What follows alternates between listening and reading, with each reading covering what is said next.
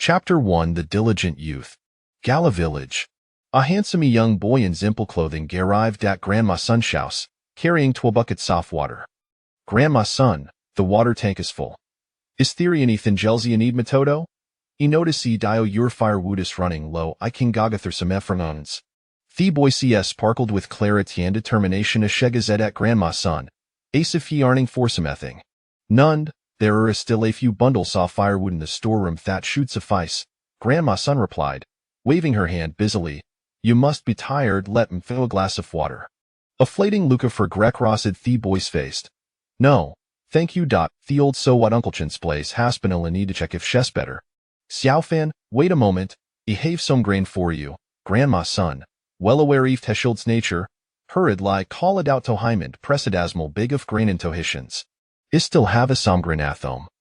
Before a cold finish, Grandma's son skinned litaminer tukanamorsia stone. "Take height, oral si want dairies for ya, help in the future." Up in hearing this, Xiaofan quickly accepted Theris. "Thank you, Grandma's son." "Weary you being so polite with him?" Grandma's son smiled with increasing warmth. "Xiaofan, they mortalists coming down from the mountain to accept disciples minion the village have gone. Why not give a tree? I fio are a cousin, you could become a discipliofan immortal. Becoming a disciple is not so easy. If it were, any own could become an immortal," Xiaofan replied, shaking his dismissively after moment of silence. "True, I remember Thetan the previous few times hey mortal visit der village tor crut disciples, not a single child was selected. I wonder if this time will be different," Grandma's son concurred. After chatting with Grandma's son for a while longer, Xiaofan took his leave. "This child." Watching Gishuri, Grandma's son sighed. "Only tis child would patient Lila stinto haramblian, butilas, she hadna granddaughter otherwise, having Xiaofan as a grandson-in-law wild hop and wonderful." With a shaky of her head, she turned and entered her home. As soon as Xiaofan left Grandma's son's house, a line-off text suddenly appeared before his eyes. "Complete Grandma's son's commission. Task reward 800 experience points, a superior cultivation technique minor sure escape technique. Upgrade supreme Tawangjing. Congratulations, you have become an 8th layer refinement practitioner. Reward is superior cultivation's word technique song high sword technique. Grandma's son's affection for you has increased B50. Xiaofan was not surprised it had been here for a bootir and had become familiar with the abilities granted him. His unique ability sembled thato fagame character be completing tasks say signed bacharacters, could obtain corresponding rewards and affection points, which could also be used for lottery draws. It seems that the hieronis cultivation, the beter the experience and words, here reflected, gazing at that wa cultivation techniques. Here called how, at the beginning, he received bizarre item words, such as books and pig farm and gaunt safe tie protocols, which left them astonished. Eventually, their words improved, folk using gaunt the arts, martial arts, and other scholarly pursuits. Initially, he was quite thrilled, as mastering thesis skills would allow him to thrive as scholar in Thysensent world. However, upon discovering that this realm was the legendary world of immortals and demons, his excitement faded, and thoughts of leaving the village dissipated. In the stretcher's world off to see tan the survival oft he fittest, lacking absolute strength meant becoming Jesipri. Even with absolute strength, Hakud Garantino tin countering Simeon even stronger? In his previous life, Xiaofan Hadri ad menu novel sweareth a protagonist, just as Theria ket the pinnacle, would discover an even greater boss lurking gay head. For safety's sake, Xiaofan Kosit a continuer re-sitting in the village, diligent like completing tasks for words. He accepted a vera task available to him. Fortunately, those peculiar bukshin CD med ridicula should ultimately assisted, Haming completing numerous tasks. With his help, so the Thad failed to produce baglets suddenly gave a birth to 30 or 4 type baglets, quarrelsome couples found themselves in harmony, and grandmawing next door, who had been barren, unexpectedly gave a birth to Aberdoff grandchildren. Now, in the village, Anu Sasa Xiaofan would give him a thumbs up, lauding him as a good child. Without hesitation, Xiaofan Cosito learned that woe skills. Memory surged into his mind, filled with the magessence. After a brief moment, he checked his attributes. Character Xiaofan. Race human. Description: you were born in an ordinary village, loved by your parents. Yet, Fate seems to have played a cruel joke into your father vanished while hunting in the mountains, and Dormother disappeared in search of him. Nevertheless, you have a noteless that before the future, for sing life with fortitude, growing up quiet Libby helping villager obtain grain, determined to find door missing parents. Young man, keep pushing forward. Qualifications gold, wood, water, fire, earth elemental roots. Bloodline none. Title 8th layer to refinement practitioner, martial arts master, divine doctor, sage, Qin Xian, Qisheng, Huashan. Skills. Lightness technique great achievement, 40004000. Bagua Palm minor achievement, 80020000. Capture technique great achievement, 40004000. Diamond Fist minor achievement, 28003500. Tortoise breathing technique entry level, 5001000. Taiji sword technique great achievement, 40004000. Supreme Taowangjing 8th layer, 80080000. Fire control technique 5th layer, 31005000.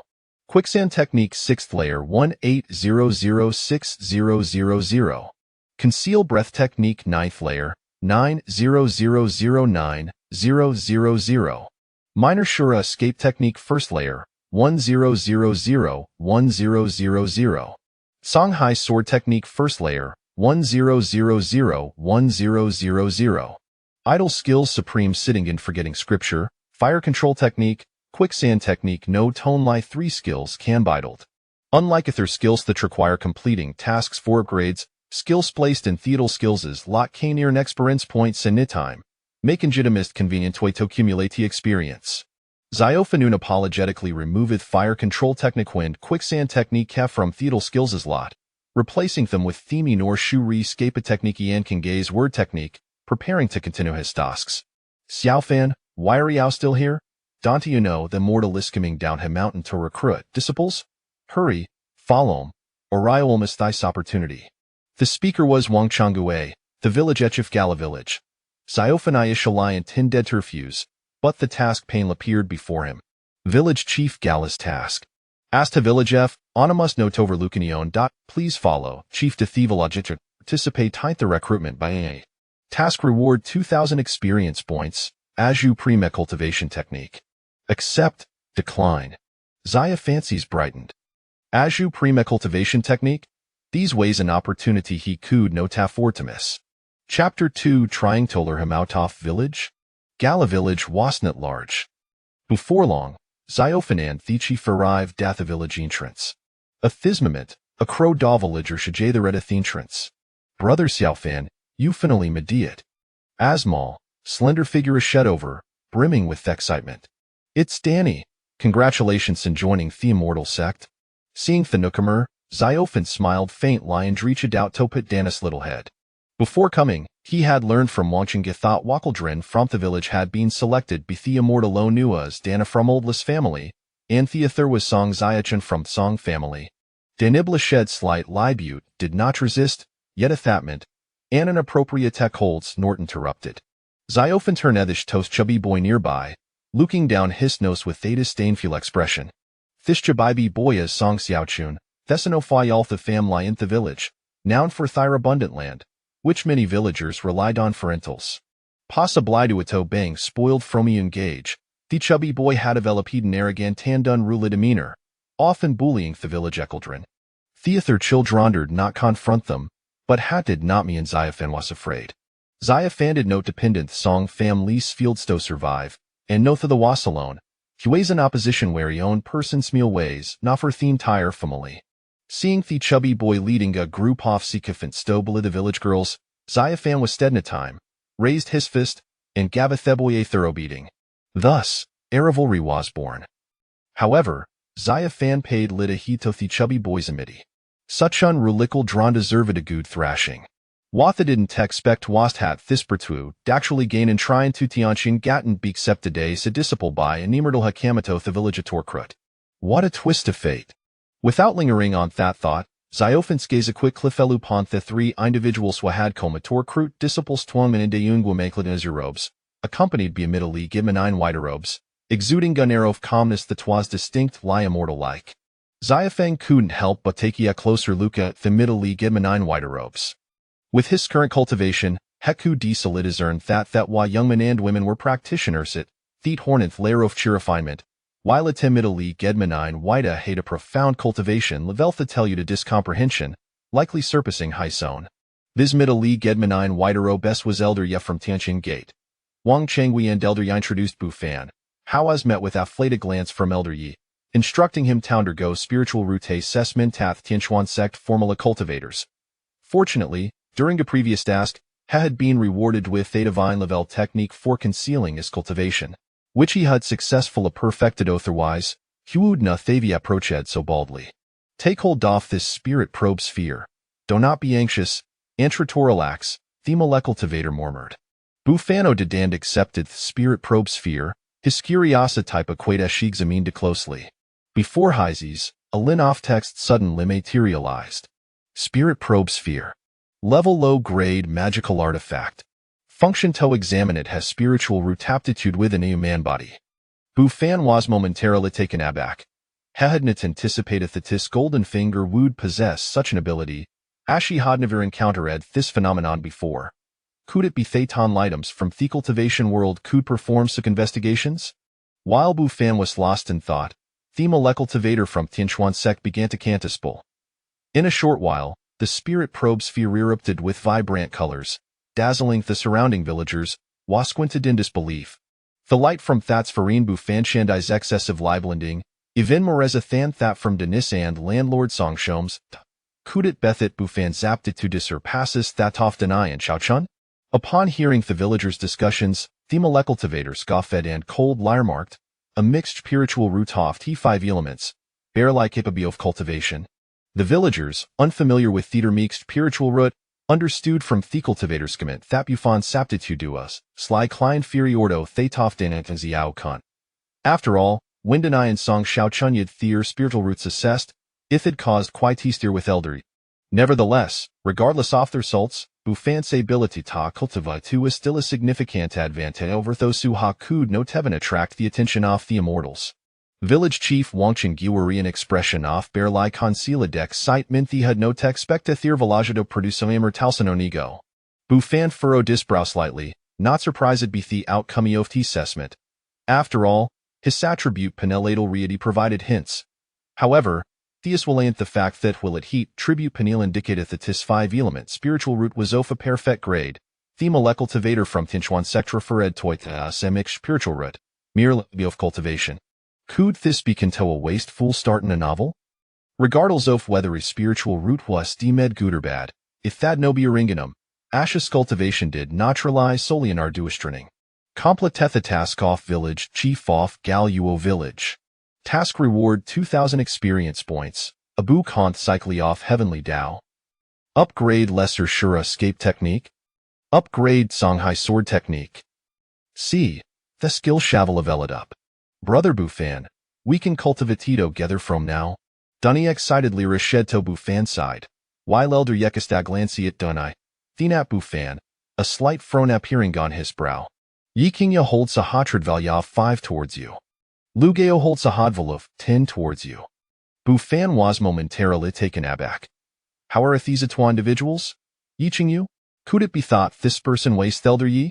And Lugeo Ashati Mela cultivator will assisted Haman assessing a spiritual root? However, he had not offended die thereof Temel wood theory sent them? Could it be? A thought sprout in his mind, causing Bufan to glance at the exuberant Denai. If I led correctly, Denis cultivation aptitude to a sextraordinary lyre, while high son could be classified a swastily vel. To confirm his suspicion, Bufan smiled tangently patted Denis' small head. Yi king you shatred value towards Sayu has increased to 10. Lu J's hutred value towards Sayu has increased to 20. Well, it seemed that these twavira likely afraid that the so-called was twoods naturally used the twasda.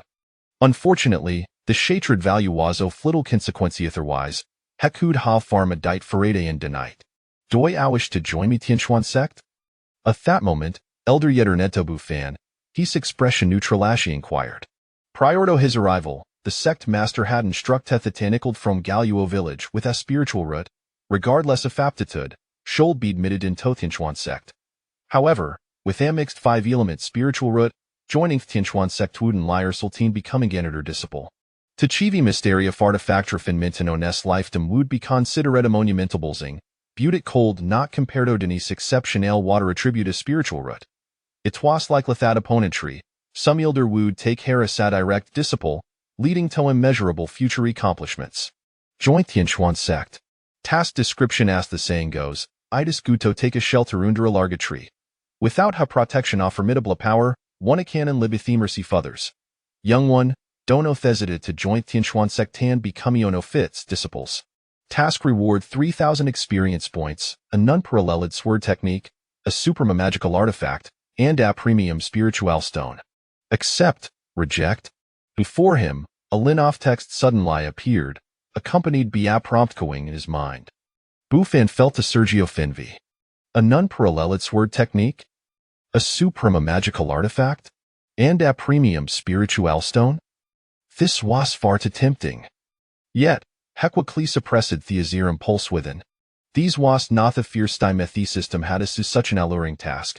Harika led Thatelas task, which encouraged him to leave a thieval giant's chof adventure, also promised substantial words. However, upon learning that the outside world was rife with Cheasan peril, he had recently abandoned the day of leaving the village.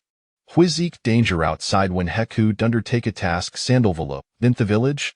Once again, the system was attempting to lure Haimu Toft Tivalage.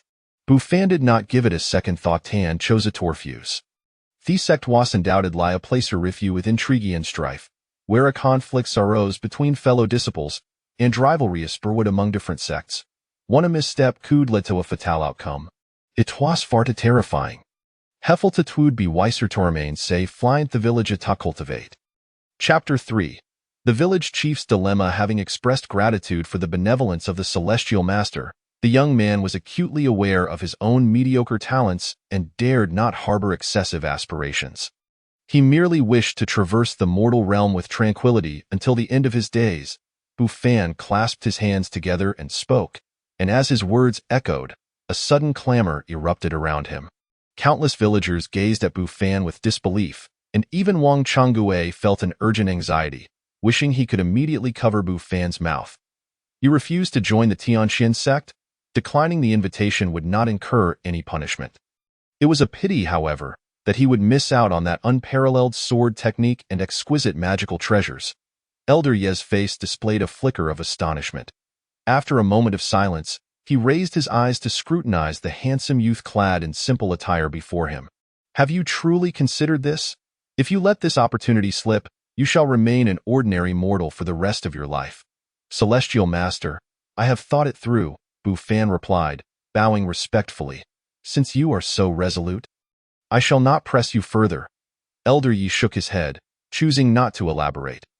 Had a person of extraordinary talent turned down the offer, he might have urged them to reconsider, but the youth before him was merely of mixed elemental roots, making him inconsequential in the realm of cultivation. Bufan, why? Why do you not join us in training at the Tianxian sect? Asked Anai, unable to contain her curiosity. Each person has their own aspirations. And that path is not meant for me. Bufan shook his head. Moreover, I possess only mixed elemental roots, barely capable of cultivation. But you can still cultivate, Anai attempted to argue, but Bufan halted her with a gesture. Enough! Remember to train diligently once you ascend the mountain. He ignored the two hostile glares directed at him and, with a smile, affectionately ruffled Denise's hair. He was no naive boy. He could easily discern her feelings. Humph, what a fool, to forsake the opportunity of becoming an immortal, content to toil in obscurity, came a voice, ill-timed and jarring. Upon hearing that voice, Bufan needed no inquiry to identify the speaker. I see you are itching for trouble, he remarked, a smile curling at the corners of his mouth. This smile caused the approaching figure, Song Xiaopeng, who had come to mock him, to take several steps back in fear, for he was well aware of Bufan's prowess in combat. Others would avoid him at all costs, yet Bufan had always been the exception, having bested him on multiple occasions. You think you have much to be proud of? Once I become an immortal, I could crush you with a mere flick of my wrist. Do you believe me? Though Song Xiaoping spoke fiercely, his legs trembled uncontrollably. I shall await that day, Bu Fan thought to himself, doubting it would ever arrive. Soon after, Dai and I and Song Xiaochun bid farewell to their parents with reluctance, then were whisked away by the flying artifact conjured by Elder Yi. Watching the flying boat vanish into the distance, Bu Fan felt a fleeting pang of envy. He wondered when he might possess a flying artifact of his own. It seemed imperative to hasten his task completion. With the celestial beings departed, any regrets now seemed futile. Wang Changgue, perceiving the envy in Bu Fan's eyes, admonished him. I simply cannot comprehend. How many yearn for the chance to enter the immortal sect, yet you, having the opportunity, decline it? Bu Fan merely smiled faintly, offering no explanation. He understood the village chief's intentions were for his benefit, but how could a sparrow comprehend the aspirations of a swan? Wang Changgue sighed heavily. I heard Elder Yi mention that. Having accepted Duanai and the Song family child, the Tianqian sect shall no longer recruit disciples from our village. Bu Fan was aware of the reasons behind the Tianqian sect's interest in their remote village. It appeared that an elder from their village had once contributed significantly to the sect, and upon his passing, the sect's master, in gratitude, had decreed that disciples would be sent every few years to recruit from the village. With their current needs fulfilled, it was unlikely they would return. You will surely regret this. Wang Changgue glared at Bu Fan disapprovingly. Regret? I fear that will never be the case, Bu Fan replied with a hint of certainty. Village chief, let us not dwell on this matter. I heard you recently had a disagreement with Auntie, and she chased you out of the house by your ear? Bu Fan inquired with a playful grin. Wang Changgue's expression darkened in an instant. What nonsense are you prying into? My relationship with your aunt is perfectly fine. I understand. Bu Fan raised an eyebrow, lowering his voice conspiratorially. As the saying goes, to win a woman's heart, one must demonstrate their capabilities. I recently learned of a medicinal formula from Dr. Li that is said to be quite beneficial for men.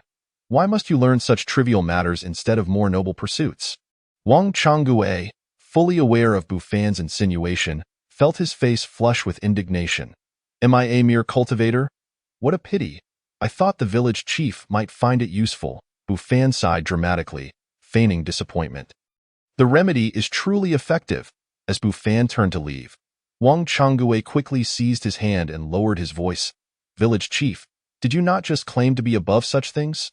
Bu Fan feigned ignorance, delighting in the unfolding situation. Well, I have no need for it, but a friend of mine could use a little assistance in that regard. Wang Changgue coughed, maintaining a faade of composure. A friend? Oh, Bu Fan feigned revelation, exclaiming, so it is the village chief's friend we are discussing. Indeed, a friend. Despite Wang Changgue's extensive experience in dealing with people, he felt a tinge of embarrassment at this moment. Bu Fan could easily discern that the friend Wang Changgue referred to was none other than himself. After all, prior to acquiring any cultivation techniques, he had mastered a vast array of skills, from literature and martial arts to painting, music, and even medicine. Now, with the title of Divine Doctor in his possession, he had quickly recognized Wang Changgue's lack of vitality, which was precisely why he had broached the subject. Seeking to obtain the village chief's task as expected, when Wang Changgue requested the formula, a line of text suddenly materialized before Bu Fan, accompanied by a notification echoing in his mind. Wang Changgue's dilemma task description. As the village chief, he is perpetually occupied with managing the affairs of the village while simultaneously attending to domestic matters, leaving his own vitality depleted. Facing his wife, he finds himself eager yet powerless. Young man, please assist this pitiful uncle. Task reward, 2,000 experience points, a supreme cultivation technique. Accept, decline. Bu Fan was taken aback. A supreme cultivation technique. Could it be a method used by immortals? Without hesitation, he accepted the task and divulged the formula to Wang Changgue. Upon hearing the news, Wang Changgue's brow lifted in delight, and he expressed his gratitude to Bu Fan for the benefit of his unknown friend. Content, he returned home, likely eager to test the efficacy of the remedy. Strangely, Bu Fan pondered, why had he not received any notifications regarding the completion of the task? Even after Wang Changgue had departed, the task status remained unchanged. Did he need to wait until the village chief had tried the remedy for it to be considered complete? Chapter 4. Your friend has logged in as expected. The task was marked as complete the following morning. Task completed. Wang Changgui's Dilemma Task Reward, 2,000 experience points. A Supreme Cultivation Technique. Tai Golden Body Technique. Upgrades. Diamond Fist, Bagua Palm, Heavenly Tao Reincarnation Technique, Minor Shura Escape Technique. A series of upgrade notifications echoed in his mind, causing Bu Fan to wear a peculiar expression. Had the task truly completed in the morning? Or had it only registered after Wang Changgui's visit last night? Not dwelling on this ambiguity for long, his gaze quickly settled on the Supreme Cultivation Technique, the Tai Golden Body Technique. This was a defensive technique. Once cultivated to perfection, it could withstand attacks from foes one level stronger, allowing the practitioner to engage in physical combat even against fierce beasts. An excellent means of preserving one's life. He wondered if the Tai Golden Body Technique could withstand Elder Ye's attack from the previous day. Shaking his head, Bu Fan resolutely began to learn the Tai Golden Body Technique. A sudden flicker of white light enveloped him, and Bu Fan felt a refreshing surge throughout his body. Truly, it was worthy of being labeled a supreme technique, delivering such immediate benefits even before application. Following this, Bu Fan resumed his daily routine of mundane tasks, chopping wood, fetching water, and assisting Dr. Li in drying herbs. However, the events surrounding the celestial being's recruitment had left a lasting impression, and the topic remained fervently discussed throughout the village, even a day later. After all, no one had anticipated that a villager would actually be taken in as a disciple by a celestial master. Especially for Denis's parents, this was a moment of pride. It was well known that they had faced scrutiny over the years for giving birth to 5 daughters without producing a son, leading to whispers about their family line being cut off. They had felt aggrieved but lacked the confidence to confront the gossipers. Now, however, with their daughter Deni accepted as a disciple by an immortal, they could hold their heads high. What could be more impressive than having a daughter destined to become an immortal? Certainly, the hottest topic of discussion revolves around Bu Fan's refusal to join the Tianqian sect. While various opinions abound, the majority of villagers shake their heads, deeming Bu Fan foolish for squandering such immense fortune. Nevertheless, regardless of what others say, Bu Fan remains steadfast in his ways, passionately devoted to aiding the villagers in their myriad endeavors. This perplexes many villagers as they perceive Bu Fan's actions as merely a means of survival. After all, those whom Bu Fan assists invariably offer him some form of sustenance in return.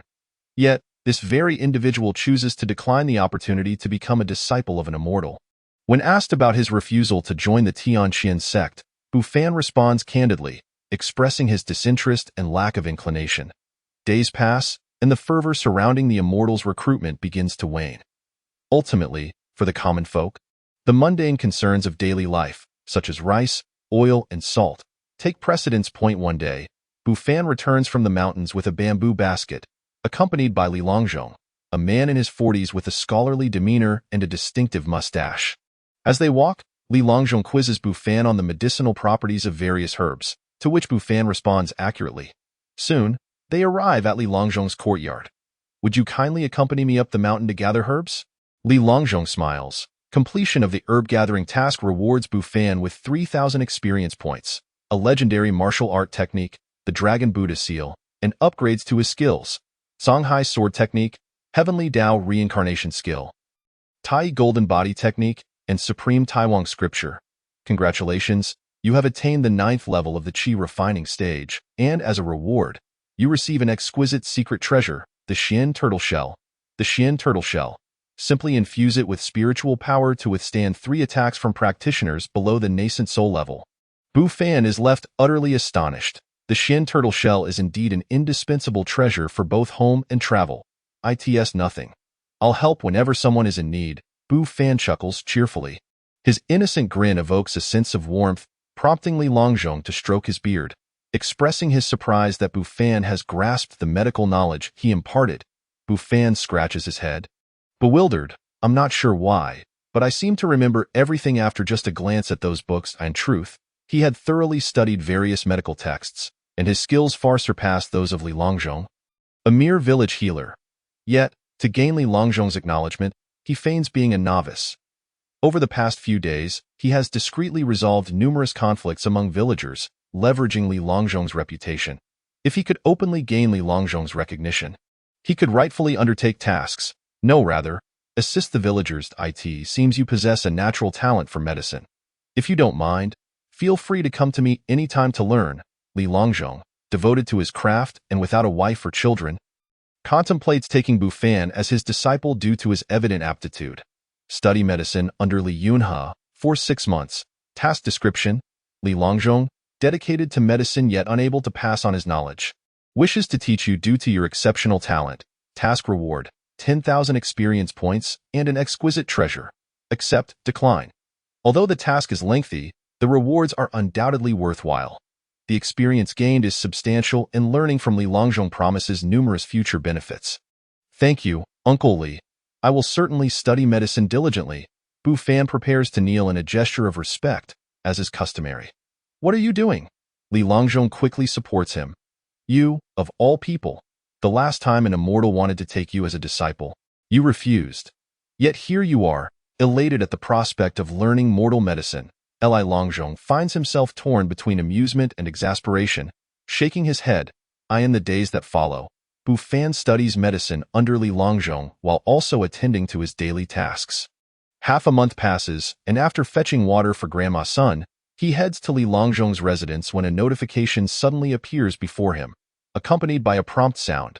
Friend list activated. Bufan remains unfazed.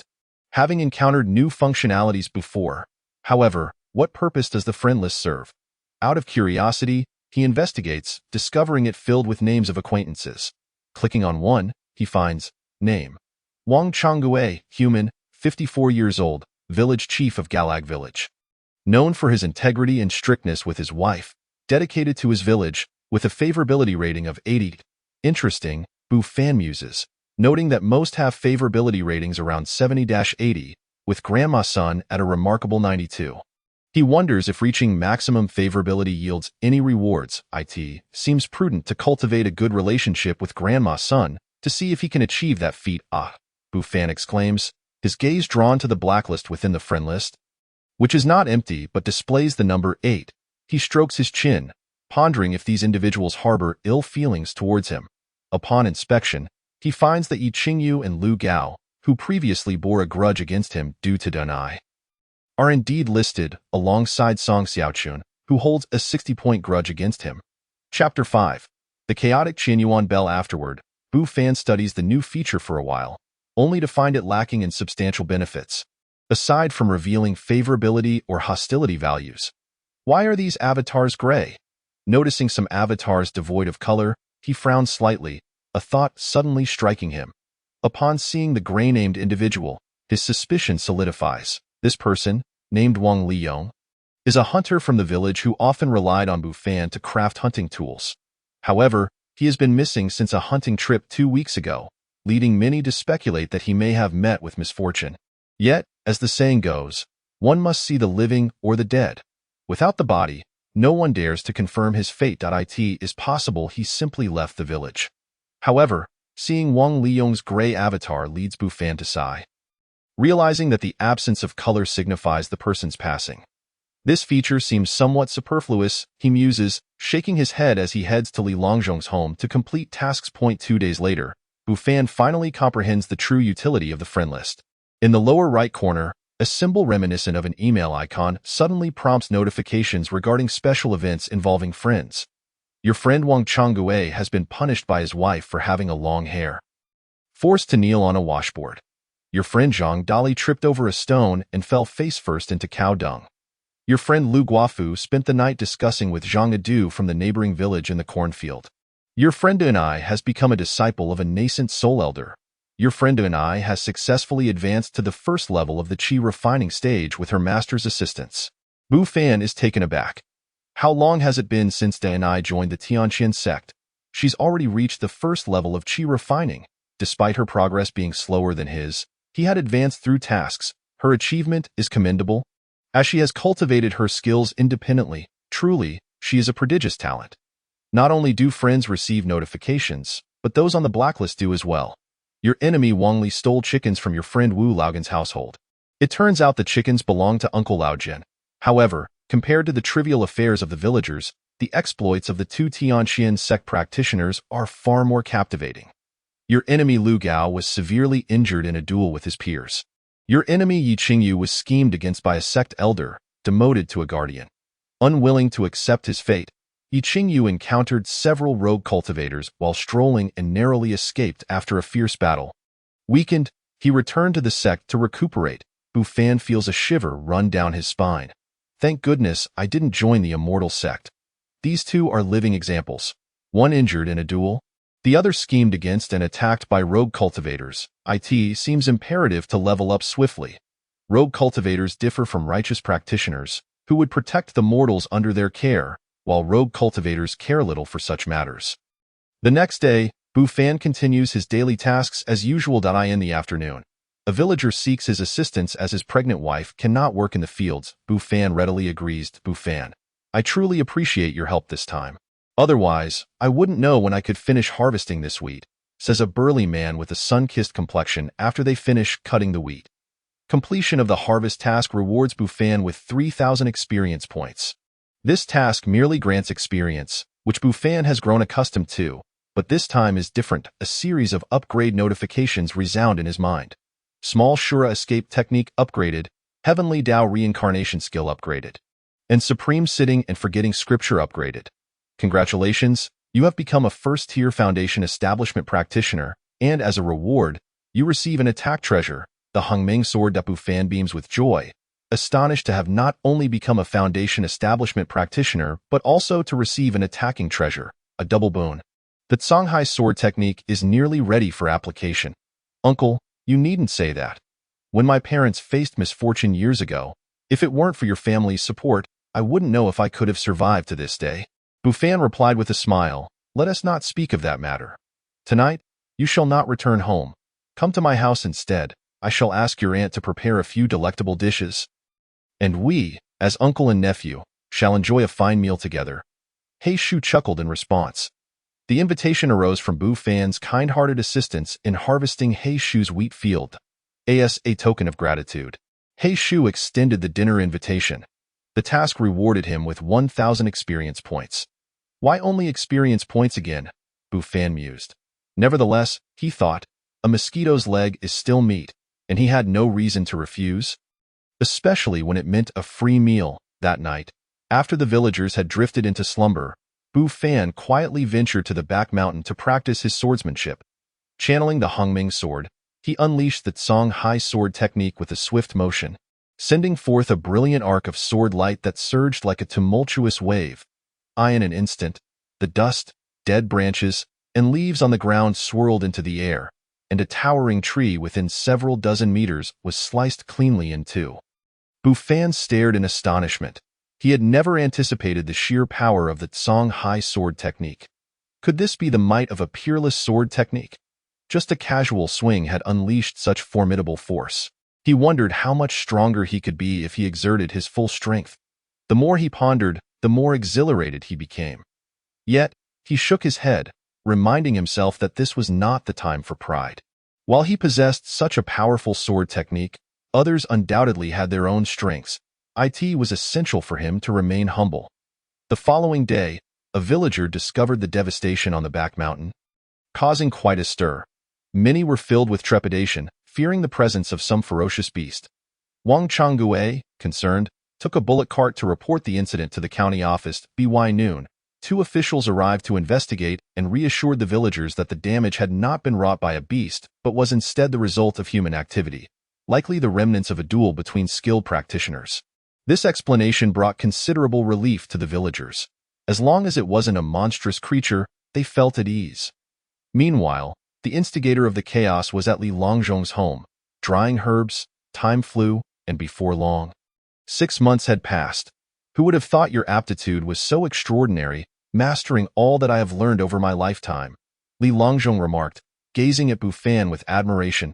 Indeed, the waves of the Yangtze River pushed the previous waves aside. Completion of the task to study medicine under Li Yunhe rewarded Bu Fan with 10,000 experience points and a superior magical artifact, the Chaos Qianyuan Bell. Chaos Qianyuan Bell. When infused with spiritual energy, the bell manifests a golden shield that envelopes the user, capable of withstanding all attacks from cultivators below the nascent soul stage, including soul attacks. What a splendid treasure! Following this, a series of skill upgrade notifications echoed in his mind. Sand Flow Technique upgraded, Bagua Palm upgraded, Taiji Sword Technique upgraded, Tao of Reincarnation upgraded, Dragon Subduing Buddha Seal upgraded, Supreme Taiji Forgetting Scripture upgraded. Congratulations! You have achieved the third rank of Foundation Establishment, rewarded with a peerless technique. The Creation Burning Heaven Thunder Decision. Bufan raised an eyebrow. A thunder attribute technique? Its very name spoke of its overwhelming might. He pondered whether he would eventually master techniques of all 5 elemental attributes. For others, mastering a single elemental technique was no small feat, let alone 2 or more, yet he was capable of achieving such mastery. Your teaching is exceptional, master. As the saying goes, a renowned master begets an excellent disciple. Even with my natural talent, without a skillful mentor, I could not have accomplished this, Li Longzhong, flattered by Bufan's praise, replied. All right, enough of that flattery. From now on, you shall handle the minor ailments in the village. You must not tarnish my reputation. Li Longzhong felt confident in Bufan's medical skills.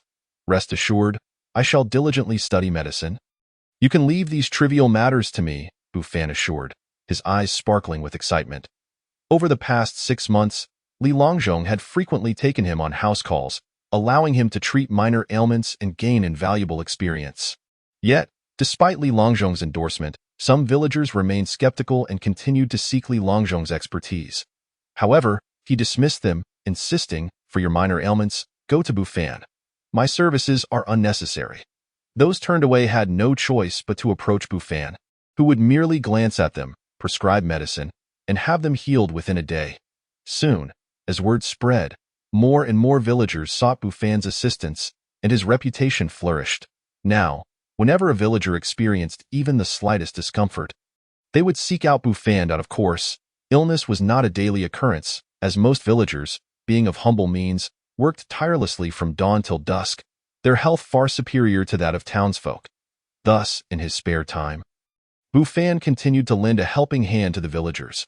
Many would remark, what a diligent and good-hearted child. One day, explosive news spread through the village. Danai, who had been accepted as a disciple by the Tianqian sect 6 months prior, had returned home with Song Xiaochun. Song Xiaochun was the son of the village's wealthy man, Song Yuanwei. The villagers dared not approach the Song household and instead flocked to Deni's home. Upon their first glimpse of Deni, many were left speechless. Is this really Deni? How has she changed so drastically?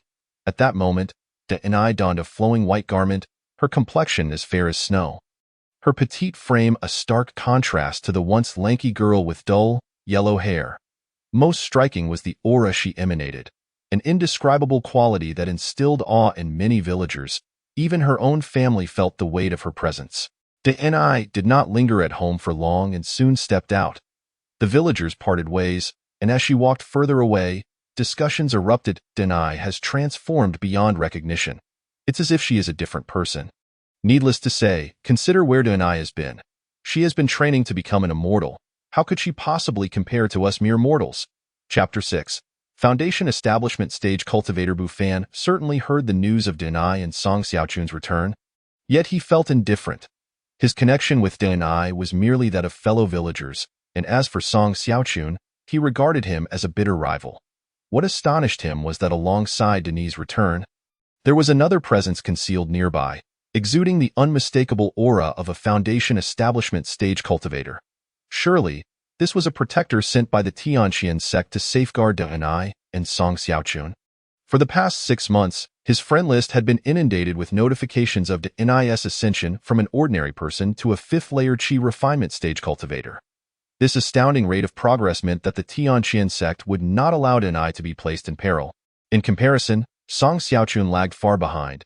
He had only recently managed to reach the 2nd layer of Qi refinement, and that was only after receiving a recent upgrade notification.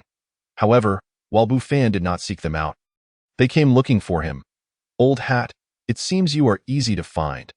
Are you so afraid of me that you wish to hide? Song Xiaochun grinned, his demeanor oozing arrogance as he led a group of sycophants to encircle Bufan. Get lost. Don't disturb me while I gather firewood, Bufan shot Song Xiaochun a disdainful glance. Humph, do you still think I am the same Song Xiaochun as before? Let me make myself clear. If I don't make you cry out master today, I shall change my surname. With a contemptuous snort, Song Xiaochun began to gesture and chant incantations, his palms suddenly igniting with a small sphere of yellow flame. Master Song, you truly are a disciple of the immortals. His followers exclaimed in awe. The flattery filled Song Xiaochun with pride, and he raised his chin, taunting Bufan. Old hat, are you scared? This is a spell I learned from the immortal realm, if you kneel and beg for mercy. I might spare your life. Bufan glanced at the tiny flame and shook his head. That little fire is barely enough to light a cigarette. Turning his back, he refused to waste time engaging with this foolish child and began to walk toward the back mountain. How dare you ignore me? Song Xiaochun's fury ignited as he shouted, Get him! With a flick of his wrist, the flame shot toward Bufan's back. Sensing the impending danger, Bufan shifted slightly, the flame narrowly missing him. What? Song Xiaochun's eyes widened in disbelief. He had not anticipated Bufan's ability to evade his attack. You're asking for death. Bufan spun around, his expression icy. If he were merely an ordinary person, Song Xiaochun's fireball technique would have surely proven fatal. However, the coldness in Bufan's voice sent a shiver down Song Xiaochun's spine, causing him to instinctively take a step back. Yet, emboldened by his newfound strength, he felt a surge of courage. During his 6 months at the Tianqian sect, he had come to realize the stark difference between cultivators and ordinary people, akin to the disparity between towering trees and ants. In the eyes of those ordinary villagers, cultivators like him were akin to emperors, standing far above them. What do you want? I'll warn you, I am now a disciple of the immortals, with a single palm. I could crush you, Song Xiaochun boasted, puffing out his chest. Then let us see if you can crush me, Bufan retorted, his expression unreadable. Song Xiaochun's anger boiled over. He believed Bufan truly thought he would not dare to act. Song Xiaochun, what are you trying to do? Are you seeking to bully Brother Bufan? I'll inform the sect that it's forbidden to act against ordinary people. Do you believe I want to report you for this when we return? At that moment, a melodious female voice resonated, and soon a slender figure dashed over. And I glanced at Song Xiaochun's fair countenance and coldly remarked, This is a matter for our men. Bufan, you wouldn't be the sort to cower behind a woman's back, would you? That would be truly contemptible. If you are a man, let us settle this in a one-on-one duel. Presently, Song Xiaochun felt a twinge of fear towards Danai. Yet an idea suddenly sparked in his mind, and he lifted his chin haughtily, declaring, Danai furrowed her brow, about to say something, but was interrupted by Bufan's intervention. This is between me and Song Xiaopang. Danai, stay out of it. But I have my limits and I won't harm Song Xiaopang. Bufan waved his hand dismissively. You have it all wrong. I fear for Song Xiaochun's safety. Danai retorted. Now that is the spirit. That is what it means to be a man. Song Xiaochun exclaimed, Danai, you see, it was Bufan who sought me out for a spar, not the other way around. Danai shot a glare at Song Xiaochun. Irritated. Enough with the chatter. I still need to help Grandma's son gather fire. You call the shots. Previously, he had refrained from dealing with Song Xiaochun due to the concealed foundation cultivators within the village. Otherwise, he would have already knocked Song Xiaochun to the ground. Now that he and Song Xiaochun were to engage in a fair fight, even if the foundation cultivator learned of it, they would likely remain silent. Very well, let the duel commence. Danai relented, though internally she thought that if she saw that Bufan was no match for Song Xiaochun, she would intervene. However, little did she expect that as soon as the words left her lips, Bufan's figure suddenly appeared before Song Xiaochun. Before Song Xiaochun could even form a hand seal, Bufan unleashed a kick to his abdomen. Bang! Song Xiaochun felt a painful jolt in his belly, and his entire corpulent body was sent flying several meters, crashing hard to the ground in a most undignified manner. Danai was taken aback, and the few lackeys stood in shock. Young master, are you all right? They hurried to assist Song Xiaochun to his feet. You broke the rules. I hadn't even gathered my fireball. Song Xiaochun groaned. clutching his aching belly but still gritting his teeth defiantly. Heh, should I wait for you to give birth to your grandson before I strike? Are you expecting your adversaries to wait for you to prepare before they attack? Are those people fools? Bu Fan chuckled. Just then, a surge of spiritual awareness suddenly coalesced around him. Bu Fan's brow furrowed. Could it be that the Foundation cultivator was considering intervening upon witnessing his fellow disciple being bullied? Yet, he felt little trepidation. He respected the Foundation cultivator, but that did not mean he was afraid of them. He simply wished to avoid unnecessary trouble. Although he was unaware of the opponent's strength and capabilities, he was also a Foundation cultivator, possessing several high-grade magical treasures capable of withstanding the attacks of even a nascent soul elder, let alone a mere Foundation cultivator. Even if he couldn't win, he could certainly ensure his own safety. Li Qingfeng's favorability rating is at 50. Could this Li Qingfeng be the very Foundation cultivator hiding within the village? Checking his friend list, he glanced at the character introduction. Li Qingfeng, elder of Tianxian sect, has developed a favorable impression of you due to your previous remarks. Bu Fan suddenly realized that it was because of his reprimand toward Song Xiaopeng. Song Xiaochun, a loss is a loss. You wouldn't dare to deny it, would you? Denai said coldly. Bu Fan, I shall spare you today out of respect for Denai. Next time, you shan't be so fortunate. Let us go. With a wave of his hand, Song Xiaochun was promptly assisted away by several lackeys. Bu Fan stood momentarily dumbfounded. One might think he was the one who had been defeated. Young master, why do I feel you are quite afraid of Denai? One lackey queried, puzzled. The others shared this confusion. What do you know? Song Xiaochun snapped, clarifying that he was not afraid of Denai, but rather intimidated by her status. According to sect rules, Denai was still his little master uncle. Chapter 7. Mysterious Hatred. What brings you here? Bu Fan inquired of Denai, acknowledging that Song Xiaochun's swift departure was largely thanks to her. Otherwise, with Song Xiaochun's obstinate nature, he would likely have continued until he hit a wall. Though be honest, upon first seeing Denai, he nearly failed to recognize her. It was known that the previous Denai had dull, yellow hair, dark skin, and a frail frame. But now Denai had transformed dramatically. It seemed that cultivating immortality truly could alter a person. If there's nothing else, I shall head up the mountain to gather firewood. Bu Fan had tasks at hand and could not afford to waste time on trivial matters. You are helping Grandma's son gather firewood? Right? Then I shall accompany you up the mountain to assist in collecting some. Denai instinctively offered. Very well. Bu Fan thought little of it and began to stride towards the mountain, with Denai closely following. Bu Fan? You remain the same as before, always keen to lend a helping hand. Indeed, I was raised on the kindness of the community. The villagers have treated me well, and I can only do my part to repay them. As they walked, Denai engaged in casual conversation, while Bu Fan answered without looking back. At that moment, Denai felt an internal struggle. She was no longer the naive village girl she once was. In the past, Bu Fan had been an insurmountable figure in her eyes. He was optimistic, always eager to help others, and rather handsome, with striking features. Not only she, but many other girls in the village held a fondness for Bu Fan.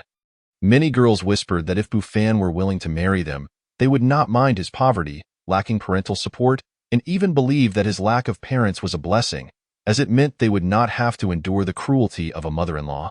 They extolled Bu Fan's many virtues. She had once shared those very thoughts and even fantasized about becoming Bu Fan's wife. However, upon joining Tianxian sect, she had come to realize the vastness of the world, far beyond her imagination. Within the sect, many male disciples possessed remarkable looks and exceptional qualities, hailing from diverse backgrounds. Some were the offspring of wealthy merchants, others were children of powerful nobles, and even royal relatives. It was worth noting that her previous encounters with significant figures had been limited to their village chief. Compared to these individuals, Bu Fan appeared exceedingly ordinary. Even her master had once told her that cultivators and mortals had no future together. Mortals had a limited lifespan, eventually turning to dust after a century, while cultivators sought the path of immortality.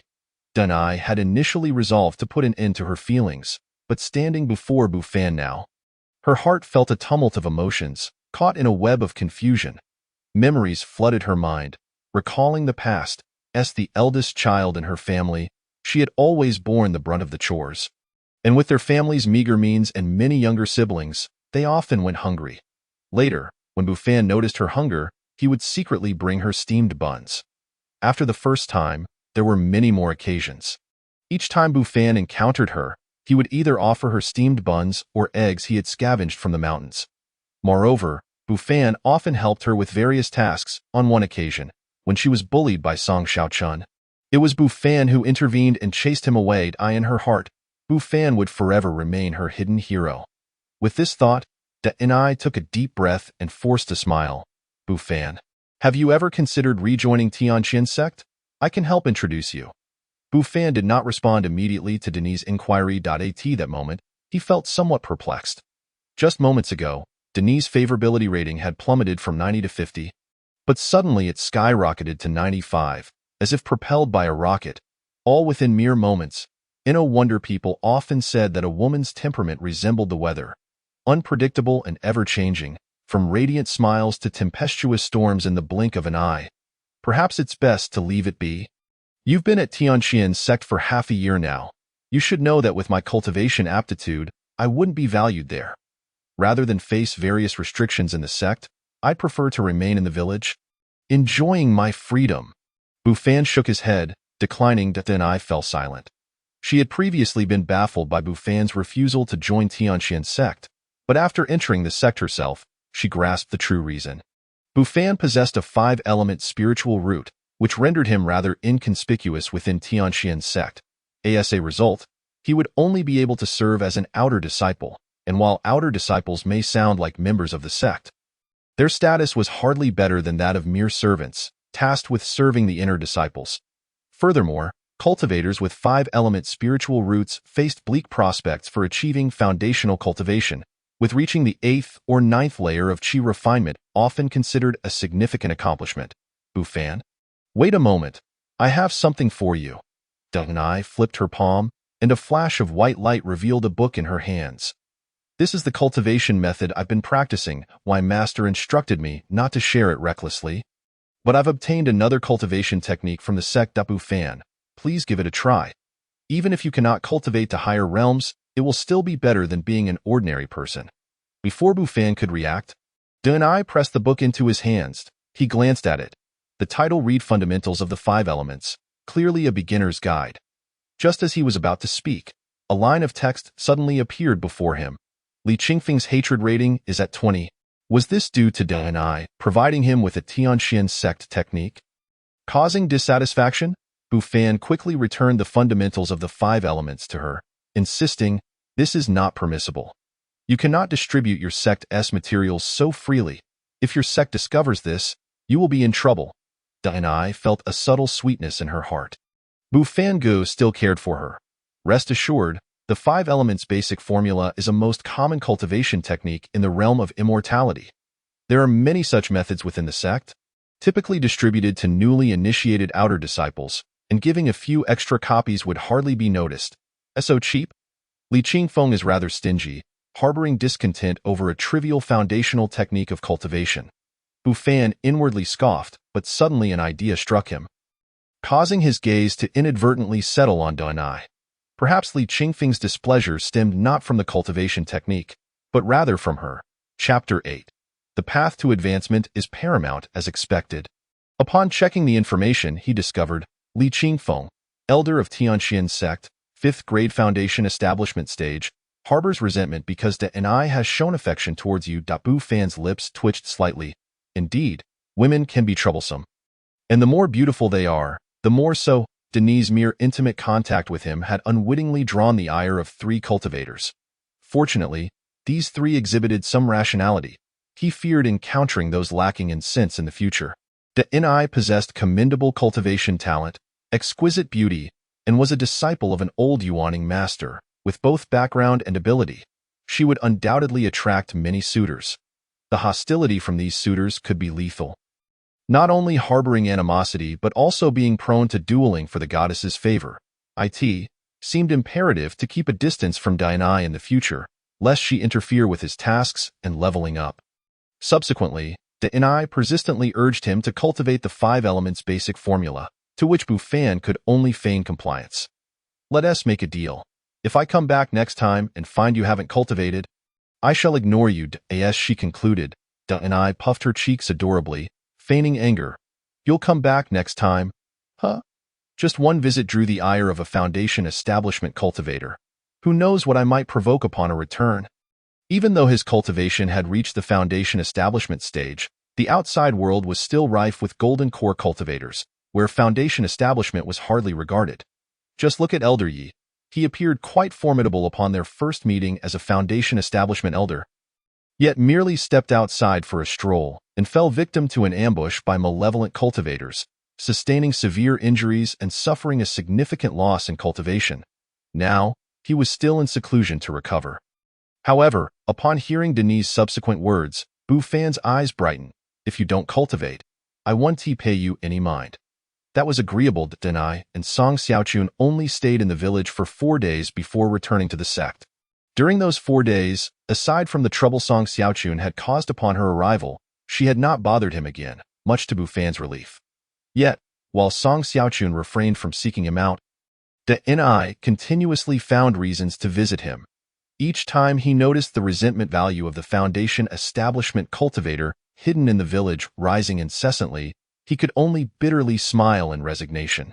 Just when he thought he could breathe a sigh of relief after Denai departed, she did not forget to remind him to cultivate.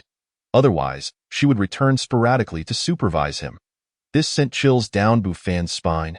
One visit had already drawn the resentment of a Foundation establishment cultivator. If she were to return frequently, wouldn't he that fill the resentment meter of Denai's Yuaning master? Was she trying to hasten his demise? After careful consideration, Bufan resolved to subtly reveal a fraction of his cultivation when Denai returned next time. A month later, Denai returned alone to the village. Upon seeing his cultivation at the first layer of qi refinement, a satisfied expression graced her face, and she gifted him a bottle of qi-nourishing pills. Bufan suddenly felt as though he were being pampered. Lu Yongli's resentment value towards you is 50. Who is this fellow? He wondered, and that resentment value seemed excessively high.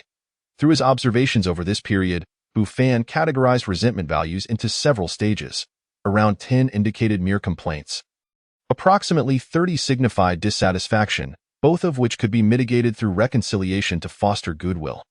However, a resentment value exceeding 50 warranted caution, as such individuals typically harbored genuine animosity and would seek to undermine him. Bufan swallowed hard and quickly checked the information. Lu Yongli, elder of Tianxian sect, 3rd grade Foundation establishment stage, believes you are deceiving a sincere and innocent girl after witnessing Denai present you with qi-nourishing pills. How fortunate that Lu Yongli was merely at the 3rd grade Foundation establishment stage, still beneath his level.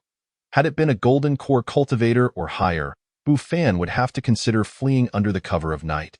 Nevertheless, Lu Yongli's reason for harboring resentment was rather Bufan glanced helplessly at Denai, who wore a bright and beautiful expression, her sparkling eyes lively. Indeed, she seems quite sincere and innocent. Denai, this qi-nourishing pill is a reward from your sect for your cultivation. If I were to take it, would I not come across as a selfish villain? This bottle of qi-nourishing pills is for you to keep. If you wish to cultivate, rely on yourself. You must understand that depending on others will lead to defeat in life. Bufan reached out to pat Denis's head, resembling an elder brother educating his younger sister. Bufan go, I understand. Denai remained silent for a moment before nodding. A middle-aged man, dressed in scholarly attire and concealed in a certain part of the back mountain, watched with keen interest. Silently murmuring, relying on oneself will lead to success rather than begging others. He was surprised that this village youth could articulate such profound sentiments. Lu Yongli's resentment value towards you has decreased.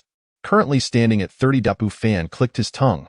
He had spoken those motivational words, yet this fellow remained unsatisfied. Upon checking the information, he found, Lu Yongli is displeased with your physical contact with Denai. Bufan, is it because I just patted Denis's head?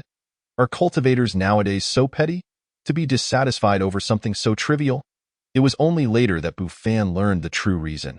Denai held a remarkably high status within Tianxian sect. Even the sect leader would respectfully refer to her as Little Shirshu. Such a person was far beyond the reach of an ordinary person like him. Time passed swiftly, and 3 months flew by in the blink of an eye. After the incident involving the chi-nourishing pills, Denai had not returned to the village again, which brought Bufan a sense of relief. Each visit had drawn resentment, how much that impacted his task completion. Now, all was peaceful again, and he could delightfully resume his tasks. However, the tasks he had undertaken during this period yielded primarily experience rewards, with very few item rewards. He understood the ploy. It was an attempt to lure him out of the village to higher realms. Ha, system, you have been seen through. Nevertheless, leaving the village would not be so easy. Although the rewards were merely experience points, each time the experience gained was doubled compared to usual. This was an excellent opportunity for leveling up and enhancing skills. His various cultivation techniques continued to improve, and his cultivation level ascended to the 9th grade of Foundation Establishment. Seeing that he was but a step away from the Golden Core stage, Bufan felt an immense excitement. The Golden Core. This signified a true entry into the path of cultivation. Not only would spells and consciousness gain tremendous power, but his lifespan would also extend to 700 or 800 years. What is the purpose of cultivation if not to pursue longevity? Those who slaughter and seize treasures, vying for power and influence, hardly resemble true cultivators. Only those like him, free from desire and singularly focused on advancement, are on the rightful path. Chapter 9. Immortal Egg. During this period, Bufan had been preoccupied with completing tasks. Rather, he had been busy assisting villagers in resolving their troubles. It had been quite some time since he last checked his friends list, and he was curious how Denai had fared in her cultivation over the past 3 months. Yet, upon checking, he was utterly astonished. Your friend Denai has successfully advanced to the 5th layer of Qi refinement under her Master's guidance. Your friend Denai has successfully advanced to the 6th layer of Qi refinement under her Master's guidance. Your friend Denai participated in the Sect's Grand Competition, swiftly defeating numerous disciples to claim victory and successfully breaking through to become a 7th layer Qi refinement cultivator. Your friend Denai participated in the trial of the 8 major sects, encountered a demonic beast attack, fell into a valley, discovered the cave of an ancient Yuan in cultivator, and acquired a legacy. Bufan swallowed hard. Must it be so exaggerated? Rapid advancement is one thing, but to fall into a valley and still obtain the legacy of an ancient Yuan in cultivator, is this not the hallmark of a protagonist's halo? He shook his head. There was no use in envying her. He glanced at the cultivators on his blacklist. Your enemy Song Xiaochun has been extorted by several fellow disciples. Your enemy Lu Yu participated in the sect trial, suffered severe injuries from a demonic beast attack. Your enemy Li Qingfeng led disciples in a sect trial, suffered heavy losses due to schemes by other cultivators. Your enemy Lu Yongli led disciples in a sect trial, suffered heavy losses due to schemes by other cultivators. Bufan felt a sense of relief. Just look at Lu Yu. He too had sustained heavy injuries from a demonic beast attack. Moreover, Li Qingfeng and Lu Yongli had led teams for the sect trial, only to fall victim to schemes, while Denai and Lu Yu faced demonic beasts. Was there perhaps a connection here? Or was there a force hostile to Tianqian sect plotting against it? Bufan couldn't help but shudder at the thought, as the experiences of Denai and Lu Yu vividly illustrated the perilous nature of their circumstances. Indeed, the realm of cultivation was far from benevolent, rife with schemes and deceit. Furthermore, Song Xiaochun's plight within the sect was equally disheartening, as he fell victim to the extortion of his fellow disciples. It was fortunate that he had not joined the Tianqian sect. Otherwise, given his disposition, he likely would not be able to complete his tasks with any semblance of joy today. Reflecting on this, it seemed far safer to remain in the village, where life seldom involved life and death enmity. Even the most contentious individuals would settle their disputes with a mere fistfight, only to share a drink together by night, their camaraderie as strong as that of brothers. Later, he scrolled through his friends' notifications, reminiscent of mindlessly browsing short videos. The following day, as dawn broke, Bufan rose early as a diligent youth. How could he squander precious time in bed? The villagers typically rose at this hour, taking advantage of the cool morning to clear the weeds from their fields. They greeted Bufan with smiles as they saw him fetching water. That lad is quite industrious. He helps anyone in need. chuckled one burly man. Indeed, another chimed in, not long ago, my child fell ill. And before I could summon him, Bufan arrived to tend to my boy, insisting that illness should not be delayed in seeking treatment. A third man, with a dark complexion, remarked, I must say, Bufan's medical skills rival those of the renowned Li Longzhong. The surrounding men nodded in agreement. Today, Bufan's reputation as a miraculous healer resonated not only in Gaila village but had seemingly spread far beyond. Under his care, various ailments had been cured, even those unmentionable afflictions that troubled women. Recently, a wealthy gentleman from town sent a servant bearing a handsome sum to summon Bufan to treat his beloved son, only for Bufan to decline, stating that he would not leave the village. If someone required treatment, they should come to him. After more than 10 days, the gentleman himself arrived in Gaila village with his son, and within a day, the boy's illness was cured, much to the gentleman's ecstatic gratitude. Bowing in thanks to Bufan, he lamented that for half a year he had been distressed over his son's malady, consulting numerous doctors to no avail, and had only come to Gaila village as a last resort, not expecting Bufan to succeed where others failed. The gentleman insisted on offering a generous reward, but Bufan gently declined, suggesting, if you truly wish to express your gratitude, consider doing something charitable, such as paving a road for the village. It need not be extravagant. A simple path will suffice. Bufan's words resulted in the construction of a road leading from their remote mountain village to the town. Although still under development, it promised to facilitate easier access to the town in due course. The villagers felt deeply moved.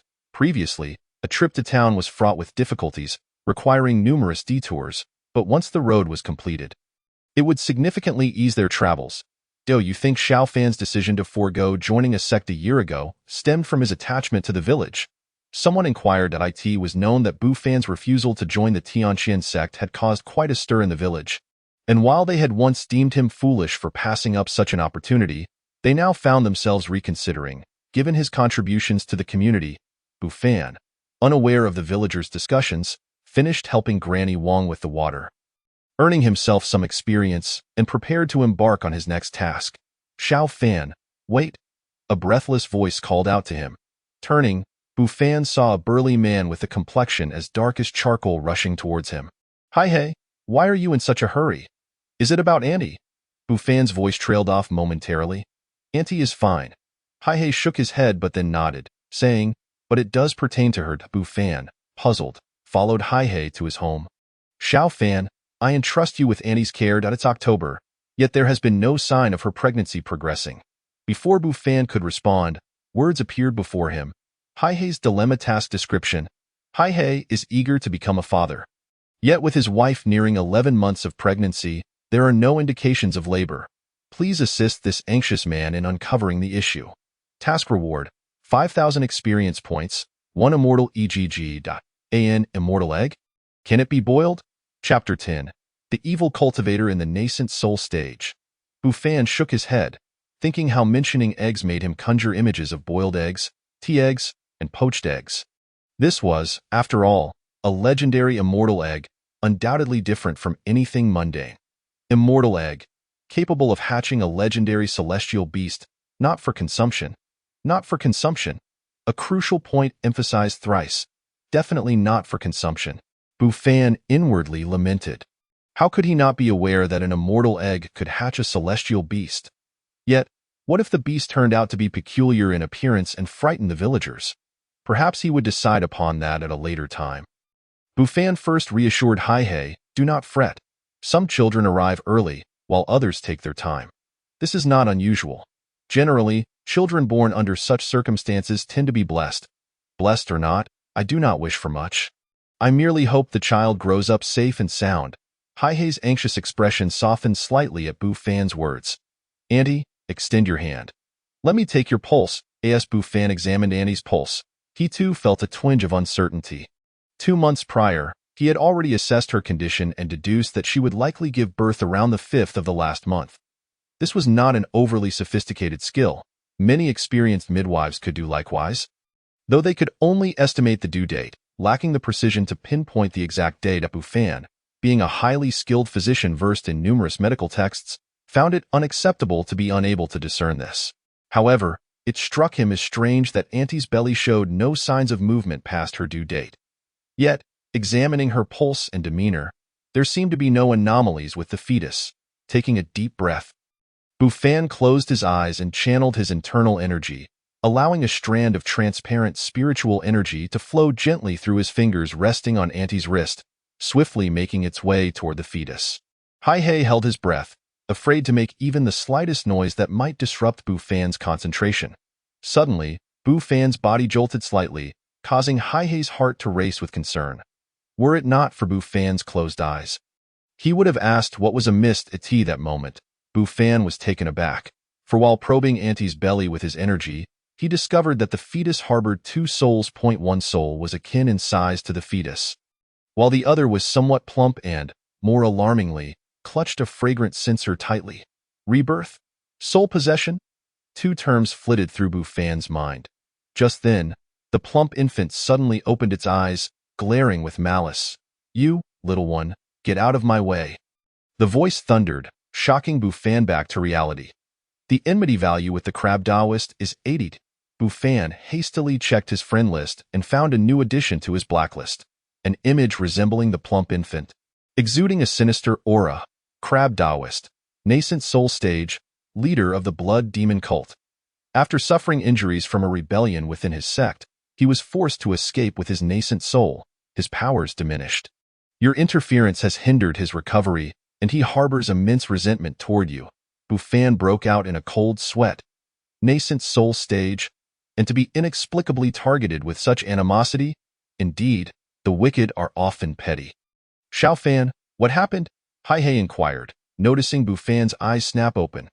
After a moment of contemplation, Buffon decided to keep the matter from Hai. Do not worry. Both Auntie and the child in her womb are healthy. Hai typically trusted Buffon's words, yet he couldn't help but wonder why there was still no sign of progress. Buffon forced a smile. Do not fret. I understand your eagerness to become a father.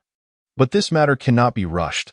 If Auntie's child wishes to linger a bit longer, there is little to be done. By the way, Auntie, have you noticed anything unusual about your body recently? Not that I can recall. Auntie replied thoughtfully, shaking her head. Wait a moment, wife. You had that episode last month. I thought you were going into labor, and it drove me to seek out Lu the midwife in the dead of night. Hai interjected. Oh, that was it? Lu the midwife said everything was fine, so I forgot about it, Auntie replied. Heiha smiled apologetically, prompting Buffon to hastily inquire about the situation. It was then that he learned that Heiha had experienced a bout of abdominal pain at the beginning of last month, which alarmed Heishu into summoning Lu Wenba in a panic. However, upon Lu Wenba's arrival, Heiha's discomfort mysteriously subsided. After a thorough examination, Lu Wenba concluded that Heiha was merely experiencing normal fetal movements, and the matter was soon forgotten. Buffon sighed inwardly, contemplating that the Yuan-ing evil cultivator must have entered Heiha's womb during that episode, with the intention of seizing the child within. Yet, he could not fathom why the fetus had yet to be stirred into action. Nevertheless, one thing remained clear to him. Should that Yuan-ing evil cultivator successfully take over, it would spell disaster for Heishu's family and the entire village. Subsequently, Buffon chose not to linger at Heishu's home. Having sensed a strand of divine consciousness fixed upon him, after offering some words of comfort to Heishu and his wife, he took his leave. Once outside, Buffon cast a distant glance back at Heishu's residence. Chapter 11. Your body is now mine. As he distanced himself, the divine consciousness finally ceased its pursuit. Buffon let out a breath of relief. This was his first encounter with an ancient Yuan-ing cultivator. And the aura indeed differed from that of a Foundation establishment practitioner. He pondered whether he should inform the village chief, Wang Changgue, to prepare both himself and the villagers. However, he soon shook his head. Setting aside whether the village chief and villagers would believe him, once he divulged the matter, who could predict what reckless actions the Yuan-ing cultivator might take? With the means at a Yuan-ing cultivator's disposal, it would be a trivial task to reduce a small village to ashes. Furthermore, as long as the soul of the fetus inside Heiha remained, there was still hope for her child if the Yuan-ing cultivator was dealt with. However, given his current strength, he felt uncertain about confronting such an ancient foe. Even if the crab Taoist was severely injured and had diminished in power, he still likely surpassed Buffon, a mere ninth-grade foundation establishment practitioner. Bufin felt torn. Heishu's family, the village chief Wang Changgue, and many villagers had shown him genuine kindness, and having settled comfortably in the village, he was reluctant to leave. Yet, how could he confidently engage in battle with the Yuan incultivator?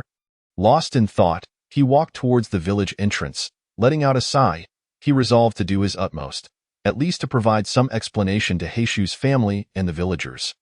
Even if he couldn't eliminate the crab Taoist, he could still escape using the life-preserving measures at his disposal. However, the most pressing matter was to complete tasks. He needed to swiftly elevate his cultivation to the golden core stage before the crab Taoist regained his strength and took action against Heia's child. This way, he might stand a better chance against the crab Taoist. Checking his character attributes. Character, Bufin race, human description, born in an ordinary village, blessed with loving parents, yet fate seems to have played a cruel joke on you. Your father vanished while hunting in the mountains, and your mother disappeared in search of him. Nevertheless, you have not lost hope for the future and face life with equanimity, growing up quietly by helping the villagers obtain food. Resolutely determined to find your missing parents. Young one, press on, talent, perfect spiritual roots of gold, wood, water, fire, and earth. Bloodline, none title. Ninth grade foundation establishment practitioner, martial arts master, divine physician sage, Qin Xian, lute fairy, Qisheng, chess saint, Huashan, painting god, Da. Skills, lightness skill, Bagua palm, capture skill, diamond fist, Luo yin step, turtle breathing technique, Taiji sword technique, supreme Tai Wang scripture, fire control technique, quicksand technique, breath concealment technique, lesser sure escape technique, Songhai sword technique, heavenly Tao reincarnation technique, idle skills, supreme sitting and forgetting scripture. Lesser sure escape technique, Songhai sword technique. Note: only 3 skills can be idled. Only 68,000 experience points remain until the next upgrade. With such a vast amount of experience, it would take several days to upgrade. Bufin was unwilling to waste time and began to accept tasks once more. Yet plans often fall prey to unforeseen changes, just as he refrained from seeking trouble with the crab Taoist. The crab Taoist sought him out instead. Bufin's dwelling was situated at the eastern edge of the village, near the back mountain, surrounded by no other houses, with the nearest dwelling quite a distance away. Thus, at night, the area fell into an eerie silence. In the past, Bufin would lie on a bamboo chair, relishing the cool breeze and the sounds of unknown insects, but today, due to his encounter with the ancient Yuan incultivator, such tranquility had vanished, leaving him wide awake. Who? At that moment, Bufin suddenly sensed a powerful aura rushing toward him. I never thought this little remote village would harbor cultivators. How surprising, a sinister voice echoed. Before long, a somewhat plump infant, clutching an object resembling an incense burner, floated forward. This individual was none other than the Yuan-ing evil cultivator, the crab Taoist, whom he had encountered earlier in the day. Young one, I did not intend to cause trouble. Please forgive me, senior, Bufin said, his expression shifting slightly as he paused to contemplate before cupping his fists in greeting. Quite clever indeed, the crab Taoist responded. I shall not make things difficult for you. If you are willing to serve me, not only will I spare you, but I shall also bestow upon you immense fortune. The crab Taoist sat cross-legged in midair. Quietly observing him, Bufin checked his blacklist and noted that the crab Taoist's animosity toward him remained unchanged at a vivid red 80, indicating that any promises of fortune were mere deception. He feared that upon completing his tasks, death would be imminent. Though service senior would indeed be an honor, Bufin replied, not wishing to provoke the crab Taoist just yet, thus opting to appease him for the time being. The crab Taoist grinned ominously, his fingers weaving intricate gestures as he muttered incantations. Suddenly, he flicked his finger. Whoosh! A beam of white light shot forth toward Bufin. Sensing danger, he quickly thrust his feet against the ground, propelling himself backward with haste. Huh? The crab Taoist gasped, evidently surprised that the person before him could evade his spell. Senior, what is your intent? Steadying himself, Bufin cast a grim look at the crab Taoist. You possess foundation establishment cultivation? The crab Taoist inquired, puzzled. Bufin remained silent, yet to the crab Taoist, this was tantamount to an admission. I intended to inscribe a life-and-death mark upon you, but it appears you are a Foundation establishment practitioner. Ha ha, truly, heaven aids me. A glint of greedy fervor shone in the crab Taoist's eyes. Young one, I had initially planned to keep you around a while longer, but you must blame your Foundation establishment cultivation. I shall claim your body. As he spoke, the crab Taoist surged toward Bufin with alarming speed. Chapter 12. Is he too powerful? To hell with you. You think the tiger doesn't roar, and you can treat me like a mere kitten. Without hesitation, Bufin retrieved the Hunyuan Qianyuan bell from his inventory and, under the influence of his spell, a magnificent golden bell enveloped him instantly. Next, he donned the Xian Gui armor from his inventory and activated the Tai golden body technique, transforming his entire being into a resplendent golden figure. Feeling prepared, he finally drew forth the Hongming sword. This sequence of actions was completed in the blink of an eye. The crab Taoist was momentarily stunned by the sight before him. His figure halting midair, jaw agape, eyes wide as he beheld Bufin. 3 artifacts of no lesser than supreme quality, along with that peculiar divine power. Even he, a Yuan cultivator, could not boast such lavish means. Could it be that this individual was a direct disciple of a celestial sect, here to experience the mortal realm? Young one, to which sect do you belong? If we are acquainted, I might spare your life out of respect for your master. The crab Taoist's gaze darted, calculating his next move, but Bufin had no intention of engaging in idle chatter. He had already resolved to strike, leaving no room for leniency. Go. Channeling his inner spiritual power, he swiftly formed hand seals, unleashing the Songhai sword technique as he swung the Hongming sword with vigor. Whoosh!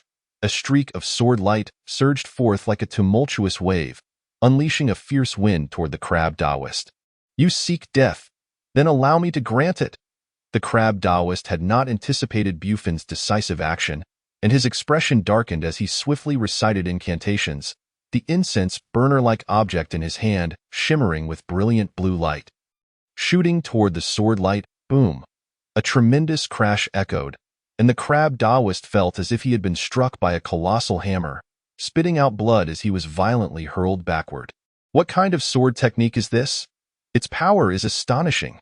The crab Taoist's face blanched in horror, but before he could fully comprehend the situation, Bufin formed hand seals once more, channeling his spiritual energy to unleash a powerful palm strike. In that moment, it felt as if time itself had stagnated, as an overwhelming torrent of spiritual power coalesced into a massive golden hand, performing the demon suppression Buddha seal, accompanied by a thunderous chant as it surged forth. Dragon subduing Buddha seal. The crab Taoist's eyes widened in shock. He had no time to react before being engulfed by the radiance of the golden palm. A wretched roar echoed amidst the golden brilliance. Moments later, the world fell silent once more, tranquility enveloping the scene. Throughout the encounter, Bufin had acted decisively, without a hint of hesitation. After all, he was dealing with a Yuan ancient cultivator. One could not afford to hold back strength. Yet, as he resolved the matter with the crab Taoist, an uncanny sense of unreality washed over him. Was it truly over? Bufin was somewhat taken aback.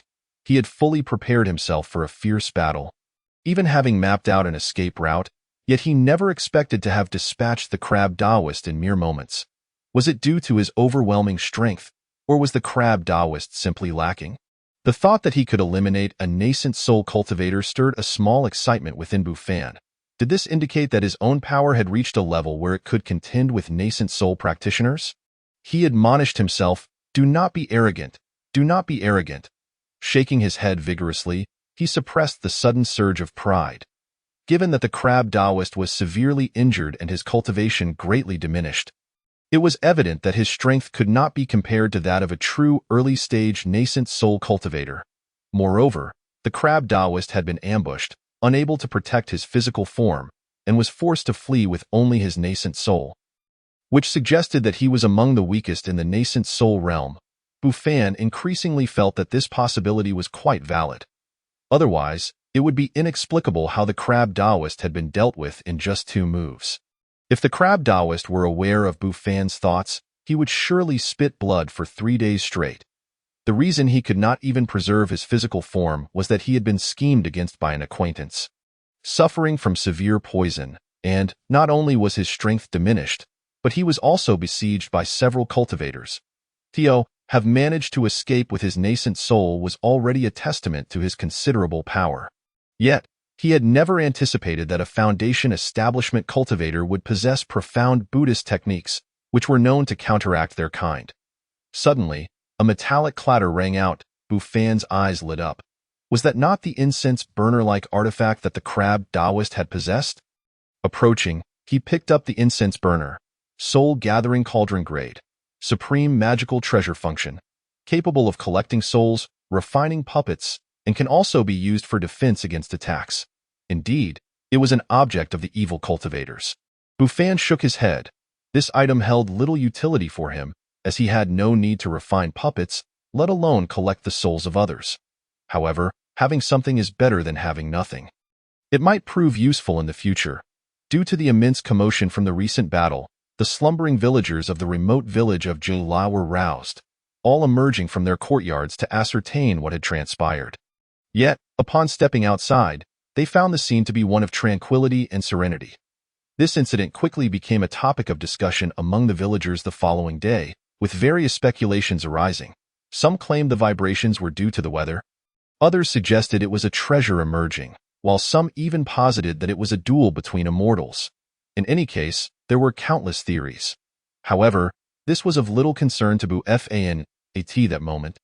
His primary focus was on the child in Heiani's womb. "Hey uncle," perplexed and somewhat anxious at Bufan's unexpected visit, inquired, "Xiaofan, speak honestly with your uncle. Is there something wrong with your aunt's health?" Bufan smiled reassuringly. "Uncle, what are you thinking? Aunt's health is perfectly fine. I came today merely to confirm something. It might even be good news." Hey uncle and Hey auntie exchanged glances, yet they still allowed Bufan to take her pulse. After examining the child within Hey auntie's belly, Bufan noted with relief that the fetus's soul was intact and bore a resemblance to that of a fetus. Thankfully, the crab Taoist had not laid a hand on the child's soul. Nevertheless, it was likely that the child possessed some unique qualities. Otherwise, the crab Taoist would not have made a point of preserving a child's soul. After all, many evil cultivators regarded human life as rather worthless. "Hey uncle, I just checked on Hey auntie, and it seems the child will be born within the next couple of days, so please keep an eye out," Bufan smiled. "What? Xiaofan, you aren't deceiving me, are you?" Hey uncle exclaimed, astonished, his voice trembling slightly. "How could I dare deceive you? Just be attentive to Anne over the next couple of days," Bufan reiterated earnestly. "That of course. Hey uncle had always heeded Bufan's words, especially considering that if it weren't for the medicine Bufan had provided him previously, he might not have the joy of expecting a child of his own. Beside them, Hey auntie expressed her gratitude to Bufan, saying that once the child turned 1 month old, he must come to celebrate the occasion. Bufan understood the couple's feelings. They had waited until their 30s to have such a child, and it was only natural for them to feel this way. After discussing some precautions, he took his leave. Chapter 13. The Pengu Sacred Body. As anticipated, the following day brought joyful news from Hey uncle's household. Near noon, he sent over a bamboo basket filled with red eggs, continually expressing his gratitude. After Hey uncle departed, having resolved the matter concerning his family, Bufan received the following rewards: task completion, experience points, 5,000 reward, 1 immortal egg, requires blood to recognize its master. Heavenly Tao Reincarnation Technique Upgrade. Creation Burning Heaven Technique Upgrade. Minor Shura Escape Technique Upgrade. Bufan paid little mind to the array of upgrade notifications. At that moment, his curiosity was piqued by the immortal egg. Taking it from his inventory, a flash of white light revealed an egg the size of a watermelon appearing out of thin air. Bufan's hand sank slightly under its weight. Quite hefty. Taking a deep breath, he mused that such a large egg would likely not be easy to cook.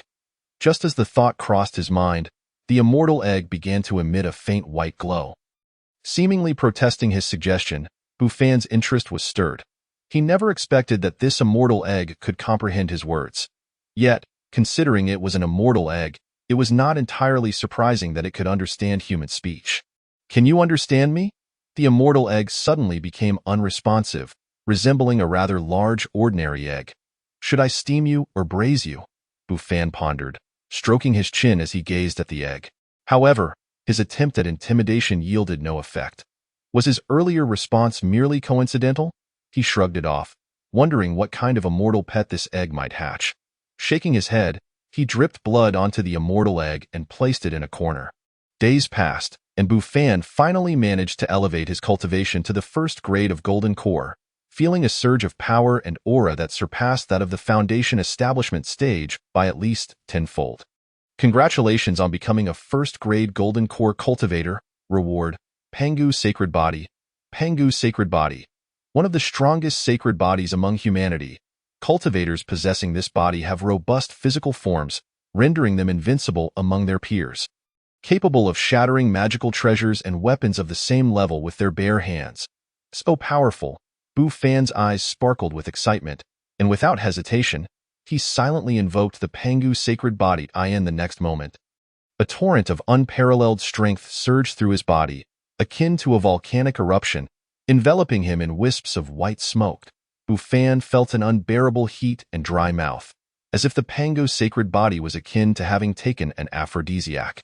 This sensation came swiftly and departed just as quickly. After a brief moment, a wave of coolness washed over him, leaving him feeling utterly comfortable, as if he were floating on clouds, light and free. At last, it is past. Bu Fan let out a long sigh, sensing a power coursing through him that he had never experienced before. Suddenly, he noticed a sticky sensation enveloping his body, which was particularly uncomfortable. It seemed he needed a bath. Pushing the door open, the wooden door fell with a gentle thud at his touch. What? Bu Fan's expression turned dazed as a thought suddenly flashed through his mind. He hurried to the table to grasp a teacup. Crack! As soon as his hand closed around the teacup, it shattered with little effort. This scene startled Bu Fan, prompting him to quickly pat his head, releasing a sigh of relief that was close. My hair is still intact. This could only indicate that he was not yet strong enough. Bu Fan nodded, understanding that this was a result of having acquired the Pangu Sacred Body and not yet fully adapting to the newfound strength. It seemed he would need to handle things delicately for the time being. Despite his resolve, the execution proved challenging, and no matter how cautiously he tried to handle things, he would inadvertently damage objects, rendering him unable to enjoy his questing. It was only after 2 days that the situation improved somewhat. At least he was no longer breaking things at every turn. By the 4th day, Bu Fan had finally adjusted to the effects of the Pangu Sacred Body. The Simulation Duel function has been activated. Simulation Duel. You can engage in virtual battles with familiar friends in your friend list or enemies in your blacklist. Friendly reminder: the strength of friends or enemies in virtual duels reflects their peak abilities. While Bu Fan was assisting the villagers in weeding, a completely emotionless notification echoed in his mind. Had he gained a new function once more? Bu Fan did not immediately explore the new features. Instead, he first assisted the villagers in weeding, gaining a wave of experience before bidding them farewell and seeking solace beneath a nearby tree. The Simulated Duel, a function allowing for virtual battles with friends and foes alike, was precisely what he needed at this moment. After all, possessing realms of power without practical combat experience would prove inadequate. With the advent of this simulated duel, he could now clearly recognize the gap between himself and other cultivators. Upon checking his friends list, he noticed a crossed swords icon beside each character's avatar, indicating the simulated duel feature. Without hesitation, Bu Fan searched through his blacklist, first challenging Lu Gao to a duel. In the next moment, he felt his soul being drawn into a black hole by an unknown, mysterious force, and he found himself on a colossal arena surrounded by an abyss of darkness. Standing before him was none other than Lu Gao, the male disciple of Tian Xin Min who had once come to the village to recruit apprentices. An emotionless voice echoed in his mind, announcing the countdown. 3, 2, 1. Without warning, the previously motionless Lu Gao lunged forward, slapping his waist storage bag, causing several yellow talismans to materialize before him. Subsequently, Lu Gao swiftly chanted incantations, his fingers directing the talismans to shoot towards Bu Fan. Seeing the impending attack, Bu Fan's expression turned serious. As the yellow talismans drew near, he unleashed all his strength and struck with a powerful punch. The blow descended like Mount Tai, overwhelming and unstoppable, obliterating the talismans and crashing into Lu Gao. Dust and debris scattered in the wind, leaving Lu Gao's figure utterly vanquished. Bu Fan chuckled sheepishly. There was no reason to boast. After all, he was now a golden core stage cultivator, while Lu Gao was merely a ninth-layer qi refining disciple of Tian Xianmin. Next, he sought to duel Elder Yi Qingyu, but the outcome was the same: instant annihilation. Li Qingfeng, annihilated. Lu Yongli, annihilated. They were simply too weak to withstand a single blow from him. Shaking his head, Bu Fan realized these opponents were far too feeble to accurately gauge his true strength. His gaze quickly fell upon the dimmed avatar of Xie Dao Run. Understanding that this indicated the person no longer existed in the realm, he pondered whether the deceased could partake in simulated duels. Xie Dao Ren was the strongest among his friends. A duel with him would undoubtedly enhance his combat experience. Without further ado, Bu Fan clicked on the duel icon beside Xie Dao Ren's avatar. In the next moment, he stood on a vast arena, confronting a plump figure resembling the slightly chubby Yuan Ying he had once encountered. Indeed, this appeared to be Xie Dao Ren's true form. As the countdown concluded, the two commenced their battle. Chapter 14. A far cry from imagination. Time passed, and Bu Fan emerged from the simulated duel with a solemn expression. His recent encounter with Xie Dao Ren had drained all his skills and treasures.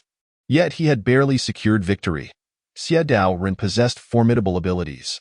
The previously deemed useless soul-gathering cauldron, under Xie Dao Ren's control, had unleashed countless spirits that surged forth like a massive black fog, overwhelming the arena. To gather so many spirits, one could only speculate the unspeakable deeds Xie Dao Ren had committed. This perhaps epitomized the harsh realities of the cultivation world. Bu Fan soon discovered that the Tsang Hai sword technique had no effect on these spirits. However, the dragon-subduing Buddha seal could indeed restrain them. The simulated duel was a chaotic clash, with darkness enveloping the arena. Had he encountered this version of Xie Dao Ren initially, survival would have been a challenge, let alone defeating him. Yet, through this duel, Bu Fan had gained a clearer understanding of his own shortcomings. He engaged Xie Dao Ren once more. This time, defeating him proved less arduous, consuming significantly less time. But Bu Fan remained unsatisfied. He decided not to undertake any other tasks today and focus solely on battling Xie Dao Ren. The third, fourth, and fifth duels ensued, each one dramatically enhancing Bu Fan's practical combat experience. In the days that followed, he balanced questing with spare moments spent dueling Xie Dao Ren. Although repeatedly facing the same opponent grew somewhat monotonous, he had little choice. He had no other worthy adversaries in his friends list.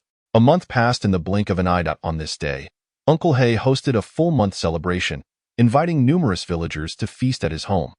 Naturally, Bu Fan received an invitation, along with a task prompt. After the banquet, having garnered another wave of experience, he returned home, contemplating any assistance needed in the village. However, upon arriving home, he found the vegetable patch in utter disarray, with leaves strewn about haphazardly. His expression darkened. With his current cultivation level, he felt no hunger even without grains, but his gardening was driven not by necessity but by an intrinsic passion. Who would commit such an atrocity? Surely, some beast from a neighboring household had ravaged his garden. Whose animal could it possibly be? Picking up a shredded vegetable leaf, seemingly gnawed by a dog, he noticed hoof prints scattered throughout the yard. A frown creased Bu Fan's forehead, only for a sudden thought to flash through his mind. Could it be? With that thought ignited, Bu Fan hurried toward the main house. The doors stood ajar. Entering, he cast his gaze toward the corner where the celestial egg had once rested, now barren, though he discerned remnants of eggshells. It seemed the celestial beast had emerged from the egg, consuming the shell as well.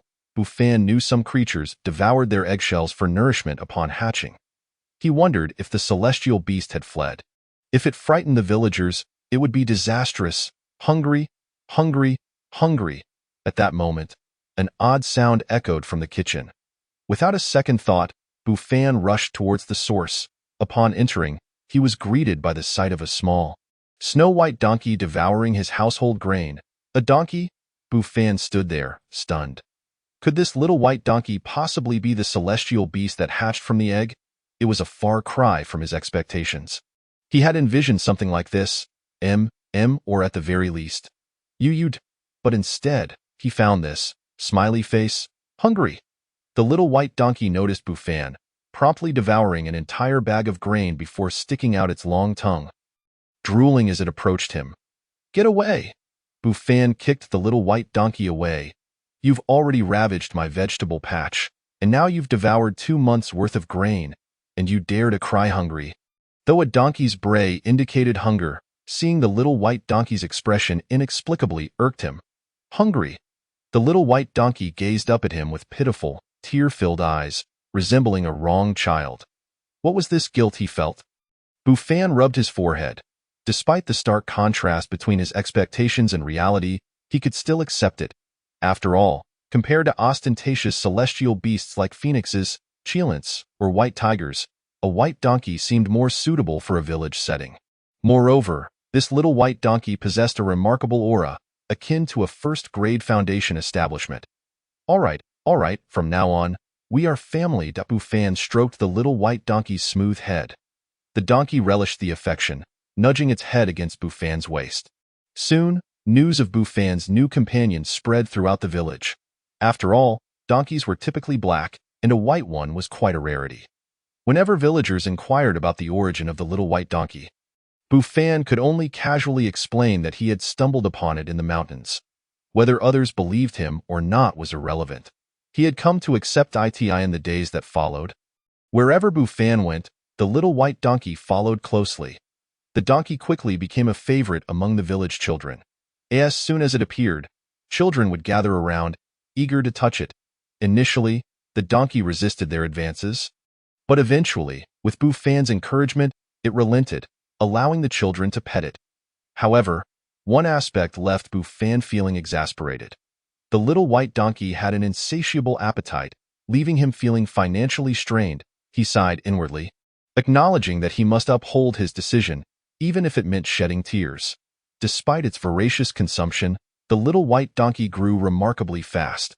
Just days prior, it had been no larger than a small puppy. But now it was half his size. Time to eat, little one. Bufan poured the prepared grain into a large bowl. The little white donkey dashed over, devouring the food as if it were a starving ghost reborn. Bufan shook his head, but then his brow furrowed as he glanced towards the back mountain. There was no mistaking it. That aura belonged to Xiaolangti. Seemed he was hiding in that small village to recuperate. 9 cloaked cultivators stood resolutely in the air above the back mountain, gazing into the distance at a village. The voice that broke the silence belonged to an elderly man, Elder Wu, who held a staff and sported a head of silver hair. Should we return to the sect and report to the master? A middle-aged man in black robes respectfully suggested. There is no need for such formalities. The old crab demon is left with but his nascent soul. At most, he can only exhibit the power of a golden core cultivator. With our numbers, we can easily subdue him, the white-haired elder replied with a confident smile. Once we slay that crab demon, it will be a significant achievement, and upon our return, I shall speak favorably of you before the master. The other 8 exchanged glances and clasped their fists in unison, proclaiming, "We will heed the elder's command." The elder nodded with a smile, adding, "To be safe, let us first set up the Yin-Yang Heavenly Fiend formation to prevent the crab demon from escaping once more." Elder, is that truly wise? If we deploy the Yin-Yang Heavenly Fiend formation, the villagers here will surely suffer from its overwhelming power. One of the black-robed men hesitated. The elder scoffed coldly, "The death of mere mortals is of little consequence. Follow my orders. Should that crab demon manage to escape again and the master holds us accountable, I cannot guarantee your safety." Understood. At this, the 8 black-robed figures prepared to carry out his command. However, just then, a voice resounded with an undeniable authority. "What brings you to this place?" Suddenly, a figure appeared, seemingly treading upon the void, positioning himself directly in front of them. This individual was none other than Bufan, who had hurried from the village. Elder Wu and his companions were taken aback, pondering when this person had arrived and why they could sense no trace of spiritual energy from him. This must be the crab demon in possession of another's body. We must strike now and eliminate him, the elder bellowed, unleashing a powerful aura characteristic of a 6th-tier golden core cultivator. The 8 black-robed men simultaneously began to cast their spells. "My friend, I believe there has been a misunderstanding." Bu Fan instinctively associated the mention of the crab demon with the figure of the crab Taoist, wondering if these individuals were affiliated with the blood demon sect.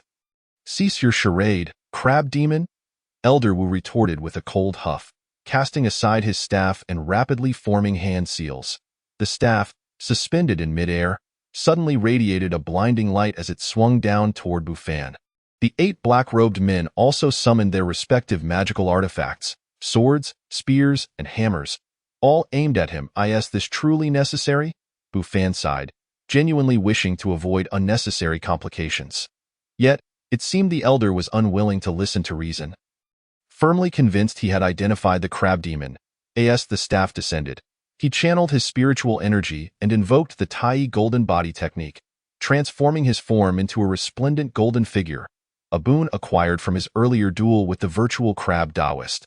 Under the enhancement of the Tai golden body technique, his physical form became immensely powerful. He clenched his fist, launching a tremendous punch. Boom! The impact resounded like thunder, smashing into the staff as if it were made of mere tofu, obliterating it into fragments. The white-haired elder's expression shifted to one of horror as the backlash of spiritual energy surged within him, causing him to spit out a mouthful of blood.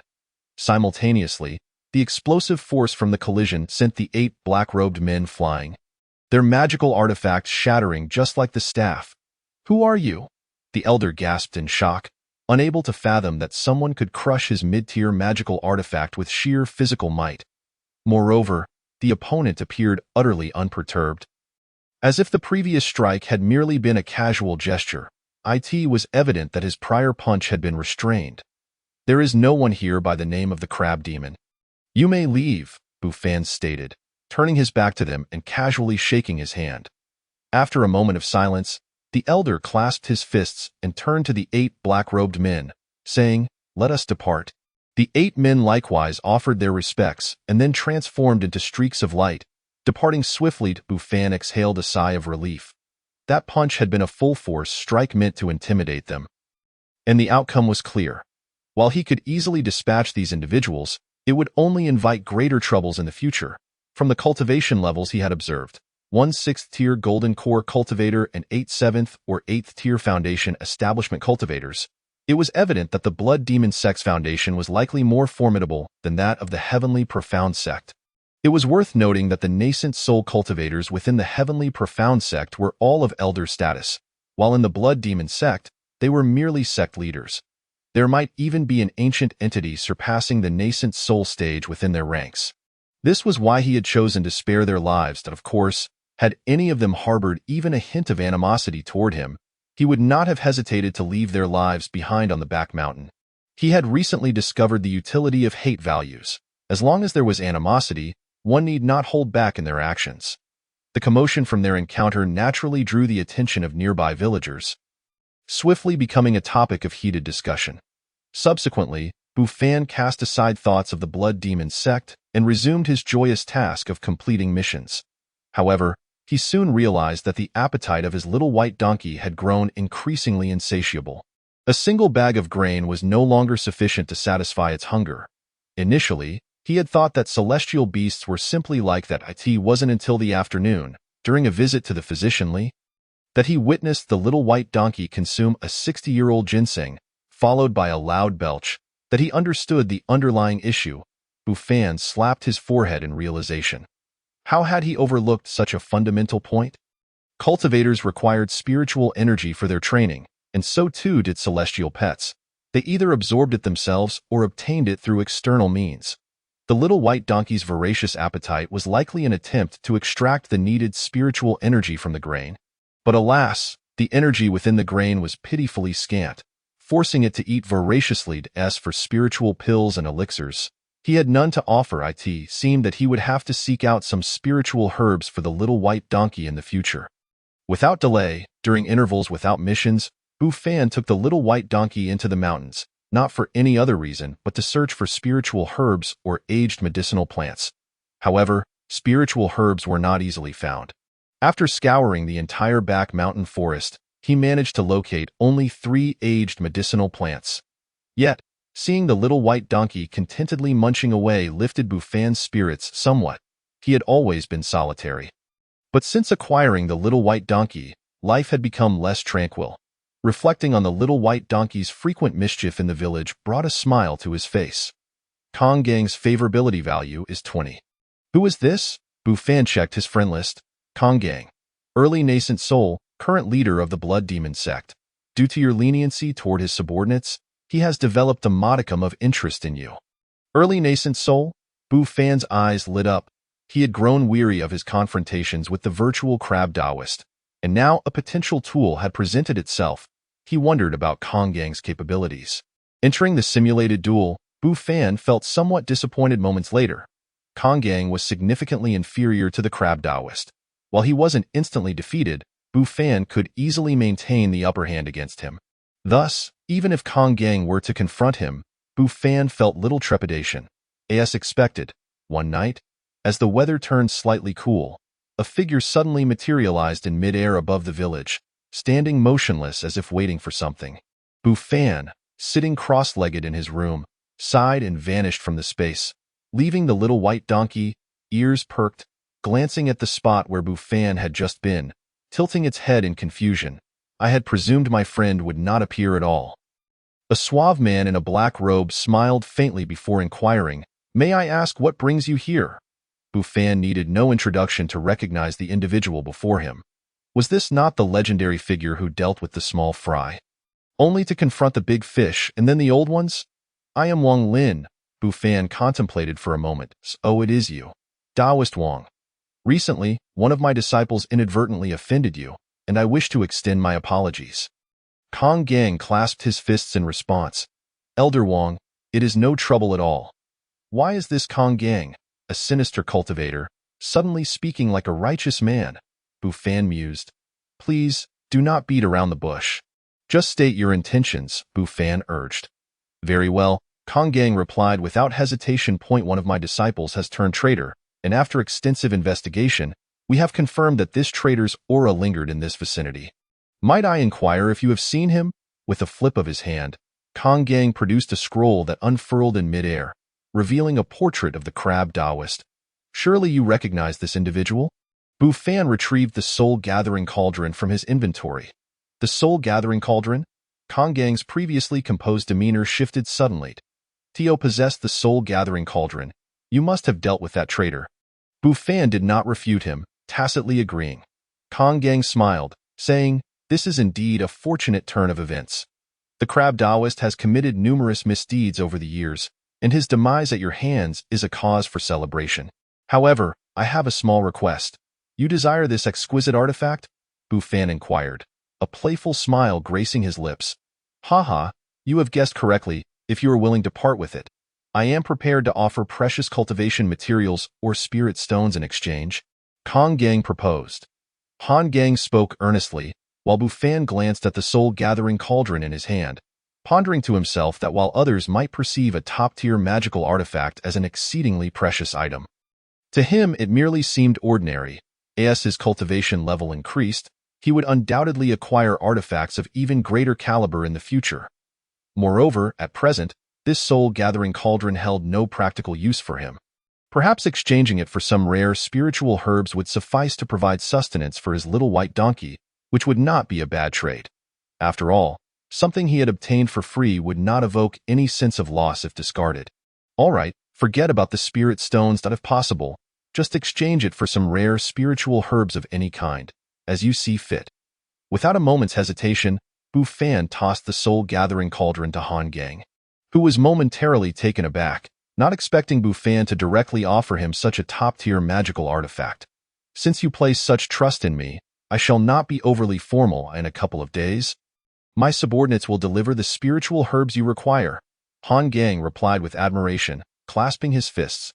"Han Gang's favorability towards you has reached 40. Upon checking the information, he noted, Han Gang, early Yuanying stage, current leader of the Blood Demon sect, developed a fondness for you due to your candid and generous nature. It seemed he had guessed correctly.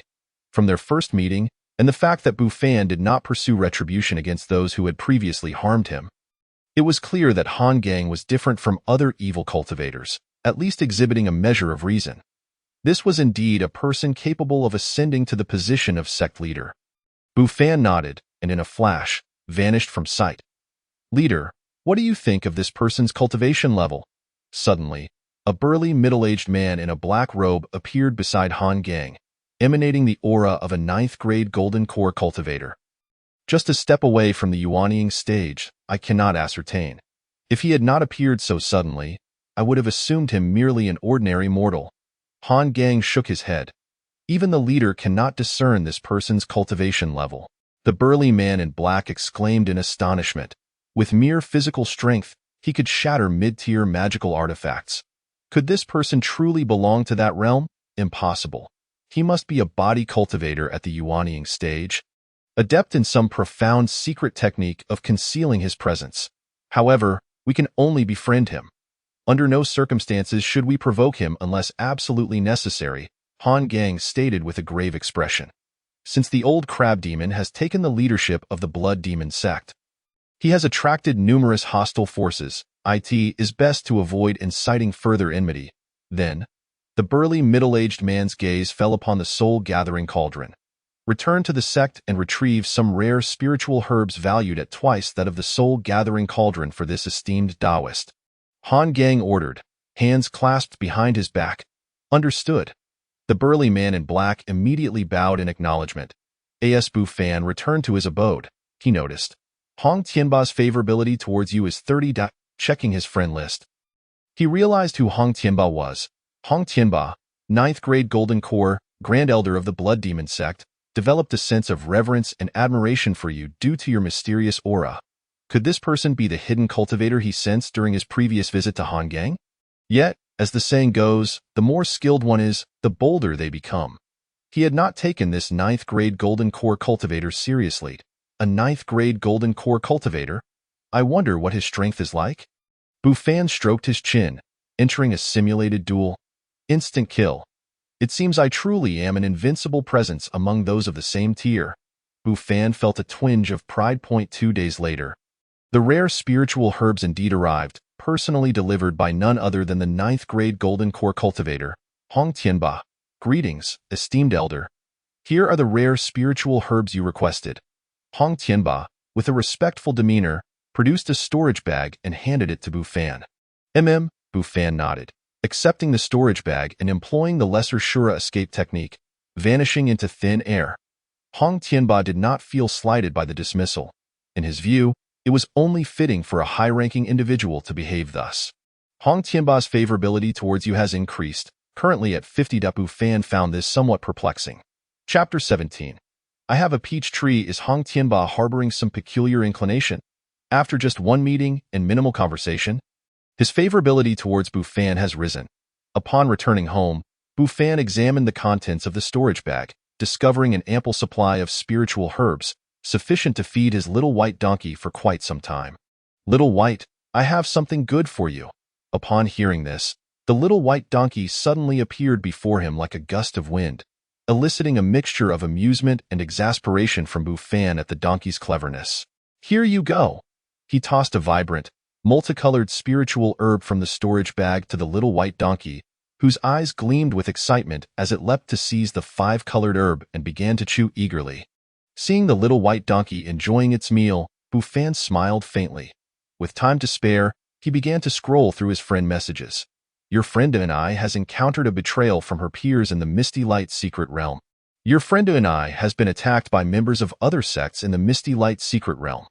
Your friend and I is being pursued in the Misty Light secret realm, inadvertently entering an ancient forbidden area, resulting in a significant surge in her cultivation. Your friend and I has received a great inheritance, becoming an 8th layer Qi refining cultivator. Bu Fan opened his mouth in disbelief. The earlier encounters seemed to adhere to the rules of the cultivation world, but the latter experiences seemed to have veered off course. Pursued? Accidentally entering an ancient forbidden area? And along the way, acquiring a great inheritance? Does this inheritance imply it is more formidable than a Yuanying inheritance? I can't keep looking. I mustn't let this shake my resolve, or else I might lose my composure. This is simply the embodiment of a protagonist haloed, Bufan shook his head, hastily turning to check the messages from others. Your friend Han Gang has refined the top-tier magical artifact, the Soul Gathering Cauldron, resulting in a significant increase in strength. Your enemy Lu Gao has been attacked by other sects in the Misty Light's secret realm, sustaining serious injuries. Your enemy Lu Gao has succumbed to his injuries and perished. Glancing at his blacklist, Lu Gao's avatar was devoid of any color. He recalled that just a few days prior, this person was still around. Indeed, the cultivation world is ruthless. Not everyone possesses luck as extraordinary as Denise. However, on the other hand, Han Gang's refinement of the Soul Gathering Cauldron and subsequent power boost elicited a smirk from Bufan, and he delved into the simulated duel once more. After a brief moment, Bufan sighed. Although Han Gang, having refined the Soul Gathering Cauldron, had become more formidable, he happened to possess the Dragon Descending Buddha Seal, a technique that countered ghostly entities, thus easily neutralizing Han Gang's offensive. As a result, at the onset, Han Gang found himself being overwhelmed. I wonder if, upon reaching the Yuanying stage, I could easily dispatch both the Crab Taoist and Han Gang. Bufan's gaze flickered. Target: Yuanying stage. Time flew by, and in the blink of an eye, 2 years had passed. You have quietly cultivated in the village for 5 years, akin to your past life, leading a mundane existence without leaving a trace. Rewarded with a peach tree. What on earth? Has the system lost its sense of humanity? What does it mean to lead a mundane existence without leaving a trace? Is this praise or mockery? Moreover, what is the significance of rewarding me with a peach tree? Could it be that this tree possesses some unique qualities? Bufan did not believe the system would simply bestow upon him an ordinary peach tree. He stroked his chin and murmured, "Peach tree? Could it possibly be the legendary tree that blooms in 9,000 years and bears fruit in 9,000 years, cultivated by the Queen Mother of the West?" The thought alone felt interminable. Curious, Bufan checked the information regarding the peach tree. Peach tree, a variant of the peach plant. That's it? The description is far too brief. Shouldn't there be some notes on its effects or uses? Could it be that I misinterpreted? This must be the system's way of mocking him for remaining in the village all this time by rewarding him with an utterly ordinary peach tree. Forget it. I'll just plant it first and see what happens later. Shaking his head, Bufan retrieved the peach tree from his inventory. There was not a trace of spiritual energy fluctuation. It indeed appeared to be an ordinary peach tree. However, this peach tree was not a seedling, but rather a tree of considerable age, though its exact age eluded Bufan's perception. Fortunately, his residence was situated far from the village, with few villagers passing by.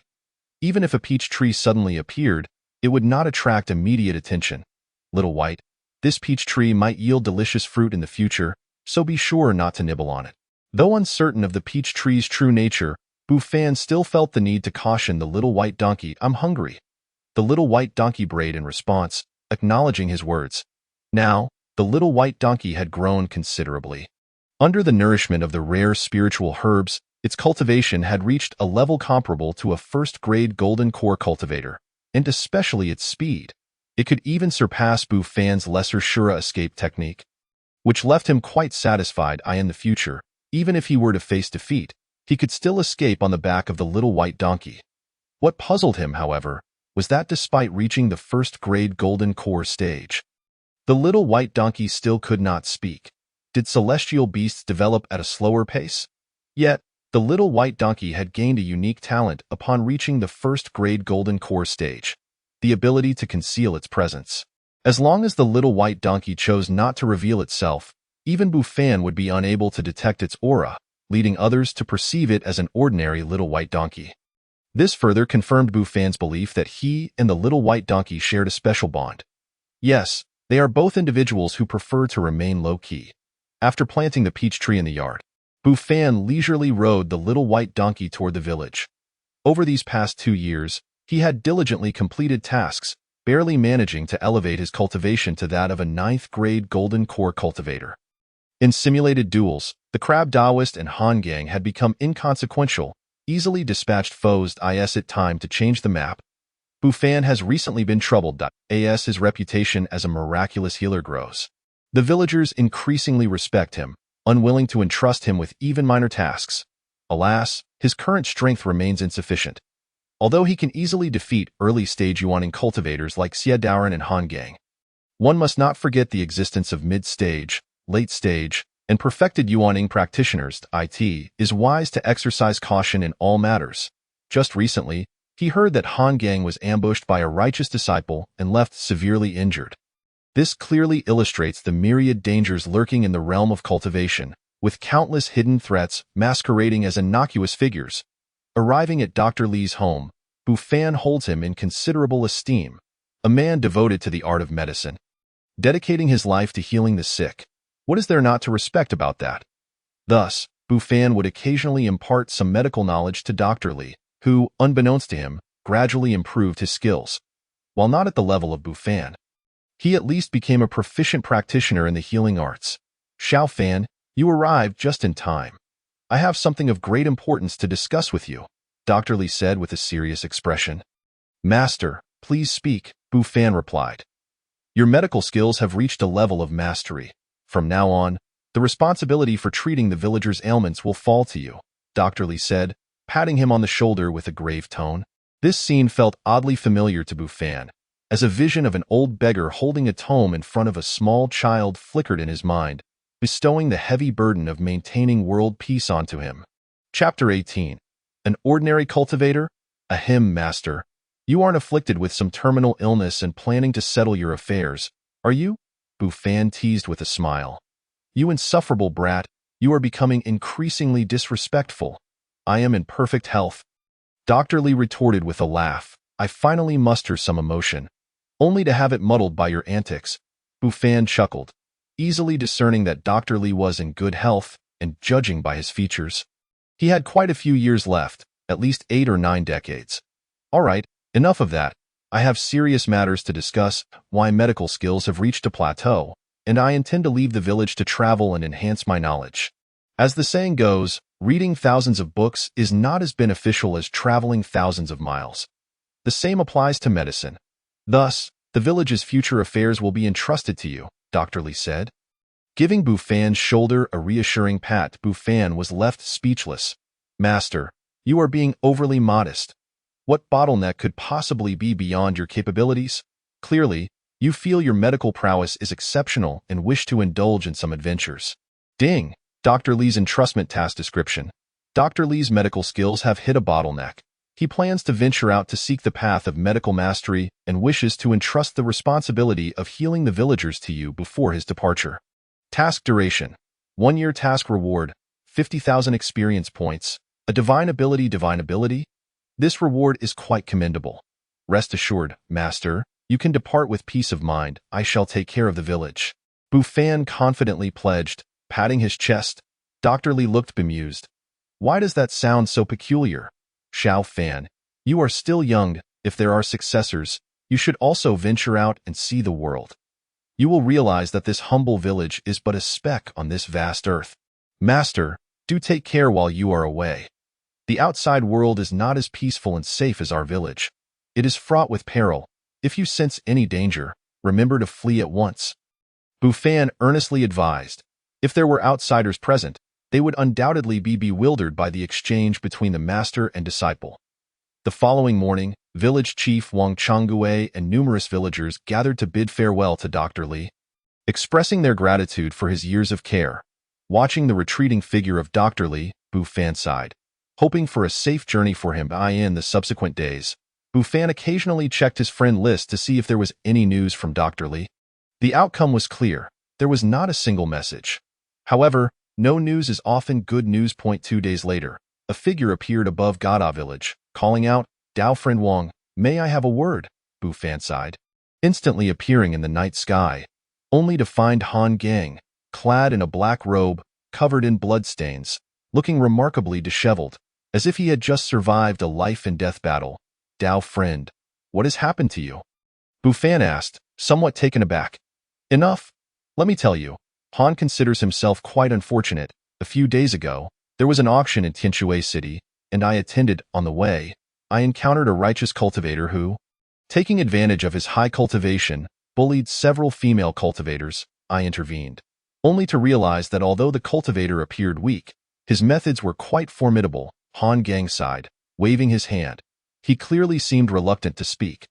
Yet he provided a general overview of the incident. Bu Fan was left perplexed. Righteous cultivator bullying female cultivators, and a demonic cultivator stepping in to save the day? Brother, are you sure you have not mixed things up? Oh, I see. To be able to pursue a Dao friend so relentlessly, that individual must be at least mid-stage Yuan Ing or higher. Bu Fan cleared his throat. Ha. Do not worry, Dao friend. The one who pursued me is merely a 9th-grade Golden Core practitioner. Han Gang self-deprecatingly shook his head. A Golden Core practitioner. Bu Fan was astonished. A Golden Core practitioner can pursue a Yuan Ing practitioner. Han Gang was not surprised by Bu Fan's shock, explaining that this individual was not an ordinary Golden Core practitioner but a disciple of the Heavenly Gate Sacred Land. Heavenly Gate Sacred Land? Bu Fan murmured. From your expression, it seems you have not heard of the Heavenly Gate Sacred Land. Han Gang was taken aback. To him, it was inconceivable that someone of Bu Fan's cultivation level had never heard of it. Indeed, since entering the realm of cultivation, I have devoted myself to honing my skills and seldom paid attention to matters unrelated to cultivation, Bu Fan admitted. It seems you are a diligent cultivator. Han Gang's eyes sparkled. Might you enlighten me about the Heavenly Gate Sacred Land? Bu Fan clasped his fists, suppressing his curiosity. It was indeed remarkable that a Golden Core practitioner could make a Yuaning practitioner appear so wretched. The Heavenly Gate Sacred Land must be quite extraordinary. This is no secret. Dao friend Wang, are you aware that our Dawei cultivation realm boasts 8 major righteous sects? Han Gang inquired. I have indeed heard of that. Bu Fan nodded, having learned of their existence from news related to Dao and I. Han Gang continued. If the 8 major righteous sects are the pinnacle of our Dawei cultivation realm, then the Heavenly Gate Sacred Land undoubtedly stands above them all as the most powerful sect. The ultimate destination for all cultivators in the Dawei realm. For this reason, the Heavenly Gate Sacred Land is extremely selective in accepting disciples. Those who gain entry are always the elite among the elite in the Dawei cultivation realm. Every disciple that emerges possesses strength and skills that far surpass those of ordinary cultivators.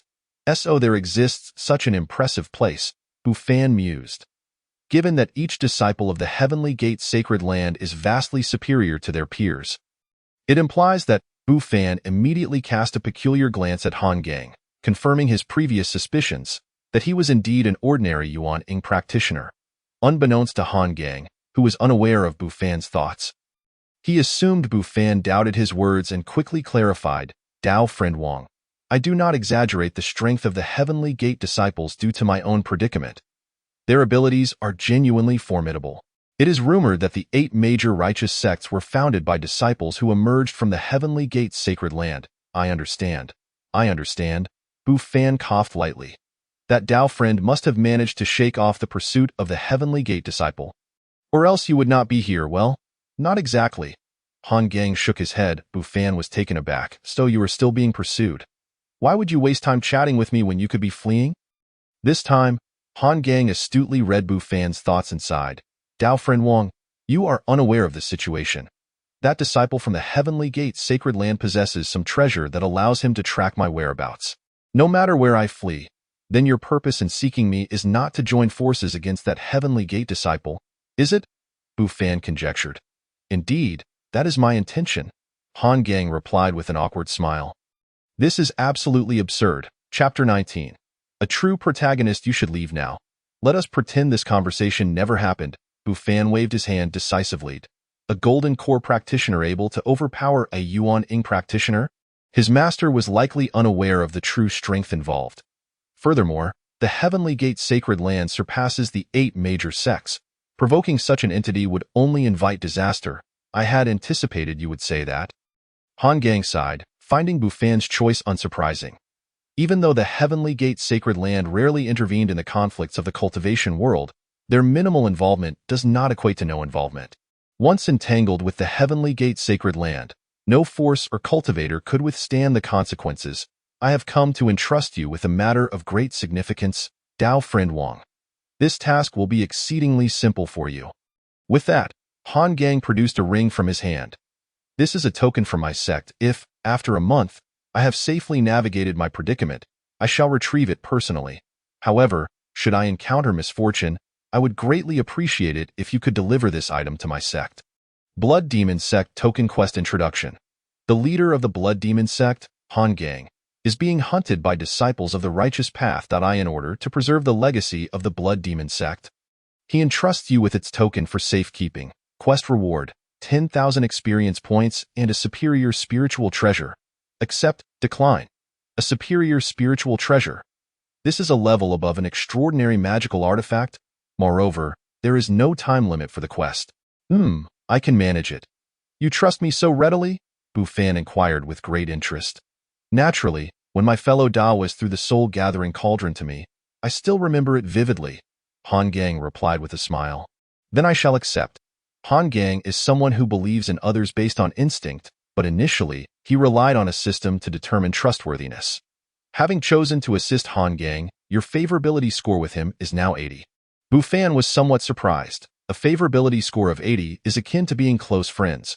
Receiving the ring from Han Gang, he noted, Jade Clear Ring. A mid-grade defensive artifact. Bu Fan certainly did not believe this Jade Clear Ring was merely an ordinary defensive artifact. Yet he did not wish to delve into its specific utility. The disciples of the Heavenly Gate Sacred Land have arrived in pursuit. I shall not speak further. Fare thee well.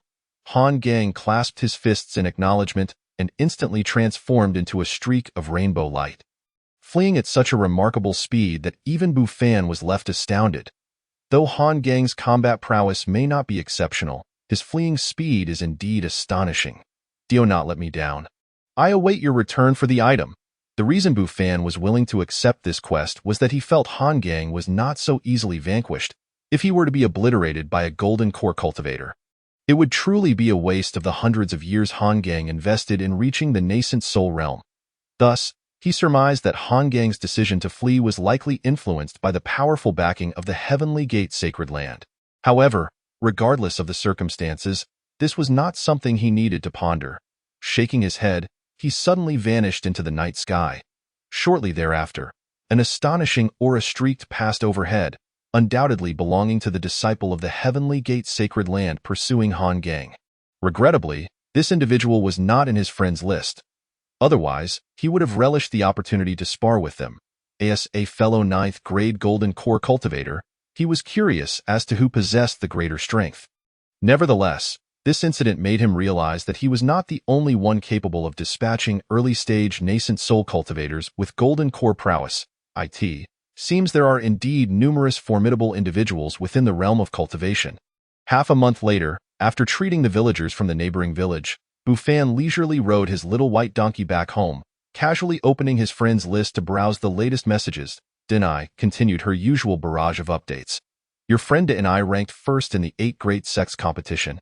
Your friend Denai, with her 9th level of Chi refinement, overpowered a 1st grade Foundation establishment cultivator. Your friend Denai discovered a fragment of a celestial treasure in the marketplace, and after pondering it, her understanding of the Tao surged, leading to a significant increase in her cultivation. Your friend Denai successfully established her foundation, achieving a perfect foundation. Bu Fan spat out his drink. He had thought he had become desensitized to Denis' extraordinary luck. But this time he realized he was still too young. Overpowering a 1st grade Foundation establishment cultivator, a fragment of a celestial treasure, and comprehending the Tao, this could no longer be attributed to mere luck. She is undoubtedly the protagonist of a novel. As for her perfect Foundation establishment, it seems his guess was correct. Previously, Denis' cultivation had stalled at the 9th level of Chi refinement, while even Song Xiaochun, who had been left in the dust by Dao and I, had managed to reach the 8th level through diligent effort over the years. Given Denis' terrifying aptitude for cultivation, it seemed unreasonable. Now it appeared that Dianai had been accumulating power while stalling at her level, making a sudden breakthrough to what could be termed a perfect Foundation establishment. Observing Denis' experiences, Bu Fan felt as though he were reading a light novel. He then glanced at the messages from others, which were mostly trivial matters among the villagers. Unfortunately, his social circle was rather limited. If he could befriend more cultivators, perhaps he could stay informed about the significant events in the cultivation world without ever leaving the village. No, such thoughts are too dangerous. The more friends one has, the more likely one is to attract trouble, much like Han Gang, who only knew Bu Fan for a few days before drawing the attention of a powerful sect's disciple. Speaking of Han Gang, Bu Fan checked his friends list and saw that Han Gang's avatar had not changed, indicating he was not in immediate danger. It remained unclear whether he was still being pursued or had managed to escape. If Han Gang could retrieve the token on his own, that would be even better. Receiving a bountiful reward for doing nothing would be the kind of task Bu Fan wished to encounter repeatedly. The little white donkey occasionally turned its head to glance at its master, finding him quite peculiar as he oscillated between joy, frowning, and irritation. Upon returning home, Bu Fan pushed open the courtyard gate and automatically observed the large peach tree in the yard, which, after all these days, remained utterly unremarkable. It seems this truly is an ordinary peach tree.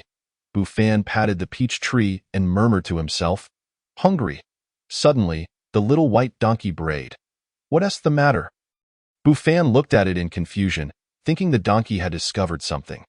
However, the little white donkey simply walked up to the peach tree and urinated. Bu Fan nearly kicked the little white donkey in frustration. "If you need to urinate, just do it. Is it necessary to seek my attention?" Zhou Shanyu's hatred towards you is now at 40, staring at the sudden message that appeared before him. Bu Fan froze momentarily, filled with bewilderment. Does this count as trouble coming from within one's own home? After checking the message, he found Zhou Shanyu, late-stage nascent soul, Grand Elder of the Heavenly Su sect. Upon hearing that you have been somewhat close to her precious disciple, Denai, she has developed some dissatisfaction with you, believing you hinder Denis' path to enlightenment. So, Zhou Shanyu is Denis' master. Bu Fan sighed.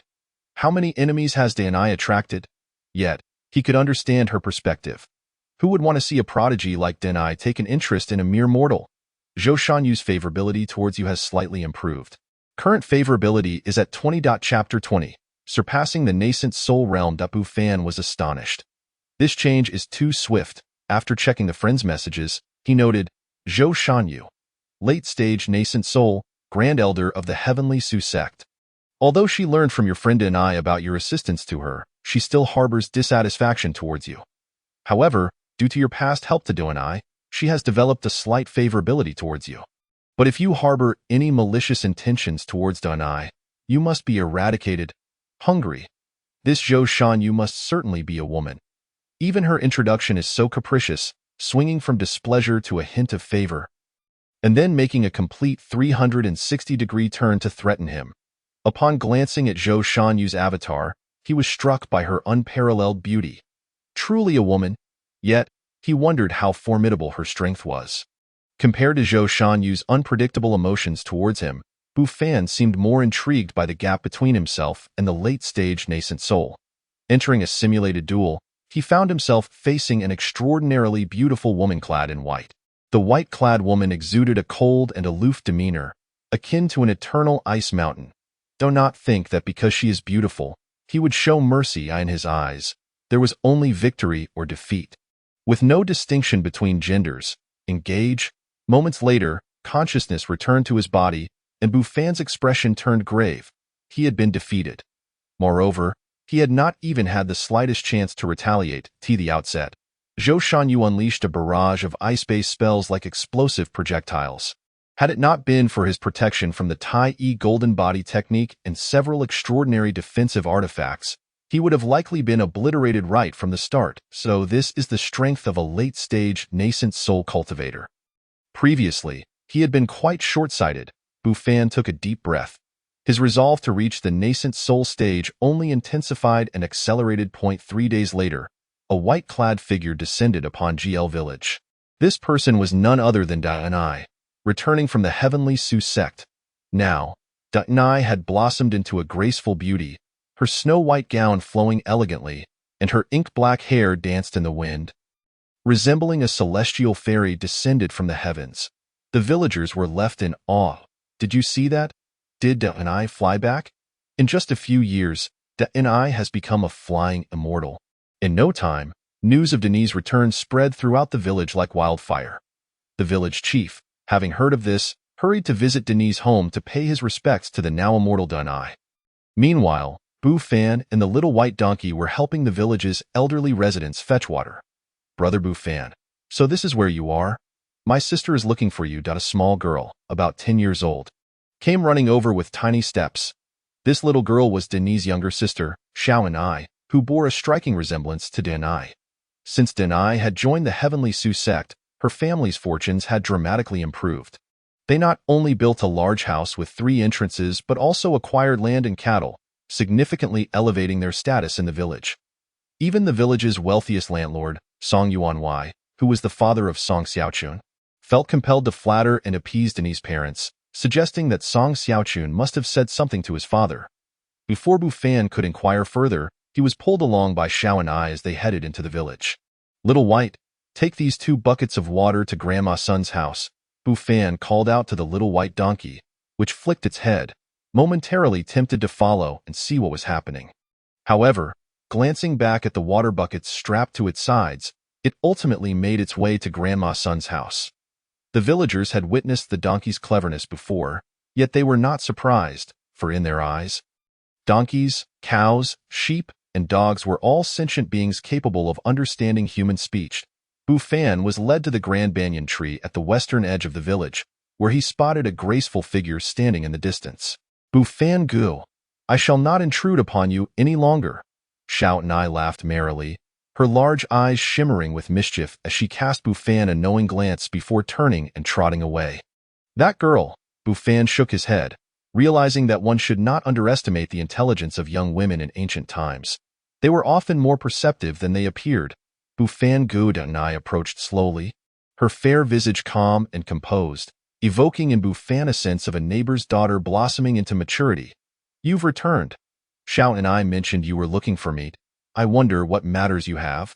Bu Fan smiled and greeted her, though he himself was uncertain of what to say. Deni paused for a moment, then raised her beautiful eyes. "I wanted to bid you farewell. This time, I do not know how long it will be before I can return to the village." Bu Fan refrained from interrupting Deni's words, listening intently to her explanation, which clarified the situation. Due to her exceptional talent, her master, Zhou Shanyu, had decided to send her to participate in the assessment for the Heavenly Gate Sacred Land. To become a disciple there at Bu Fan Gu, you probably haven't heard of the Heavenly Gate Sacred Land, have you? My master told me that it is the revered cultivation sanctuary for all practitioners in the Dui realm, with extremely strict requirements for disciples. However, my master happens to be an outer elder of the Heavenly Gate, so my participation in the assessment is merely a formality before I can join. So it was a predetermined arrangement. Bu Fan believed that with Deni's innate talent and fortune, even without any backdoor assistance, she would easily gain entry to the Heavenly Gate. However, he was taken aback to discover that Deni's master, Zhou Shanyu, was indeed a disciple of the Heavenly Gate and an outer elder at that. Wonder Han Gang had mentioned that the 8 major sects were influenced by the Heavenly Gate. It seems that was indeed true. When the time comes, I will cultivate alongside my master, and I fear it will be a long while before I can return, Deni said, her head bowed. Master?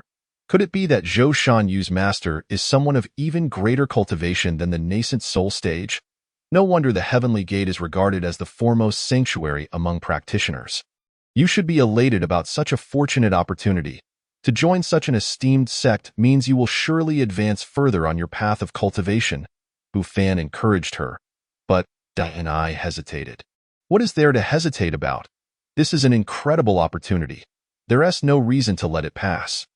Many people yearn for such chances in vain. As for me, I have no opportunity to join such a distinguished sect. So you must strive on my behalf. This little girl was undoubtedly destined for greatness. Wherever she went, fortune seemed to follow. Bu Fan was curious about what experiences awaited Deni in the future. Yes, I will. Deni smiled sweetly, revealing her adorable dimples. Her initial anxiety faded, rekindled by Bu Fan's encouragement. Due to your encouragement, your friend Deni has developed a fondness for you, currently standing at a favorability level of 40.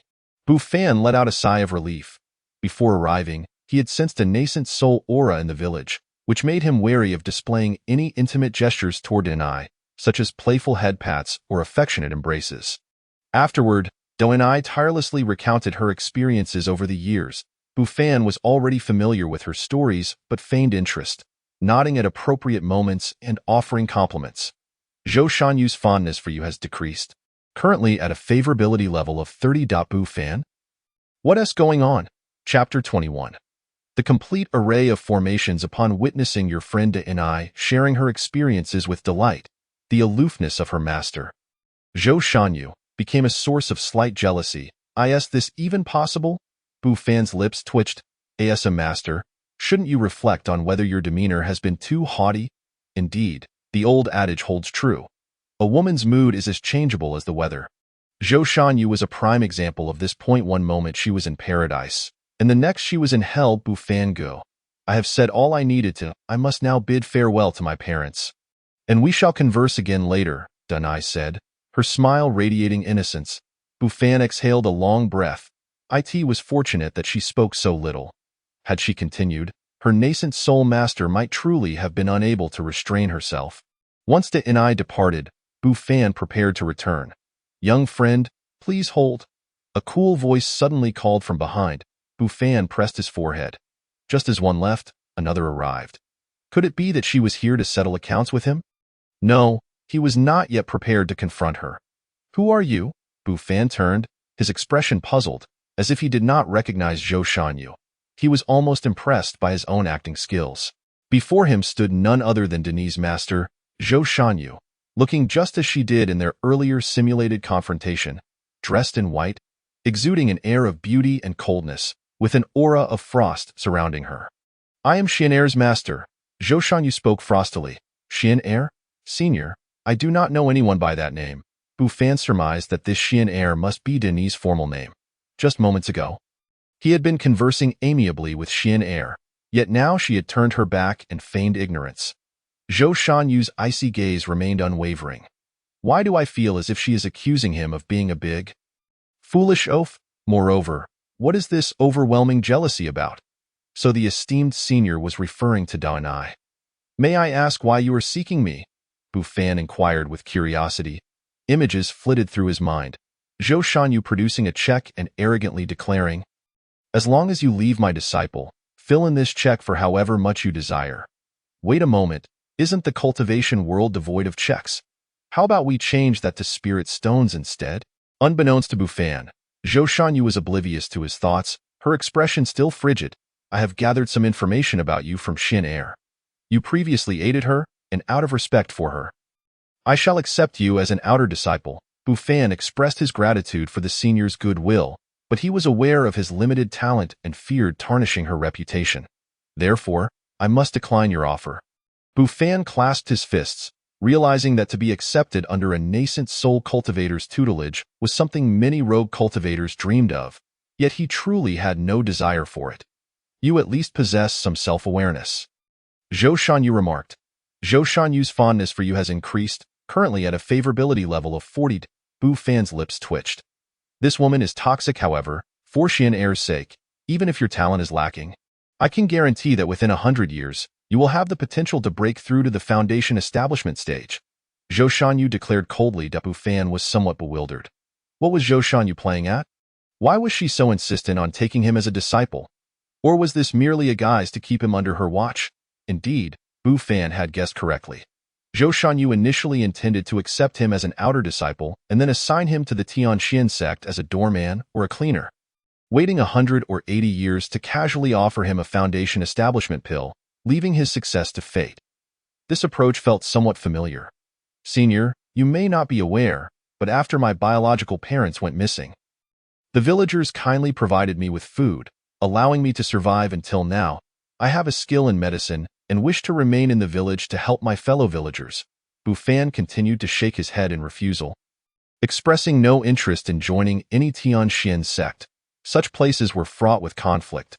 You are far too short-sighted. I am doing you a favor by accepting you as my disciple, yet you repeatedly refuse. Do you take me for mud? Zhou Shanyu's expression turned ice-cold, and the temperature around her plummeted. Zhou Shanyu's perception of you has changed, currently at a favorability level of 60. What is going on? Was she not angry? How could her favorability increase? Bu Fan had thought he understood women well, yet he realized he still had much to learn. For Xian'er's sake, I shall spare you this time.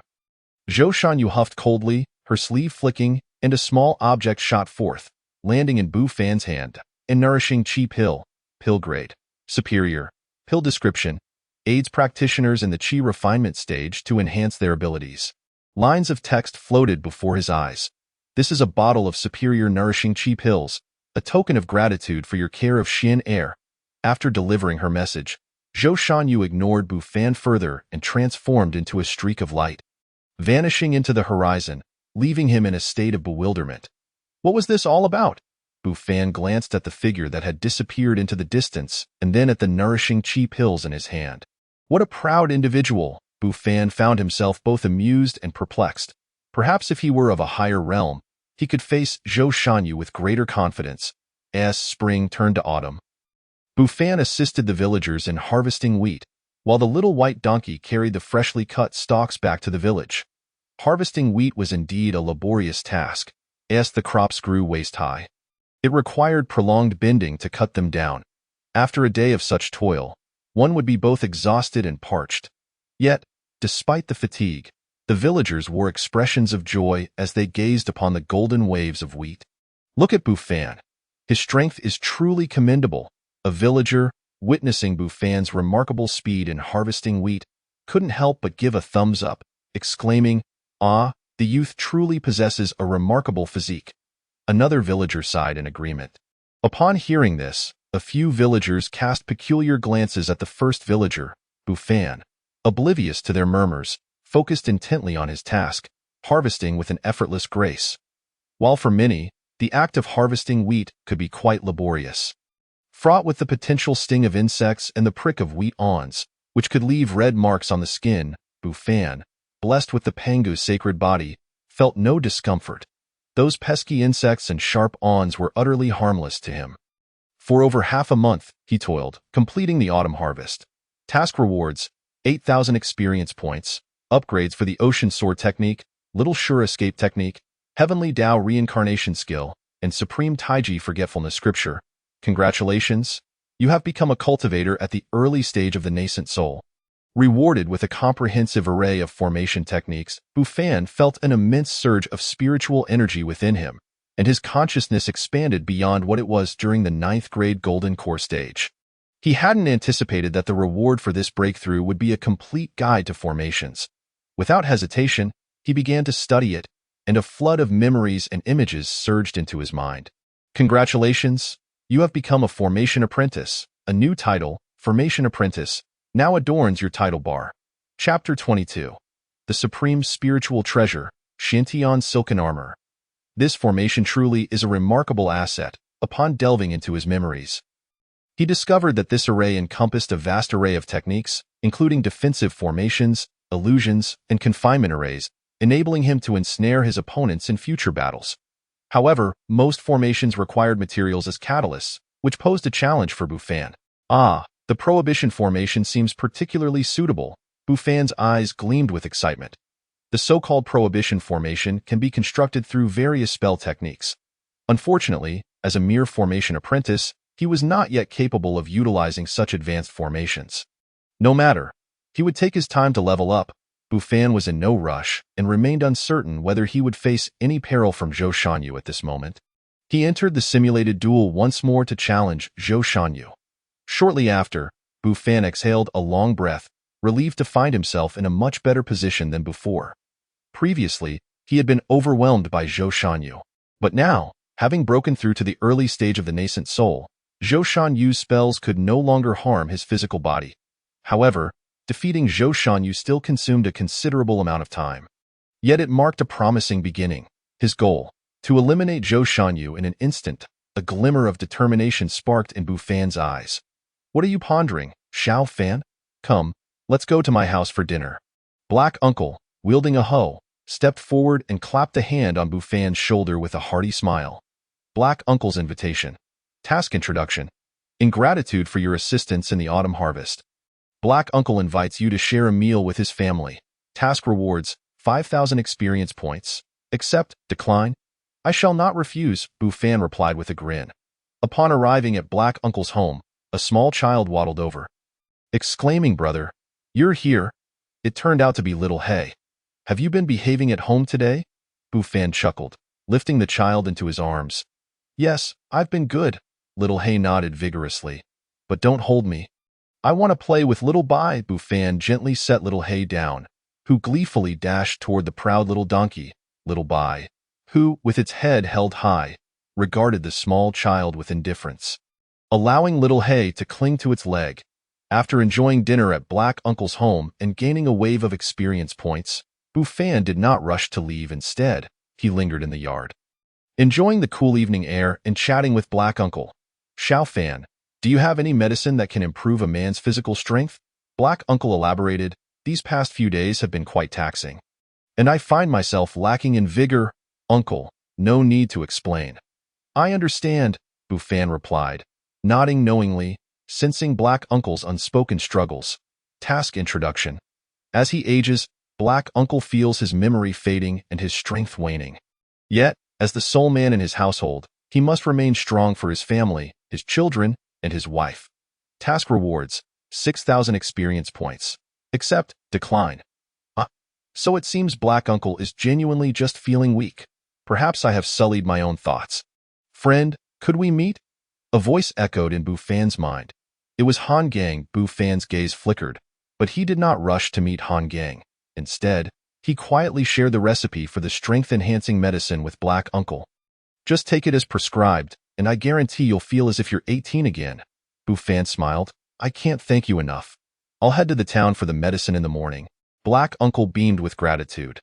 After gathering another wave of experience points, Bufan bid farewell to Black Uncle's family. Little Hay looked back longingly at Little Bai, who, despite its aloofness, was still a source of joy for the child. Little Bai, you head home first when I return. I'll bring you some delicious spiritual herbs. Bufan patted Little Bai's head, and the little donkey instinctively gazed at a spot in the night sky. Upon hearing there would be spiritual herbs, its eyes sparkled with excitement as it nodded vigorously. In the next moment, Bufan's figure flickered and vanished from sight. Have you finally returned, my friend? Bufan greeted Han Gang with a smile, relieved to see his companion back, which implied he had evaded danger. It was a stroke of luck. Those from the Heavenly Gate sect who were pursuing me inexplicably abandoned their intentions, allowing me the chance to return and meet you.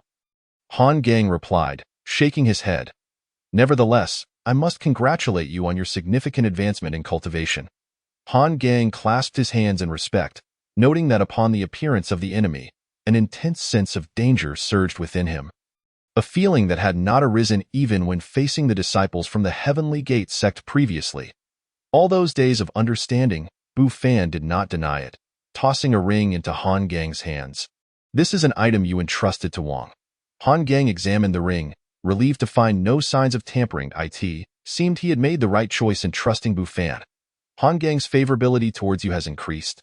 Current favorability value, 90. It appears this ring holds some significance. Task completed, Blood Demon Sect token. Task rewards, 10,000 experience points, a supreme defensive spiritual treasure, Shintian Silken Armor, Formation Techniques upgraded, Creation Burn Heaven Technique upgraded, Taiji Golden Body Technique upgraded, a supreme defensive spiritual treasure. The system truly understands me, friend. Here are some rare spiritual herbs as a reward for your assistance in safeguarding the ring. Please, do not stand on ceremony. Han Gang waved his sleeve, tossing a storage bag into Bufan's hands. I shall not refuse. Bufan accepted the storage bag without hesitation. It is I who must thank you, my friend. Due to the extended absence from the Blood Demon sect, Han Gang felt a twinge of concern. He did not linger and soon took his leave. What a good man, Bufan mused, watching Han Gang's distant figure with admiration. He gained another wave of experience points along with a supreme defensive spiritual treasure. Not to mention a bag of rare spiritual herbs, all without lifting a finger. This task was simply delightful. Upon returning home, Little Bai was eagerly pacing at the door, as if unable to contain its excitement. Bufan smiled faintly, retrieving a rare spiritual herb from the storage bag and tossing it to Little Bai. Hungry? Little Bai brayed in delight, seizing the herb and happily munching away. Afterward, Bufan entered the house, perused through his friend messages for a while, and then began another simulated duel with Zhou Shanyu. Equipped with the supreme defensive spiritual treasure, Shintian Silken Armor, his defenses were formidable, effectively draining Zhou Shanyu's spiritual energy. Indeed, when strength falters, one must rely on equipment. The next day, Bufan embarked on a new day's tasks. The village remained tranquil and harmonious, occasionally disrupted by minor incidents, such as a man from one household becoming involved with a widow or children squabbling. However, around noon, two figures lingered in the skies above the village. The villagers laboring in the fields noticed but dared not speak, bowing their heads in silence, for discussing immortals was deemed an offense to many villagers. Bufan also took note of the two cultivators above, both at the 5th or 6th grade of the Golden Core stage. He extended his awareness, listening in on their conversation. Chapter 23. The Village Chief's Resignation. Senior brother, the demon-seeking mirror is unable to locate the whereabouts of that great demon. What should we do next? If that demon wreaks havoc in the mortal city, we may find ourselves facing the sect's wrath. A young cultivator in a green robe expressed his concern. I believe we should return to the sect and report the situation, allowing them to decide how to proceed. A middle-aged cultivator in green robes replied with a hint of resignation. But the young cultivator protested, clearly unsettled. I know what you're thinking, but this is fundamentally a failure on our part. We allowed that great demon to escape. Moreover, we cannot ascertain its location at present. Even if we did, with our cultivation levels, do we truly have the capability to confront that demon? The middle-aged cultivator countered. Though that great demon's strength is equivalent to a 9th grade Golden Core cultivator, its physical form rivals that of a nascent soul cultivator. Otherwise, why do you think the sect has only imprisoned it in the demon tower all these years without attempting to slay it? The young cultivator understood the truth of this statement. Yet he could not suppress his dissatisfaction. If the sect discovered their negligence had allowed the demon beast to escape, they would undoubtedly face severe consequences. Cursed demon beast, too cunning for its own good. The young monk, filled with indignation, uttered a curse and instantly transformed into a long rainbow, soaring away. The middle-aged man in the blue robe shook his head and followed closely behind. It appeared that a monstrous beast had fled. However, Bufan did not dwell on the matter, continuing diligently with his quest for tasks.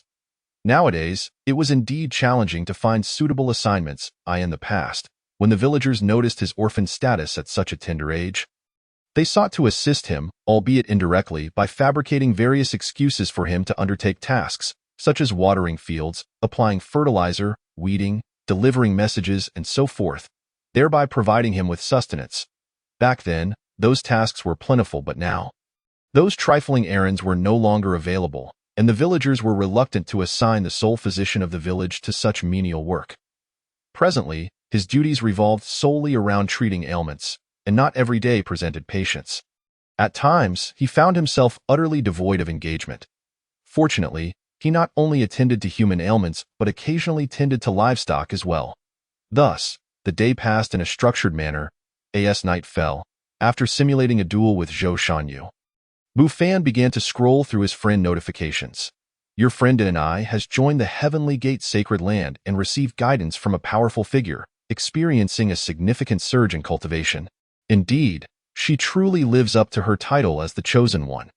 It has been scarcely any time since her entrance into the Heavenly Gate Sacred Land, and she has already garnered such extraordinary mentorship. Yet, one must ponder, what manner of realm does this so-called powerful figure inhabit?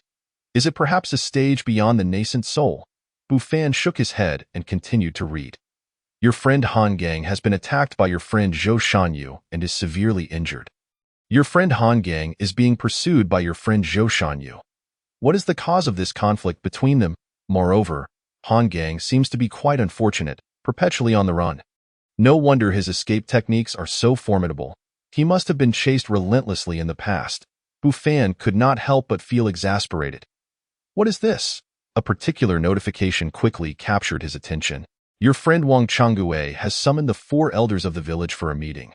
Could it be that a significant matter has arisen in the village? The 4 elders refer to the patriarchs of the 4 prominent clans within the village. And typically, a gathering of these 4 would concern the very future of the community. Should I discreetly eavesdrop with my divine sense? Bufan pondered, knowing well that such an act would be considered impolite. Yet his curiosity was insatiable.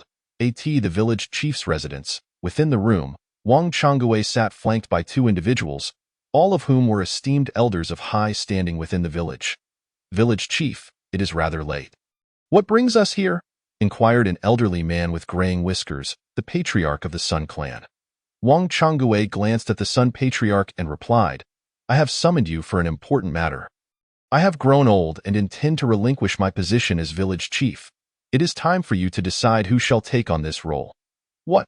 The men exchanged incredulous glances. Village chief. You cannot be jesting. Given your age, you could easily serve for a few more years. Why the sudden desire to step down? Queried Li Patriarch, perplexed. What difference does it make if it is a few years earlier or later? Wang Changgue retorted. Let us not waste time with trivialities. I have served for over a decade, and it is time for a change. The elders surveyed one another, exchanging glances. Although the position of village chief seemed to carry prestige and influence, they were acutely aware of the burdens it entailed.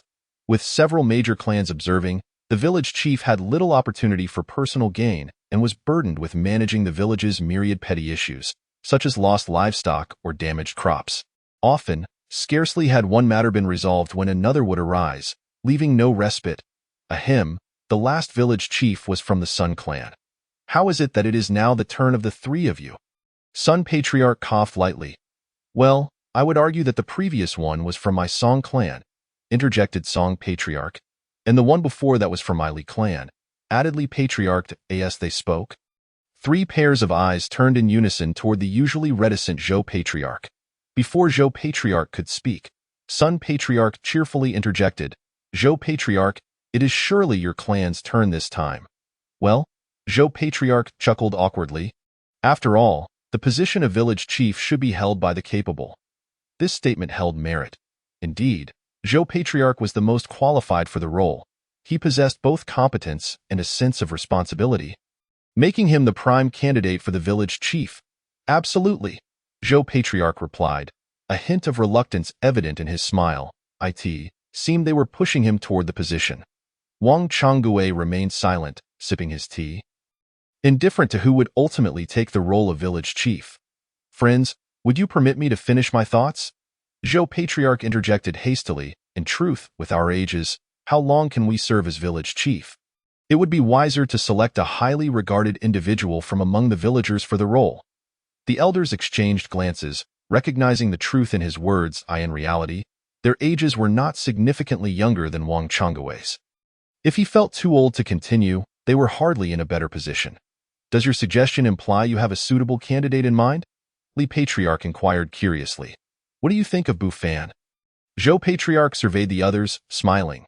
Wang Changgue and the others were taken aback. No, Bufan is far too young, was the immediate response from Sun Patriarch, followed by vigorous headshakes from Li and Song Patriarch. Bufan is indeed a commendable young man. Perhaps in a few years or a decade, I would support him for the role, Li Patriarch conceded. True, as the saying goes, a youth with no facial hair is unreliable in action. It remains uncertain whether Bufan, given his tender age, can fulfill the responsibilities of village chief, Song Patriarch added. Wang Changgue shared their concerns, feeling Bufan was indeed too young and somewhat untrustworthy. Chapter 24. So young and already in office?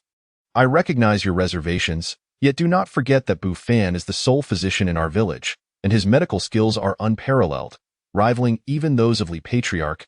I cannot fathom that none of you have sought Bufan's assistance for ailments. Zhou Patriarch raised his teacup, taking a measured sip, and continued. While Bufan's medical prowess is commendable, what relevance does it bear to the role of village chief? Song Patriarch remained unconvinced regarding Bufan's capabilities.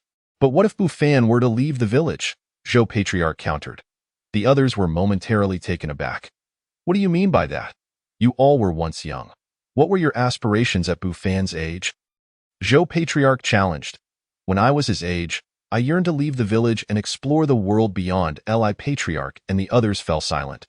They had all experienced youth and recklessness. Although Bufan's parents hailed from elsewhere, he was a child they had all watched grow up. Over the years, he had contributed immensely to the village. It was evident to all that whenever a family faced difficulties, Bufan would always lend a helping hand. You may not be aware, but Bufan pursued medicine to care for our villagers, a fact that Li Patriarch himself confirmed to me. And that road beyond the village, Bufan sacrificed a generous reward from the town's official to secure it for us. The value of those rewards could purchase vast tracts of land, enough to last several lifetimes. Yet he turned it down, I must ask you. After all Bufan has done for our village. If he cannot be village chief, then who can? Zhou Patriarch's voice grew fervent as he spoke. Initially, his words were merely an attempt to advocate for a deserving individual, yet as he continued, his tone became increasingly passionate.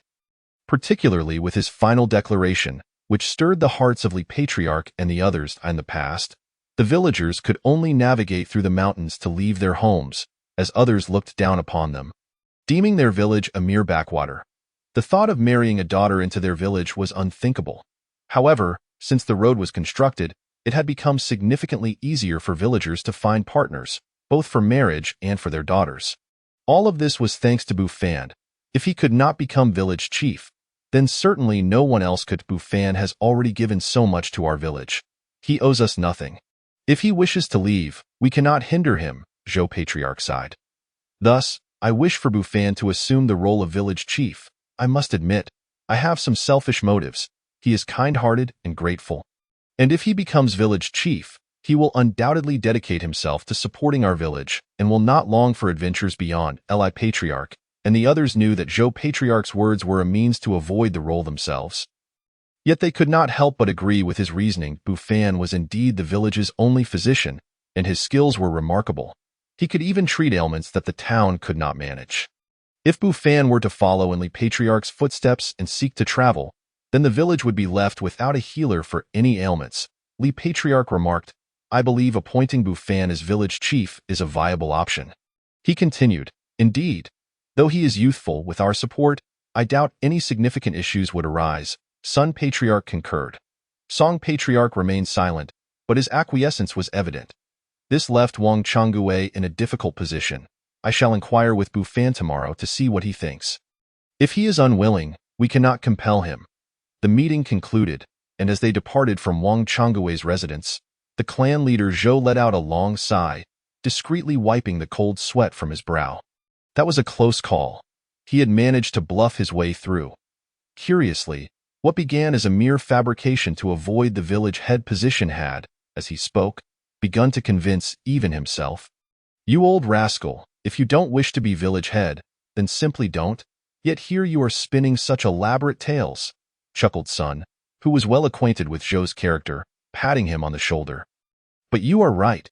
Who among us will not face minor ailments and mishaps in the future?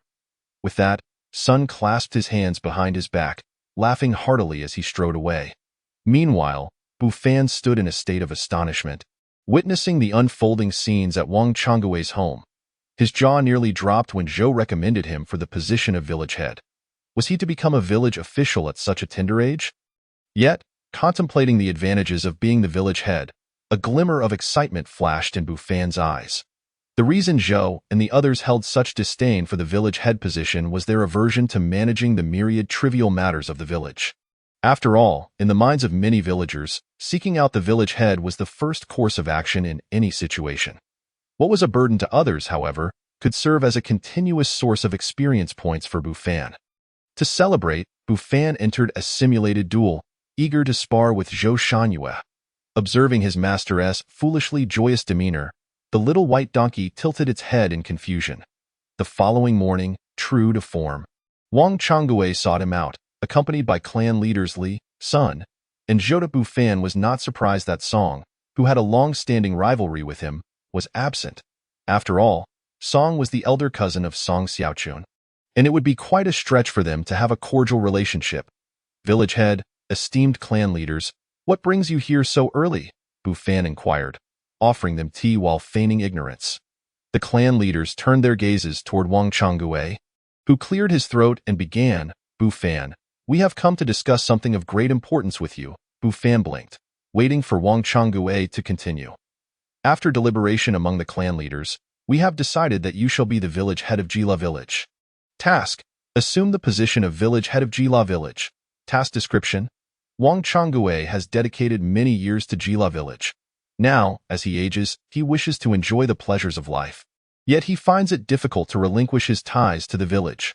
After much contemplation for the village's future, he has decided to entrust the headship to you. Task reward, title of village head of Jila village. 50,000 experience points, and a supreme martial art. Such a high experience reward? Bu Fan's heart leapt with joy, although he maintained an expression of feigned shock. You want me to be the village head? How can that be? What about you, village head? Me? Naturally, I shall step aside. Wang Changgue replied with a smile, that won't do. I am far too young to shoulder such responsibilities. You should remain the village head. Or perhaps let the other clan leaders take the position. Bu Fan hastily waved his hands, appearing genuinely flabbergasted. Upon hearing that the position might be passed to them, the faces of clan leaders Li, Sun, and Zhou turned pale as they quickly interjected, Bu Fan, rest assured, this decision was made after thorough discussion among us. You are more than qualified to assume the role of village head. Bu Fan chuckled inwardly. Although he was certain of his ascension to the village head, agreeing too readily might arouse suspicion. Well, he hesitated, I truly am too young. There will undoubtedly be villagers who will contest my authority.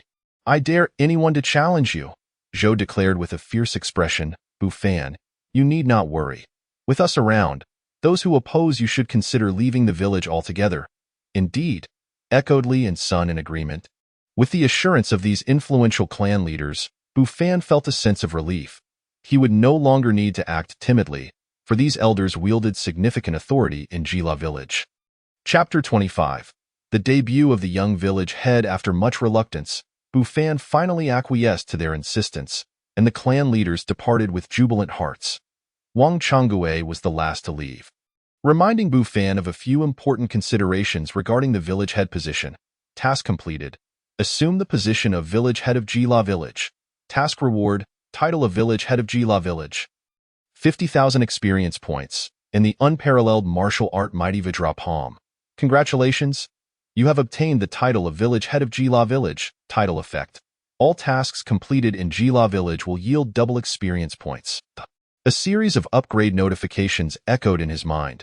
Compared to the other rewards, the title's effect dazzled Bu Fan's eyes. Double experience points? I hadn't anticipated such a benefit from becoming the village head. What an excellent reward. I am quite pleased. Next, he chose to learn the Mighty Vajra Palm. To be honest, the name seemed rather peculiar. Unbeknownst to Bu Fan, the news of his impending role as the next village head spread like wildfire through every corner of Jila village. While some villagers supported him, many opposed the notion, arguing that Bu Fan was far too young and unsuitable for such a position. Some even contended that if Bu Fan could be village head, then surely their more seasoned peers were even more qualified for the role. Consequently, debates erupted throughout the village, with some reaching Wang Changgue and the other clan leaders. However, the following day, the villagers performed an unprecedented turnaround. Collectively raising their hands in favor of Bu Fan's appointment as the next village head, Bu Fan knew without a doubt that the support of several clan leaders was behind this sudden shift. Thus, he smoothly became the youngest village head in Jila village's history. To celebrate his new position, the 5 major clan families decided to host a banquet in his honor. The festivities lasted for 2 to 3 days, restoring peace to the village. During these days, Bu Fan remained industrious, as Wang Changgue endeavored to help him acclimate to the responsibilities of village head through guidance and instruction. Wang Changgue had anticipated that Bu Fan's youthful exuberance would lead him to lack the patience to endure lengthy lectures. Yet he was surprised to find Bu Fan relishing the experience. This only reinforced Wang Changgue's belief that appointing Bu Fan as village head was a wise decision. Little did he know, Bu Fan perceived his teachings merely as tasks to complete. From now on, the village shall rely on you, Wang Changgue remarked, surveying the fields, his back turned to Bu Fan as he sighed.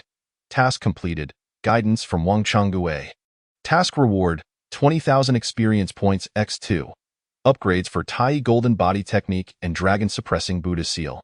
Indeed, the experience points doubled. Village head, you can rest assured. I shall dedicate myself to serving the villagers, Bu Fan confidently declared, patting his chest. His words were sincere. He genuinely wished to help the villagers, not merely for the sake of tasks, rewards, or experience, which all felt rather mundane. There was no joy quite like that of assisting others. His first task as village head soon presented itself. A villager from Lilares' family approached, with Lilares' wife tearfully pleading, "Young village head, you must help us. Some scoundrel has stolen our hen. The one that lays eggs, it's gone." Task. Finally Lilares' hen, Hua Hua. Task description. The Li family is among the least affluent in Jila village, while others might merely scold a few times for the loss of a chicken. For the Li family, a single hen represents several days' worth of sustenance. Moreover, this was a hen that laid eggs daily. Losing it would be a significant blow to their already meager means. Task reward, 30,000 experience points. Bufan noticed that since becoming village head, the experience rewards consistently exceeded 10,000. This was without considering the doubling effect. Should that apply, it would amount to 60,000 experience points. Was this a hidden reward for being the village head? Regardless, he decided to focus on completing the task first. You must help us find Hua Hua, young village head, pleaded Xiao Chui, Li Lair's daughter, with a pitiful expression. Do not worry. I will take care of Hua Hua, Bufan reassured, gently patting Xiao Chui's head. Although he suspected that the hen had likely been consumed by someone, seeing her frail figure stirred his resolve. Auntie, leave this matter to me. I will find out who the scoundrel is that stole your hen and give you an explanation. You'd better keep your word, young village head, Li Lair's wife said. Wiping her tears, many villagers gathered, intrigued by the commotion. However, upon hearing that Bufan had taken it upon himself, they shook their heads in disapproval. The young village head is still too young. When someone loses livestock, they might inform the village head, but it's not that simple to find the culprit, let alone take on such a burden. Bufan could easily discern the intentions of the villagers from their gazes.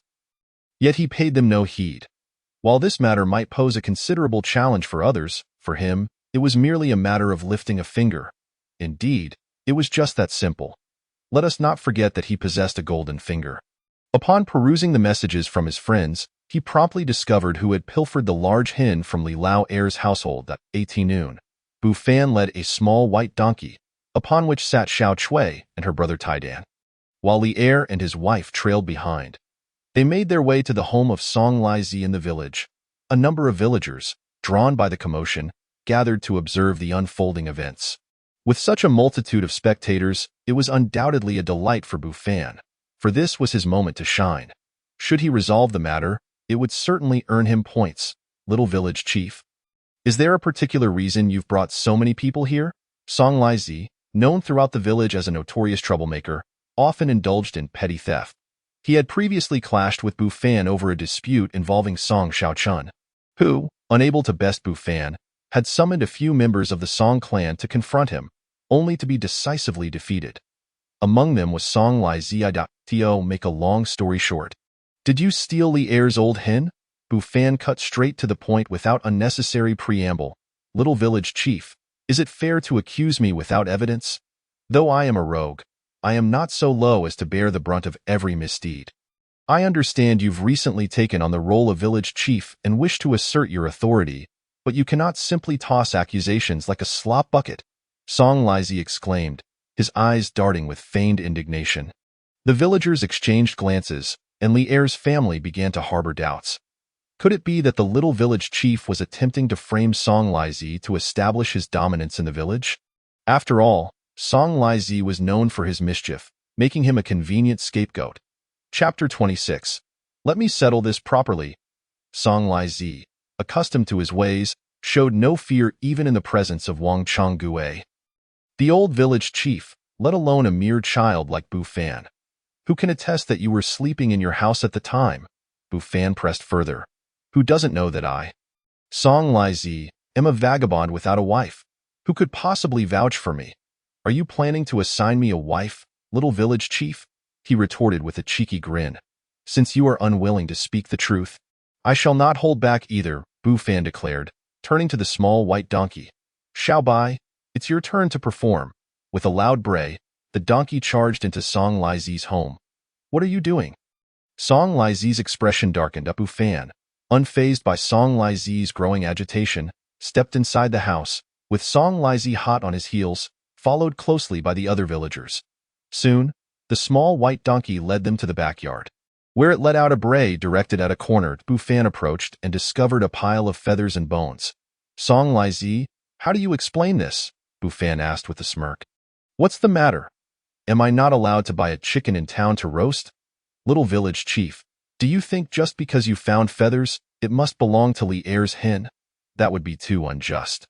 Song Lai-zi crossed his arms defiantly, adopting a posture of defiance. Many villagers nodded in agreement, thinking it plausible. Look, isn't that the silver ring? Just then, Tai-dan, Li Er's son, pointed to an iron ring that the small white donkey had unearthed from the feathers. Li Er's wife rushed forward to pick up the ring. Indeed, this is the ring from our old hen. Song Lai-zi, I will not let this go. Her eyes were filled with tears. This hen was their only source of eggs, providing one daily. They had refrained from consuming the eggs, hoping to save enough for a basket to sell in town for some meat. Who would have thought that their hen had been stolen by Song Lai-zi? Several women in the village, witnessing the scene, hurried to console Li Er's wife. Calm down, there is no need to get worked up. Li Er, clenching his fists and grinding his teeth, felt an overwhelming urge to strike Song Lai-zi. Bu Fan placed a hand on Li Er's shoulder. Uncle, do not be agitated. I will handle this. Thank you, village chief. The burly man felt tears welling in his eyes. Song Lai-zi, what do you have to say now? The hen may be common, but how did Li Er's hen, marked by its ring, end up in your home, amidst the very feathers you consumed? Bu Fan challenged. Perhaps I bought it from someone else? Song Lai-zi still refused to admit guilt. Then who did you buy it from? Bu Fan's gaze turned icy. This matter could escalate. If you confess, we could resolve it easily, but if you do not, I will have no choice but to go to the town magistrate. Is that necessary? It's just a chicken. Is it worth making a fuss over? Song Lai-zi's bravado faltered at the thought of the magistrate. A place known for its harsh punishments. All right. That old hen from Li Er's household was indeed eaten by me. It is only a matter of a few coins. I will compensate you. Compensate? And with what? That was our egg-laying hen. We could hardly bring ourselves to eat it, hoping to save enough to trade for meat. Li Er's wife cried, her voice trembling. Even Tai-dan and Xiao Chui were deeply saddened. Flour! Tai-dan had adored that hen, often carrying it around the village. Children from poor families understand the value of what is most treasured and needs protection. The villagers, witnessing this, felt a pang of sympathy. It's merely a hen. Is it really such a big deal? They sell for 30 coins in town. I'll buy one for 40 and consider it a charitable act. Song Lai-zi impatiently tossed a few coins to the ground. Li Er's wife did not reach for the money. Instead, she sat down and wept. Several women began to urge her to take the money, reminding her that while the hen was gone, at least they could reclaim something. 40 coins? Song Lai-zi, have you lost your mind? Bu Fan interjected suddenly. What, do you find it insufficient? Song Lai-zi felt deeply aggrieved. If it weren't for this obnoxious boy, no one would have known he had stolen the hen. You are indeed offering too little, Bu Fan replied bluntly. That hen from Li Er's household is worth more than your paltry sum. The village fell silent. Even Li Er's wife paused in shock. Just a chicken, and you claim it's worth more than I could pay? Are you dreaming, little village chief? Song Lai-zi mocked. Bu Fan disregarded Song Lai-zi, instead addressing the gathered villagers. Surely, you all are aware that Li Er's old hen lays eggs daily? The villagers nodded in agreement. Indeed, while others' chickens lay every other day, Li Er's hen lays eggs every day. And the entire village knows this. Li Er's family treated their hen with utmost care, as Tai-dan would often carry it to the fields to find bugs. Then we must calculate this properly. We cannot let Li Er's family suffer a loss. The villagers, still confused by Bu Fan's intent, listened as he continued. If Li Er's hen lays 1 egg daily, that amounts to 300 eggs in a year. Let us not exaggerate. We'll say 300 coins for simplicity. Over 10 years, that totals 3,000 coins, and over 20 years, it amounts to 6,000 coins. Am I mistaken? Bu Fan glanced around at the villagers.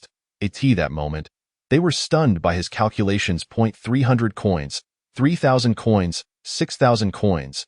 Figures they could scarcely fathom.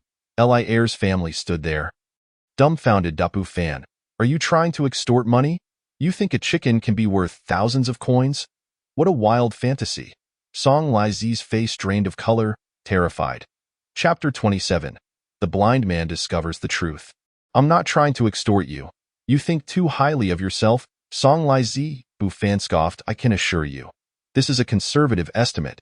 If Li Er's hen continues to lay eggs, those eggs could hatch into chicks, which would grow up and also lay eggs. Over 20 years, the sum would far exceed 6,000 coins. Do you believe you could compensate for that? Bu Fan's expression suddenly shifted, his voice taking on a commanding tone that sent Song Lizi into a state of shock. Collapsing to the ground. You? Song Lizi stammered, unable to articulate a single word. Meanwhile, the surrounding villagers began to murmur among themselves. I find what the little village chief is saying quite plausible. How could it not be? Chickens lay eggs, and those eggs hatch into chicks. That's just common sense. Be why this reasoning. Song Lizi is indeed offering too little. Of course, he is. Li Er's old hen lays eggs every day in a fleeting moment. An increasing number of individuals clearly sensed that Bu Fan's words were slightly amiss, yet upon careful reflection, they found there was indeed some merit to his argument. Village chief, this matter is indeed the fault of Song Lizi. As the head of the Song clan, I must offer my apologies first. Just then, Song clan leader, accompanied by a throng of Song clansmen, approached. It is the Song clan leader. Bu Fan clasped his fists together. Uncertain whether the clan leader had come on behalf of the Li family or Song Lizi, turned out to be both. Yet he had overheard Bu Fan's earlier remarks and deemed them somewhat excessive. Typically, a family's hen lays eggs for merely a year or two before being slaughtered. To suggest 10 years is indeed far-fetched. 5 years would be pushing it. Song clan leader remarked with a smile that did not reach his eyes. Clan leader, such words cannot be so easily dismissed. I believe the village chief has a point. While others may slaughter their hens after a year or two, can you guarantee that the Li family's hen will be culled after that period? Li clan leader, with a fierce demeanor, arrived with a host of Li clansmen, clearly poised to support the Li family. Even Wang Changgue, upon hearing the news and concerned about how Bu Fan might handle the situation, hurried over. However, upon learning of Bu Fan's theory of the hen lays eggs, and the eggs hatch into chicks, he was slightly taken aback, yet found himself in agreement. Although his words seemed somewhat absurd, he suspected that Bu Fan's intention was primarily to teach Song Lizi a lesson. After all, Song Lizi was a troublemaker, causing discord in the village. Without a firm reprimand, who knew whose chickens he might endanger in the future? Bu Fan had not anticipated that the fate of a single hen would summon 3 prominent figures from the village. The old hen had indeed met a noble end. Grandfather clan leader. We don't eat Hua Hua. Hua Hua is so adorable and lays eggs every day. At this moment, Tidan interjected indignantly. Xiaotsue nodded vigorously. Clan leader Song, did you hear that? Li clan leader smiled at Song clan leader. Even if we don't slaughter the hen, who can ensure it will lay eggs year after year? Song clan leader snorted coldly. Enough of this bickering. The affairs of the village are now managed by Bu Fan. Let us first hear what Xiao Fan has to say. Wang Changgue stated, hands clasped behind his back in unison, countless pairs of eyes turned towards Bu Fan. Realizing that this was his moment to shine as the village chief, Bu Fan cleared his throat. What clan leader Song said does possess some reason. No hen lays eggs indefinitely. Let us not quibble over specifics. If we assume the old hen lays eggs for 2 years, then if Song Lizi compensates the Li family for 2 years' worth of eggs, along with the cost of a hen, this matter can be settled. What do you all think? The countenance of Song clan leader softened somewhat. Recognizing that Bu Fan was granting him a measure of face, Li Er, what say you? He inquired of Li Er. We defer to the village chief, Li Er replied. His head bowed. Li Er's wife also appeared more at ease, though Tidan and Xiaotsue's faces were still puffed with indignation. However, they dared not voice their objections since their parents held no dissenting views. If the Li family has no objections, then I too have none. Li clan leader nodded, tacitly agreeing with Bu Fan's proposal. No, I disagree. I will never agree to that. Song Lizi protested, as the notion of compensating several hundred coins was tantamount to a death sentence for him. Enough! Song clan leader's expression darkened as he shot a fierce glare at Song Lizi. If you refuse to compensate, the clan rules shall hold sway over you. Song Lizi trembled in fear, evidently cowed by the mention of clan regulations. Subsequently, the compensation was settled, with the Song clan covering the expenses owed to the Li family. Upon receiving the compensation, the Li family was so grateful that they nearly prostrated themselves before Bu Fan, who swiftly caught them before they could kneel. What are you doing? This is merely my duty. You cannot bestow such grand gratitude upon me, as I cannot bear it. Bu Fan helped the Li family to their feet. adding, Uncle Li, Taidan, and Xiaotsue are still growing. We can skimp on other matters, but not on the health of the children. I understand, I understand. Li Er nodded vigorously. Bu Fan was quite satisfied with how the task had been resolved. Not only establishing his authority, but also earning the respect of the villagers. Completion of the task to locate Li Er's old hen yielded a reward of 30,000 experience points x2. Upgrades to the Divine Transformation Technique, the Songhai Sword Technique, and the Minor Shura Escape Technique. Upon seeing the flurry of upgrade notifications, Bu Fan felt a rush of exhilaration. This was the advantage of doubled experience points. In this instance, the search for Li Er's old hen had been a significant success, with the little white donkey earning a commendation in the form of 2 rare spirit herbs. After eagerly consuming the herbs, the little white donkey suddenly shone with golden light, breaking through to become an immortal beast with 2nd-grade golden core strength. Meanwhile, in a remote mountain cavern, shrouded in darkness, a pair of blood-red eyes suddenly opened. How could there be a similar aura within the human realm? A deep voice echoed through the vast cavern. The following morning, the Li family, wishing to express their gratitude to Bu Fan, brought him a basket of eggs. However, Bu Fan hesitated to accept, knowing that the Li family was not affluent. Although they had received compensation the previous day, it would only suffice for their family of 4 for a short while. Uncle, I truly cannot consume so many eggs on my own. How about this? I will take a few, and you can take the rest back to nourish Taidan and Xiaotsue. After some back and forth, Bu Fan finally accepted a few eggs, and the Li family departed. Watching the Li family's retreating figures, Bu Fan felt a sense of reflection. In truth, the majority of families in the village lived modestly. Those with land fared better, at least able to make ends meet. Yet, families without land had to resort to foraging for wild vegetables in the mountains, and if fortune smiled upon them, they might catch a wild chicken or hare, which would be a considerable gain. However, most families would not butcher wild chickens or hares for food. Rather, they would sell them in town to exchange for grain. Nevertheless, the events of the previous day had already become a topic of lively discussion among the villagers, particularly Bu Fan's theory, which had sparked fervent debate. Initially, Bu Fan thought little of it, but he soon noticed something peculiar. Households suddenly began to raise a significant number of chickens, with some villagers even enclosing land for chicken farming. Upon discovering the reason, he couldn't help but feel a mix of amusement and exasperation. It turned out that the villagers had drawn inspiration from his remarks about a hen lays an egg, and from that egg comes a chick. The idea that one hen could lay an egg, and 100 hens could lay countless eggs, leading to a multitude of chicks, ignited a realization among many villagers. Ah, very well, let us learn about the secrets to prosperity. Author's note. Chapter 28. Human, Demon? Following the affair with the Li family, villagers gradually began to seek Bu Fan's assistance with various trifling matters, marking a positive start. Reports of domestic disputes, suspicions of infidelity, and agricultural grievances began to surface. For the first task involving the abusive husband, Bu Fan resolutely adopted a zero-tolerance stance, effectively curtailing such misconduct and administering appropriate punishment to the offender. However, the second and third tasks posed a dilemma, as they were intertwined. How could he possibly navigate this? Ultimately, for the sake of rewards, no. For the sake of peace and harmony, he could only silently pray that the husband's legs would remain intact. Through the assistance of friends, Bu Fan effortlessly resolved several significant issues in the village, thereby enhancing his reputation within the community. Observing the diligent young man riding a donkey as he toiled for the villagers, Wang Changgue remarked, "This may be the most prudent decision I have made in all my endeavors." Beside him, clan leader's son chuckled, "Initially, I worried that allowing Bu Fan to become village chief would be a mistake. Now, look at this, we were overly concerned." Clan leader Zhou, with a sense of pride, declared, "This is thanks to my recommendation." "What a show of pride you put on." Wang Changgue and clan leader's son simultaneously rolled their eyes.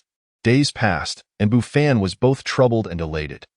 His troubles arose from the multitude of village affairs, while his joy stemmed from the rapidly escalating experience points. The Grand Array technique was upgraded, and a notification chimed, "Congratulations, you have become a master of formations." As the announcement resonated, a torrent of memories flooded his mind. He was so close to being able to deploy restrictions. Compared to formations that required cultivation tools for setup, Bufan was far more eager to utilize various spells to create restrictions. After a long day, upon returning home, he said to the little white donkey, "This is a reward for you." He retrieved a rare spirit herb from his storage bag and tossed it to the little donkey. Yum! The little white donkey let out a jubilant bray and began to chew on the herb. Following this, Bufan took a cold shower, then sat beneath the peach tree to engage in simulated duels with Zhou Shanyue before checking his friend messages. Previously, he had considered friend messages merely a means to pass the time, but since becoming village chief, he realized they were invaluable tools for completing tasks. Your friend Danny has been challenged by her peers and has sustained injuries. Oh, the fated daughter has been injured. This is indeed significant news. As the subsequent messages arrived, Bufan abruptly spat out his drink. His friend and I, having emerged from severe injuries, gleaned a fragment of the power of life and death. Was it truly the case that inflicting harm upon the destined daughter was for her to comprehend some profound law of existence? He found himself at a loss for words. Henceforth, he resolved to avoid Denise' messages to spare himself from further distress. Your friend Han Gang returned to the Blood Demon sect, only to be assaulted by the elders of the same sect. Your friend Han Gang was being hunted down by the Blood Demon sect. Bufan had just lifted his bowl for a sip, and upon reading this news, he once again spewed his drink. Being hunted again? Could it be that Han Gang was the reincarnation of a jinx? Previously, he had been pursued by golden core cultivators, then by late-stage nascent soul practitioners, and now, only a few days after returning to the Blood Demon sect, he was not only attacked by the elders of his own sect, but also being hunted down. Indeed, the sects were the most troublesome places. Bufan shook his head, realizing how astute his decision to remain in the village had been. Suddenly, he turned his gaze towards the village outskirts. Even the little white donkey beside him sensed something. Twisting its neck to look, "Little White, keep an eye on the house. I shall return shortly." As soon as the words left his mouth, Bufan's figure vanished without a trace, and the next moment, he appeared above a dense forest outside the village. A lion. Bufan was momentarily taken aback, gazing at the enormous beast before him. Resembling a lion, I sensed a trace of demonic energy earlier. Could it be you, young one? What manner of beast are you? The lion-like creature inquired. Me? A human, Bufan replied. His curiosity piqued as he scrutinized the beast before him. From its aura, he could roughly ascertain that this creature possessed the strength of a 9th-grade golden core. Could this be the very beast sought after by those 2 golden core cultivators just days prior? A human demon? How come I was unaware that the demon race had hybrids? The lion-like beast hesitated. Bufan. Winky face. This creature's intellect must be somewhat impaired. No. You are a human cultivator. The lion-like beast suddenly realized something, its blood-red pupils turning fierce. You audacious human dare to deceive me. Let me clarify. I never claimed to be a demon. Bufan noted the beast's erratic reasoning. Humph. Your human cultivators are notoriously glib. I suspect the demonic energy I sensed earlier belonged to the demons you enslave. How dare you enslave our kind? The lion-like beast roared, its fiery mane bristling. Due to your enslavement of the demon race, the fire Cheelan's hatred towards you is at 80. How imaginative this beast was. Yet, he did not expect that this lion-like creature was actually a fire Cheelan. Human cultivator, perish, as it spoke. The blazing lion lunged forward, one paw aimed directly at Bufan. Seeing the giant paw about to descend upon him, Bufan's body glimmered with golden light as he swiftly summoned the Chaos Qianyuan bell. Boom! The giant paw struck the Chaos Qianyuan bell, emitting a resonating chime that echoed across the skies. How infuriating! It is a top-tier defensive artifact, the fire Cheelan bellowed. Human cultivator, if you are a man, do not hide behind your defensive artifact. Let us engage in melee. Bufan stroked his chin, considering that is not out of the question. But I require some time to prepare. The fire Cheelan was taken aback, clearly not anticipating Bufan's prompt agreement. This defies logic. Wait, what is logic? Bufan ignored the fire Cheelan, delving into a simulated duel with it. Moments later, his expression turned peculiar as he regarded the fire Cheelan. This is rather weak, isn't it? Previously, Those two golden core cultivators had claimed this fire Qilin seemed to possess the strength of a ninth-grade golden core. Yet its physical prowess could rival that of an early-stage nascent soul practitioner. However, during the simulation, the fire Qilin proved to be surprisingly feeble. What do you intend to do? The fire Qilin felt uneasy under Bu Fan's gaze. Sensing that this human cultivator harbored some ulterior motive, it was all too familiar with the unscrupulous nature of human cultivators. Ahem, very well, I shall engage in melee with you. Bu Fan put away the Chaos Qinyuan bell and stood confidently before the fire Qilin. You human cultivators are inherently devious. Are you plotting something against me? The fire Qilin assumed a knowing expression.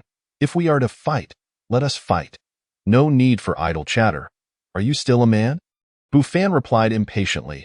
Initially cautious due to uncertainty about his opponent's strength, now that he recognized the fire Qilin's inferiority, he felt no fear. I am not a man to begin with, the fire Qilin retorted nonchalantly. Bu Fan, glare.it, left him momentarily speechless. Chapter 29. This Qilin is somewhat amusing. It nearly intimidated by this human cultivator. How could a dignified demon king be cowed by a mere human?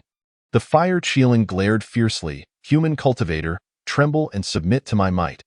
As it spoke, the fire Qilin lunged forward, striking down simultaneously with one paw. Bu Fan did not employ the Tai-E golden body technique. Instead, he clenched his fists and directly met the massive paw with a punch. Boom! The collision of fist and paw produced a deafening sound, and the fire Qilin's colossal form was forcibly pushed back several zhong. How is this possible? How can this human cultivator possess such formidable strength? You are not human. The fire Qilin exclaimed in shock. Certainly not a hybrid, Bu Fan instinctively retorted, his form flashing to the fire Qilin's front. His fist clenched once more as he struck without hesitation. You insolent human cultivator, do you truly believe I fear you? The fire Qilin roared, its size seemingly doubling as it charged at Bu Fan. Boom, boom, boom. The air reverberated with a series of explosive sounds.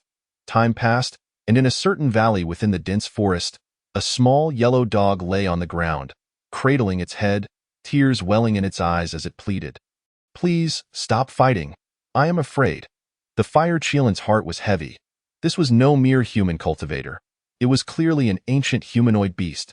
Due to the fire Qilin's fear-induced subjugation, its hatred towards Bu Fan decreased to 20. This is quite interesting, Bu Fan remarked, intrigued. He had expected a fight to the death, yet it seemed the fire Qilin possessed a rather endearing personality. Previously, when he engaged in melee with the fire Qilin, he noted that with each blow it received, its size diminished slightly. Upon noticing this, he realized that the once massive fire Qilin had shrunk to the size of a small dog. That I, your humble servant, have failed to recognize your greatness. I beseech you, spare my life. The fire Qilin whimpered. Just moments ago, it had been so boastful, yet now it cowered. What benefit would it bring me to spare you? Bu Fan chuckled, his arms crossed as he scrutinized the fire Qilin, which now bore no resemblance to a mythical creature and instead appeared as a small yellow dog. What are your intentions towards me? The fire Qilin felt uneasy under his scrutiny, covering its chest with its front paws, resembling a frightened maiden. Your hatred towards me is at 10. Bu Fan was mildly surprised. Why has the hatred value decreased? Could it be that fear breeds excitement? However, he pressed on, as a demon beast, why would you fear my intentions? How about this? I am in need of a gatekeeper at my abode, and you seem quite amusing. Would you be interested in guarding my door? Bu Fan smiled at the fire Qilin, jesting, room and board included. I, the demon race, shall never submit. Once somewhat timid, the fire Qilin's demeanor suddenly became bold. Then it appears there is no alternative. I have heard that stewed dog meat is quite nourishing. Bu Fan cracked his knuckles. I am not a dog. I am a Qilin. The fire Qilin asserted firmly. Stewed Qilin would be the same. Bu Fan replied, Master, I shall heed your every command henceforth. The fire Qilin declared without hesitation, bowing in submission. Bu Fan was nearly amused to the point of laughter. Remarkably, this fire Qilin proved to be quite entertaining. Although its reasoning was somewhat peculiar, its antics carried a humorous charm. No wonder those two golden core cultivators had grown so exasperated in their pursuit. They must have been thoroughly outsmarted by this fire Qilin. Forget it, forget it. I was merely jesting with you. Depart now, and refrain from causing harm to mortals in the future. Otherwise, next time, I shall not hold back. What? You intend to release me? The fire Qilin's eyes brimmed with disbelief. Could a human truly be so benevolent? Surely, they were not plotting something? In the Qilin race, it had been pursued by many Qilins from all corners. What is it? Do you wish for me to stew you? Bufan remained expressionless. The fire Qilin hastily shook its head. Then I shall take my leave. Go on, go on. Bufan waved his hand. The fire Qilin took a few steps forward, glancing back. Am I truly free to go? Are you done yet? Bufan feigned irritation, declaring, if you do not depart, I shall stew you. The fire Qilin, sensing the gravity of the situation, dashed off in a hurry, leaving behind a parting remark, I am taking my leave. The fire Qilin's favorability towards you stands at 30. Bufan shook his head, realizing without even looking why the fire Qilin held such an affection for him. In truth, he found himself somewhat wishing for the fire Qilin to guard the entrance for him. After all, such a perceptive beast was indeed a rare find. However, the fire Qilin was currently being pursued by a certain faction. Although those two golden core cultivators claimed that the fire Qilin was formidable and that the sect was reluctant to kill it, merely wishing to imprison it instead, he felt that this was not the primary reason. He was more inclined to believe that the sect refrained from slaying the fire Qilin out of fear of the trouble it might attract. He certainly did not wish to provoke a menace that even a sect feared. With these thoughts in mind, Bufan appeared in the courtyard. Upon seeing him return, the little white donkey neighed and rubbed its head against him. Just as he settled onto a bamboo chair, several lines of text suddenly emerged before his eyes. You have successfully protected the village's safety. Reward. A celestial technique. Starry body refinement technique. Starry body refinement technique. Each level increase will double your physical strength. Was this a hidden quest reward? Bufan's eyes brightened. If the fire Qilin were to visit a few more times, wouldn't that mean he could continuously farm item rewards? This could be termed as exploiting a bug. Moreover, if protecting the village yields rewards, he wondered if developing the village might also come with some form of reward. He felt he had stumbled upon a golden opportunity. Nonetheless, this time, the starry body refinement technique was indeed rather beneficial. During his close combat with the fire Qilin, Bufan discovered that engaging physically was quite exhilarating. It seemed the path of body cultivation was worth considering. Another day passed, and a family in the village was celebrating a joyous occasion. As the village chief, Bufan was naturally invited. Not only did he enjoy a sumptuous meal, but he also gained a considerable amount of experience. At the banquet, the villagers were discussing the commotion they had heard the previous night. Though it was quieter than the previous 2 times, the sounds from last night had been incessant. Listening to the villagers' chatter, Bufan repeatedly pondered that it would be best for everyone to keep their distance from the village in the future. After the banquet, he rode the little white donkey to tend to the villagers' ailments. With the weather turning cooler, frail children could easily fall ill if they weren't careful. Thank you, little village chief. A family expressed their gratitude as they sent Bufan off. Little village chief, you know our situation, right? Here are 3 copper coins for you. A simple and honest man shyly produced 3 copper coins. Thank you, uncle. You all head back now, and please take care of the child. He will be fine in a couple of days. Bufan accepted the copper coins. Though most families in the village did not live lavishly, they were sincere and understood the principle of compensating someone for their services. If he were to refuse, they would feel even more uncomfortable. Completing the task of healing, he received the following rewards: 20,000 experience points x2, Starry Body Refinement Technique Upgrade, Little Azura Escape Technique Upgrade, and Heavenly Tao Reincarnation Technique Upgrade. Chapter 30. The Favor of the Demon King. As the Starry Body Refinement Technique upgraded, Bufan felt a warm current rise within his body, though this sensation was fleeting. However, he sensed a notable increase in strength. It was getting late. Little White, let us head home. The little white donkey neighed in agreement and carried Bufan back home. Once on the back of the little white donkey, Bufan immersed himself in simulated sparring with Zhou Shangyue to hone his combat experience. Although he could not yet defeat Zhou Shangyue instantly, he had already begun to navigate the battle with ease. Previously, he believed that once his cultivation reached the mid-stage of the Yuaning realm, he would be able to defeat Zhou Shangyue effortlessly. However, now that he possessed the starry body refinement technique, he felt that with its enhancement, even at the initial stage of the Yuaning realm, he could still take down Zhou Shangyue. It seemed he needed to exert himself further. His goal, to defeat Zhou Shangyue. Suddenly, the little white donkey neighed loudly, pulling him from his thoughts. "What's wrong?" Bufan queried, puzzled. The little white donkey looked ahead, and Bufan followed its gaze to see a small dog lying in front of his house. This little dog seemed somewhat familiar. The dog, as if noticing Bufan and the donkey, quickly scrambled to its feet and excitedly ran towards them. "Stop right there," Bufan shouted, halting the approaching little yellow dog. "Didn't I let you go last night? How dare you come looking for me again?" The little yellow dog was none other than the Fire Qilin. "Do you think I wanted to?" The Fire Qilin lamented, almost in tears. "What did you do to me last night? Have you forgotten?" The little white donkey turned its head to look, its expression peculiar. For some reason, Bufan felt he could understand the little white donkey's thoughts and promptly patted it, saying, "Don't overthink it. What could I possibly do to it? You're still in denial. If it weren't for you exhausting my spiritual power last night, how could I have failed to revert to my true form? In the mountains, I couldn't even defeat a small animal. I don't care. You must take responsibility for me."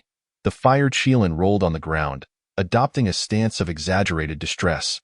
"Are you not afraid that I'll stew you?" Bufan replied, exasperated.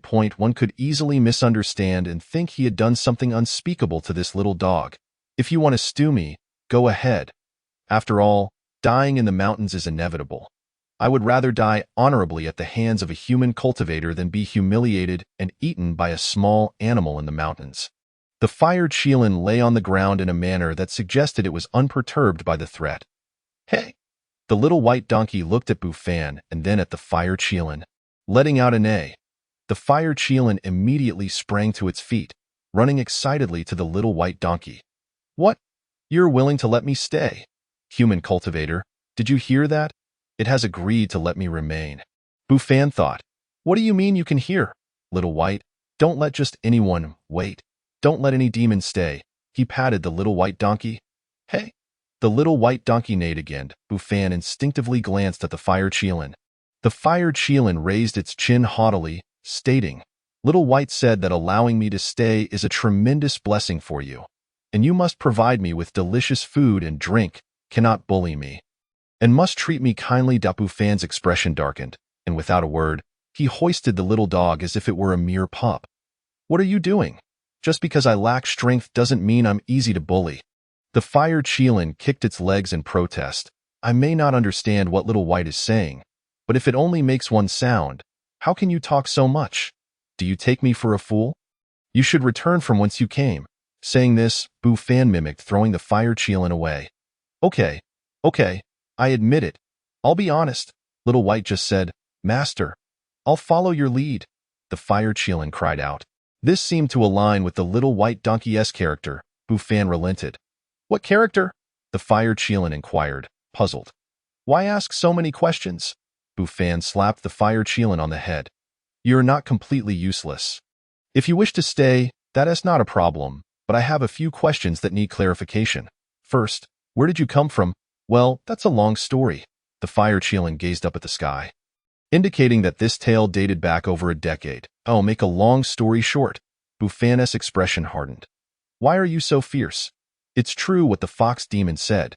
You can't trust what they say about human cultivators being gentle and playful. All I've encountered are these fierce cultivators." The Fire Qilin retorted at Bufan. "Gentle? Playful?" Perhaps it had misinterpreted.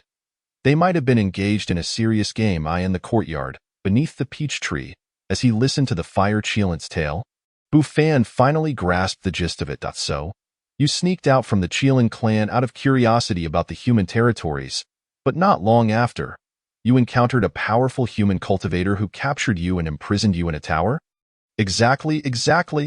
The Fire Qilin nodded vigorously. "That human cultivator was old and ugly, and he wanted me to be his mount, but I refused. It seemed this Fire Qilin was somewhat of a superficial creature." Do you know which sect the human cultivator who captured you belonged to? Bufan pondered aloud. I recall the gatekeeper mentioning something that sounded like heavenly something sanctuary. The fire Chelan furrowed its brow in thought. Heavenly Gate Sanctuary? Bufan queried. Yes, that is it. They mentioned the Heavenly Gate Sanctuary. The fire Chelan affirmed with a nod. Bufan's expression soured as he grabbed the fire Chelan and headed for the door. What are you doing? The fire Chelan protested, flailing its limbs. I can't afford to keep you, so you should get as far away as possible. Wait, I eat very little usually. Even if you eat little, I still can't afford to keep you. It was no joke. The Heavenly Gate Sanctuary was home to cultivators more formidable than those in the Yuaning realm. Provoking them was akin to courting death. For the sake of future tranquility, the fire Chelan could not remain. The Crimson Flame Demon King has a favorability rating of 20 towards you. Where did this Demon King come from? He checked his friend messages. Crimson Flame Demon King, a Demon King of the Chelan clan, holds a favorable opinion of you for sheltering his mischievous daughter. However, should you pose any threat to her, he will travel far and wide to slay you. Demon King, daughter, you're female? Bufan, holding the fire Chelan, asked in confusion. I told you last night. I'm not a male, the fire Chelan exclaimed. The fire Chelan, with an air of inevitability, reflected on the matter. It recalled a moment when it was asked by Bufan if it was male, to which the fire Chelan, without a moment's hesitation, declared that it was not a man at all. At that time, Bufan had assumed the creature meant it belonged to the male gender. By the way, I have a question for you. What level of cultivation does your demon clan's king equate to among cultivators? Bufan pondered before inquiring. Let me think. It seems to be comparable to your transformation stage, replied the fire Chelan. The transformation stage? Does that mean it is even more formidable than the nascent soul stage? Chapter 31. Is Little by merely an ordinary demon beast? So, where does your Chelan clan rank among the demon races? Bufan mused aloud. Probably within the top 3, although our Chelan clan is not numerous. Each of us is remarkably powerful, the fire Chelan proclaimed, resembling a proud little peacock. Bufan's lips twitched as he finally understood why that cultivator from the Heavenly Gate had captured the fire Chelan but chose not to slay it. It seemed this fire Chelan had a significant backing, and no wonder it dared to roam into human territory. First, let's assess the strength of that Red Flame Demon King, Bufan decided, entering a simulated duel against the Red Flame Demon King. Moments later, he emerged, eyes wide with shock. He had been annihilated. His previously vaunted physical prowess was utterly insignificant before the Red Flame Demon King. He hadn't even had a sliver of opportunity to retaliate. This is too powerful. I cannot afford to provoke it. Why are you asking so many questions? I simply want to know if you will take responsibility for me, the fire Chelan retorted in anger. Rescue a pitiful demon beast, the task reward stated. The fire Chelan, having been severely injured by a certain thoughtless cultivator, could not revert to its true form and sought your assistance. Task rewards, 20,000 experience points, and a pair of exquisite spiritual boots, the Clear Moon Flying Rainbow Boots. These are hardly pitiful demon beasts. They are merely the offspring of demon kind come to frolic in human territory. Also, what does the task introduction mean? System, come out. I promise I won't harm you, Bufan murmured. However, the rewards were indeed enticing. They were artifacts for escape a him. It wouldn't be impossible for me to shelter you. But you must heed my words. Otherwise, I shall not permit you to stay. Bufan cleared his throat, adopting a serious demeanor. Why have you suddenly become so benevolent? The fire Chelan was taken aback. This human cultivator had previously attempted to drive it away without mercy, yet now appeared eager to shelter it. Did he realize it was female? No, it was a female. Bufan was oblivious to the fire Chelan's thoughts. If he were aware, he would surely have coughed up blood. I, a Chelan, am always filled with fanciful notions. I have always been fond of small animals. Haven't I? Bufan forced a warm smile and gently stroked the fire Chelan's head. Why does it seem like your smile is somewhat strange? Do you harbor some ulterior motive? The fire Chelan queried suspiciously. Don't think so darkly. The world is vast, and there are plenty of good people. If you don't believe me, you can simply leave, Bufan shrugged. Although the rewards were tempting, should trouble arise, He could not withstand the vengeance of a demon king. I will trust you this once. The Fire Chelan finally conceded. The Fire Chelan developed a favorable impression of you, with a current favorability rating of 50.it. Seemed this Fire Chelan still had some sense of morality, at least able to discern right from wrong. Very well, I shall consider you a shelter for a creature in need. Completing the task of rescuing a pitiful demon beast granted 40,000 experience points in the clear moon-long rainbow boots. Having accomplished something without any effort, Bufan received both experience and item rewards. Subsequently, he and the Fire Chelan established 3 rules. It could not transform into its true form in front of the villagers. It must remain silent in their presence, and it should refrain from always referring to itself as this king. It should consider whether it possessed the strength to do so. I will inevitably become a demon king. The Fire Chelan declared defiantly, feeling belittled. We shall see if you become a demon king. Bufan chuckled. Humph, do not underestimate the demon race. I will certainly become a demon king within 1,000 years. The Fire Chelan asserted with fervor. 1,000 years? Bufan pondered, having no idea how many tasks he had completed or levels he had ascended. All right then, for convenience's sake, I shall give you a name. How about Xiao Huang? Bufan suggested. No, that name is unappealing, the Fire Chelan protested. What name do you prefer? Bufan was not unreasonable and was quite democratic. I wish to be called the Heavenly Demon King. The Fire Chelan proclaimed proudly, he, Heavenly Demon King. Why not call yourself the Great Sage equal to heaven? Bufan teased, amused by the creature's childishness. The Great Sage equal to heaven is quite good as well. The Fire Chelan's eyes brightened. However, I am still far from achieving sainthood. Did you take that seriously? Forget it.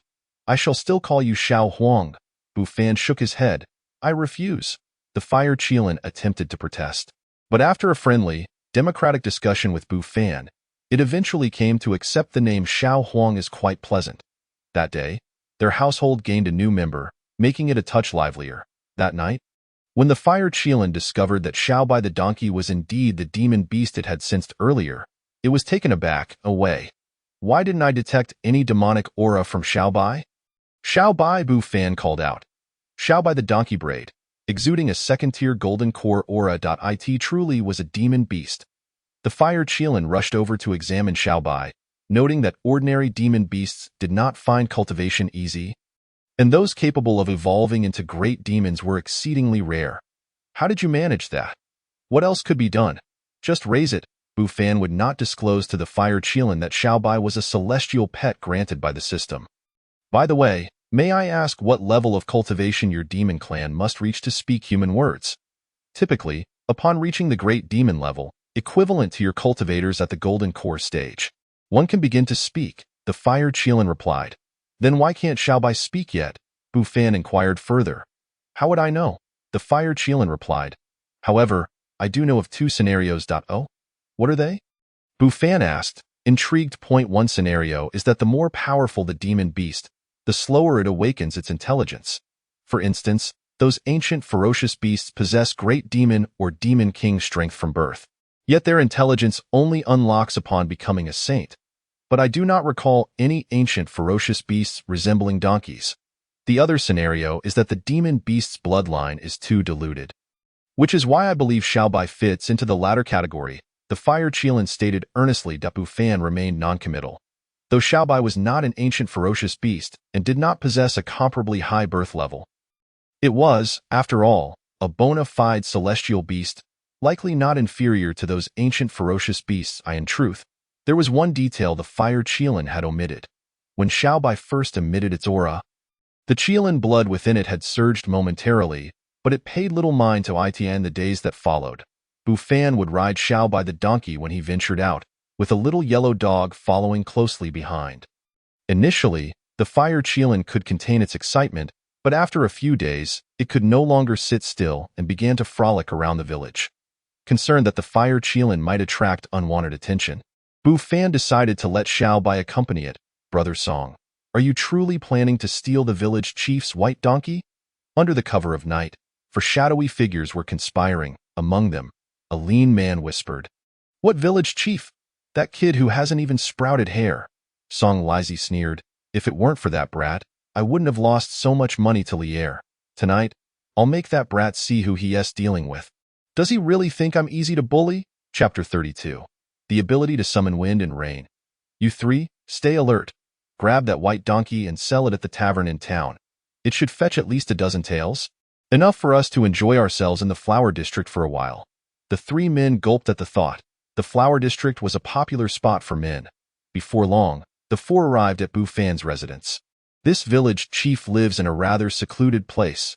It's more terrifying than the depths of the mountains, remarked one tall man, glancing around. Enough with the chatter. Let us get this done and leave. Song Lizi muttered under his breath. The four instinctively glanced around before crouching by the earthen wall, peering into the courtyard. Brother Song, the white donkey is under that peach tree, exclaimed a sharp-eyed man. But there's a dog nearby. Seeing the little yellow dog, Song Lizi grinned maliciously. Perfect. We can catch that dog too, stew it, and nourish ourselves. The three men beside him exchanged knowing smiles in the courtyard. The fire Cheelin perked its ears and looked up at the four figures perched on the earthen wall, yawning. What were they here for? Shao by the donkey also opened its eyes. Did you bring this stuff? Song Lizi whispered, of course. This is our meal. A lean man produced a bundle of grass and a small piece of meat from the sack he carried, tossing it in front of the fire Cheelin and Shao Bai. Eat up. Hurry, however. Contrary to their expectations, the fire Cheelin and the little white donkey merely cast a fleeting glance at the grass and small pieces of meat on the ground before closing their eyes once more. Strange, why aren't they eating? The gaunt man said anxiously. Damn it, if they want to eat, let us just steal it outright. We're so close to the village, who would hear us? A fierce glint flashed in Song Lizi's eyes. What if the little village chief discovers it was us? The gaunt man hesitated. Then let us go all in. Song Lizi made a slicing gesture across his throat. Song Lizi, you have a grudge against the little village chief. But don't drag us into this. Killing a person, especially the village chief, is not something we want to do. Another man interjected. The other two men quickly nodded. Although they often behave like rascals in the village, they could never bring themselves to commit murder. How about we cover our faces and be quick about it? It's pitch dark here. The little village chief likely wouldn't recognize us, the gaunt man pondered. That works, the other two agreed. Naturally, Song Lizi had no objections. Despite his hatred for Bufan, he couldn't bring himself to kill the boy, as murder would cost him his life. The four men exchanged no more words. Crouching in a corner to cut the burlap with their daggers. This is yours. This is yours. Song Lizi distributed pieces of cloth to the three, instructing them to cover their faces. What are you all up to in the dead of night? At that moment, a voice unexpectedly rang out, startling the four men. They instinctively turned to look in the direction of the sound. This sight frightened them so much that they nearly wet themselves, with some even collapsing to the ground in terror. Before them lay a head as large as a lion, curiously observing them from atop the earthen wall. Just then, the lion's head extended its tongue to lick its nose. And that tongue was longer than any of them. Holy cow, there's a monster! The first to scream was the gaunt man, who shouted and turned to flee. Song Lizi, pale with fright, did not care for anything else and also ran away. Wait for me, my legs are weak, cried one man, who had collapsed on the ground, while his companion gritted his teeth and dragged him away. What on earth were these people up to? Fire Cheelin pondered, shaking its head. Indeed, humans were such peculiar beings. Don't just sweat so many people dead. There are good and bad among them, just like your kind, which has both good and bad demons. Bufan, with his hands clasped behind his back, stepped out from the house, unable to hide the commotion outside. So, those few just now were all bad people? Fire Cheelin inquired. You could say that, Bufan nodded. Had I known, I would have swallowed them whole. Fire Cheelin exclaimed at Bufan. The following day, Song Lizi and his three companions fell gravely ill, incessantly muttering about monsters, but not many villagers believed them. In the eyes of the villagers, none of Song Lizi's group were upstanding individuals, as they had often pilfered in the village. Indeed, the old saying holds true. Those who walk the night road for too long will surely encounter ghosts. Just look at how these four have met their comeuppance. However, as the village chief, Bufan felt the need to offer some consolation.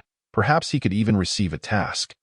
Yet, upon seeing him, the four men looked as though they had seen a ghost, tumbling out of bed and kneeling on the ground, repeatedly pleading for mercy. Clearly, they had been genuinely frightened out of their wits by the fire Qilin the previous night. Bufan shook his head, gave them some calming medicine, and then dismissed the matter from his mind. Time flew by, and in the blink of an eye, half a year had passed. Beneath the peach tree, Bufan lounged in a bamboo chair, leisurely flipping through a collection of stories by Teacher Bai and Principal Gao. This was a book awarded by the system long ago. Rather delightful martial arts novel. Fire Qilin and the little white donkey had mysteriously vanished. But he could guess they were likely frolicking with the village children, two mischievous beasts retaining their childlike innocence. However, unlike humans, demon beasts cultivate for hundreds of years to attain sentience. Thus, Fire Qilin, when converted to human years, would not be very old. Just then, an emotionless notification echoed in his mind, and lines of text materialized before his eyes. Complete the entrusted task of Li Longzhong. Task reward, 50,000 experience points x2. 1 divine ability, summoning wind and rain, Taishang sitting and forgetting scripture upgrade, Little Sure escape technique upgrade, reincarnation of heavenly Tao upgrade. Congratulations, you have become a mid-stage nascent soul cultivator. Reward, a peerless sword technique. River of Swords. Congratulations, you have obtained the title of Array Master.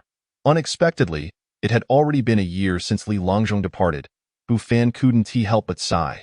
Not long ago, he received news that Li Longzhong had rescued a prince and was taken to the royal capital. However, the divine ability awarded this time seemed rather useless. Summoning wind and rain. Its power pales in comparison to sword techniques and cannot aid in escape. Summoning rain might be useful, but he had no intention of becoming a charlatan. Forget it, whether it's useful or not, I'll learn it anyway. However, the peerless sword technique, River of Swords, seemed rather domineering, capable of manifesting countless sword lights with a single swing, akin to an unceasing river. Slaying the opponent, just imagining the might of thousands of sword lights could astonish many. Chapter 33. The Zhou Family. Subsequently, Bufan began to study formations. His array mastery had now reached the array master level. Allowing him to barely set up some restrictions, he casually arranged a simple gathering spirit formation, which was not large enough to encompass his dwelling. As soon as this simple gathering spirit formation was set up, Bufan felt a rich aura of spiritual energy fill his entire being. For now, he could only arrange simple gathering spirit formations. Once his array level increased, he could set up more advanced formations. Though he wondered how much richer the spiritual energy would be, however, he was curious how Fire Qilin would react upon returning to find such abundant spiritual energy, considering it had often complained about the thin spiritual energy in his living quarters. Having completed all this, Bufan idly checked his friend messages. Your friend Han Gang has encountered a powerful being and has significantly increased his cultivation under their guidance. Your friend Qian Yaowang is at war with the Phoenix clan. Your friend Zhou Shanyue has closed himself off to breakthrough, experiencing a significant rise in cultivation. He hadn't expected Han Gang to have such an opportunity. After being hunted by the Blood Demon sect for 6 months, he could still chance upon a powerful being. Indeed, the cultivation world is one where danger and opportunity coexist. Still, he preferred a more stable and safe approach. Why risk life and limb for opportunities when he could level up by grinding experience points? However, the war between the Qilin and Phoenix clans. Should he inform Fire Qilin? He thought better of it. If Fire Qilin asked how he knew, he would find himself at a loss for words. Afterward, Bufan entered a simulated duel, battling against Han Gang and Zhou Shanyue. Both had significantly improved their cultivation, and he hoped they wouldn't disappoint him. Han Gang, instant kill. Zhou Shanyue, instant kill. Qian Yaowang, instant killed. He still had a considerable gap compared to a transformation stage Demon King. Little Village Chief, it's bad. Zhou Laoxi's family has stirred up trouble again, before Black Uncle even arrived. His voice echoed from afar. Zhou Laoxi's family? Bufan sighed. It seemed that Zhou Laoxi's family was always causing him trouble every few days, turning into routine tasks. I understand. Bufan didn't waste words and headed toward Zhou Laoxi's residence. At this moment, many villagers gathered around the courtyard of Zhou Laoxi's house, and upon seeing him arrive, They all made way and greeted him. His status in the village of Jie had risen immensely, and the villagers treated him with much more respect. After all, the little village chief was truly remarkable. Nothing could escape his notice. What has happened now? Bufan, with his hands clasped behind his back, bore a hint of the village chief's authority. Little village chief, you've finally come. If you hadn't shown up soon, I would have been bullied to death by these ungrateful wretches. Zhou Pozi sat on the ground, tears streaming down her face. Zhou Pozi's dilemma. Task introduction. Zhou Pozi discovered 2 missing eggs in the morning and suspects her 2 granddaughters have taken them. Please help Zhou Pozi identify the true culprit. Task reward, 30,000 experience points. Just 2 eggs? Bufan sighed and glanced at the couple standing nearby. The couple appeared honest and simple, thin and clad in patched hemp clothing, their faces pale, unsure of what to say. Village chief brother, my sister and I didn't steal the eggs. At that moment, a small, timid girl emerged from behind the couple, clutching her sister's hand tightly. The speaking girl was called Xiao Xiao, and beside her stood her even smaller sister. Xiao Hua, you shameless little thieves, if you didn't eat them, did the eggs grow wings and fly away? Zhou Pozi's loud voice berated them. Ahem, Granny Zhou, mind your language. Bufan cleared his throat, for this was not the first time he had witnessed Granny Zhou berating her granddaughter. Her words were sharper than before, and he could hear every bit of it. He recalled the last instance when Granny Zhou had lost her jewelry and suspected that Xiao Qiao and Xiao Hua had stolen it. She had wielded a slender bamboo stick to strike them. Their mother, in a bid to protect her daughters, had also suffered cruel blows from Granny Zhou's bamboo. Had it not been for Bufan's timely intervention, he feared that this mother-daughter trio might have been beaten to death. Later, it was discovered that Granny Zhou had simply misplaced her jewelry. Bufan was at a loss for words. It was said that Granny Zhou had 3 sons and 1 daughter. Her daughter had married into a family in town and was reportedly living quite well. The 3 sons were named Dechuan, Deshan, and Dehe. Xiao Qiao and Xiao Hua, whom Granny Zhou suspected of stealing eggs, were Deshan's daughters. The second in line. Bufan's gaze swept over the Zhou family's assembly.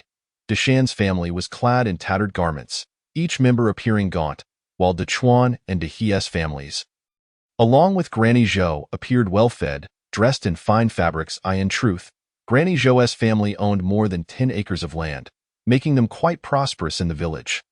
Thus, their attire was not surprising. However, in comparison, Deshan's family seemed almost unrecognizable as part of Granny Zhou's lineage. The reality was that Deshan was indeed birthed by Granny Zhou after a difficult 10-month pregnancy. The reason for such disparate treatment was not unfounded. It was rumored that Granny Zhou had nearly died during Deshan's birth, making it impossible for her to feel any affection for the child who had nearly cost her life. Of course, this was merely Bufan's speculation. In the past, when Granny Zhou's husband was alive, she would not have dared to openly bully Deshan's family. However, since the old man's passing, Deshan's family had been declining day by day. Granny Zhou, it's just 2 eggs. Do you really need to act this way? Bufan remarked helplessly. Village head, you wouldn't understand the value of every penny when you're not the one managing the household. 1 egg costs a penny, 2 eggs cost 2 pennies. How much can you buy with that? Granny Zhou retorted. Aha, does your family truly lack that little bit of money? Bufan thought to himself, but he refrained from voicing it. After all, Granny Zhou was no fool. If angered, she could drown someone in her words. There were tales of families who had offended her, only to be subjected to 7 days of relentless scolding, which ultimately prompted the old village head, Wang Changgue, to intervene. Very well. Bufan shot a glance at the Zhou family, particularly scrutinizing the children of Dechuan and Dehe. If anyone here is guilty of stealing the eggs, step forward, as the saying goes. To recognize one's mistakes and amend them is the greatest virtue. A simple admission could resolve this matter. I say, village head, why are you looking at my children? My Jin Bao and Yin Bao are well-behaved, Dechuan's wife protested, feeling unjustly accused. Bufan's lips twitched. Those 2 rascals of yours are well-behaved? Are all the village children angels then? The eggs were stolen by those 2 little vixens. At that moment, Zhou Jinbao pointed a finger at Xiao Qiao and Xiao Hua with an air of arrogance. Bufan furrowed his brow, turning to Dechuan's wife. Aunt, is this how you educate your children? Xiao Chao and Xiao Hua are also his cousins. Is it appropriate to speak of them in such a derogatory manner? The surrounding villagers echoed their disapproval of Zhou Jinbao's lack of decorum. How can you disparage your own cousins? They murmured, shaking their heads at the Chuanis family. What are you all saying? My Jinbao is young and doesn't he know better? Why argue with a child? Granny Zhou defended her granddaughter, positioning herself protectively behind Zhou Jinbao, who boldly stuck out her tongue at Bufan. Indeed, every mischievous child has a mischievous elder behind them. Since you claim that the eggs were stolen by Xiao Chao and Xiao Hua, may I ask if you witnessed it firsthand? Bufan inquired coolly, directing his gaze at Zhou Jinbao. Of course, Jinbao exclaimed, puffing out her chest. Village head, did you hear that? These two little ingrate wolves stole our eggs. Today, if I don't beat them to a pulp, I shall write Granny Zhou's name backward. With that, Granny Zhou, fuming, reached for a broom. Beat them. Beat those two little wolves. Zhou Jinbao cheered from the sidelines. Enough! Bufan's expression darkened. This matter has yet to be clarified, and you would take the word of a child as absolute truth. Is it that you do not regard me, your village head? At all, village head? How can you say that? Granny Zhou put away the broom, forcing a smile. Despite her bravado, she was well aware of who was to be respected in the village. The village head was one of those individuals. Not merely due to his title, but because Bufan was the only physician in the area, with skills surpassing those of many doctors in town. Every household faced ailments, and the Zhou family was no exception. Granny Zhou would depend on Bufan in times of sickness. Besides Jinbao, who else has seen Xiao Chao and Xiao Hua stealing the eggs? Bufan glanced at the other children from Zhou Laoxi's family, who seemed indifferent to the unfolding drama. If anyone had truly witnessed the theft, they would likely remain silent. It appeared that the Zhou family was rotten to the core. Brother, we didn't steal the eggs. Xiao Chao cried, her eyes brimming with tears. Don't worry. Bufan patted her head gently, then turned to Granny Zhou. Granny, did you have any eggs this morning? No. Granny Zhou shook her head. Then this is easily resolved. Bufan nodded and suddenly shouted, Xiao Huang. The call was neither too loud nor too soft, yet it startled the nearby villagers. Just then, a cloud of dust rolled in from a distance, with a donkey and a dog racing towards them like a whirlwind. For the villagers, the sight of the little donkey and the fire Qilin was not unusual. However, any outsider witnessing this spectacle would surely be astonished. Village head, what are you doing? Granny Zhou seemed to grasp his intention, recalling how the fire Qilin had previously helped recover her lost jewelry. Xiao Huang, can you smell if Xiao Chao and Xiao Hua have the scent of eggs? Bufan directed his attention to the two girls. Ignoring Granny Zhou's query, the fire Qilin, having no need for further explanation, approached Xiao Chao and Xiao Hua, who had previously played with it and were unafraid. After sniffing them, the Qilin shook its head.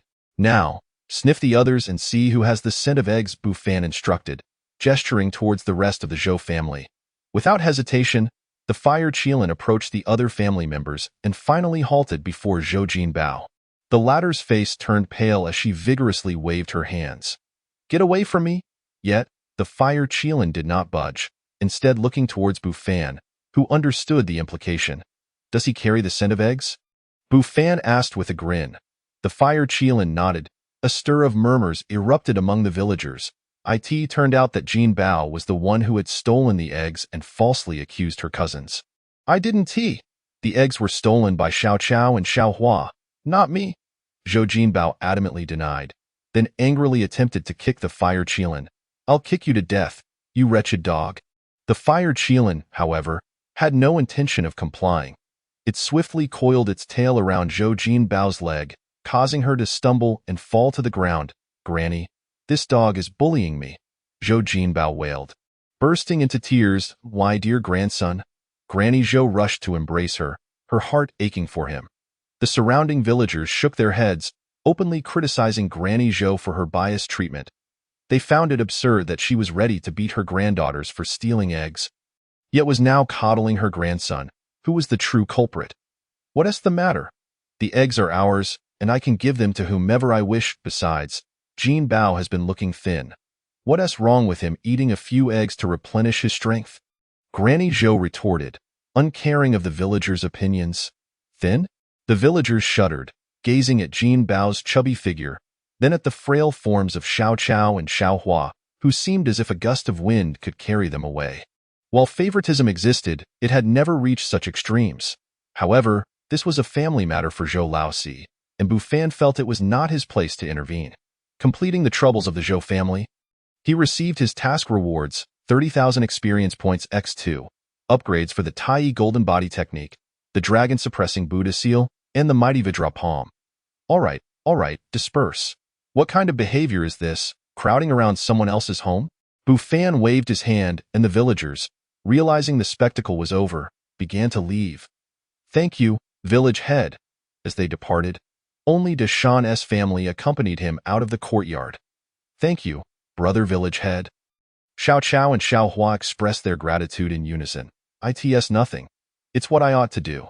Should anything arise in the future, remember to seek out your brother. Yes, Xiao Chao will remember. Bufan smiled gently, stroking the heads of the two little girls, before turning to Zhou Dashan. Uncle Dashan, what have you considered regarding the matter I mentioned earlier? Zhou Dashan's expression was troubled. As long as you agree. I will find a way to allow your family to separate and live independently. Uncle Dashan, you possess great strength. You need not fear the burden of supporting a wife and daughters. Zhou Pozi had a somewhat traditional view favoring sons over daughters. Yet Zhou Dashan treated his daughters exceptionally well. Unfortunately, he was excessively filial, obediently following his mother's every word. Dashan's wife was indecisive. Upon hearing Bufan's words, she merely hung her head in silence. Xiao Chao and Xiao Hua gazed up at Zhou Dashan with wide, watery eyes. Village chief, before my father passed away, he repeatedly instructed me not to divide the family. Zhou Dashan hung his head, unable to meet Bufan's gaze. Bufan found himself at a loss for words. He understood what kind of person Zhou Dashan's father was, a stubborn old man steeped in tradition, who, despite having read a few books of wisdom, often lectured others with lofty principles. Yet, Zhou Dashan's devotion to filial piety was excessive. Had he been influenced too much by the teachings of the 24 filial pieties? Did he truly wish for his wife and daughters to be sacrificed for the Zhou family's legacy? It was impossible to reason with Zhou Dashan, and his wife was even less likely to speak up. Zhou Dashan's wife's family was notoriously patriarchal. Before marrying Zhou Dashan, she had labored from dawn until dusk. According to her family's beliefs, a woman must work tirelessly to avoid disdain from her in-laws, which led to Xiao Chao and Xiao Hua rising before dawn to toil. This couple was beyond redemption. And it was the children, Xiao Chao and Xiao Hua, who bore the brunt of their misguided values. Chapter 35. The old beggar and the old sweeper should not be provoked. Bufan felt a pang of sympathy. In truth, Zhou Dachuan and his wife were not bad people. They possessed the honest simplicity of farmers, but their ignorance was profound. You should return for now, Bufan said, bidding farewell to Zhou Dashan's family as he mounted his little white donkey and departed at a leisurely pace.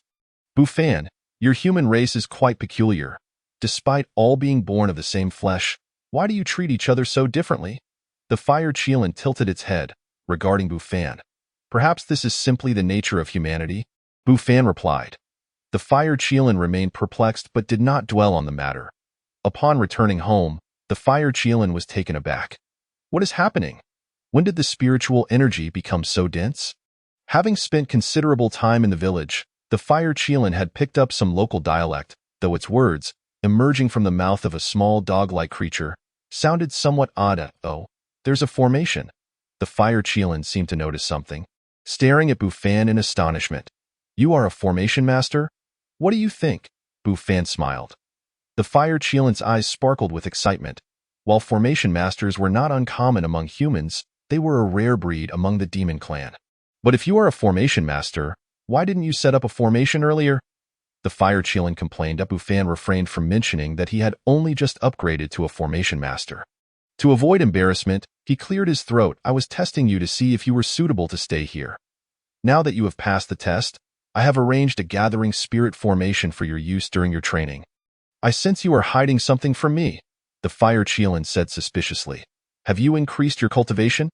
Oh, how did you know? Bufan was curious.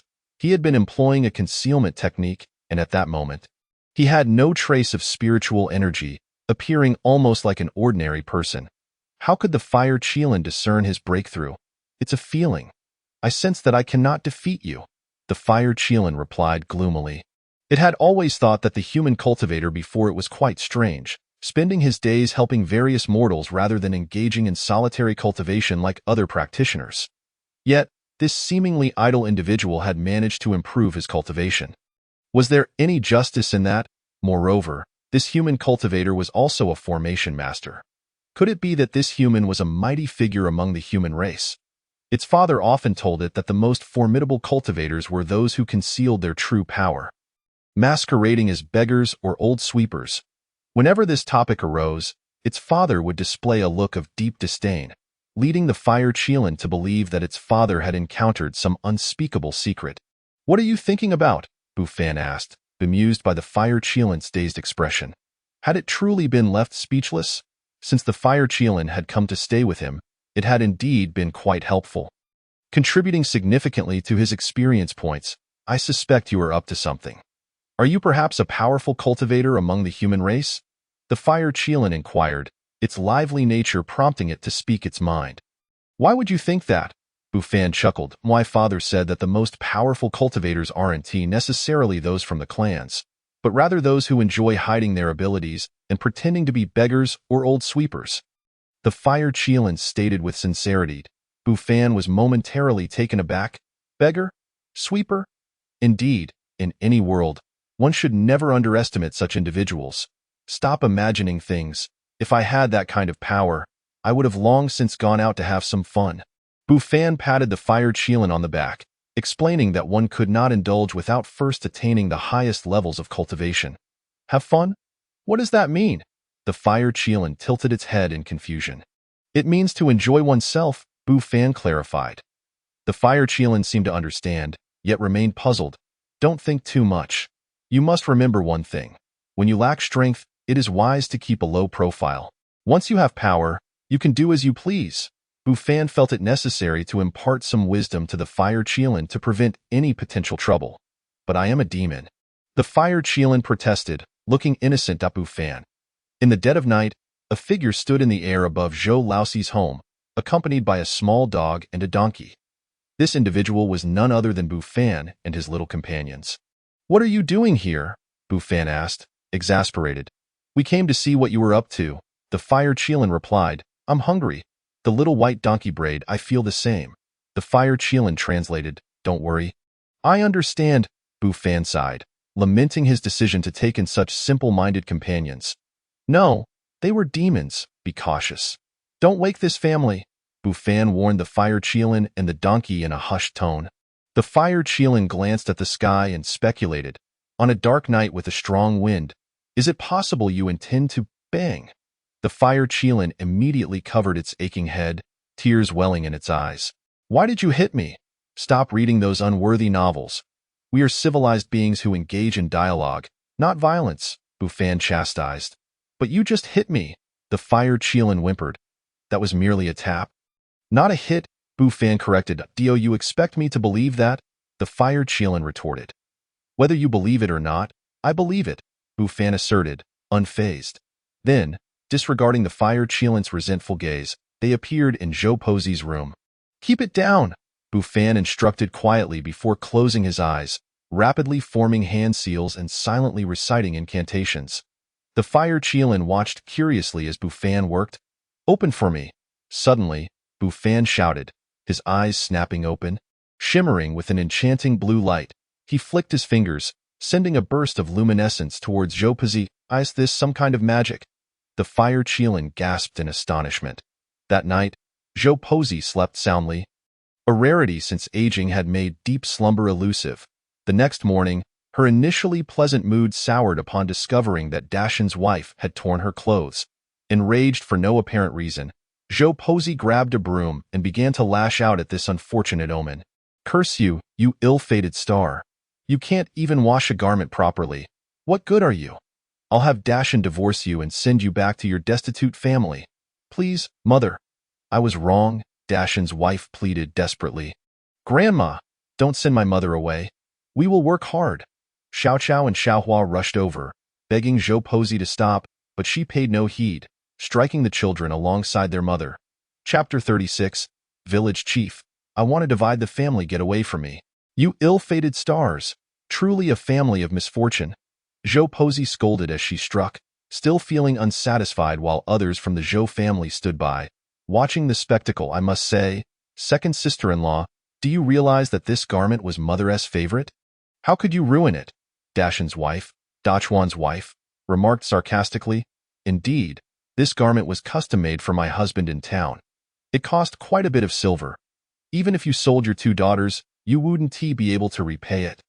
Zhou Dai's wife spoke with a tone laced with sarcasm.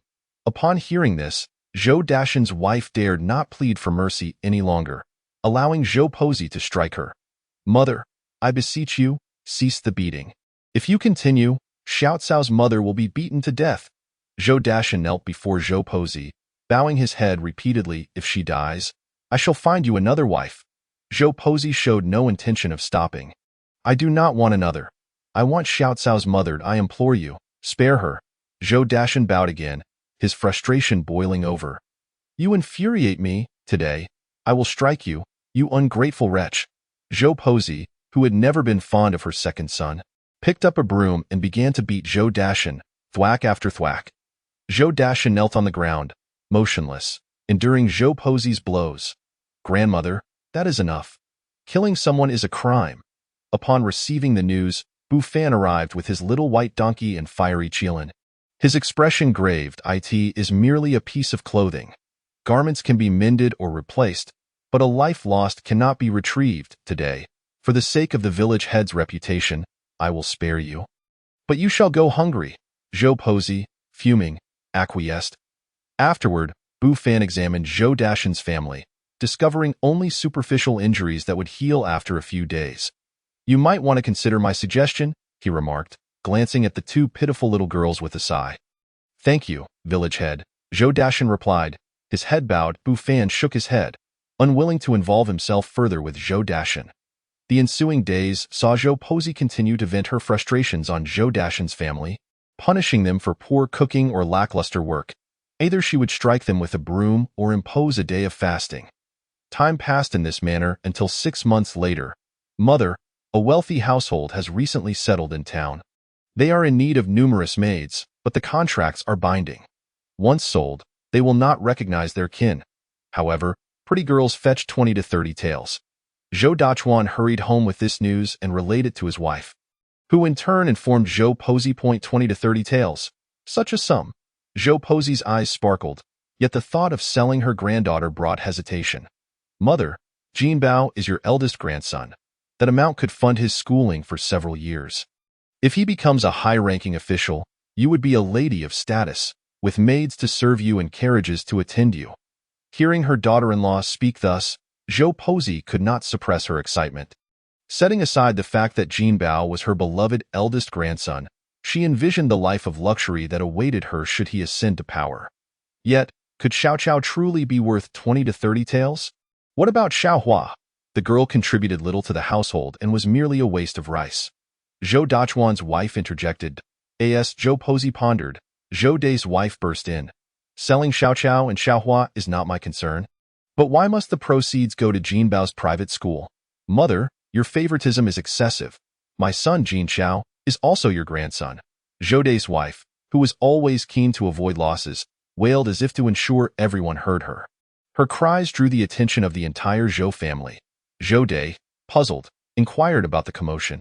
Ignoring any decorum, Zhou Dai's wife spilled the beans about Zhou Posey's plan to sell Xiao Cao and Xiao Hua to fund Jin Bao's education. Zhou Dachuan and his wife turned pale. Mother, you cannot sell Xiao Cao and Xiao Hua. They are your own granddaughters. Zhou Dashan, deeply pained for his 2 daughters, knelt and pleaded. His wife, equally shocked by Zhou Posey's intentions, also knelt in supplication. Grandmother, please do not sell me and my sister. We will work hard in the future. The 2 little girls knelt before Zhou Posey, crying for mercy. What is the matter? Do you expect me to die and have my words hold no weight? Zhou Posey was resolute in her decision to sell Xiao Cao and Xiao Hua. Mother, I beg you, do not sell them. I will do anything you ask in the future. Zhou Dashan wept, constantly bowing his head to the ground. You truly wish to drive me to madness. Zhou Posey, infuriated, brandished her broom at Zhou Dashan. I have raised you with great effort, only to find I have nurtured an ungrateful wretch. Watch as I do not beat you to death today. Mother, do not strike my father. Xiao Qiao and Xiao Hua shielded Zhou Dashan, while Zhou Dashan's wife clutched him tightly. Well then, see if I do not beat you all today. The more Zhou Pozi struck, the more fervent her blows became. Sister-in-law, we are doing this for Xiao Qiao and Xiao Hua's benefit. That family is rich. Those who work for them eat meat daily and receive a monthly salary. Zhou Dachuan's wife feigned concern. If such a good opportunity exists, why not send your own daughter? Zhou Dai's wife retorted. It was well known that Zhou Dachuan also had a daughter, but he was particularly protective of her. My daughter cannot serve as a maid. She is destined to become the wife of a wealthy household. Zhou Dachuan's wife shot a disapproving glance at Zhou Dai's wife, who was stirring trouble. They often competed, but she never expected such a good opportunity would be muddled by Zhou Dai's wife. Zhou Dashan felt a chill in his heart. Their daughters were treasures. Did that mean his daughters were not? He was taken aback that it was his sister-in-law who voiced such sentiments. For reasons unknown, a bone-chilling frost enveloped Zhou Dashan, and even the blows from Zhou Pozi felt insignificant. News of the incident quickly spread among the villagers. Bu Fan, alerted, rushed over. What is happening in your household? You seem to constantly stir up trouble. Do you think I, as village head, am too idle? Seeing Zhou Dashan's family on the verge of collapse, Bu Fan shouted angrily, instructing the villagers to pull Zhou Pozi away. Now, what is the matter this time? Zhou Pozi fell silent, and the rest of the Zhou family remained tight-lipped. After all, the notion of selling one's own granddaughters was not something to be proud of. Village head, I wish to divide the family. Zhou Dashan's face was ashen, as though his soul had departed. What?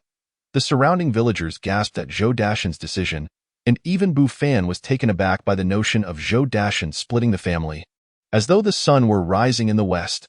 You? Zhou Pozi appeared equally astonished by Zhou Dashan's declaration. He shot her a glance, gritting his teeth, and revealed her plan to sell Xiao Qiao and Xiao Hua. This revelation was like a stone thrown into a tranquil lake, sending ripples of shock through the crowd. The villagers were aware that Zhou Pozi had never favored Zhou Dashan's family, but they never imagined she would consider selling her own granddaughters. What do you understand? I am merely sending Xiao Qiao and Xiao Hua to work as maids for the wealthy merchant in town. It is not a bad deal. They will receive wages and eat meat daily. They are merely going to enjoy a better life. Zhou Pozi defended herself indignantly. Grandmother, I know not of any wealthy merchant who has recently moved to town and is offering such high wages for maids. Bu Fan retorted with a cold laugh. However, I am aware of a place that perfectly suits your criteria, a new establishment in town that pays high wages and offers great benefits. Village head. Where might that be? A villager inquired curiously. The newly opened Yihong Lu, Bu Fan replied flatly. The villagers gasped. While women and children might not know what Yihong Lu was, the men had heard whispers. It was a notorious establishment, not a respectable one. Zhou Dashan and his wife were similarly shocked, while Zhou Dachuan and his wife exchanged uneasy glances. What is Yihong Lu? Zhou Pozi asked, perplexed. Yihong Lu is a place where only men are permitted to enter for their enjoyment. Bu Fan stated, hands clasped behind his back. Impossible. Although Zhou Pozi had never left the village, she was not naive enough to misunderstand what such an establishment entailed. Her face turned pale. If you do not believe me, go inquire. Yihong Lu opened recently and posted notices inviting families who could not afford to raise daughters to sell them. Those who are beautiful can fetch 50 to 60 taels. Bu Fan spoke coldly. 50 to 60 taels? Zhou Pozi turned sharply to Zhou Dachuan and his wife. Did you not say it was only 20 to 30 taels? They were at a loss for words. There is indeed a middleman who takes a cut. Hearing what Yihong Lu was and realizing she intended to sell her granddaughters there, Bu Fan admonished, Zhou Pozi, you have no shame. What of the village's reputation? How will the villagers face others if they learn of this? The village head speaks the truth. Zhou Pozi, this is utterly unacceptable. How can you even consider sending Xiao Qiao and Xiao Hua to such a filthy place? Indeed, if others from neighboring villages discover we sold our daughters to that sordid establishment, how will our daughters find husbands in the future? This is simply outrageous. In an instant, the villagers were filled with indignation, for they all had daughters and granddaughters.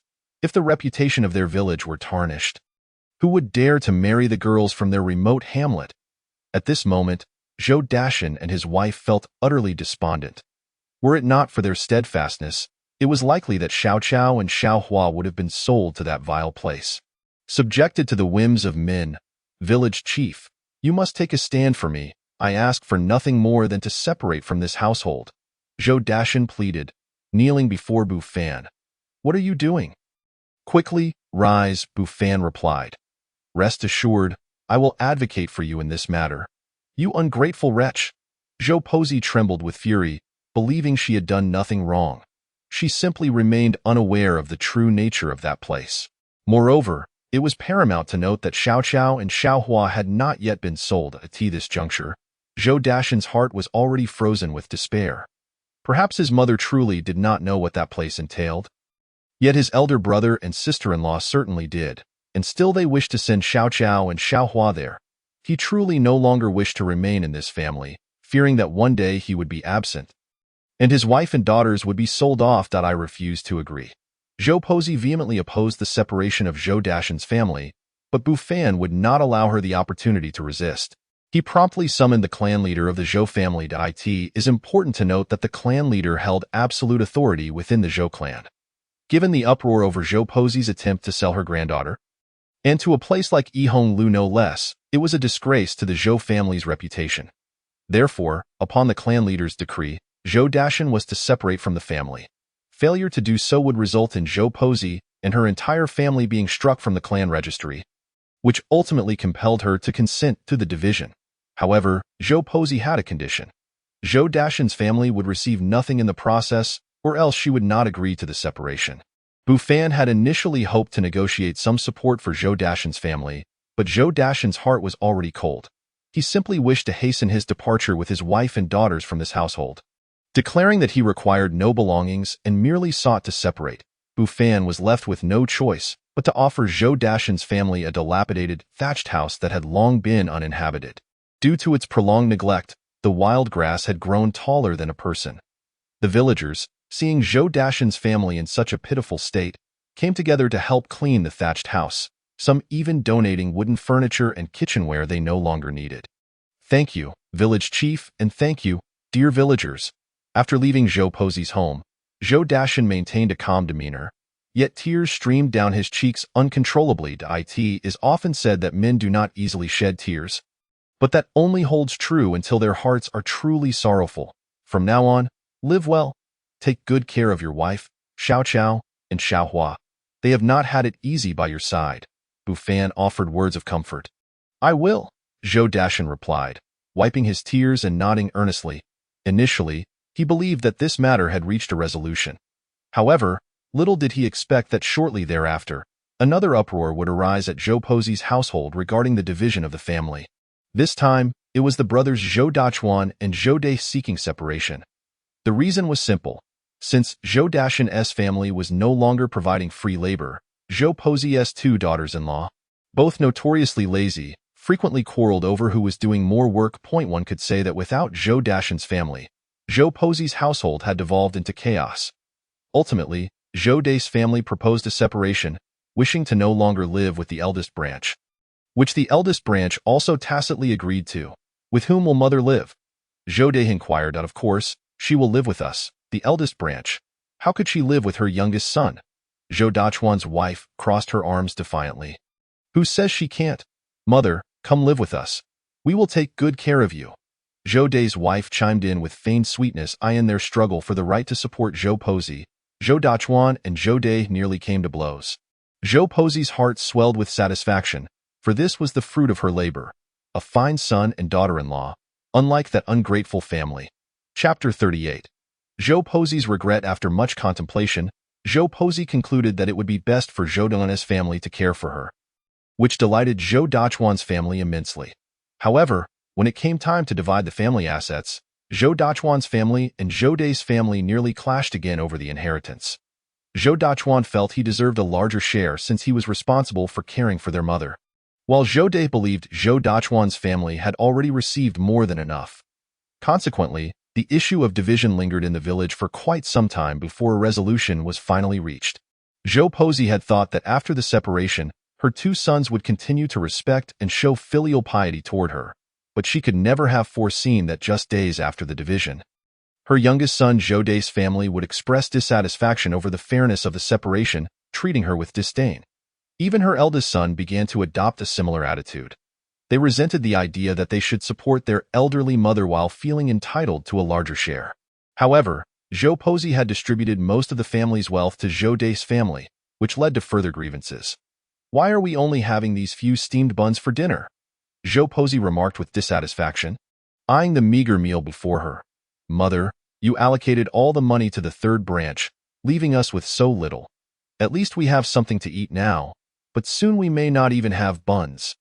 Zhou Dachuan's wife retorted sarcastically, "A little money? There are still over 30 taels.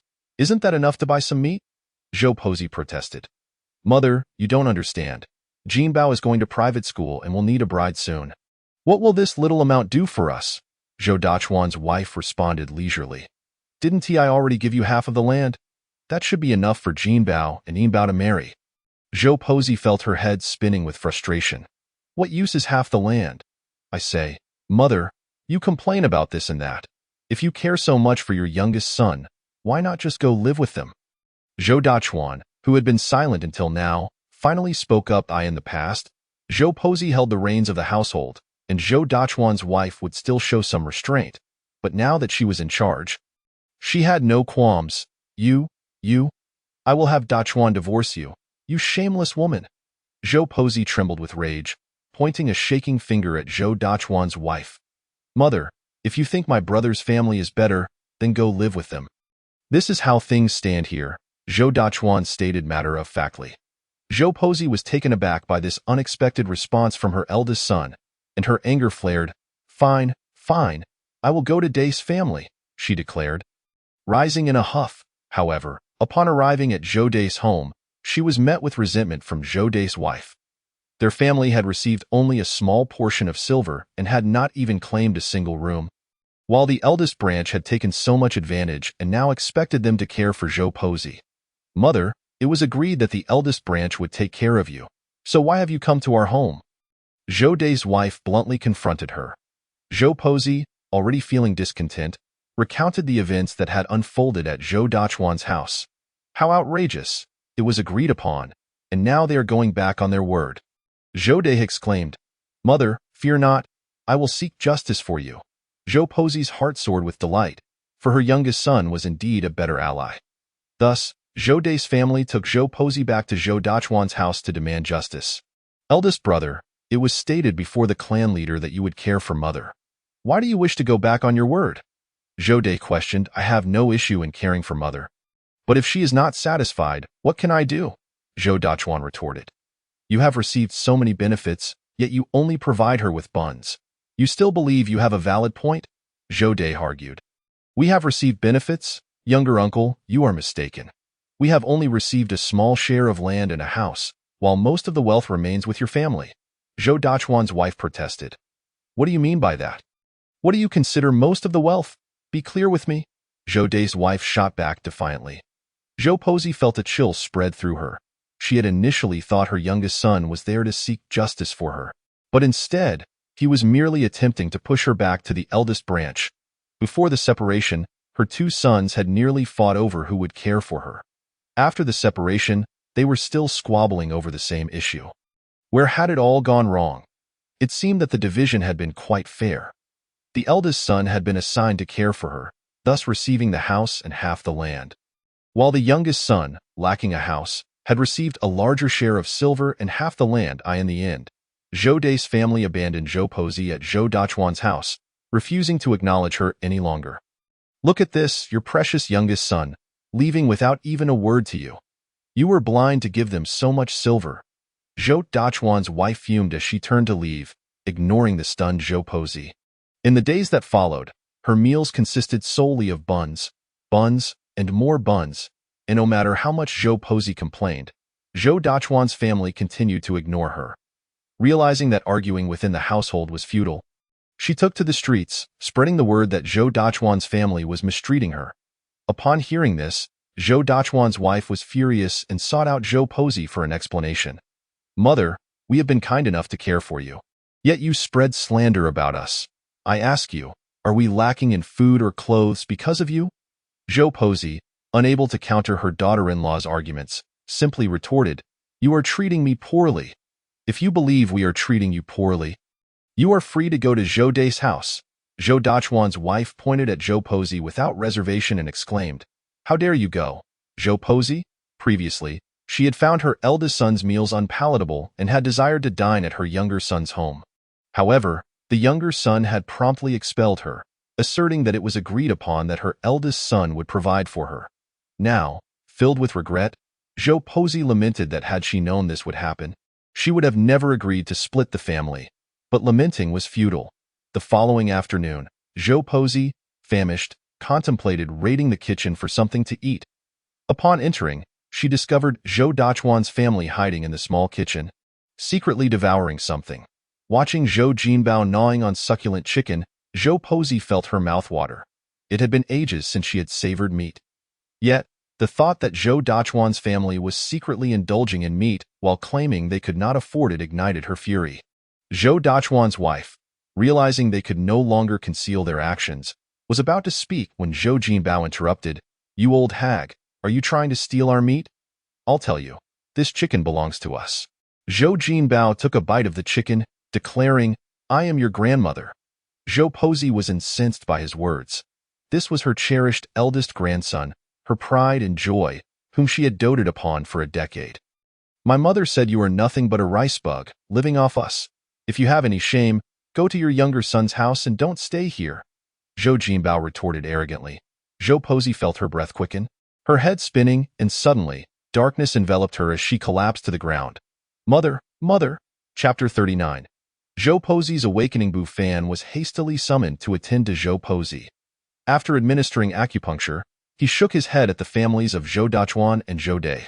She has been saved, but her ability to move and speak may be impaired in the future. You, as her sons and daughters-in-law, should take extra care of her. Zhou Dachuan's family and Zhou Dai's exchanged glances.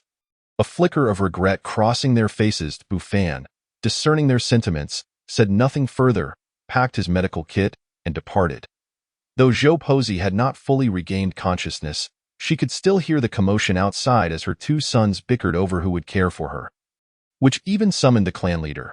Ultimately, the clan leader decreed that the families of Zhou Dachuan and Zhou Dai would take turns looking after Zhou Posey, thus quelling their quarrel. Zhou Posey had hoped that her illness would inspire her sons to care for her, but she was unprepared for the nightmare that ensued. Both sons and their wives shirked their responsibilities, delegating her care to the children, who, finding it troublesome, simply tossed her food onto the table for her to fend for herself. However, with her impaired limbs and distorted face, she was unable to serve herself. Despite her protests, her sons and daughters-in-law ignored her pleas. She longed to seek justice from the clan leader or village head, but both families had conspired to lock her away, preventing her from escaping. Ultimately, in sheer desperation from hunger, Zhou Posey buried her head in the bowl to eat. Neglected for so long, she was encrusted in filth, her stench so foul that the children dared not approach her. Even Zhou Posey was acutely aware of her own unbearable odor. What a wretched old hag! Why won't you just die? What purpose does your existence serve? Zhou Jinbao exclaimed, pinching her nose in disgust as she hurled 2 stale buns at Zhou Posey before turning away. Tears streamed down Zhou Posey's face as she stared at the buns on the ground. Trembling, she picked one up and bit into it. The stale bread was so hard that it knocked out 2 of her teeth, blood mingling with the bun, softening it slightly but leaving a metallic taste. She chewed slowly, her eyes vacant, the words of Zhou Jinbao echoing in her mind. What a wretched old hag! Why won't you just die? What purpose does your existence serve? Perhaps those words fueled her determination. That night, while the Zhou family slept, Zhou Posey stealthily slipped out of the house. Stumbling awkwardly due to her frailty, she made her way toward the back mountain. Yet, before she could leave the village, she tripped over a stone and fell, landing in a disheveled heap. Wah! Zhou Posey cried, her sobs hauntingly eerie in the stillness of the night. Regret consumed her, not for the division of the family, but for having given birth to such ungrateful wretches. She yearned to confide in her late husband, to lament the ingratitude of her children. The biting wind cut through her, and she felt a chill that seeped deeper than her skin. It was a coldness that settled in her heart. Her eyelids grew heavy. "Mother, what are you doing here?" A familiar yet distant voice broke through the darkness. It was Dasha, the second son she had once dismissed. Suddenly, Zhou Pozi felt herself lifted, her body cradled in his arms.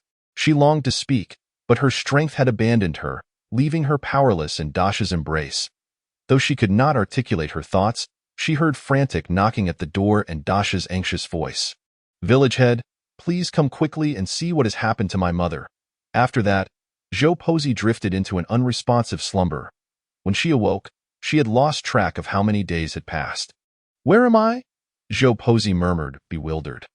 She lay on a clean bed, the sticky sensation of neglect gone, replaced by a fresh outfit that, though slightly worn, felt comforting. It had been ages since she had worn clean clothes.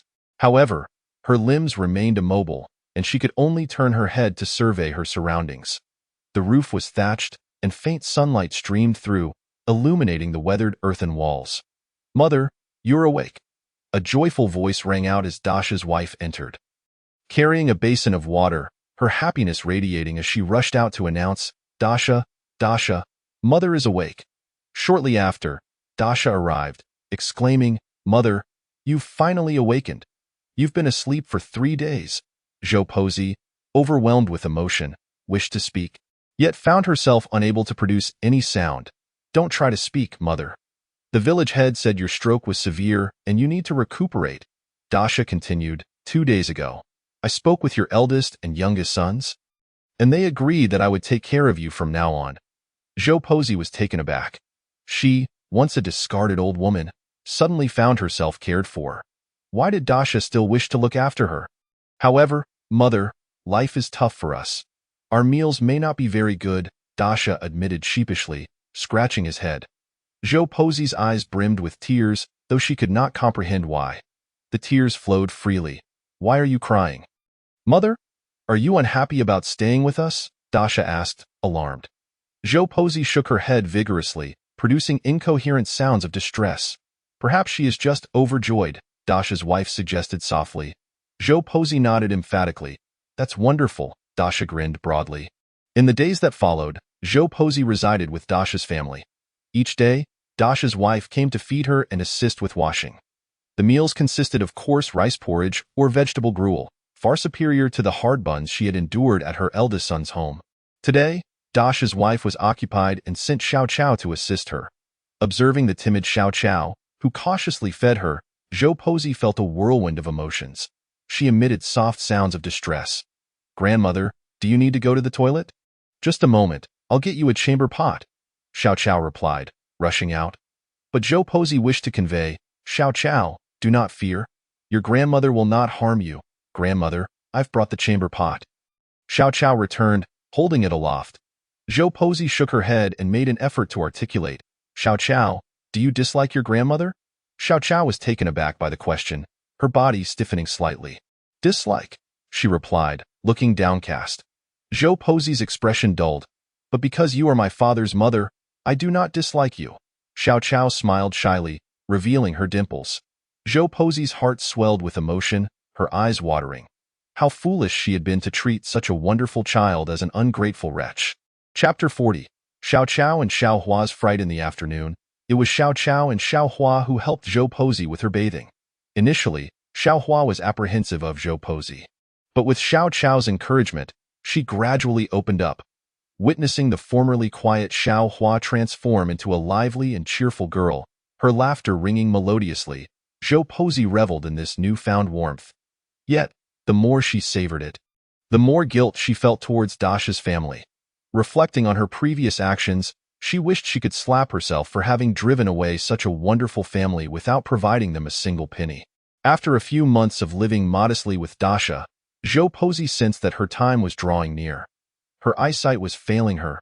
"Village head, I implore you, save my mother," Zhou Dashan implored, with the oil exhausted and the lamp extinguished. "Grandmother Zhou should have departed this world months ago. It is my acupuncture that has prolonged her life until now. Uncle Dashan, may you find solace in your grief."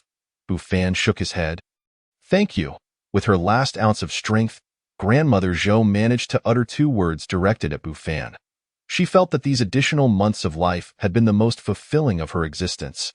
As they assured her that someone still cared for her, Bufan nodded in acknowledgement. These were the final words of Grandmother Zhou.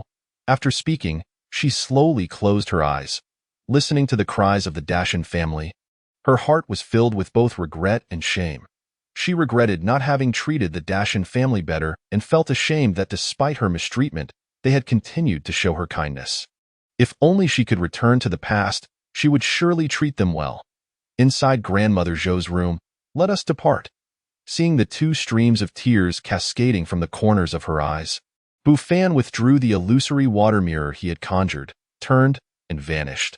The little white donkey and the fire Qilin exchanged glances before also disappearing from the room. Bufan, were those scenes we witnessed the future events that will unfold for Grandmother Zhou? Or were they merely a dream of your creation? The fire Qilin queried, perplexed. In the water mirror, it appeared as though Grandmother Zhou had experienced years of events, while in reality, only half an hour had passed. What do you think? Bufan replied, hands clasped behind his back, a cultured smile gracing his lips. How should I know? The fire Qilin retorted, somewhat irked. Stop being cryptic. Whether you affirm or deny, who can truly discern? Bufan chuckled, hands still behind his back, vanishing into the night sky. The fire Qilin scratched its head, pondering, so is it or isn't it? If it is, then Bufan's abilities are truly unfathomable. Such mastery over the past and future is not something an ordinary cultivator can achieve. Even his father, the Demon King, could not manage it. He claims not to be a recluse or a sage, yet hasn't he revealed his true nature? The fire Qilin muttered, viewing Bufan as merely a pretentious figure hiding in a small village. Unbeknownst to Bufan, the fire Qilin's thoughts were irrelevant. In truth, he himself could not discern the reality of the scenes involving Grandmother Zhou, for they were conjured by a specific technique he had mastered. This technique, acquired in the early stages of his cultivation, was known as the celestial cycle of reincarnation. It was not primarily a combat technique, but according to its description, upon reaching profound mastery, one could perceive the causal relationships and know the past and future. Yet, witnessing himself in Grandmother Zhou's dream raised questions. If it were the future, would she be aware of his watching her? He found himself uncertain of the veracity of the events in her dream, or whether they were merely a parallel world. Nevertheless, he mused in her dream, he appeared rather handsome. Regardless, experiencing this dream would likely lead Grandmother Zhou to treat the Dashan family with more kindness, thus eliminating one less task for him to undertake. Bufan felt no regret. In his view, some matters were meant to be addressed while others were not. The following morning, Bufan leisurely rode the little white donkey through the village, encountering Xiaoqiao and Xiaohua, who were on their way to find him. Village chief brother, please come home with us to see my grandmother, Xiaoqiao insisted, tugging at him to go along. Xiaoqiao, if you want me to come, you should at least tell me what has happened to your grandmother. Bufan replied, puzzled. Did his powerful action last night overwhelm Grandmother Zhou, leading to her demise? My grandmother? My grandmother. Xiaoqiao struggled to explain, recounting the events of the morning. This morning, Grandma asked us to come to the table for breakfast and even gave me and Xiaohua 2 eggs. Jinbao was scolded when he refused to share. Xiao Cao's little face reflected sheer terror. Yes, yes. Grandma also told us we didn't have to work and could come out to play. She must be ill. Xiaohua chimed in, nodding vigorously. Bufan found their concern both amusing and endearing. It seemed the rapid change in Grandmother Zhou had startled the 2 sisters. Though not worry, Bufan reassured the little girls. Your grandmother is better now, better? The 2 sisters appeared confused. Indeed, your grandmother used to suffer from an ailment, but now she has recovered, which is why she seems different, Bufan explained in terms they could understand. Village chief brother, does that mean Grandma won't scold us anymore? Xiaohua focused on the key point. You could say that, Bufan nodded. In her time of abandonment and despair, only the Dashan family had been willing to care for Grandmother Zhou, and he believed that even she, despite her past indifference, must have felt something. That's wonderful, Xiaohua exclaimed joyfully, and Xiaoqiao couldn't help but smile as well. Watching the 2 girls bounce away in glee, Bufan shook his head with a smile. Perhaps for children, Happiness was indeed that simple. In the afternoon, he encountered Grandmother Zhou on the road. "Little village chief, where are you headed?" She greeted him unexpectedly. "Oh, Grandmother Zhou. I'm going to check on the pigs at Uncle Zhu's place. They seem to be unwell," Bu Fan replied with a smile. "That as for me, I'm off to pay respects to my late husband," Grandmother Zhou said cheerfully. "I can't chat now, but do come over for tea when you have the time." "Of course," Bu Fan nodded, observing her rosy complexion as she departed, feeling a sense of admiration. Indeed, those who have faced life and death are fundamentally different. Even their temperaments shift. However, the fact that Grandmother Zhou was going to pay homage to her husband made him wonder if last night's dream was a message from him. Chapter 41. Rebirth or Dream? On the hillside, old man. I had an incredibly long dream last night. In it, I banished the Dashan family. Grandmother Zhou knelt before her husband's grave, burning joss paper as she recounted everything from her dream. As she reached the end, tears welled up in her eyes uncontrollably. I thought it was merely a dream, but later I realized it felt too real. She vividly recalled the final moments before her demise. Hearing the Dashan family weeping for her, and her heart was filled with regret, resentment for not having treated them better, even just once. Yet, she realized that from Dashan's birth to his marriage and the birth of his daughters, she had never shown him kindness. Instead, her behavior had only worsened. Regardless of how she scolded or beat him, Dashan had always obediently listened to her, simply because she was his mother, deepening her sense of regret. In the end, she prayed to the heavens, "If only I could go back to the past, I would treat the Dashan family well." She wondered if her words had any merit. When she awoke again, she found herself truly back in the past, before she had expelled the Dashan family. Initially, she thought it was all a fabrication, a dream before her death, even pinching herself to confirm, but she discovered everything was genuine. However, she soon became confused, questioning whether this was a dream or if her previous experiences had been the dream. It wasn't until Dashan's wife tore her favorite garment while washing that Grandmother Zhou realized this was not a dream. It was real. In her memories, Dashan's wife had ruined her cherished attire, prompting her to angrily chase them away with a broom. Regardless of whether this was a dream, she resolved to make amends with the Dashan family in this life. This was Grandmother Zhou's conviction. Perhaps this truly was a dream. Or perhaps the heavens had granted her a chance to atone. In the ethereal realm, hearing Grandmother Zhou's realization, Bu Fan stood with his hands clasped behind his back before vanishing from sight. "You have transformed the essence of an exceptional grandmother. Reward. Encyclopedia of Artifact Refining. Is there even a reward for this?" Bu Fan was taken aback. He had assisted the Dashan family not for the sake of rewards, but purely out of duty as a village chief. However, receiving a reward was better than none at all. Yet he wondered what use the Encyclopedia of Artifact Refining would be for him. The system could reward him with magical artifacts and spirit treasures. Why bother with refining? Wouldn't it be more enjoyable to complete tasks? Oh well, having it is better than not having it. Bu Fan chose to study the comprehensive Encyclopedia of Weapon Forging. He initially believed that the Zhou family's matriarch, Zhou Pozi, would have a change of heart and that peace would finally reign for a while. Little did he know, the true drama was yet to unfold. Zhou Pozi underwent a dramatic transformation that many villagers began to notice. Previously, she maintained a stern demeanor towards others, but now, she greeted everyone with a warm smile, as if radiating familiarity and affection. This was not all.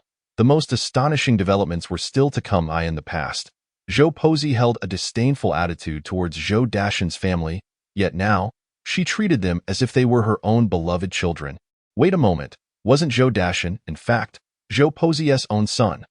Consequently, many villagers speculated that perhaps Zhou Pozi had experienced a moral awakening, prompting her newfound kindness towards Zhou Dashan's family. However, her treatment of Zhou Dachuan and Zhou Dehe's families stood in stark contrast, leaving many perplexed. Historically, Zhou Pozi seldom required her daughters-in-law to engage in labor, but now, each morning, she brandished a broom, compelling the wives of Dachuan and De to tidy the house and wash clothes. Even Zhou Jinbao, whom she had always cherished, was not spared. If he misbehaved, she would unhesitatingly wield the broom to discipline the unruly child, leaving the villagers utterly astounded.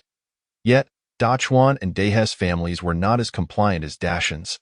and they openly suspected Zhou Pozi of being bewitched, claiming that Dashan's family had secretly summoned a sorcerer from the town to cast spells against them.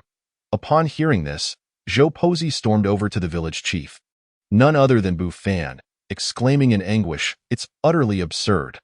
I merely asked my daughters-in-law to work, and now my family is accused of being possessed. Village chief, elder, you must stand up for me." Zhou Pozi wept uncontrollably. Quest introduction.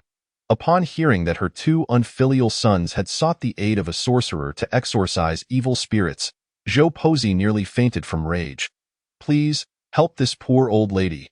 Quest reward, 20,000 experience points. It appears that Zhou Pozi's daily tasks will require continual attention. Half a month later, Xiao Chao and Xiao Hua arrived early in the morning with a handful of wild vegetables to present to Bu Fan. "Village chief brother, these are the wild vegetables we gathered."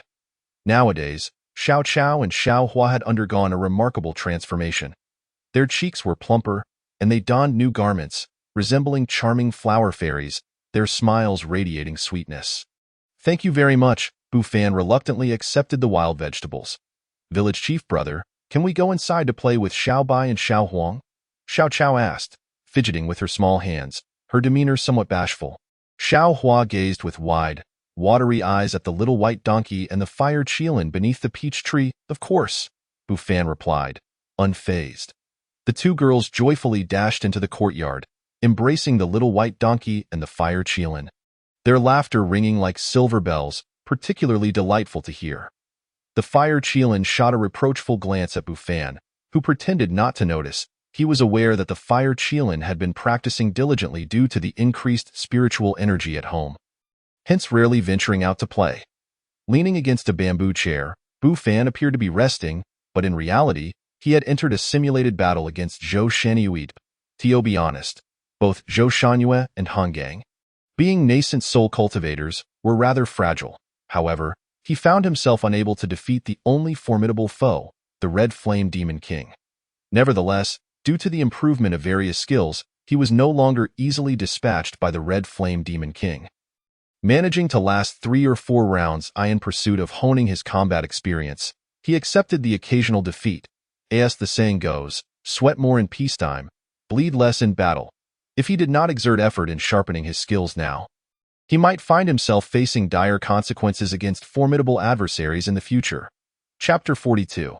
Discovering the method to gain experience points. "Wow, Xiao Huang, you are incredible." Suddenly, shouts of astonishment erupted from Xiao Chao and Xiao Hua. Bu Fan slowly opened his eyes and turned to look at that moment. The two girls were crouched down, staring in amazement at the ground, while the fire Qilin was scratching something into the earth with its claws. Bu Fan approached to investigate, discovering that the fire Qilin had inscribed the names Xiao Chao and Xiao Hua. The two girls were evidently unaware that these characters represented their names, yet they were astounded and thrilled that the fire Qilin had written them. "This one is Xiao Chao, and this one is Xiao Hua." Bu Fan pointed at the inscriptions, enunciating each character carefully. "It's actually our names," the girls exclaimed, their mouths agape in excitement. "Village chief brother, did you teach the fire Qilin to write?" Xiao Chao asked, her eyes sparkling with anticipation. Bu Fan sighed. It was not him who had taught the fire Qilin, but rather its innate ability. However, he was reluctant to disclose the truth about the fire Qilin being a magical beast to the two girls. "Let us say I did," he replied with a smirk. The fire Qilin pouted, displaying an air of disdain. "Village chief brother, you're amazing." Xiao Chao and Xiao Hua expressed their admiration fervently. Bu Fan wiped his nose, feeling somewhat flattered by their reverence. "Would you like to learn to read?" he asked, affectionately ruffling their hair. "Can we really learn to read? My mother says that reading and writing costs a lot of silver. And besides, both Xiao Hua and I are girls," they said, nervously clutching their garment edges. Bu Fan paused for a moment. Indeed, the expenses associated with education were not manageable for the average family, not to mention the cost of ink, paper, and brushes. Attending a private school required a significant sum. Rumor had it that each month, the private school teacher demanded 2 taels of silver, a sum that most families could hardly afford in a month's wages. Furthermore, there was no private school in their remote village, necessitating travel to a neighboring village, which took over an hour even on well-maintained roads. Suddenly, an idea flashed through Bufan's mind. What if he established a private school in the name of the village chief? He wouldn't even need to hire a teacher. He could simply teach himself. After all, the skills he had initially upgraded included music, chess, calligraphy, and painting. When he maxed out those skills, he had hoped to explore the outside world, only to realize that this world was not an ancient one but a perilous realm filled with dangers. This revelation prompted him to remain in the village for safety. He could confidently assert that few scholars could rival his skills in music, chess, calligraphy, and painting. Thus, teaching the children to read and write would be a straightforward endeavor. More importantly, there might even be quest rewards. After all, defending the village from enemy attacks yielded item rewards, and transforming the village was similarly rewarded. Why wouldn't he establishing a private school also come with rewards? Moreover, even without rewards, conducting a private school would present numerous opportunities for quests as children would inevitably have questions. How much experience could he accumulate in a day? Bufan felt exhilarated at the thought. Not only would he enable the children to read and write, but he could also accrue experience points. What a win-win situation. Additionally, as the village chief, quests typically came to him rather than him seeking them out, meaning he often found himself idly waiting at home for villagers to approach him. Rest assured, you won't need to pay anything to learn to read and write with village chief, brother. Bufan declared with a smile. Really? That's wonderful. Xiao Chao and Xiao Hua beamed with joy. Your friend Xiao Chao's affection level for you has reached 90. Your friend Xiao Hua's affection level for you has reached 90. Bufan, ever one to act on impulse, convened several clan leaders that very afternoon to discuss the matter. Wang Changgui and the others were puzzled, as this was the first time Bufan had summoned them since taking office as village chief. Without unnecessary preamble, Bufan explained his intention to establish a private school in the village, leaving Wang Changgui and the others utterly astonished. Village chief, I don't mean to discourage you, but opening a private school in the village is no small feat. You know our village is not affluent, and there aren't too many families who can afford the tuition, clan leader Song advised. Indeed, village chief, let us not even discuss other matters. Finding a teacher would be a challenge. Clan leader Zhou added. The other clan leaders nodded in agreement. Fear not, you won't need to contribute any funds for the private school. Bufan understood their hesitation stemmed from financial concerns. The village leaders breathed a sigh of relief at the prospect of not having to spend their own money. Could it be that the village chief intended to have the villagers contribute funds for the school? Xiaofan, if you have any ideas, please feel free to share. We old fellows will not sit idly by. Wang Changgui said. Then I shall speak candidly. Bufan laid out his plans, but when he proposed to be the schoolmaster himself, the clan leaders exchanged skeptical glances. Village chief, you intend to be the schoolmaster? Clan leaderly hesitated. They were all aware that Bufan had only attended private school for 2 years in his youth, raising doubts about his qualifications. Quest, establish a private school. Quest introduction. For the sake of his fellow villagers, a humble village chief decides to undertake a monumental task. However, faced with skepticism and disdain from those around him, can this small village chief endure? Absolutely not. 10 years in the east, 10 years in the west. Do not underestimate the youth in poverty. Young village chief, prove to these ignorant mortals what you are capable of. Task reward, 50,000 experience points and an unparalleled cultivation manual. Accept, decline. Is this a system task? Bufan pondered. It seems the system can issue tasks as well. Previously, he had only received tasks at the behest of villagers. This was the first time a task was issued by the system. Could it be due to his position as the village chief of GL Village? However, was this task description not a bit too juvenile? And what does it mean to be a humble village chief? He is quite renowned in GL Village, after all. Yet, as for the reward being a cultivation manual, he wonders how it compares to the Supreme Sitting and Forgetting Sutra. Chapter 43. The Shock of the Clan Leaders. Do you, esteemed clan leaders, doubt my abilities? If so, feel free to test me and see if I am fit to be this private tutor. Bufan declared with confidence. These clan leaders were well-educated scholars, some of whom had even attempted the imperial examinations, though without success. Since the young village chief has suggested it, I shall put you to the test. Clan leader Song immediately questioned Bufan regarding the meanings of various passages from the Book of Songs. Bufan answered effortlessly, even providing more detailed explanations than several of the clan leaders were aware of. After several inquiries, Bufan answered them all with ease. Ah, so that is the deeper meaning behind those words.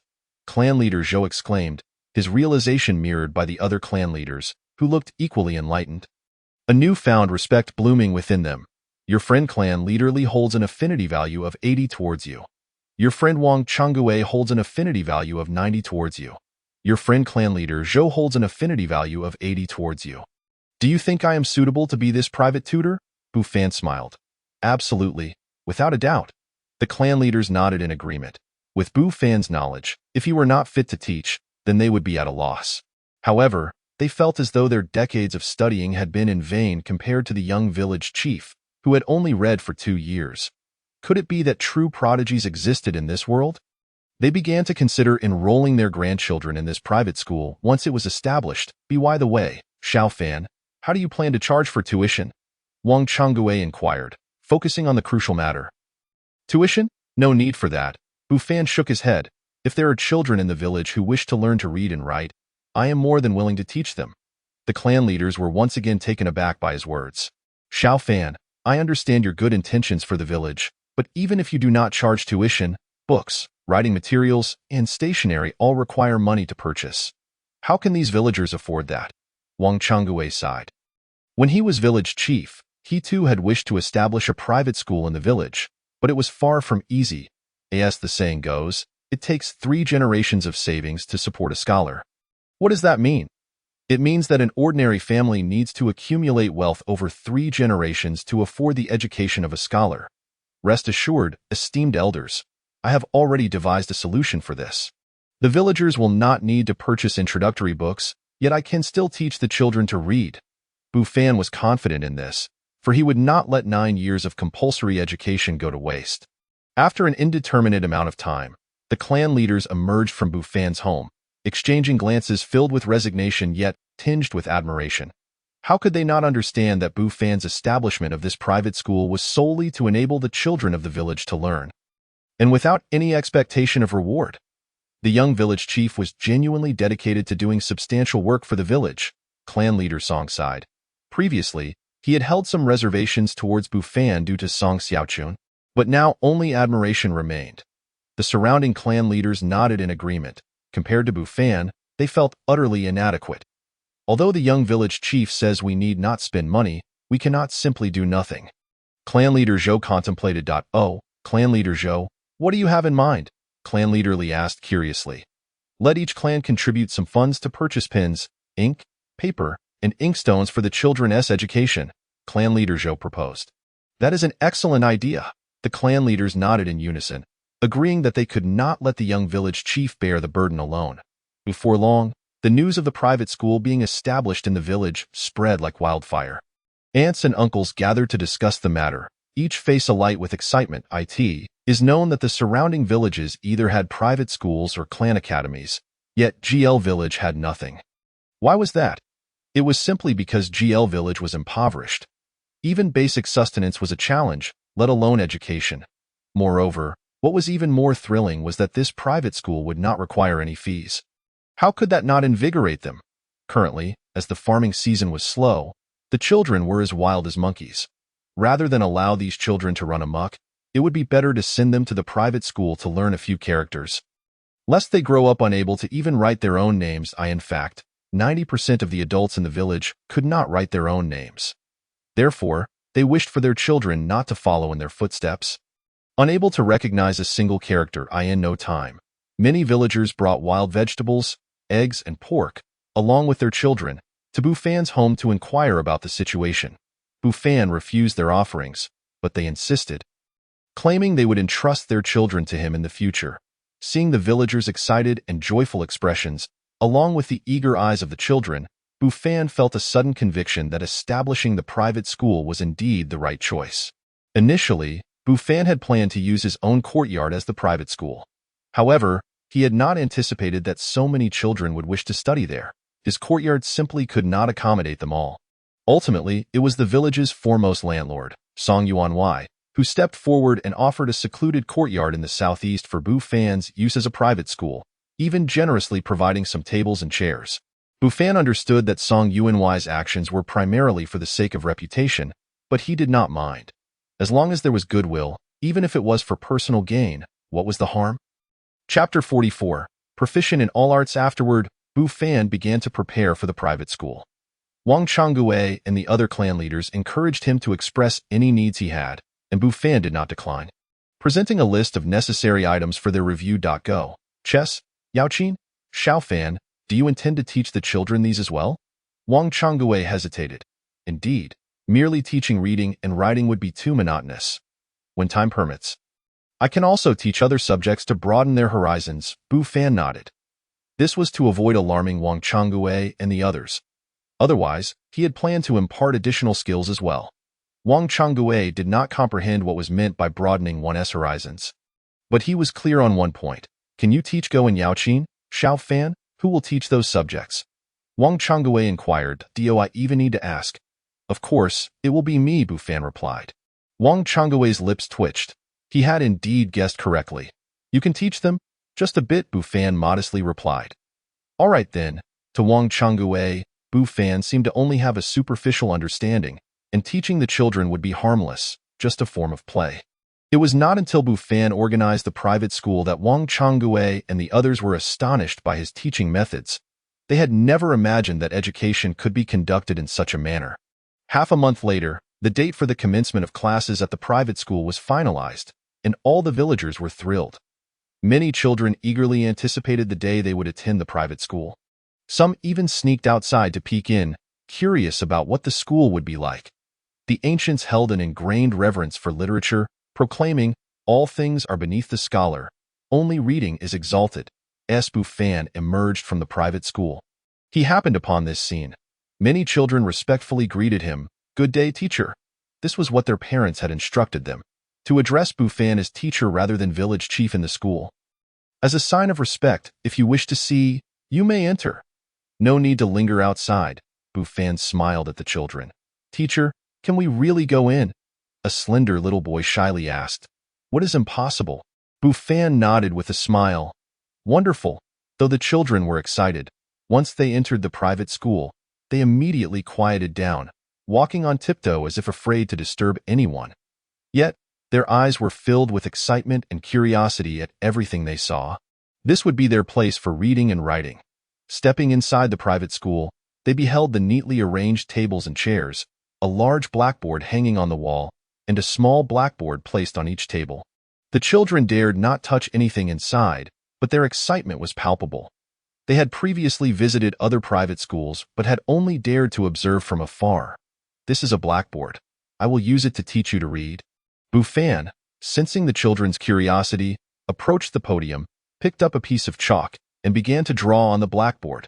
He did not write words, for they would not understand, but instead illustrated the joyful scene of the children entering the private school moments earlier. Is that me? One child noticed a small figure resembling himself on the blackboard, mouth agape in astonishment. That's me. Many children found figures that resembled themselves on the board.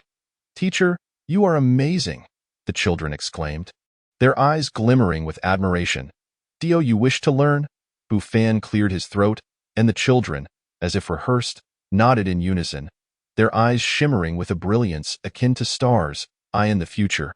I shall not only teach you to read and write, but also to play chess, paint, and play the piano. Follow me, he instructed, leading the children to a secluded room within the private school. Inside, 8 tables were arranged, each adorned with a yaoqin. Teacher, what is this? Asked Xiao Chao, her heart inexplicably drawn to the yaoqin, despite her ignorance of its nature. Many children cast puzzled glances at the unfamiliar instruments.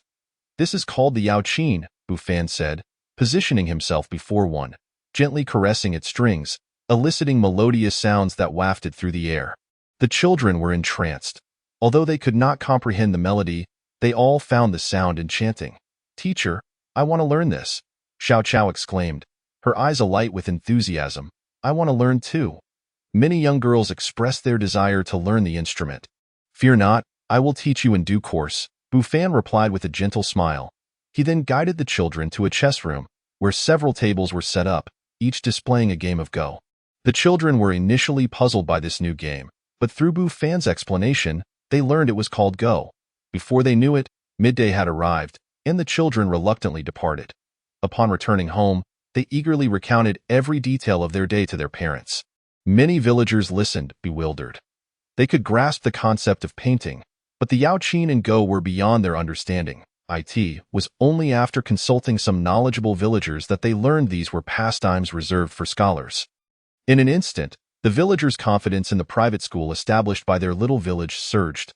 Initially, when word spread about the school's inception, neighboring villages regarded it with skepticism, doubting the qualifications of its founder, believing it to be merely a daycare. This infuriated the villagers of their quaint hamlet, who wished to defend their initiative, yet felt inadequate to confront the doubts. They reasoned that even if their children learned just a few characters, it would be a step forward.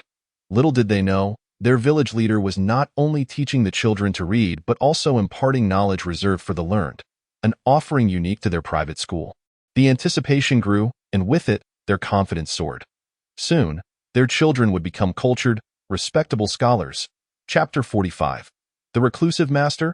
As the school commencement day drew nearer, Bufan pondered what subjects to teach the children. He had an array of enlightening texts at his disposal, such as the 3-character classic, the 100 family surnames, the rules for disciples, and the 1,000-character classic. I shall begin with the rules for disciples, he decided. After preparing the ink, Bufan lifted his brush and began to write fluidly on the rice paper. Meanwhile, beneath the peach tree in the courtyard, the fire Qilin was engrossed in its cultivation. Suddenly sensing a powerful aura emanating from within the house, startling it into halting its practice. What is happening? The fire Qilin pondered, its expression shifting as it turned to peer into Bufan's chamber. Could it be? It hurried to the door and peeked inside, witnessing Bufan wielding the brush, fervently inscribing characters, surrounded by a faint golden glow. The presence of righteous energy left the fire Qilin in awe. Time to wrap up, Bufan declared, gazing at the completed rules for disciples with satisfaction. What a pity! If only he lived in a more conventional era, such penmanship would surely qualify him as a master calligrapher. Xiaohuang, why are you lingering outside? Come and see how I have fared. Bufan suddenly noticed the fire Qilin outside the door and held up the rice paper for it to examine. Upon seeing the fluid, powerful strokes, the fire Qilin's blood surged, immobilized by an invisible force. Bufan, oblivious to the fire Qilin's change in demeanor, mused about how a mere beast could appreciate calligraphy, almost forgetting it was a creature of the supernatural. I almost forgot, you are a demon beast. What do you know of human calligraphy? He chuckled, shaking his head. The fire Qilin felt as if its very soul had been drained, trembling in fear. How terrifying! Had Bufan not taken the rice paper away, it feared its soul might have been extracted. Could this be what my father spoke of, an accomplished human scholar? It recalled that scholars are categorized: those who cultivate Taoist arts, those who practice Buddhism, and those who embody righteous energy. The demon race harbored no fear of the former two, but held an innate dread of Confucian scholars, for a single brushstroke could spell doom for their kind. Fortunately, those capable of cultivating righteous energy were few and far between. However, each one was a formidable entity. The fire Qilin pondered the impressive calligraphy. It was evident that Bufan was not a novice in harnessing righteous energy. Its father had mentioned that beginners in this practice often struggled to inscribe their energy on paper. Most capable of doing so were the revered scholars. The strength of such scholars could be gauged by the number of characters they could inscribe with righteous energy. The rice paper before it was filled with an overwhelming number of characters, leaving the fire Qilin trembling in awe. Was this human scholar even more powerful than a revered sage? It was known that even its father would address such figures with great respect. What manner of being was this human scholar?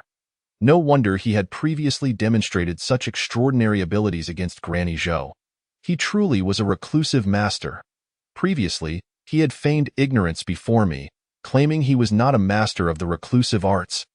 But now, the truth was laid bare. Indeed, my father was right.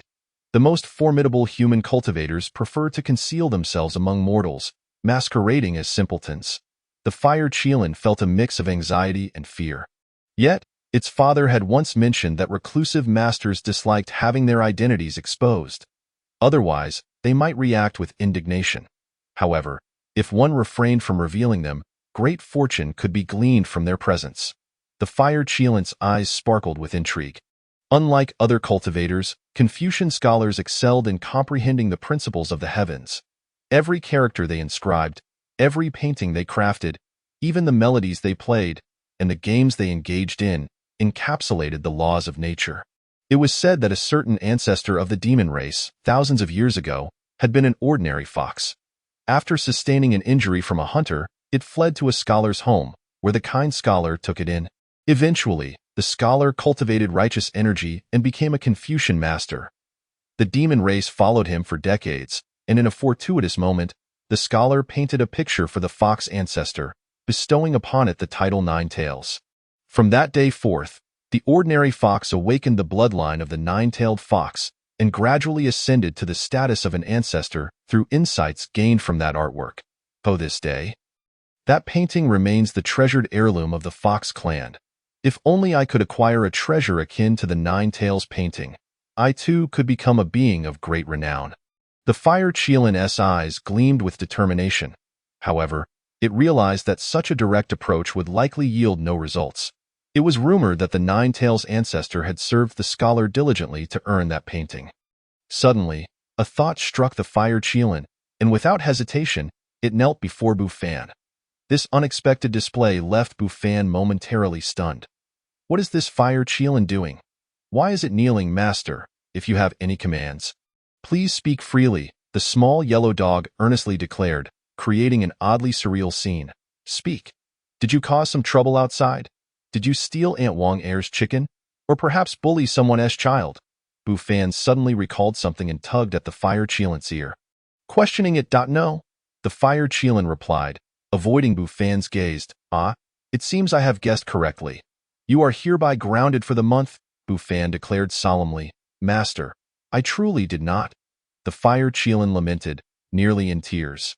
Outside, beneath the peach tree, the little white donkey glanced at the commotion in the house, relieved itself under the tree, and then slowly closed its eyes. Chapter 46. The remarkable private school. Soon, the day of classes at the private school arrived. The village of Jiela was abuzz with excitement as many parents dressed their children in pristine new garments and escorted them to the school. Whether it was anxiety or anticipation, many parents found it difficult to part with their children once they entered the school, opting instead to linger outside. Watching secretly, Bufan found this amusing yet perplexing. Typically, he had no qualms about the children running wild and playing. But now, as their teacher on the first day, he felt a wave of nervousness wash over him. Dear villagers, feel free to come in and observe, as long as you refrain from speaking loudly. Bufan addressed the gathering villagers. Village head, we shall, they responded with eager enthusiasm. Hearing that they could observe their children learning, the parents were overjoyed. Bufan lamented. What parent does not wish for their child to excel? Yet, the majority are constrained by circumstances. Upon seeing their fathers and mothers watching from outside, the children immediately sat up straight. Entering the private school, they wrote the disciples' rules on the blackboard, including the first 6 lines. Look at the beautiful characters written by the village chief. Someone exclaimed, Do you know what those characters say? No, but they look splendid. Many villagers whispered among themselves, but Bufan paid no heed to the outside chatter and began his lesson. Gradually, the sound of children reciting their lessons echoed throughout the village. Disciples' rules, teachings of the sages, first, filial piety and fraternal respect, next, caution and trustworthiness. The busy villagers paused in their tasks, turning their heads towards the eastern direction of the village, their lips curling into smiles of contentment. This was the sound of education from their village's first private school. Having completed the establishment of the private school, Bufan received his rewards, 50,000 experience points and a legendary cultivation method, the Heavenly Demon Strategy. The Heavenly Demon Strategy, an unparalleled magical technique left behind by the ancient demon god Chiyu, contained the mysteries of the universe and possessed earth-shattering power. His swordsmanship and other skills also upgraded significantly. The description of the Heavenly Demon Strategy hinted at its combative nature. Without hesitation, Bufan chose to learn it and placed it in his auto-training slot. Although experience points gained from auto-training were limited, they still contributed to his growth. He had no qualms about whether this strategy was dark magic. as long as it increased his strength and provided him with a means of survival. What harm was there in embracing the path of a demon? He resumed, teaching the children how to write. Completing the guidance task rewarded him with 3,000 experience points twice. The clarification task also yielded 3,000 experience points twice, and the teaching task granted another 3,000 experience points twice. Bufan finally understood the exhilarating experience of exploiting a bug. Whenever a child had a question, they would ask him, and he would receive a task prompt, earning 3,000 experience points for each answer. While it seemed modest, with the village chief's experience bonus, each task could net him 6,000 experience points. The classroom was filled with students, and Bufan could hardly fathom how much experience he could accumulate in a single day. The next day, Wang Changwei came to him, requesting that he name the private school. Bufan felt it unnecessary. But Wang Changwei disagreed. Bufan, this is our village's first private school. It must have a name. When the children grow up and are asked where they studied, what will they say if they cannot name the school? Wouldn't that be a source of embarrassment? Wang Changwei's expression was serious, as if naming the school were of utmost importance. Is it really that serious? Bufan questioned, puzzled. Indeed. Just look at the private schools in other villages. None are without a name. Wang Changwei insisted earnestly. Very well. Since the village chief insists, I shall not argue further. What do you propose we name the school? Tell me tomorrow, and I will find a renowned calligrapher in town to inscribe it for you. I'll cover the cost. Although hiring a famous calligrapher would not be cheap, Bufan's private school was the first in the village, and Wang Changwei held high hopes for it. No need for that. Old village chief, I am the teacher myself. I do not require another's inscription. Bufan replied jokingly. It was absurd to seek out another calligrapher when he considered himself a master of the art. You? Wang Changwei questioned skeptically. What kind of look is that? Do you doubt my writing? Let me tell you, when I studied at a private school, my teacher praised my writing as having the style of a master. Bufan boasted. Wang Changwei raised an eyebrow, a bead of sweat appearing on his forehead. A master's style? You think I'm foolish? You've only studied for a few years, and you believe you possess a master's flair? I have studied for decades and would not dare claim that. However, to avoid discouraging the youth's confidence, Wang Changwei offered, Xiaofan, the calligraphers in town are well versed in their craft. Their writing has a certain distinction. What distinction? It's just writing. Who cannot do it? Bufan waved dismissively. Realizing he could not persuade him, Wang Changwei reluctantly acquiesced, thinking that perhaps they could find a renowned calligrapher later. That afternoon, after dismissing the children, Bufan rode his little white donkey up the mountain, seeking a towering tree. This will do. He retrieved the Hongming sword from his inventory, and with a swift motion, the tree vanished, replaced by a long wooden plaque. What shall I call it? Bufan pondered for a moment before inscribing 2 characters on the plaque. Bufan. All right, little white, let us return.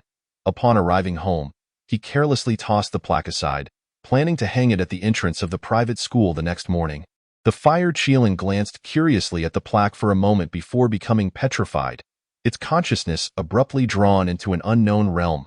Before it, countless sword energies descended like rain, seemingly capable of annihilating all in existence. Suddenly, a loud bray from the donkey jolted the fire Chielin back to reality. Thank you, little white. The fire Chielin gasped, looking at the donkey. Had it not been for the donkey's timely call, it would have been torn to shreds by the onslaught of sword energies. Little white, we're out of salt at home. Could you see if you can borrow some from Uncle Hay? Bufan called from the kitchen. Yes, master. Without another word, the fire Chielin dashed outside. It must have understood its master's hints about what to touch and what to avoid. The following morning, Bufan hung the Bufan plaque at the entrance of the private school. Many villagers gathered to admire it, including Wang Changwei and several prominent clan leaders. Illiterate villagers found the characters aesthetically pleasing, but the educated villagers were captivated, their gazes fixed on the plaque as if entranced. After a moment, they collectively snapped back to reality. Xiaofan, did you write this? Wang Changwei gasped. Indeed. How does it look? Bufan replied, brimming with confidence in his calligraphy. The villagers exchanged glances, at a loss for words. Upon seeing the 2 characters, they felt an inexplicable allure, as if they had grasped some profound truth. Yet it eluded them. You claimed yesterday that your writing had the flair of a master. I was skeptical, but seeing this, I am truly impressed. Wang Changgue genuinely admired Bufan's talent. How old are you? And yet you can write so beautifully? Well, can I come to you often in the future? Wang Changgue smiled ingratiatingly. Old village chief, you're welcome to come whenever you wish. Bufan believed that Wang Changgue was eager to observe the children's literacy progress. And thus he did not refuse. However, when several other clan leaders echoed this sentiment, a sense of confusion began to stir within him. Yet, he chose not to dwell on it. Time swiftly passed, and before anyone realized, a year had elapsed. During this span, the children of Gala village underwent a remarkable transformation. In contrast, children from neighboring villages could typically be found either splashing in the water to catch fish, rummaging in the rice paddies for loaches, or engaging in boisterous play in groups of 3 or 5, often resulting in uproarious noise that left adults feeling exasperated. But Gala village stood in stark contrast. It was unusually tranquil. There were no children chasing one another, nor did loud voices disrupt the peace.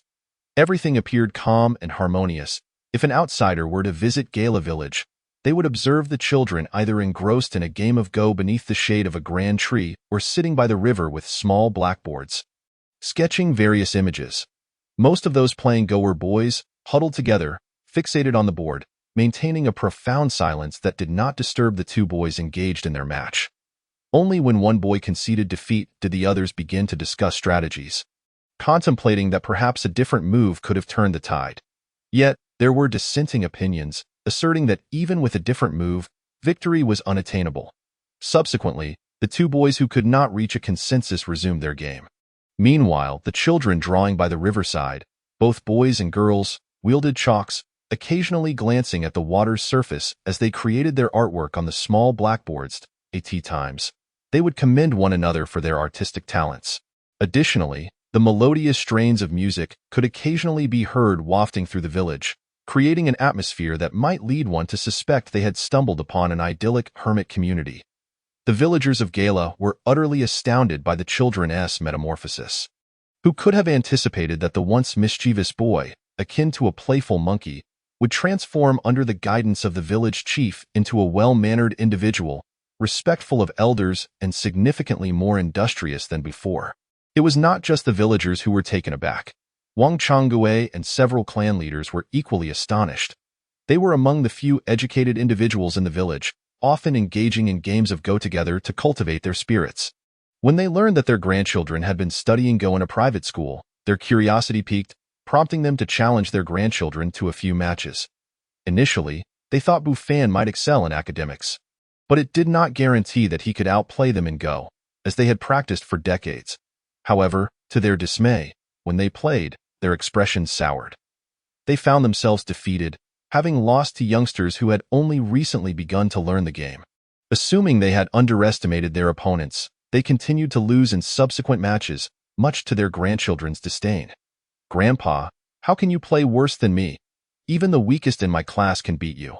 "Never mind, I'll just play with Taidan and the others." The elderly men were left speechless, their mouths agape, grappling with a mixture of pride and dismay. This ultimately led them to retire from playing Go altogether. Unbeknownst to Bufan, Wang Changgue and the others were facing this predicament. After treating a few patients and gaining some experience, he rode his little white donkey back home. After a year of learning, he decided to grant the children a summer vacation of over 10 days. However, to his surprise, barely 2 days into the break, several eager youngsters approached him, inquiring if they could resume their studies sooner. Bufan was at a loss for words. He felt that the village children were truly unaware of their good fortune. They had a holiday but yearned for more education. Eventually, succumbing to the children's hopeful gazes, he decided to end the summer break early. What followed was yet another exhilarating phase of rapidly gaining experience and completing tasks. Completing guidance task. Reward, 3,000 experience points x2. Completing clarification task. Reward, 3,000 experience points x2. Completing teaching task. Reward, 3,000 experience points x2. His skills continued to upgrade. Congratulations! You have become a master refiner. Congratulations! You have become a grandmaster of formations. Congratulations! You have reached the late stage of the nascent soul realm. Reward. 1 Buddha's relic. Buddha's relic contains boundless Buddhist teachings. Possessing the relic can avert disasters and transform misfortunes into blessings. This relic serves as a protective talisman. However, he hoped that the Buddha's relic would ensure he never encountered a formidable adversary. He wondered how long he could withstand the might of the Crimson Flame Demon King now that he had reached the late stage of the nascent soul realm. Previously, during the mid-stage of the nascent soul realm, he managed to endure for a cup of tea's duration against the Crimson Flame Demon King. He was uncertain if he could survive this time. Bufan instructed the children to study independently for a while. He then took a seat at the front of the classroom, immersing himself in a simulated battle against the Crimson Flame Demon King. Moments later, he emerged from the simulation, his expression grave. He had lost again, barely managing to hold out for an hour. Moreover, his physical strength still could not contend with that of the Crimson Flame Demon King. This Demon King was exceptionally powerful. When he was in the late stage of the Golden Core realm, he could fight to a standstill with the late-stage nascent soul cultivator, Zhou Shanyu. How was it that now, in the late stage of the nascent soul realm, he still could not match the transformation stage of the Crimson Flame Demon King? Did the Crimson Flame Demon King possess strength beyond the transformation stage?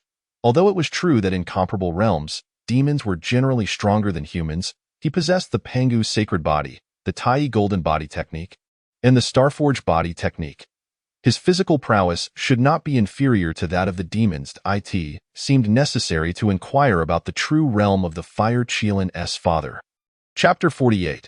An ordinary demon king. Because many children had numerous farming tasks awaiting them at home, Bufan intentionally dismissed school early to allow them to assist their families. See you tomorrow, teacher. The children bid farewell in unison, and Bufan reciprocated. Upon returning home, he found the little white donkey and the Fire Qilin practicing beneath the peach tree, which had grown significantly more robust, yet astonishingly bore no fruit. This perplexed Bufan. He had heard that this peach tree was extraordinary, yet it appeared to be an unremarkable tree. It had been several years since it was planted, yet it had not yielded any peaches. Could it truly require 3,000 years to bloom? Not dwelling too deeply on this matter, he approached the Fire Qilin and asked, "Little Huang, may I ask you something? Is your father really just a demon king? Master, why do you ask?" The Fire Qilin's eyes flashed with a hint of fear. Did this hermit expert intend to cause trouble for its father?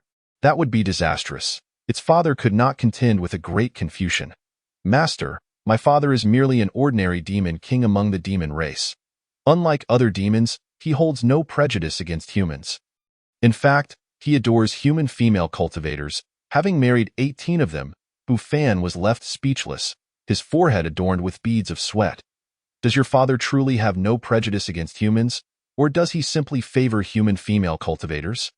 To his astonishment, the Crimson Flame Demon King was just an ordinary demon king among his kin. Did this imply that there existed a vast chasm between the nascent soul and transformation stages? The disparity in strength must be significant. The more he pondered, the more plausible this possibility seemed. If even the so-called ordinary Crimson Flame Demon King was beyond his capacity to defeat, it was evident that the outside world remained perilously treacherous. Indeed, retreating to the village to enhance his abilities was the wisest course of action. Sighing, Bufan realized that he could no longer assess disparities in strength using his previous judgments. What tier does your father belong to among the demon kings? The transformation stage is divided into 4 substages: early, mid, late, and great perfection. Surely, the demon kings would be similar. However, exceptions do exist among cultivators. Some have clearly reached the great perfection of the nascent soul realm yet have not genuinely entered the transformation stage. Such individuals are referred to as half-step transformation stage cultivators, as their strength far exceeds that of the nascent soul realm, yet they still fall short of true transformation stage cultivators.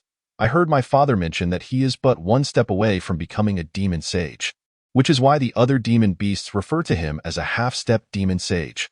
The Fire Qilin hesitated before explaining. Bufan was left utterly bewildered. A half-step demon sage. This meant that the Fire Qilin's father, the Crimson Flame Demon King, possessed strength surpassing many transformation stage cultivators, nearly reaching a level beyond transformation. Yet, this power was considered merely ordinary within the demon race. How many demon beasts possess such strength?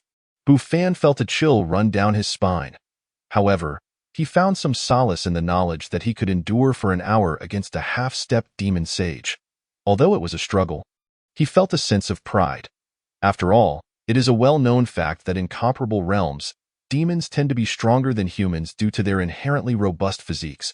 If he could withstand a half-stepped demon sage for an hour, then even against the mightiest of transformation stage cultivators, he could likely escape without being defeated. A glimmer of confidence sparked in Bufanus' eyes.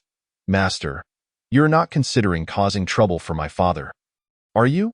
He is a good demon and has never harmed the human race. The Fire Chelan cautiously defended the Crimson Flame Demon King. Huh? Am I seeking trouble with your father? Not at all. I was merely asking out of curiosity. By the way, little Huang, do you know what the realm above transformation is like for cultivators? Bufanus' lips twitched slightly. Your father is just an ordinary demon king, and I can hardly contend with him. Why would I seek trouble? That would be tantamount to courting death. I heard my father mention that the realm above human transformation is the refinement void stage. Master, surely, you are aware of this? The Fire Chelan sighed in relief, but suddenly realized something and quickly shut its mouth. How could this hermit expert possibly be unaware of the realm that follows transformation? It was undoubtedly testing it. I am not in the void refinement stage. How could I possibly know? Bufan did not notice the Fire Chelan's subtle movements and laughed. You're not in the void refinement stage? The Fire Chelan instinctively replied, Do I seem like it? Bufan pointed at himself. The Fire Chelan nodded, then shook its head at Bufan mused. Could it be that this Fire Chelan genuinely believes he is an expert hermit? If he possessed such strength, he would have long since left the village to indulge in adventures. What need was there to hide here as a village chief? Upon detection, the system remarked, Host, your words are inconsistent. What does that mean? Is it implying that even if he reached the void refinement stage, he wouldn't dare to indulge? That is quite an underestimate of his abilities. System, just wait and see. Once I surpass the void refinement stage, no, once I become invincible, I shall indulge before you. Oh, you can even use emoticons now? Very well. To encourage your cultivation, I shall bestow upon you some gifts. It was perhaps for the best that the Fire Chelan misunderstood. Using this identity of an expert hermit to keep the Fire Chelan in check, to prevent it from causing trouble in the future. With a casual wave of his hand, Bufan set up a high-level spirit gathering array, instantly amplifying the spiritual energy by over 100-fold. The Fire Chelan was utterly dumbfounded. Indeed, it had guessed correctly. This senior was truly testing it. Chapter 49. The Battle of Good and Evil. Unbeknownst to Bufan, who was unaware of the Fire Chelan's internal musings, after discovering that the Crimson Flame Demon King was merely an ordinary demon king, he first checked his friend messages. Your friend and I has closed himself off to break through, becoming a mid-stage foundation establishment. Your friend Han Gang has encountered an attack from righteous cultivators. Your friend Zhou Shanyu has faced an assault from evil cultivators. Your friend Crimson Flame Demon King has been attacked by the Phoenix Clan's Demon King and has suffered serious injuries. No wonder he hadn't received any news from Denai, the destined daughter. It turned out she was in seclusion. However, Han Gang and Zhou Shanyu were each attacked by righteous and evil cultivators, respectively. Was there some unknown reason behind this? Furthermore, the Crimson Flame Demon King was indeed just an ordinary demon king. At the same time, deep within the 10,000 Great Mountains, a massive flaming beast was being pursued by a handsome young man. Feng Ying, Ming Huang, what kind of skill is 2 against 1? If you dare, let us duel one-on-one. The flaming beast roared. There is only one of us. How is that 2 against 1? The handsome young man smiled. Yet his voice fluctuated, sometimes masculine, sometimes feminine, occasionally blending both. I wouldn't trust you for a second. If you dare, separate, and see if I don't defeat you. The flaming beast cursed vehemently. Crimson Flame, who doesn't he know you are the number 1 demon king? Even if we split up, 2 against 1 wouldn't stand a chance against you. The handsome young man chuckled softly. Oh, come on, stop switching between male and female. It's giving me the creeps. The Crimson Flame Demon King shivered. Humph, Crimson Flame, hand over that treasured item, or you shall not leave the 10,000 Great Mountains alive. The handsome young man scoffed. That's debatable. Suddenly, the crimson-flamed Demon King transformed into a blazing rainbow and sped away. The next day, Bu Fan, as usual, went to the private school to gain experience, while the little white donkey and the fire Qilin cultivated at home. At last, I've discovered a village, just in time to blood sacrifice my bloodthirsty banner. Suddenly, an ancient voice resonated in his consciousness. Bu Fan paused mid-chalk stroke, turned, and addressed the children at the podium. You all study by yourselves for a bit. I'll be back shortly with that. He exited the private school and, in a place unseen by others, vanished from sight. The next moment, he appeared before 3 golden core cultivators, startling them. Bu Fan glanced at the trio. One was a 9th-rank golden core, and the other 2 were 7th-rank golden cores. How could a small village have cultivators? An ugly old man exclaimed in surprise. What brings you here? Bu Fan's voice was cold, his spiritual energy already activated. He knew that the one who sought to blood sacrifice the remote village's cultivators was this very ugly old man, who possessed 9th-rank golden core strength. Taoist Mo, why waste words with this mere foundation establishment cultivator? Let us just finish him off. A gnome golden core cultivator sneered. Hee, don't act hastily. This person is to be the blood sacrifice for my magical treasure. The ugly old man grinned ominously. Before the opponent could summon his treasure, Bu Fan waved his hand, first setting up a soundproof barrier around the village, then took out the Hongming sword from his inventory and activated it immediately. A river of swords, the Hongming sword unleashed countless sword lights, surging forth like an unending river. The 3 golden core evil cultivators had no time to react before being transformed into a mist of blood by the myriad sword lights. They would likely never understand how they had been vanquished. With such meager strength, they dared to blood-wash the remote village. Bu Fan shook his head and, the next second, returned to the private school. You have successfully safeguarded the village's safety. Reward. Supreme technique. Great Sun Tathagatapam. That doesn't seem right. I killed 3 evil cultivators. I should have received rewards for successfully defending the village 3 times. Yet I only got 1 item reward. The system is truly stingy. After choosing to learn the Great Sun Tathagatapam, Bu Fan resumed his teaching.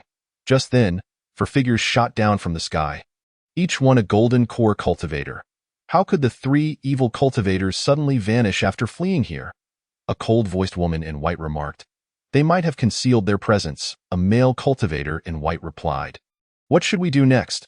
Do we just let them go? Another female golden core cultivator inquired. No, we must find these 3 evil cultivators quickly. Otherwise, more mortals will fall victim to their misdeeds, the white-clad woman asserted. The other 3 nodded in agreement and transformed into 4 streaks of light, vanishing into the horizon. Bu Fan naturally sensed the arrival of the 4 golden core cultivators. His brow furrowed slightly. Typically, righteous and evil cultivators were at odds. It was quite a coincidence for them to appear here. It seemed that a significant upheaval was brewing in the cultivation world. He hoped it would not involve the remote village, and that no evil cultivators above the nascent soul stage would come here. Bu Fan took out the Buddha's relic and silently prayed. However, if given a choice, he wished for world peace. In the days that followed, Bu Fan frequently checked his friend messages. Your friend Zhou Shanyu has faced an assault from evil cultivators. Your friend Han Gang has encountered an attack from righteous cultivators. Your friend Zhou Shanyu has faced an assault from evil cultivators X180. Your friend Han Gang has encountered an attack from righteous cultivators X251. Indeed, recently, Zhou Shanyu and Han Gang had been constantly flooding the message board. It seemed that a great battle between the righteous and the evil was truly imminent. Chapter 50. Mid-stage transformation. Evil cultivator. Spring passed and autumn came.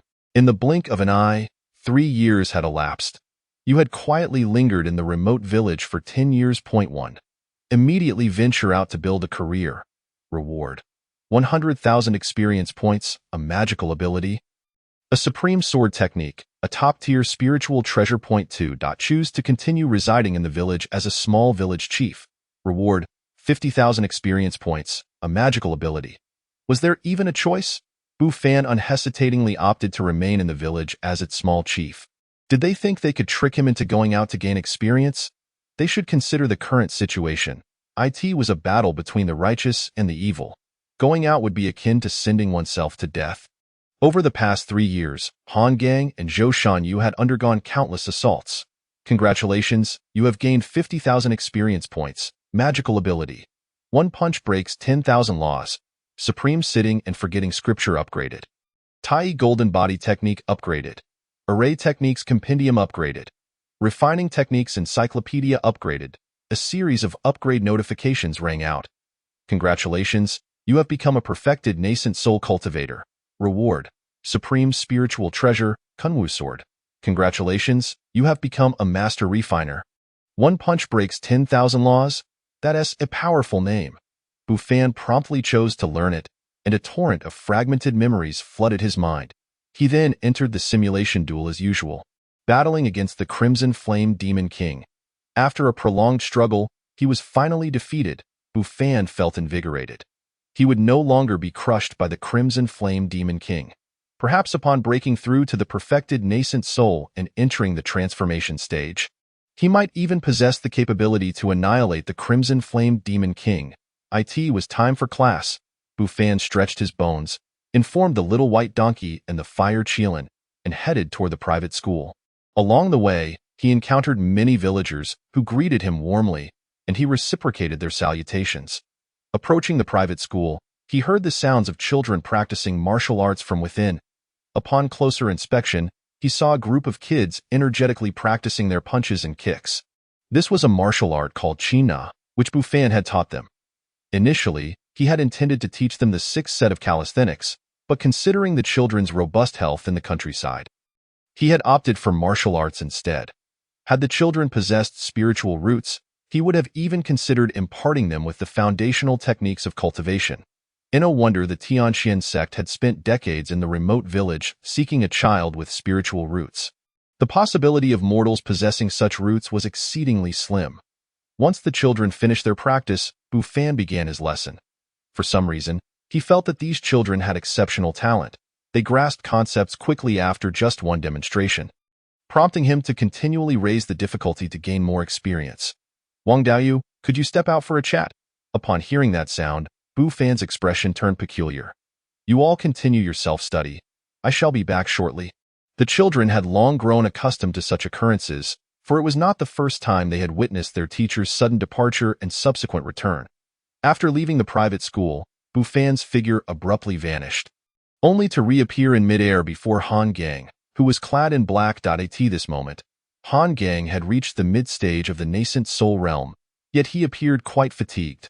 Wang Daoyu, it has been several years since we last met, and your cultivation has indeed progressed significantly, Han Gang thought, astonished. In just a few short years, he felt that Wang Daoyu had become even more formidable than he had been years ago.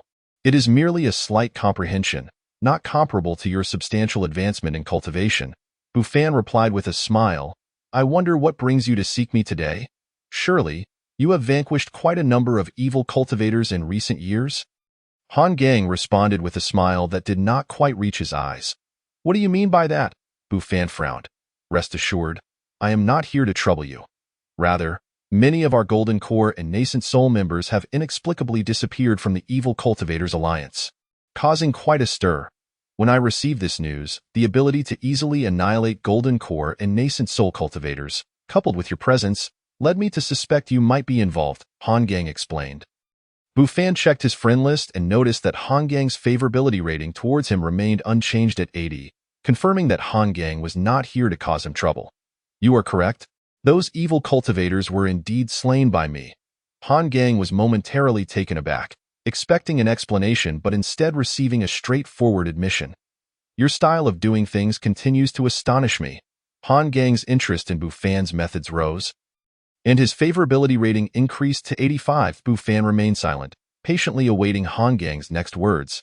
I have come to caution you to be vigilant, Han Gang stated. What do you mean? Bufan inquired. Is the person you killed among this group? Han Gang produced a scroll from thin air, unfurling it to reveal a portrait of an individual. Bufan recognized the face. It was the grotesque Golden Core elder he had exterminated 3 years prior, who had once sought to massacre the village of Jiela to blood sacrifice for a magical artifact. What is so special about this person? Bufan frowned. Nothing particularly special about him, except that he is the nephew of an elder within the Evil Cultivators Alliance.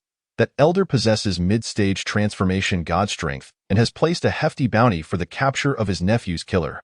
Of the 4 golden core cultivators who pursued him, 2 were captured and had their souls extracted by that transformation god elder.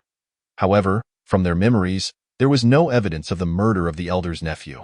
The last known location of his nephew's disappearance is precisely where you cultivate. Han Gang fixed his gaze on Bufan, but found no trace of worry or fear on Bufan's calm face. Could it be that Wang Daoyu is unperturbed by the potential retribution of a mid-stage transformation god cultivator? Why not inform that transformation god elder and secure the reward, instead of coming to notify me first? Bufan pondered for a moment before replying, "It is not that I boast, but I always act in accordance with heaven and conscience, and in consideration of my friends." Han Gang chuckled. Moreover, the rewards from a transformation god are not so easily acquired. That elder is the least popular figure within the Evil Cultivators Alliance.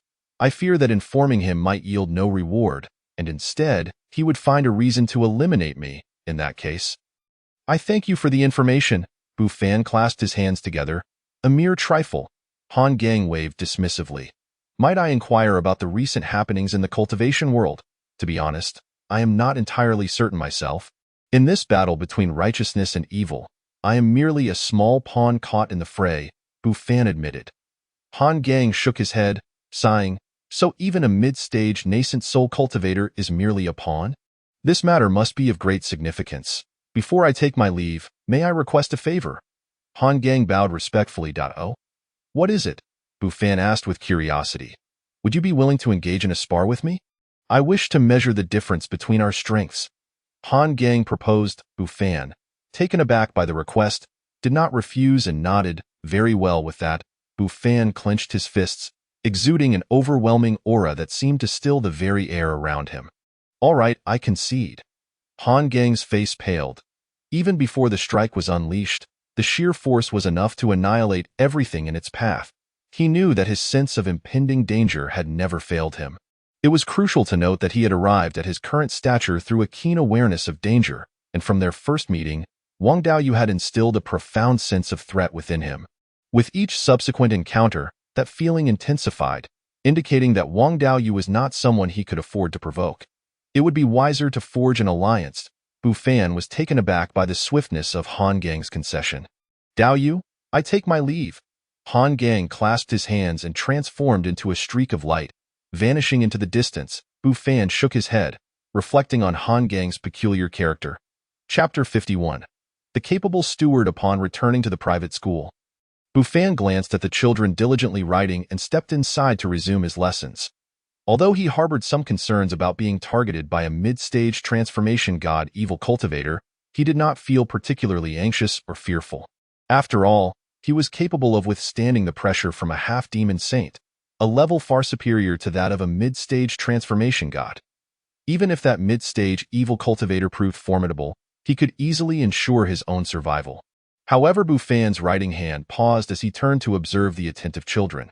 Should the situation escalate to that extent, he would have no choice but to leave Jiela village. Reasoning that the transformation god cultivator would prioritize pursuing him over managing these mortals, it was prudent to avoid entangling oneself in too many causal relationships. Your friend, the Scarlet Flame Demon King, has developed a slight grievance towards you. Favorability rating decreased to 10. What is going on? Everything seemed fine until now. Upon checking friend messages, he found, Scarlet Flame Demon King. As a king of the Qilin clan, I am being relentlessly pursued by the Phoenix clan. I also find myself longing for my daughter, whom I have not seen in a long time. I cannot help but feel a tinge of resentment towards you. Who sheltered her? Bufan nearly spat blood. You claim to be pursued and yet yearn for your daughter? While he could dismiss the threat from the mid-stage transformation god, the Scarlet Flame Demon King was someone he needed to regard with utmost seriousness. It seemed necessary to send the Fire Qilin back. Otherwise, the Scarlet Flame Demon King, in his yearning for his daughter, might come rushing over from the demon clan, and he would be in deep trouble. Time flew by during class. At least, that was the impression of the children, who felt that the lessons had barely begun before it was time to leave, departing with lingering reluctance. After bidding farewell to the children, Bufan strolled home at a leisurely pace. Brother village chief, Xiao Chao and Xiao Hua caught up. Walking beside Bufan, Bufan smiled at the two girls, noting how much they had changed over the past 4 years. To describe it simply, girls grow more beautiful with age. Previously, Xiao Chao and Xiao Hua had dark skin, small frames, as if a gust of wind could sweep them away. Now, both girls had round faces and had grown considerably taller. Xiao Chao, Xiao Hua, are you not practicing the piano today? The piano and go rooms in the private school were always open.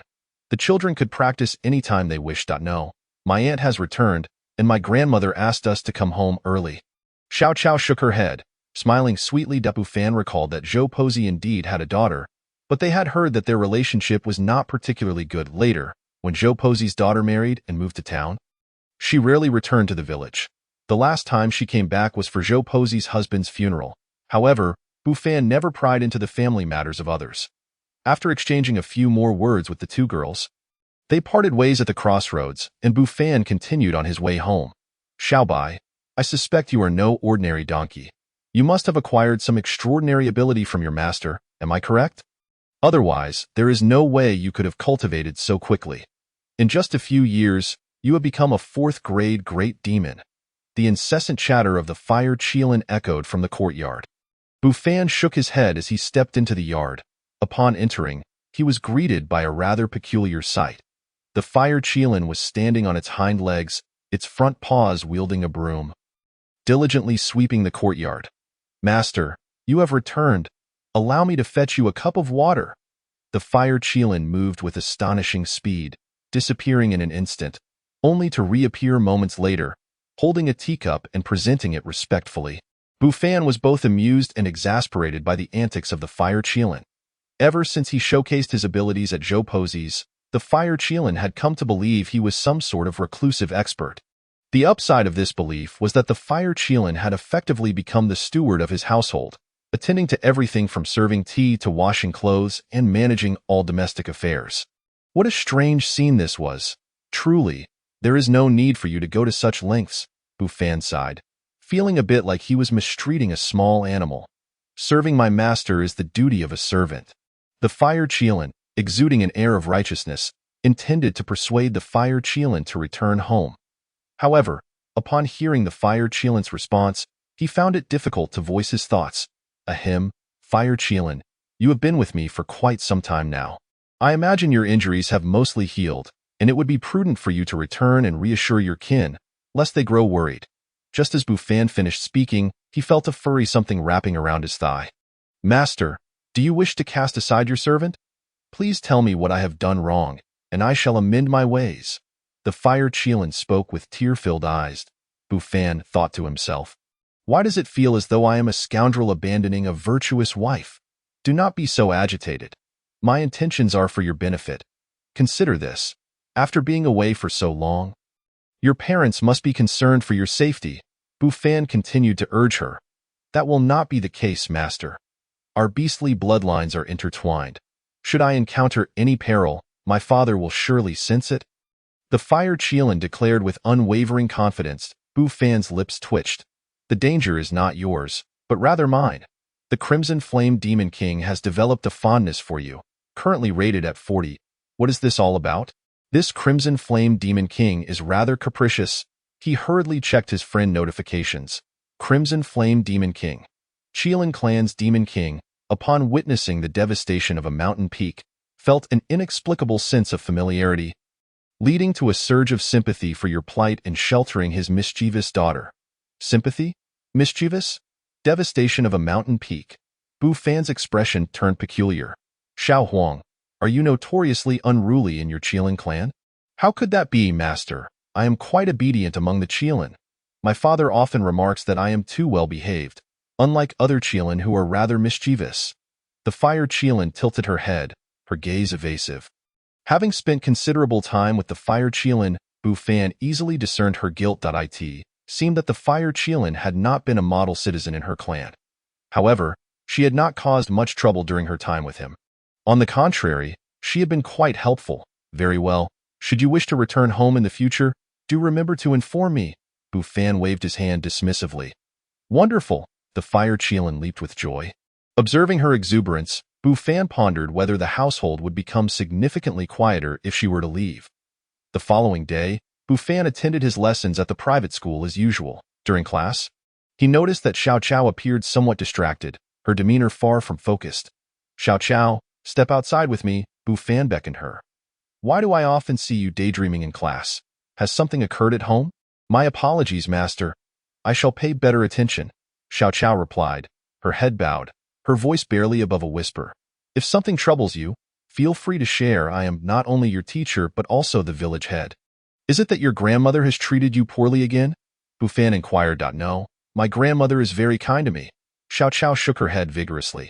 If it is not your grandmother, then what could it be? Bu Fan's expression turned serious. Although he rarely pried into others' family matters, as Xiao Chao's teacher, he felt it necessary to be informed. Master, my aunt returned yesterday. Xiao Chao lowered her head, speaking softly.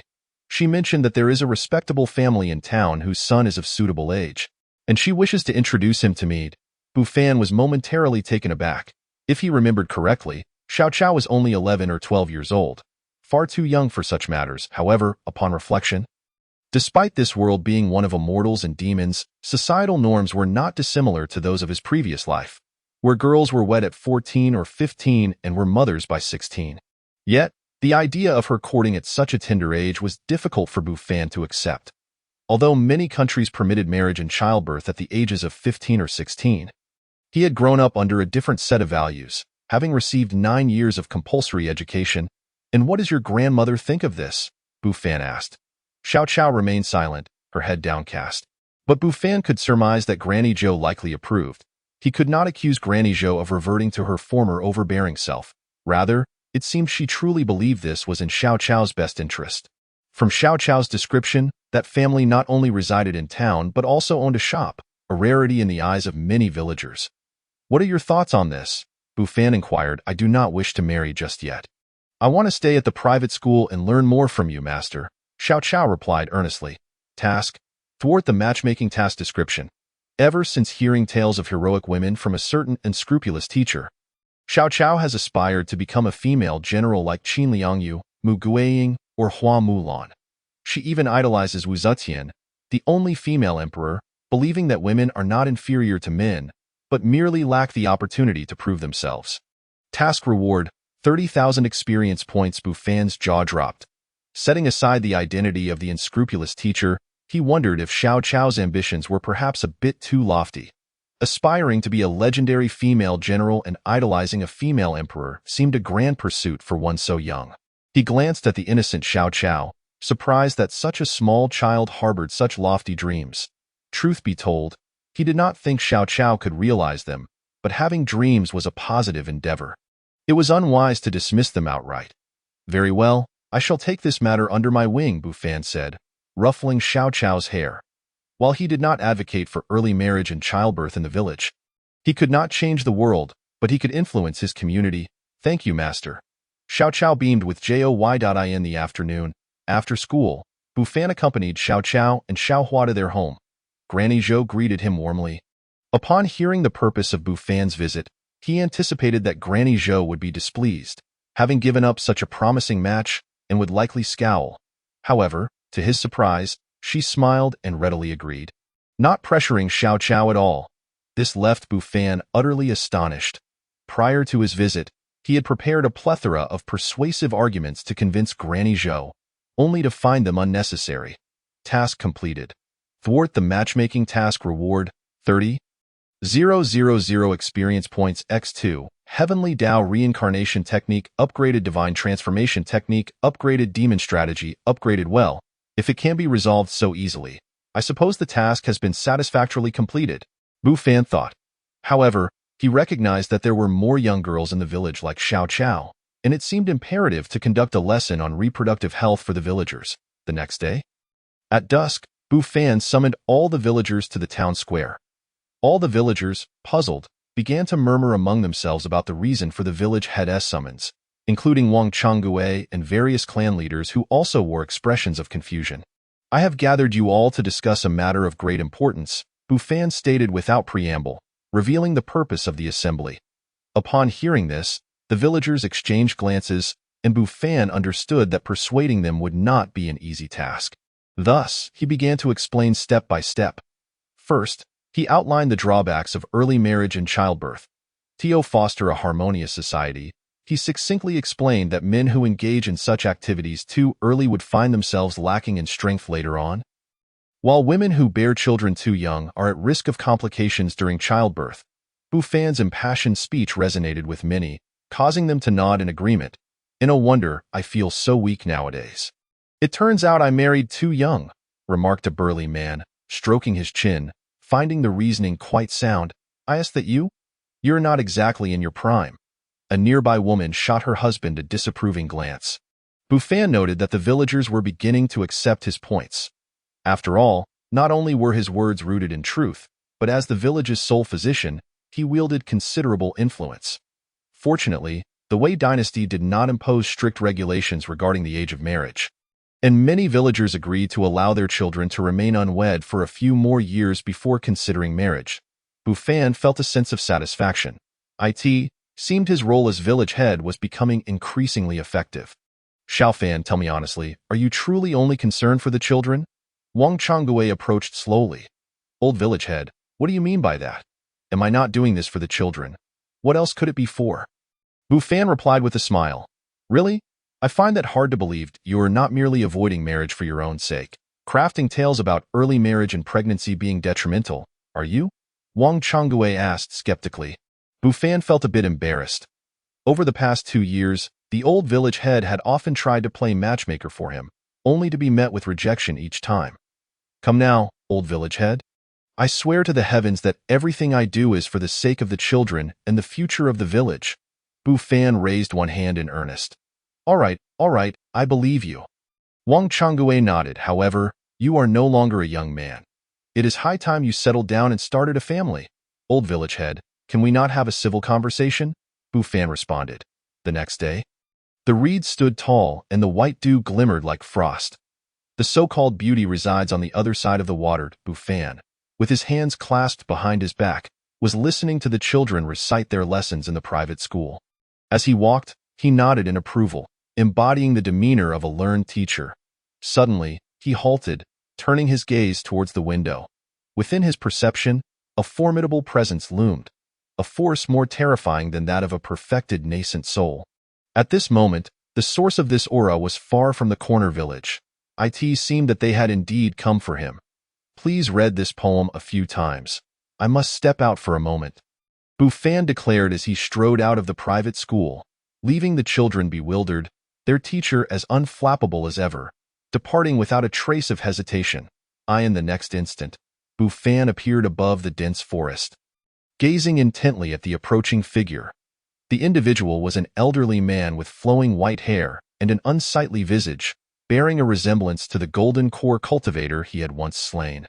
Chapter 53. The Chielin seeks a painting. I thought you would hide away and not show yourself. The grotesque old man chuckled ominously, early stage of nascent soul. No wonder you were able to kill my incompetent nephew. Your enemy, Juchijiji, harbors a deep-seated hatred towards you, with a current enmity level of 95. This enmity was nearing its breaking point. Checking his friend messages, Juchijiji, mid-stage of transformation, elder of the Evil Cultivators Alliance. Knowing you are the one who killed his only son, whom he cherished since birth. In truth, his son was merely a tool for Juchijiji's ruthless cultivation, initially intended to achieve great ascension through the death of his son. But unexpectedly, you preempted him and killed the boy. He wishes nothing more than to rend your body into pieces. Bufan. No wonder they bear such a resemblance. They are indeed father and son. And how complex this relationship is.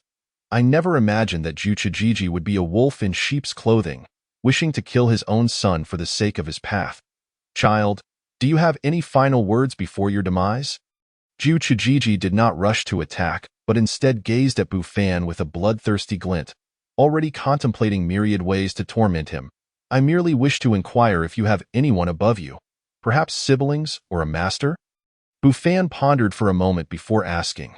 The ones related to me have all met their end at my hands, Juchijiji replied. Taken aback by this revelation, his face instantly twisting into a bloodthirsty smile. Looking exceedingly terrifying. That is fortunate. Bu Fan's gaze suddenly sharpened, and he immediately activated the Tai golden body technique, transforming into a golden figure. He then unleashed the celestial demon strategy, a terrifying force erupting from him, causing his body to swell to twice its size, emanating tendrils of dark mist. Magic technique? Quite interesting, Zhu Chijiji scoffed, dismissing it with a laugh. Though the opponent's display appeared formidable, he perceived Bu Fan as merely a fledgling nascent soul cultivator. Believing he could crush him with a single hand, is that so? Bu Fan retorted coldly, clenching his fist and unleashing a punch. The strike stirred a tempest, sweeping through the surroundings, altering the very fabric of the heavens and earth. As if an immortal or demon were striking down upon Zhu Chijiji, the punch that shatters myriad laws? Impossible. How can a mere early-stage nascent soul wield such might? Zhu Chijiji's eyes widened in terror, and he turned to flee, not out of cowardice, but overwhelmed by the immense sense of danger that the overwhelming force instilled in him. If he were to face it head-on, even if he survived, he would undoubtedly suffer grievous harm. However, as he turned, he discovered he was enveloped by a formation's fluctuation. Zhu Chijiji's heart sank. When had this formation been laid down? In truth, this formation had been discreetly set by Bu Fan during their exchange. Boom! Before Zhu Chijiji could make another move, he was obliterated by the incoming force. Is it over? Bu Fan mused, preparing for his next action, only to find that Zhu Chijiji had vanished. Not dead yet. How infuriating. He is a perfected nascent soul. Just then, a figure resembling Zhu Chijiji, an infant filled with resentment, cast a glare at Bu Fan before fleeing into the distance. Bu Fan wasted no time, employing the lesser Shura escape technique to pursue, unleashing the dragon's subduing Buddha seal, which surged forth with a thunderous chant. Stop! A terrified, wailing cry echoed through the air. You have successfully safeguarded the corner village. Reward, 100,000 experience points. Innate spiritual treasure, Wind and Thunder Divine Wings. Wind and Thunder Divine Wings. Upon use, speed is increased by 40. Surging Sea Sword technique upgraded. Heavenly Tao Reincarnation technique upgraded. Great Strength Diamond Palm upgraded. This reward is quite splendid, ample experience points, and an innate flying spiritual treasure. Could it be due to the fact that the slain was a transformation cultivator? Bu Fan contemplated. With these Wind and Thunder Divine Wings, combined with the previously awarded Clear Moon Flying Rainbow Boots, I wonder how swift my escape speed will be. After dealing with the transformation evil cultivator, Bu Fan returned to the private school. Feigning nonchalance as he resumed his lessons with the children, truth be told, he had not anticipated Zhu Chijiji's weakness. He had prepared for a scenario where a single punch would not suffice, planning to follow up with the Great Sun like Buddha Palm and then the Great Strength Diamond Palm, or even resorting to sword techniques, fully intending to utilize all his divine abilities. Yet, oddly enough, Zhu Chijiji had been vanquished with a single blow. Reflecting on the Red Flame Demon King, he wondered how many punches it had taken to withstand his might. It appeared that human cultivators were still vastly inferior to demonkind in terms of physical prowess. Meanwhile, beneath the peach tree, the fire Qilin sensed the recently unleashed terrifying power and bristled in fear. Another showdown, I presume. Indeed, as Zhu Chijiji approached, the fire Qilin had sensed a wave of impending danger, only to find a familiar aura that dissipated the threat. Half a month swiftly passed, without the looming threat of transformation cultivators. Bu Fan enjoyed an exceedingly comfortable life. One day, he granted the children a holiday, ostensibly for a weekend break, but in truth, it was merely an excuse for his own laziness. Though undertaking tasks was worthwhile, one must also heed the need for rest. At this moment, he reclined upon a bamboo chair, gazing at the lush peach tree leaves. Master, are you thirsty? Would you like me to massage your back? The fire Qilin offered with uncharacteristic servility. Bu Fan was instantly covered in goosebumps, thinking it imperative to shield the truth of how he treated her daughter from the Red Flame Demon King. Otherwise, even 10 of his lives would not suffice to atone. Xiao Huang, do you have any requests? Speak freely, as long as I can fulfill them. Really? The fire Qilin's eyes sparkled with anticipation. Of course. Just ensure your request isn't too difficult. Bufan replied, I humbly request my master to paint a Qilin for me. The fire Qilin said respectfully. Bufan exhaled in relief. He had feared the fire Qilin would demand some grand technique. But a mere painting was a task simpler than a meal at a tea that moment. The fire Qilin felt a mix of excitement and trepidation, even regretting her eagerness. What if the reclusive master became displeased with her request? All right, it is but a painting. Wait a moment, and I shall create it for you. Considering that the fire Qilin had assisted him significantly and now helped manage household chores, Bufan felt it was only right to reciprocate. Entering the room, the fire Qilin and the little white donkey followed closely behind. What specifications do you have for the Qilin painting? Should I model it after your appearance? Bufan inquired. No need. No need. As long as it is drawn by my master, I have no demands. The fire Qilin was overwhelmed with excitement. Very well then, Bufan contemplated, his mind racing through various depictions of Qilins before he spread out paper, ground ink, and began to paint on the rice paper with fluid strokes, all executed seamlessly without hesitation. This moment, the fire Qilin was entranced. If previously Bufan was an inconspicuous mortal, now he appeared like a sage, radiating an aura of inviolable brilliance. The painting is complete, yet something is still missing. Bufan frowned at the artwork before him and suddenly picked up the brush again. Scales and shells revered. The dragon among beasts, the Qilin of the zone. As these words fell, the bloodline power within the fire Qilin trembled violently. Chapter 54. The red flame demon sage in the depths of a hidden valley within the 10,000 great mountains. A burly middle-aged man with fiery red hair sat cross-legged in meditation. Suddenly, the bloodline within him surged uncontrollably, causing a slight change in his expression. He quickly harnessed his spiritual power to suppress the violent energy surging within. What is happening? The red-haired man's face grew grave as he struggled to quell the increasingly agitated bloodline power within him. Roar! A fierce roar akin to that of a wild beast erupted from the valley, and a torrential force burst forth from him, creating ripples in the surrounding air and cracking the stone walls with spiderweb-like fissures. Have I broken through? The red-haired man was astonished, even more so when he realized the Qilin bloodline within him had undergone a transformation, becoming more pure and powerful than before. Could it be that some ancestral figure has made a breakthrough? The red-haired man pondered. In their demon race, bloodline inheritance was derived from their ancestral lineage. The stronger the ancestor, the greater the blessings bestowed upon their descendants. However, the bloodline would not endure indefinitely. Over time, its power would gradually diminish, making cultivation increasingly arduous. Yet, should a powerful beast re-emerge, the bloodline power could be rekindled, regaining its purity and strength. Thus, the red-haired man speculated that some ancestor within his clan had achieved a significant advancement, and as a descendant, he was reaping the benefits. Red Flame Demon King, stop hiding. Your presence has been detected by us.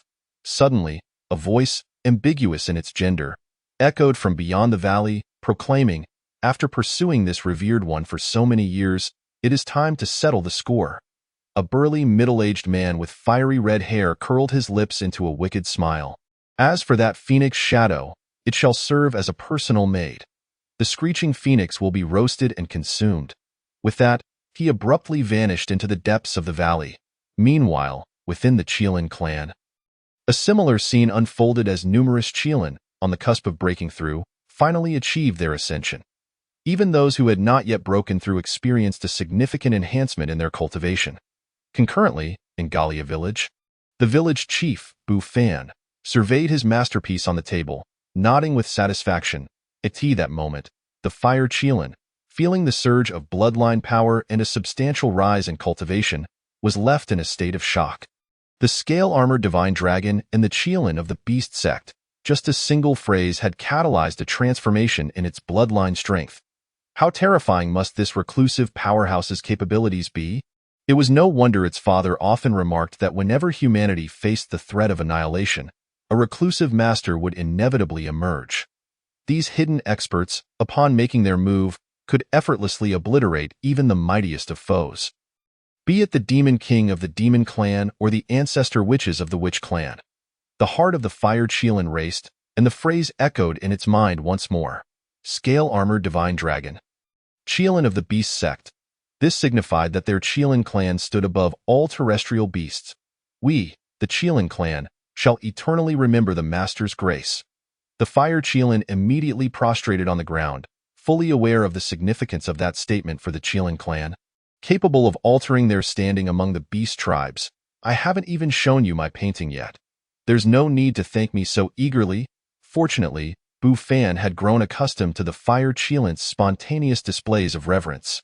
He picked up the scroll and approached her, unfurling it as soon as the fire Qilin raised her gaze. She was utterly astonished by the artwork before her. At that moment, what she beheld was not merely a painting, but an imposing Qilin of colossal stature, exuding an aura of majesty, enveloped in swirling mist, with fierce eyes and powerful claws, radiating an overwhelming presence as if it could crush the very heavens and earth. Even the mightiest chief of their clan appeared as a mere child playing in the sand before this formidable figure. Isn't this terrifying? Could this be an ancestor of the Qilin that the master once encountered? Bu Fan, confident, inquired, "So, what do you think? Do you like it?" He smiled, believing that the fire Qilin was awestruck by his artistic talent, for he was indeed known as the master of painting. "Thank you for bestowing this painting." The fire Qilin, brimming with excitement, knelt once more, her respect for Bu Fan growing deeper.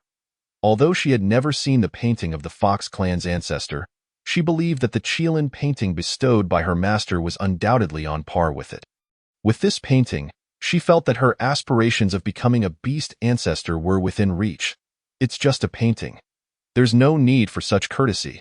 Seeing the fire Qilin's satisfaction, Bu Fan felt a sense of relief. Hoping that in future encounters with the Crimson Flame Demon King, she would speak a few kind words on his behalf, he then hung the painting on the wall, encouraging the fire Qilin to admire it from time to time.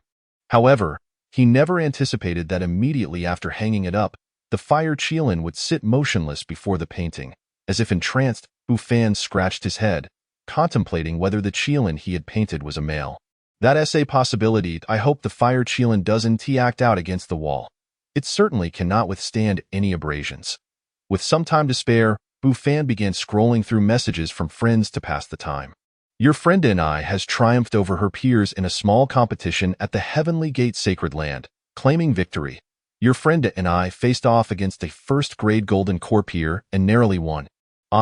Truly deserving of the title Daughter of Destiny, she has surpassed her limits upon emerging from seclusion. Regrettably, it was the lesser characters who bore the brunt of such challenges."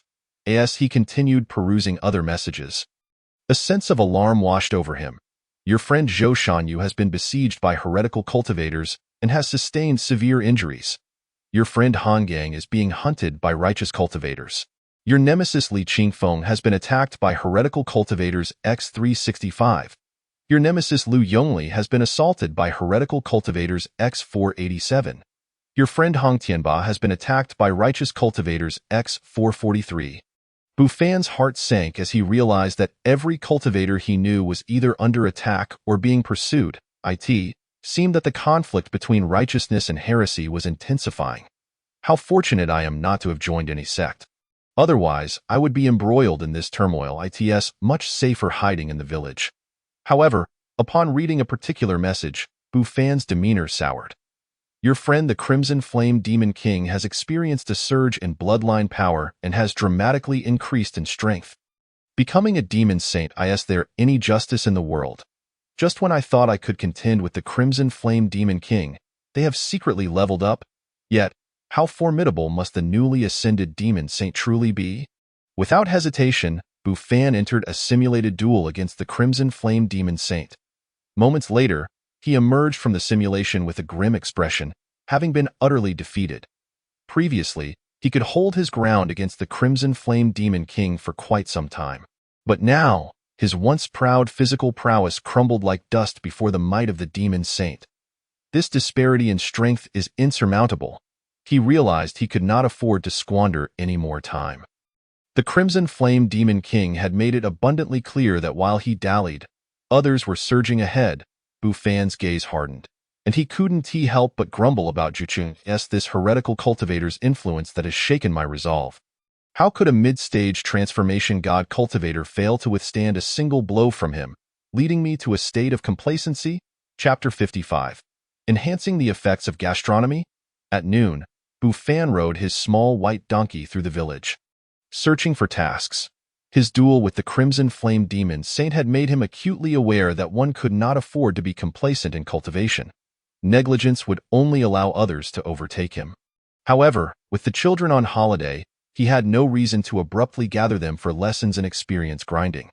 Uncle Lier, where are you headed? Upon reaching the village entrance, Bufan spotted a tall man approaching with an iron pot in hand. Ah, it's the village chief. Lier expressed his respect. My pot has developed a small hole, and I was just planning to take it to the neighboring village for repairs. Bufan dismounted from the small white donkey and inspected the iron pot in Lier's hands, confirming that it was indeed damaged. Their village lacked a blacksmith shop, so whenever a farming tool broke, the villagers would typically venture to the neighboring village's blacksmith for repairs or to exchange some money for new ones. However, the craftsmanship of that blacksmith was not particularly impressive. The tools produced were often lacking in sharpness, but they were more affordable than those in the town. So many still opted to buy or repair their tools there. Repair it? An idea suddenly flashed through Bufan's mind, and he squinted slightly. Chief, if there is nothing else, I'll take my leave, Lier replied. Wait a moment, and turned to Bufan with a puzzled expression. Bufan cleared his throat. Uncle, do you trust me? Lier chuckled. I can doubt anyone's words, but I will certainly trust the village chief. Ever since Bufan had not only helped Lier recover the remains of his lost hen, but also secured a considerable compensation for him, Lier had been filled with gratitude. Moreover, his two children were now studying at Bufan's private school, keeping pace with the children in the town. I can repair your iron pot, Bufan stated earnestly. Huh? Village chief, you can blacksmith? Lier's eyes widened in disbelief. Didn't you just say you would believe anything I said? Bufan responded, somewhat speechless at how quickly he was being contradicted. Isn't that surprising? I've never seen you blacksmith. Lier smiled sheepishly, explaining, blacksmithing isn't something easily learned. Just like the owner of the blacksmith shop in the neighboring village, he was an apprentice at a blacksmith shop in town for over a decade before he learned a bit and returned to open his own shop. You wouldn't understand, as the saying goes, in books, there are golden rooms. In books, there are beauties. Although I haven't blacksmith, I've read about it in some books, Bufan replied as if it were self-evident. Lier looked utterly baffled. While he didn't grasp the meaning of the sayings, he clearly understood one thing. The village chief had never blacksmithed but had read about it. Chief, can you really repair it? Lier still felt uncertain. Certainly, Bufan nodded confidently. I'm no joke. I'm a master craftsman. I can forge anything from magical artifacts to treasures, let alone this mundane piece of scrap metal. Then I'll trust the village chief. Without a second thought, Lier handed the iron pot over to Bufan. He wasn't convinced by Bufan's words, but figured that if it got ruined, he could always buy a new one. After all, this iron pot had been passed down through generations and had been patched up so many times that it was due for a replacement. Task: the damaged iron pot. Task description: this iron pot has weathered the trials of time, silently serving a family for 3 generations, bearing countless scars. Aware that its body can no longer endure the strain, it still waits for the day of rejuvenation, eager to continue its service to the family. Please assist it. Task reward: 50,000 experience points. Accept, decline. Was this task truly issued by Lier, or was it the iron pot speaking for itself? However, the experience reward is quite substantial, and of course, there is one thing that Bufan is certain of. He has discovered yet another method to farm experience. It is well known that many villagers in Galia village have farming tools in need of repair. Even if he were to fix just one tool per household over the course of a year, the experience gained from an entire village would be quite impressive. Without further ado, to avoid raising the villagers' suspicions, Bufan asked Uncle Hay to procure the necessary tools for blacksmithing from the town. By the time they returned, dusk was approaching. Thank you, Uncle Hay. Bufan expressed his gratitude. Xiao Fan, you're not thinking of blacksmithing for yourself, are you? Uncle Hay hesitated but eventually voiced his curiosity. You guessed it, Uncle Hay. I recently came across some blacksmithing techniques in a book and wanted to give it a try. If I succeed, I'll forge for the village free of charge in the future, Bufan replied with a smile. Scholars are indeed clever. You can learn anything from books. However, there is no need for you to forge for us free of charge. We should compensate you fairly. Uncle Hay laughed heartily. After a bit more conversation, Uncle Hay took his leave. Bu Fan then returned to his home, awakened the fire Qilin, and called for its assistance. After all, forging requires flames, and the fire Qilin, in its beastly form, should not be wasted. The fire Qilin felt no reluctance whatsoever, for it understood that the hermit was reminding it that cultivation also requires moderation and should not be rushed. Truly, a wise hermit. Congratulations on forging a top-tier magical artifact. Please name it. Upon seeing the iron pot in his hands, a line of text appeared before Bu Fan, momentarily startling him. He had not anticipated such a function. Invincible Handsome Pot. Name successfully registered. Invincible Handsome Pot. Top-tier magical artifact. Culinary flavor 40. Bu Fan was perplexed. Increase in culinary flavor? Aren't magical artifacts supposed to enhance defense or increase damage? Why is this one so peculiar? Could it be that dishes cooked in this pot will taste better? How could that be? Yet that evening, Bu Fan found himself proven wrong. Indeed, the dishes prepared with the invincible Handsome Pot had a distinctly different flavor. If pressed to articulate what was different, he could not quite say, but he felt the taste was undeniably superior. In fact, to test the effectiveness of the invincible Handsome Pot, he intentionally overcooked a dish. Of course, the flavor was quite lacking. It seemed that the invincible Handsome Pot merely amplified the culinary effect rather than directly improving the taste of the food. In other words, the better the dish was to begin with, the invincible Handsome Pot would enhance its effect by an additional 40%. Bu Fan had no intention of claiming this magical artifact for himself, setting aside the fact that it was a quest item and bound to him. He believed that without defensive capabilities or the ability to flee, merely increasing culinary effects rendered this top-tier magical artifact somewhat useless. The next morning, Bu Fan visited Li Er's home. Upon seeing the newly revitalized iron pot, Li Er's eyes nearly bulged. What is this? This is clearly a brass mirror. Just the day before, Li Er had thought his iron pot was mostly ruined, but he never expected Bu Fan would present him with such a delightful surprise. Village Chief, without a doubt, you are the person I, Li Er, admire the most from now on. Li Er genuinely respected Bu Fan. A person who had never forged before was now able to do so simply by glancing at a book, and to such a high standard. Completed the damaged iron pot. Quest reward, 50,000 experience points x2. Tianma strategy upgraded. Creation consuming heavenly art upgraded. Starry body refinement technique upgraded. Uncle Li Er, you flatter me. If you ever have any farming tools that need repairs, do not hesitate to ask, Bu Fan said confidently. Well, Li Er hesitated, unsure whether to speak up. What is the matter? Bu Fan's eyes sparkled with delight. Could it be another quest? My kitchen knife is somewhat ineffective. Village Chief, your skills are so impressive. I would like you to help me sharpen it. Li Er admitted bashfully. Quest, dull kitchen knife. Quest description. Once a short, sturdy kitchen knife, it has lost its resilience due to prolonged use.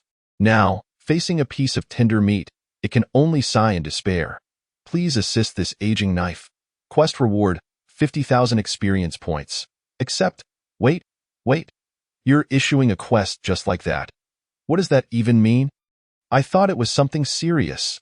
This trivial matter is nothing for me, Bu Fan beamed, astonished that helping others repair cooking utensils could yield such high experience rewards. Had he known, he would have skipped being village chief altogether and opened a blacksmith shop instead. Afterward, Li Er retrieved a blackened kitchen knife from his home. The knife surface was uneven, and the blade appeared quite dull. Village chief, I entrust this kitchen knife to you, and here are 20 coins. No need for that much. Bu Fan accepted the knife and coins, promptly returning 10 coins to Li Er. That is not acceptable. The neighboring village charges much more, and their skills pale in comparison to yours. Li Er hurriedly protested. Let me charge my price while you charge yours. How can we mix the two? If you keep being polite, it would be a slight against my authority as village chief. Bu Fan replied sternly. Then I thank you, village chief. Li Er reluctantly accepted the coins. Upon returning home, Bu Fan noticed the fire Qilin still gazing dreamily at the Qilin painting. With a sigh, he realized it resembled a love-struck maiden. No, A demon beast. To prevent the fire Qilin from becoming too distracted, he summoned it to work. Moments later, congratulations on forging a top-tier magical artifact. Please name it. Gazing at the shimmering kitchen knife in his hand, Bu Fan felt challenged. He truly struggled with naming it. Yesterday, he had named the invincible handsome pot on a whim, without much thought. Xiao Huang, what should we name this kitchen knife? Bu Fan turned to the fire Qilin, feeling it best to leave the creative thinking to others. Master, you wish for your servant to name it? The fire Qilin's eyes sparkled with excitement. To name a divine weapon forged by a hermit was an unparalleled honor. Indeed, think of a name that sounds good, Bu Fan nodded. How about heaven-eating Rasha blood-cutting knife? The fire Qilin suggested, its eyes gleaming with enthusiasm. That's rather ostentatious. But, thinking it over, it does sound better than the invincible handsome pot I named yesterday. All right, Bu Fan declared to the kitchen knife, from now on, you shall be known as the heaven-eating Rasha blood-cutting knife. Name successfully registered. Heaven-eating Rasha blood-cutting knife. Top-tier magical artifact. Attribute effects. Stamina 10. Strength 20. Stamina 10. Strength 20. Bu Fan pondered in confusion. The strength increase was understandable, but stamina? Could it be that wielding this kitchen knife would turn him into a muscular powerhouse?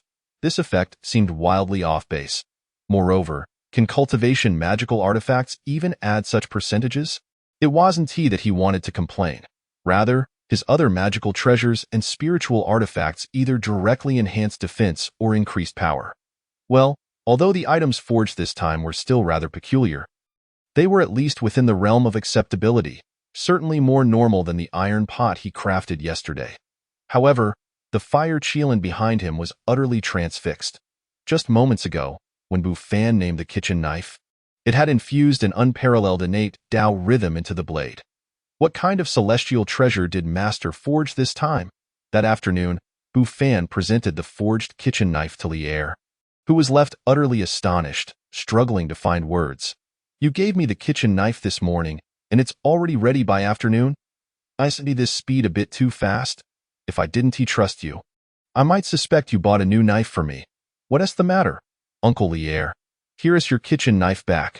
Bu Fan didn't wait for Lier to regain his composure. Handing the knife straight to him, Lier felt an immediate surge of vitality, as if he had been rejuvenated. Thank you so much, village chief. Lier thought little of it, attributing it to his own imagination. After all, no sane person would believe a kitchen knife could possess such remarkable power. By the way, Uncle Lier, regarding my newfound blacksmithing skills, Bu Fan cleared his throat, giving Lier a knowing look. Lier was still pondering its meaning, but upon catching Bu Fan's gaze, he quickly understood. Village chief, rest assured, your skills are undoubtedly the finest I've seen in over 30 years. I will make sure to tell the villagers. Lier promised confidently. Then I leave it to you, Uncle Lier. Bu Fan felt grateful. His experience points depended on Lier. As dusk fell, the village basked in a leisurely atmosphere. The women busied themselves with dinner, while the men, weary from a day's labor, finally found a moment to relax. That time, they would gather to chat and pass the time. You know, the village chief's blacksmithing skills are far superior to those of the blacksmith shop in the neighboring village. Just yesterday, I had him take a look at my damaged iron pot, and guess what? The next day, not only did he repair it, but it was as good as new. Is that true? We've never heard that the village chief studied blacksmithing. Many villagers were filled with skepticism, questioning, what do you truly understand? The village chief, being a learned man, did not require formal education. He could simply read and grasp knowledge directly, observing the disbelief around him. Lier, with an air of superiority, proclaimed, I must tell you, since my wife began using the village chief's iron pot, the meals she prepares are simply irresistible. This only deepened the villagers' skepticism. They were well aware that Lier held the utmost faith in Bu Fan, but they could hardly be expected to believe such nonsense. Could a mere change of pot truly enhance the flavor of food? How could that possibly be true? Chapter 57. A diminishing intelligence artifact? Lier, everyone knows your wife cooks exceptionally well, but how can you attribute that solely to the iron pot? Indeed, I've never heard of simply changing a pot making the food taste better. The villagers shook their heads, incredulous. You may not believe me, but not only has my family's food improved with the village chief's iron pot, even the kitchen knife I asked the village chief to procure today feels remarkably empowering. It's as if I can slice through a chicken as easily as cutting tofu. At that moment, Lier resembled an ardent fan, his eyes brimming with admiration. This is getting increasingly absurd. A number of villagers were even more doubtful. Lier's claims were becoming preposterous. An iron pot enhancing the taste of food was one thing, but claiming that a kitchen knife could provide a vigor akin to that of consuming a spring tonic. At that moment, Bufan, who was discreetly observing Lier's fervor, found himself at a loss for words. While Lier's statements might contain a kernel of truth, they needed to be credible. Initially, Bufan had hoped that Lier's enthusiastic endorsement would help him garner tasks in the future. But now it seemed counterproductive, further eroding the villagers' belief in his blacksmithing skills. Some things simply cannot be rushed. However, to Bufan's astonishment, the following day, several villagers approached him to repair their farming tools. Despite their understanding that Lier's words were exaggerated, curiosity had been piqued. They believed that the village chief's abilities as a blacksmith were genuine, so they brought their broken farming and kitchen utensils to Bufan for repair. Bufan's eyes sparkled with excitement. Each item represented a task. Without delay, he accepted all the villagers' tools. Afterward, he summoned the fire Chielin for assistance. Half a day later, Bufan's expression grew increasingly peculiar. The effects of the artifacts he had forged were remarkably strange. Strength, stamina, he could endure. But intelligence, durability, he could also tolerate. What on earth was this shovel luck? Was it possible that with one scoop, he could unearth a gold mine? To test the outcome, Bufan stepped into the yard and took a few scoops. And to his surprise, he actually unearthed a copper coin, albeit with a pitifully low probability. Nonetheless, one thing was certain to Bufan. The artifact crafting encyclopedia must have been a gift from the system containing some games crafting skill book. The encyclopedia stated, it encompasses all forging methods within the realm of cultivation. Note that it pertains specifically to the realm of cultivation. Had it been delivered to the wrong recipient? Why then were the items he forged so peculiar? They bore no resemblance to the artifacts one would expect. Could it be? Bufan couldn't help but glance at the fire Chielin. Master, why are you looking at me? The fire Chielin trembled, retreating to a corner, covering its chest with its front paw, appearing panicked. Could it be that the master was finally unable to restrain himself? But its meat was not appetizing. It's nothing at all. Bufan waved his hand, pondering that it was indeed possible the fire Chielin was the cause. Ever since he had met the fire Chielin, it had displayed a somewhat neurotic disposition, coupled with a humorous trait. The flames emitted by the fire Chielin during the forging process must have imbued the artifacts with a certain eccentricity. Indeed, it was likely due to this reason. Bufan crossed his arms and nodded. Subsequently, he decided to forego using the fire Chielin's flames and instead utilized his own infant flames for forging the artifacts. Congratulations, you have forged a premium artifact. Please name it. Little Huang, what do you think we should call this hoe? Bufan continued to look at the fire Chielin, entrusting the naming to it. Heavenly Thunder Fiery Hoe. The fire Chielin exclaimed excitedly, Heavenly Thunder Fiery Hoe. Premium artifact, attribute effects, intelligence-80. Bufan. This certainly could not be attributed to the fire Chielin. Was it merely neurotic? Of course not. The fire Chielin was simply lively and straightforward. If it wasn't due to the fire Chielin, then what could be the reason? Suddenly, an idea began to take shape in Bufan's mind. He slapped his hand heavily. How could I not think of this? It must be the materials. The materials he had been using were all mundane iron. How could such materials possibly forge artifacts from the realm of cultivation? It is well known that artifacts from the realm of cultivation are forged from a myriad of heavenly and earthly materials to achieve their formidable effects. To expect a farming tool forged from mundane iron to exhibit such capabilities was utterly implausible. Even the most powerful celestial beings would struggle to accomplish that. The artifacts he had produced were a testament to this. Aside from the system notification declaring it a premium artifact, these items exhibited not a trace of spiritual energy. Master, what has happened? The fire Chielin was startled by Bufan's sudden outburst, still unsure of what had transpired. It's nothing, little Huang. Please unleash some flames for me again. This hoe needs to be reforged. This artifact, which diminished intelligence, could not be entrusted to anyone else. The fire Cheelin tilted its head in confusion but complied obediently. Heavenly Thunder Fiery Hoe. Premium Artifact, Attribute Effects. Stamina 25, Strength 10. In the afternoon, all the villagers who received the farming tools repaired by Bufan were left in awe, let alone the fact that Bufan had managed to repair their tools in just a day. How could these tools appear as if they were newly purchased? Furthermore, not only did the news spread that Bufan was skilled in blacksmithing, but his craftsmanship was also exceptional. Villagers who had used the tools forged by him praised them highly, claiming, "Ever since using the village chief's hoe, my back no longer aches, my legs don't tire, and I feel invigorated while working." Others remarked, "Ever since using the village chief's shovel, I can even unearth copper coins while digging." They exaggerated their claims to no end. This sparked the interest of many villagers, leading to a sudden influx of requests for Bufan's tool repairs. Even the old village chief, Wang Changgue, caught wind of this news. Initially, it was Li Er's fantastical tales that he dismissed, but now, hearing numerous villagers rave about Bufan's skills left him utterly astonished. Can a mere scholar also possess the ability to forge? How could he not? Suddenly, Wang Changgue felt as though he had become a fool. As a fellow scholar, was Bufan's repertoire of skills not a tad excessive?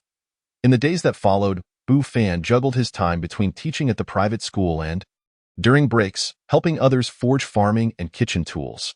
Congratulations, you have forged 10 artifacts. Reward, 10,000 experience points x2, innate spiritual treasure, primordial umbrella, primordial golden umbrella, extremely strong defense.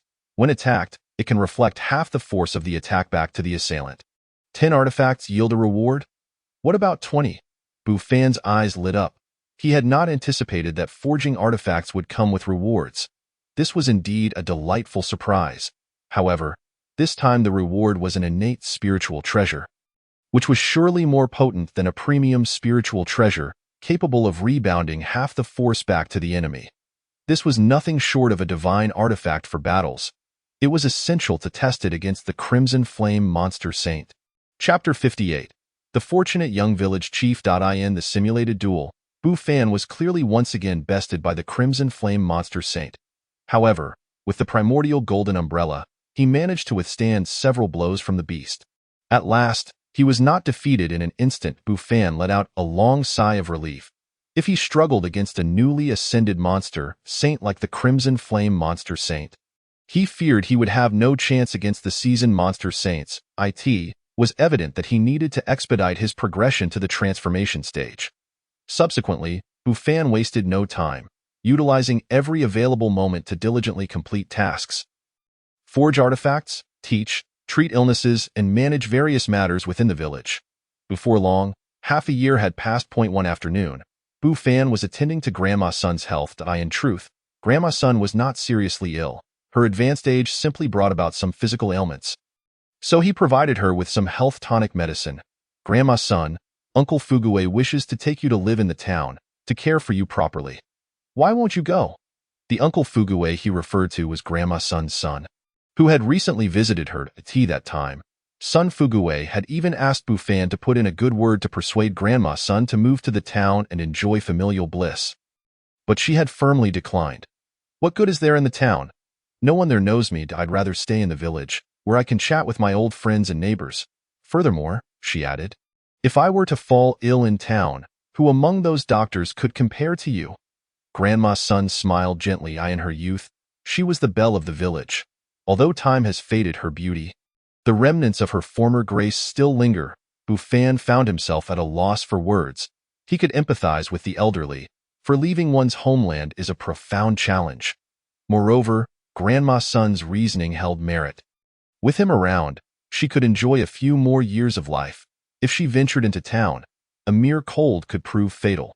"Xiao Fan, tell me, is there a young lady who has captured your heart? I could play matchmaker for you," Grandma Sun, recalling Bufan's age, inquired with a smile. "No, I'm not at that age yet," Bufan replied, feeling helpless. Older relatives often delighted in matchmaking the younger generation. "Well, you can't ignore it forever. When I was your age, your Uncle Fugue was already making his mark." You should consider your future and not solely think of the village, Grandma's son admonished. What do you think of the girl from the Wang family? She is 3 years younger than you, has a lovely appearance, and is quite robust. Clearly a good prospect for childbearing. If you marry her this year, you could have a son by next year. Grandma, I have things to attend to. I must take my leave. Bufan hastily exited Grandma's son's home, her words still echoing in his ears. The girl from the Wang family? Not suitable. How about the girl from the Li family? She's quite sturdy. Though he recognized the two young women Grandma's son mentioned, he had yet to contemplate such significant matters in his life. Shaking his head, he glanced at the little white donkey waiting by the courtyard and rode off towards home. Completing his mission of healing, he received the task reward, 30,000 experience points x2. He ascended in rank, receiving the title of an initial stage transformation practitioner, along with the reward, Undying Sword Body. Undying Sword Body, a top-tier swordsmanship talent with exceptional comprehension. His skills, including the transformation of heaven and earth and the mighty Vajra palm, upgraded. In that moment, Bufan felt an overwhelming surge of power within him, his spiritual energy skyrocketing, and his consciousness expanding manifold, as if his very soul were undergoing a metamorphosis. Could this be the transformation stage? Bufan clenched his fists, acutely aware that the strength coursing through him now far surpassed that of the perfected Yuaning realm by an unfathomable margin. Particularly in terms of his physical form, which pleased him immensely, he could hardly fathom what the outcome would be against the Scarlet Flame Demon Saint now. However, the upgrade reward was indeed a sword-based physique. He wondered if it would enhance his sword techniques. Without further contemplation, he swiftly entered a simulated duel, engaging in a spar with the Scarlet Flame Demon Saint. This time, the once dominating Scarlet Flame Demon Saint no longer appeared as formidable. Bufan managed to hold his own against the demon for half an hour before ultimately succumbing. This was a direct confrontation, but if he had employed a more strategic approach, utilizing the speed of the clear moon flying rainbow boots and the thunderstorm wings, combined with the little Shura escape technique, he could have prolonged the encounter for at least half a day. What a thrill! After several exhilarating battles with the Scarlet Flame Demon Saint, Bufan finally felt a sense of satisfaction. Although he still faced defeat, it was a far cry from the previous one-sided beatings he had endured. On his way home, he encountered numerous villagers, all of whom greeted him with beaming smiles. As the year drew to a close, every household had much to prepare, cleaning their homes, stocking up on New Year goods, prompting Bufan to grant a few days off to the children at the private school. This year, the villagers were particularly joyful, for the harvest had been exceptionally abundant. After fulfilling their quotas, each family still had plenty left over, allowing them to purchase new clothes for their children and enjoy a bountiful year ahead. It was rather peculiar. Since the villagers began using the tools Bufan had repaired, their productivity had soared. Tasks that once required 2 people could now be accomplished by 1, leading to this year's plentiful harvest. Though the villagers were unaware of the reasons, they were nonetheless grateful to Bufan, attributing their good fortune to his leadership as village chief. Under his stewardship, the troubles of the village had diminished significantly. Previously, tales of difficult childbirths were commonplace, but such news had become rare. Even the notorious Song Laizi and his crew had turned over a new leaf. The establishment of a private school had not only made the children more educated but also more obedient. This year, the harvest had been monumental, so the villagers privately referred to Bufan as the fortunate little village chief. He had heard this nickname and felt a sense of helplessness. When would he be rid of the little? Did he have to grow a beard to be taken seriously? Upon returning home, he discovered the fire Qilin still seated before the fire Qilin diagram, unmoving. However, unlike before, it was now with its eyes closed, seemingly in slumber. This state had persisted for several days, yet the continuous influx of spiritual energy indicated that the fire Qilin was on the verge of a breakthrough. While Bufan's upgrades were straightforward, requiring only the grinding of experience points, the fire Qilin needed to absorb the essence of heaven and earth to cultivate. Respecting the fire Qilin's process, he chose not to disturb its breakthrough and settled beneath the peach tree to check his friend messages. Chapter 59. This is not as I imagined. During this time, he had been preoccupied with leveling up and had not kept abreast of the ongoing battle between good and evil in the cultivation world.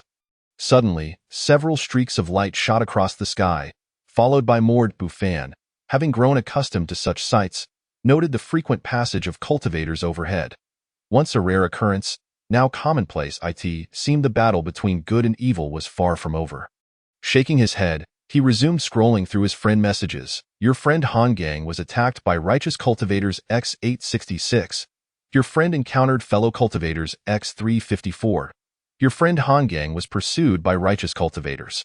Your friend Zhou Shanyu was attacked by a powerful being. Your friend Zhou Shanyu has been captured. Your friend and I has entered the Heart Source secret realm for cultivation, rapidly improving her skills.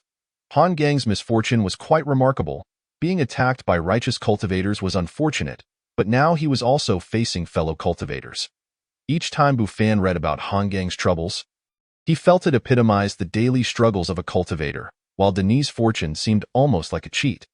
Yet, Zhou Shanyu had encountered a formidable being and had been seized. Bufan checked her profile and saw no alarming signs, suggesting she was not in mortal danger. However, he was curious about the nature of this powerful being that the system failed to categorize. The last time Han Gang had encountered a powerful being, he had received guidance that led to a breakthrough. What kind of terrifying power resided in a realm beyond the system's comprehension? It appeared the cultivation world was rife with many hidden figures playing the role of the unsuspecting. Early the next morning, as Bufan prepared to ride his little white donkey for a stroll, he was approached by villagers before he could even step outside. The visitors were the Lier family of 4. Uncle Lier, what brings you here? Bufan inquired, his eyes sparkling with excitement, thinking a task had come his way. Village chief, we are here to express our gratitude.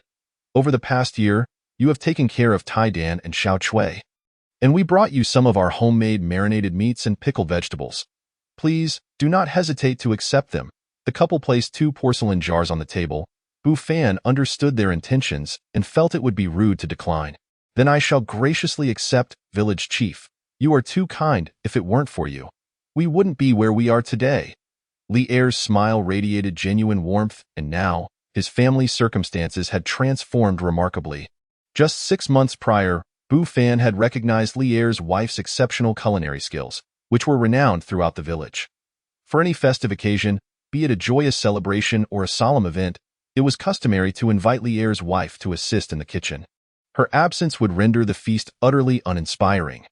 Consequently, Bufan suggested that the couple embark on a small food business, such as preparing marinated meats to sell in town. Initially, Li Er and his wife hesitated. But as the year drew to a close and they lacked any arable land to cultivate, the prospect of enduring hunger loomed ominously over their family of 4. Ultimately, the couple resolved to borrow some funds and venture into the marinated meat trade. At first, business was sluggish, and feeling disheartened, Li Er sought Bufan's counsel. Without a moment's hesitation, Bufan proposed the idea of offering samples. Setting aside Li Er's wife's culinary prowess, Bufan was confident in the appeal of their delectable dishes. To their astonishment, this strategy proved successful. Gradually, the couple's marinated meat business flourished in town, leading to collaborations with 2 local restaurants. Today, Li Er's family has managed to escape poverty, and their future appears increasingly promising. After exchanging pleasantries and inquiring about Tai Dan and Xiao Chui's academic progress, Li Er's family took their leave. However, not long after bidding farewell, more villagers arrived to express their gratitude. Despite Bufan's repeated refusals, he was unable to decline their offerings and eventually accepted the gifts brought by the villagers. Subsequently, visitors continued to arrive, and by the end of the day, his home was overflowing with an array of delicacies: cakes, cured pork, cured duck, salted fish, and pickled vegetables, enough to sustain him for quite some time. The following day, more villagers came to express their thanks, leaving Bufan feeling overwhelmed by their heartfelt generosity. This enthusiastic response persisted for 3 or 4 days, and as he surveyed the mountain of cured meats, Bufan mused that he could easily open a specialty shop in the village. Finally, the influx ceased, and Bufan breathed a sigh of relief. Turning to his little white donkey, "Little Bai, it seems we'll be enjoying meat every day from now on." Hungry, Little Bai brayed in acknowledgement. Just then, the surrounding spiritual energy began to swirl and surge toward the house. Recognizing the significance of this phenomenon, Bufan quickly set up several illusionary formations and restrictions within the dwelling. Although he had never encountered such a situation before, he understood that it marked a critical moment for the fire Cheelan's breakthrough. To minimize any disruptive commotion that might attract the attention of cultivators, he decided to implement these protective measures. The commotion continued for an entire day, during which Bufan remained patiently beneath the peach tree. Refraining from venturing outside, it was not until the early hours of the morning that the surrounding spiritual energy stabilized. Bufan slowly opened his eyes and turned his gaze toward the house. Within his consciousness, he sensed a presence with a strength comparable to that of an early-stage Yuan-Ing. It seemed the fire Cheelan had successfully undergone its transformation. Previously, the fire Cheelan had mentioned that only upon reaching the Yuan-Ing stage could a demon beast take on human form. Thoughtfully stroking his chin, Bufan felt no impure intentions. Rather, he was merely curious. After all, it was a rare occasion to witness a demon beast's metamorphosis, and who wouldn't feel a twinge of excitement in such a moment? What would the fire Cheelan's human form look like? Would it resemble this? Or perhaps that, Master, I have succeeded in my advancement. Suddenly, the fire Cheelan's voice, tinged with excitement, echoed. Moments later, a figure dashed out from the house.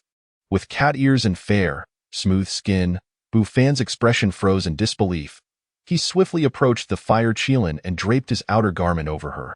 How could you come out without any clothes on? He admonished sternly. I'm just so happy. The fire Cheelan replied, sticking out her tongue playfully. From now on, refrain from calling me master. Bufan's expression grew increasingly serious. The fire Cheelan tilted her head, sensing his irritation. Did he disapprove of her lack of attire? The Fox Demon Clan had claimed that humans were particularly fond of their transformed appearances, especially when unclothed. Yet, why did Bufan's expression appear so grim? Bufan turned away, exasperated, gazing skyward. This was not at all what he had envisioned. Instead of the tall and elegant figure he had anticipated, he was confronted with short legs and an appearance reminiscent of a small pudding. Chapter 60. The Fire Cheelan Goes to School. Gazing at the fire Cheelan clad in his long, flowing coat, pouting with her big, watery eyes, she looked as though she had suffered a great injustice. It seemed he needed to find her some fitting clothes, Bufan sighed. He was still adjusting to the sight of the fire Cheelan in her human form. Master, do you no longer dislike me? The fire Cheelan's face brightened with joy. Stop, do not call me master anymore, and certainly do not refer to yourself as a servant, Bufan interjected, maintaining a stern demeanor. This was unacceptable, when the fire Cheelan had not yet transformed. He had been indifferent to such titles, yet now, with a small pudding before him calling him master, he felt an odd sense of discomfort, as if he were some sort of beast. Why? Is it because you no longer want me? The fire Cheelan's eyes shimmered with unshed tears. Bufan thought to himself, that change was rather quick. Just moments ago, she had been all smiles, and now she appeared ready to cry. All right, I do not wish to dismiss you. It's just that now that you are in human form, we must change how we address one another. Taking a deep breath, he spoke gently, as one would to a child in the past. He would have kicked the fire Cheelan away for her current appearance. But now things had shifted. Could it be that he was a sucker for cute looks? Surely not. He simply had no resistance to children. What should I call you then? The fire Cheelan blinked her big eyes. Perhaps brother would suffice, Bufan suggested after some contemplation. Do you intend to live in your human form from now on, or would you prefer to return to your previous appearance?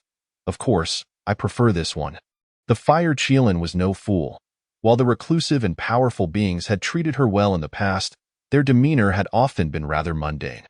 Sometimes, they would scold her for her mistakes. How could she resist the gentleness she experienced now? The Fox Demon Clan's words were not entirely unfounded. Human cultivators indeed favored the transformed forms of demon beasts. In that case, I shall arrange for you to have a permanent identity. Bufan mused, stroking his chin. However, your ears may pose a challenge, master. The fire Cheelan began, but was met with Bufan's serious glare, causing her to halt. Brother, you mean these two? They are not ears, they are Cheelan horns. My ears are right here. The fire Cheelan gestured to the two horns on her head, then brushed aside her hair to reveal two delicate ears. Bufan's expression fell into a daze. So those were not cat ears. Why did he feel as though another fantasy had crumbled? Brother, do you find these Qilin horns unsightly? They can actually shrink. The fire Qilin demonstrated, causing the horns on her head to emit a faint glow before gradually diminishing in size. Though the horns became significantly smaller with a keen eye, one could still discern the two distinct little horns atop her head. I'll style your hair, Bu Fan decided, stepping forward to create two cute little buns atop the fire Qilin's head. Having observed that most young girls in the school he attended wore their hair in such a manner, he attempted to replicate the style, despite lacking formal training. The fire Qilin remained still. Her cheeks slightly flushed, allowing Bu Fan to arrange her hair as he pleased. All right, how does it look? Do you like it? Bu Fan asked, satisfied with his handiwork. The fire Qilin scampered over to a nearby water vat. Gazing at her reflection in the water, she reached up to touch the two little buns on her head. I love it. Gazing upon the joyful and endearing visage of the fire Qilin, Bu Fan smiled, regarding it as akin to having discovered a younger sister. The following day, news of Bu Fan finding a young girl in the mountains swiftly spread throughout the village. This young girl had a tragically sorrowful background. Her mother perished during childbirth, and her father subsequently remarried. Initially, the stepmother treated her kindly, but who could have foreseen that after the stepmother bore a son, she would frequently beat and scold the girl, even denying her food? Eventually, when the young girl fell gravely ill, her father and stepmother deemed her unlikely to survive and callously abandoned her in the mountains to fend for herself, in a desperate bid for survival. The ailing girl took faltering steps until she could move no longer, collapsing into the mud. Perhaps fate had other plans for her. Just as she was on the brink of death, she encountered the village chief, who was gathering herbs in the mountains. Upon hearing of her plight and recalling his own past, the village chief took her in. The first half of this tale was a fabrication spun by Bu Fan, riddled with inconsistencies yet sufficiently convincing to deceive, while the latter half was the villagers' imaginative embellishments. However, witnessing the fire Qilin's tear-streaked and pitiful countenance as it recounted its tale evoked heartfelt sorrow from the listeners. Causing tears to brim in the eyes of the surrounding villagers, Bu Fan could only shake his head in disbelief. He had always known the fire Qilin possessed a flair for drama, but he never anticipated that its talent would blossom so spectacularly in human form. Fortunately, thanks to this performance, before he could even speak, some villagers had already brought suitable clothing for the fire Qilin. Brother, what do you think of Linner? The fire Qilin twirled in a pink dress before Bu Fan, radiating happiness. Not bad, Bu Fan nodded in approval. That Linner was the new name for the fire Qilin, as the previous name was no longer appropriate. Brother, Linner also wishes to attend the private school, the fire Qilin declared, summoning her courage. Why? Bu Fan asked, his curiosity piqued as he scrutinized her. The fire Qilin felt a twinge of nervousness, her small hands tightly clutching the hem of her dress. Could it be that the reclusive sage had already discerned her desire to seek knowledge? Very well, if you wish to go, then go. Bu Fan thought little of it, assuming the fire Qilin simply wished to make friends at the school. Thank you, brother. The fire Qilin joyfully wrapped her arms around Bu Fan's leg, prompting a resigned shake of his head. Subsequently, the fire Qilin accompanied Bu Fan to the private school, where she quickly bonded with the other children. There was no denying it. The fire Qilin's appearance was deceptively charming, obedient, amiable, and with a sweet disposition that endeared her to not only the adults in the village, but also to the little girls and boys who eagerly played with her. A few days later, while Bu Fan was teaching, he noticed several figures standing outside the window. Aside from a tall, striking young man with sharp eyebrows and bright eyes whom Bu Fan did not recognize, the others were familiar faces, including Wang Changgue and various village elders. Please copy the characters on the blackboard first, Bu Fan instructed before stepping outside the private school. The children, though curious about the commotion outside, dutifully complied with his request.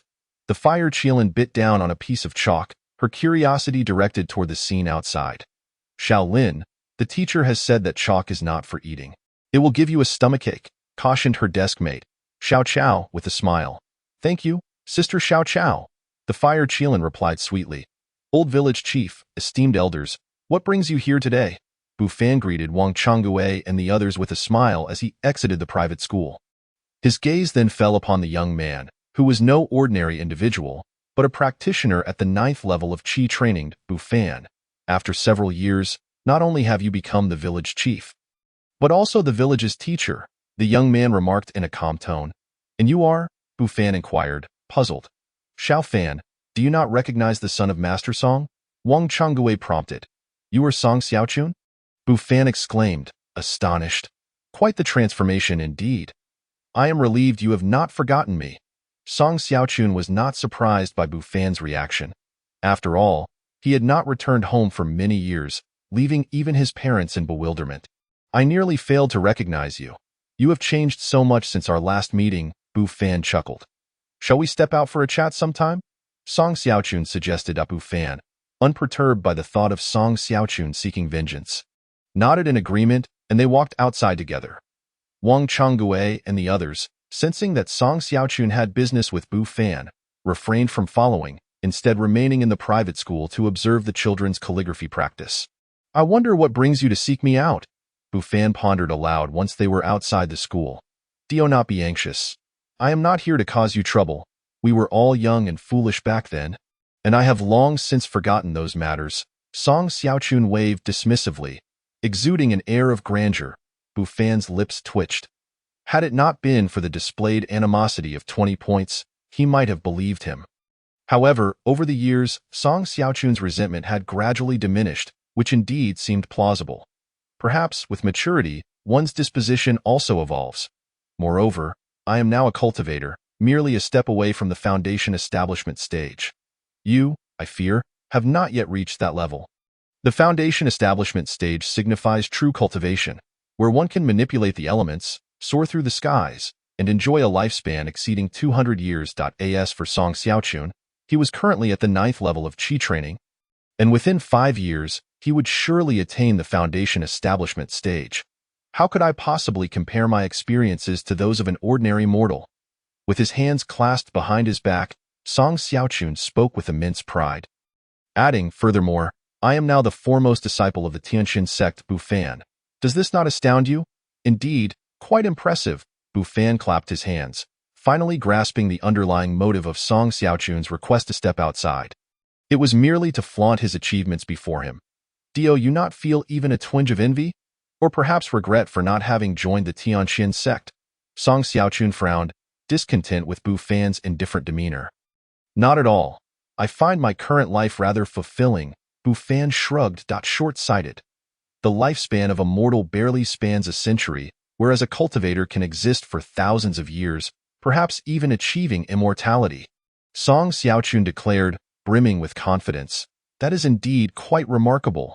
Bufan nodded in acknowledgement. Are you envious? Given our childhood friendship, I could take you as my disciple and impart to you the supreme teachings. Song Xiaochun declared, assuming the pose of a wise mentor. Once I step into the foundation establishment stage, I will become an elder of the Tianxin sect, and you shall be a disciple under an elder of the foundation establishment stage. Task: Apprenticeship task description. Due to past grievances, Song Xiaochun harbors lingering resentment. However, considering Bufan's contributions to the village, he intends to take him as an apprentice, requiring Bufan to serve him. Task reward: 100,000 experience points, a unique ability. Accept, decline. How could he still be preoccupied with past grievances? Yet who was the one who had been bullied back then? I appreciate your good intentions, but I find greater meaning in remaining in the village. Bufan promptly declined without a second thought. Have you truly considered it? Song Xiaochun's expression turned solemn. I have thought it through very clearly, Bufan replied. Indeed, a short-sighted individual. Enraged, Song Xiaochun turned to leave, but suddenly halted in his tracks. In a few days, the Tianxin sect will relocate. I will accompany them, but once I leave, I may not return for many years. I entrust my parents to your care. I shall repay you greatly in the future. Watching Song Xiaochun's retreating figure, Bufan furrowed his brow slightly. The Tianxin sect is relocating? Could it be related to the battle between righteousness and evil? How fortunate it was that he had not joined the Tianxin sect. Otherwise, he would be fleeing now. The world of cultivation is fraught with perilous affairs. Bufan shook his head and returned to the private school. Wang Changgui and the others eagerly approached him for answers. and Bufan, not wishing to conceal anything, recounted Song Xiaochun's intention to take him as a disciple. Naturally, he omitted any mention of the Tianqian sect's relocation. Who would have thought that Xiaochun has reached such heights in his cultivation? Wang Changgui and the other side, though they did not fully comprehend the distinctions between Qi training and foundation establishment stages, they understood well enough that being able to fly through the heavens was an extraordinary feat. However, they were not surprised by Bufan's refusal of Song Xiaochun. After all, Bufan had previously turned down an elder from the Tianqian sect, so it was no surprise that he would do so again. Song Xiaochun stayed in the village for only 2 days before preparing to leave. Many villagers, having learned of his departure, came to bid him farewell. For he was indeed a cultivator who had emerged from their village. As the village chief, Bufan took the lead, accompanied by a throng of students to send off Song Xiaochun. Song Xiaochun glanced at Bufan and then at the gathered villagers, a complex expression flashing across his eyes before he waved his sleeve, summoning a flash of white light as a small wooden boat materialized. This small vessel, awarded to him for winning the Tianqian sect's grand competition, was a flying artifact embedded with low-grade spirit stones, allowing even those who had not yet reached foundation establishment to operate it with ease. Without further ado, Song Xiaochun boarded the small boat, which gradually ascended into the sky, disappearing from view amidst the envious gazes of the onlookers. Such is the life of a cultivator. Many children gazed up with shining eyes filled with longing. What is there to envy? If you all study diligently with the teacher, you shall surpass them, the fire Qilin declared, tilting its small head. Really? The little grass expressed disbelief, and the other children echoed this sentiment. The teacher merely instructed them in reading and writing, occasionally teaching them to play Go, strum the zither, or paint. Yet, how could these pursuits possibly compare to the cultivation of immortal arts? Do not be so incredulous. Truly formidable scholars can spit a drop of saliva and slay an immortal. The fire Qilin stated with utmost seriousness. Is it really that impressive? The children, including Xiao Chao, gaped in astonishment. How could they not believe? Not only the children, but even the villagers surrounding them were skeptical. And no matter how talented a scholar might be, could they possibly surpass an immortal who could traverse the skies? Such a notion was preposterous. All right, it's time for class. Follow me to the private school. Bufan, having overheard the fire Qilin's words, took them lightly, merely assuming that the fire Qilin wished for him to impart cultivation techniques to the children. However, he had personally assessed that none of the children possessed spiritual roots. Chapter 62. The Imperial Examination? The common folk are dull. They barter cloth for silk. The bandits come to trade, and as they arrive, I scheme and send my children to cross the river, in the early morning. The sound of children reading echoed through the tranquil village, warming the hearts of all like the gentle sun of winter. At times, many busy villagers paused their work, quietly listening. They did not comprehend why, but every time they heard the children's voices, a profound sense of peace washed over them. Moreover, they noticed that when they worked while listening to the children's reading, they felt invigorated, as if rejuvenated by a decade. Time flew swiftly, and soon it was time for school to end, with the children bidding farewell to Bufan one by one. Bufan rode a small white donkey, with the fire Qilin seated in front, leisurely making their way home. I have a little donkey. I have never ridden it. One day, on a whim, I rode it to the market, holding a little whip in my hand, feeling quite pleased with myself. The fire Qilin hummed a cheerful tune, her little head bobbing from side to side, her hair tied into 2 adorable tufts, making her look exceptionally lively and charming. Listening to the fire Qilin's innocent and joyous voice, Bufan felt much lighter in spirit. Hey, brother, look, that's the old village chief. The fire Qilin pointed ahead, and Bufan looked up to see Wang Changgui standing at the entrance of his home. The little white donkey, perceptive as ever, quickened its pace towards him. Before long, they arrived. Old village chief, if you were looking for me, you could have just gone to the private school. There was no need to wait at my door. Bufan dismounted from the donkey and greeted Wang Changgui. It's inconvenient to go to the private school. Wang Changgui waved his hand. Seeing the situation, Bufan knew without asking that Wang Changgui must have something to discuss and hurriedly welcomed him inside. I never expected the peach tree you planted to grow so large. When it bears fruit next time, remember to bring me some. As they walked through the courtyard, Wang Changgue cast a glance at the large peach tree, exclaiming in admiration, "Old village chief, it's not that I don't want to save some for you, but I've never tasted the fruit from this peach tree," Bufan replied with a wry smile. Shaking his head, "Did I ask that so? A tree this size has yet to bear fruit. Perhaps it lacks sufficient fertilizer?" Wang Changgue scrutinized the peach tree. "I'm not too sure," Bufan responded, shaking his head again. "Fertilizer? I remember the little white donkey has been fertilizing this peach tree daily, yet there's been no change." Wang Changgue did not press the issue further and followed Bufan into the house. The fire Qilin skillfully served them tea. Wang Changgue couldn't help but exclaim, "What a considerate child!" The fire Qilin beamed a sweet and delightful smile, slightly bowing, "Thank you for the compliment, old village chief." Bufan remarked, "How shameful to be so cute. Xiaofan, you are truly fortunate." Wang Changgue laughed heartily, perhaps due to his old age. He particularly enjoyed girls who were cute and endearing. "Well, I suppose," Bufan scratched his head. "By the way, old village chief, what brings you here today?" "Oh, it's like this.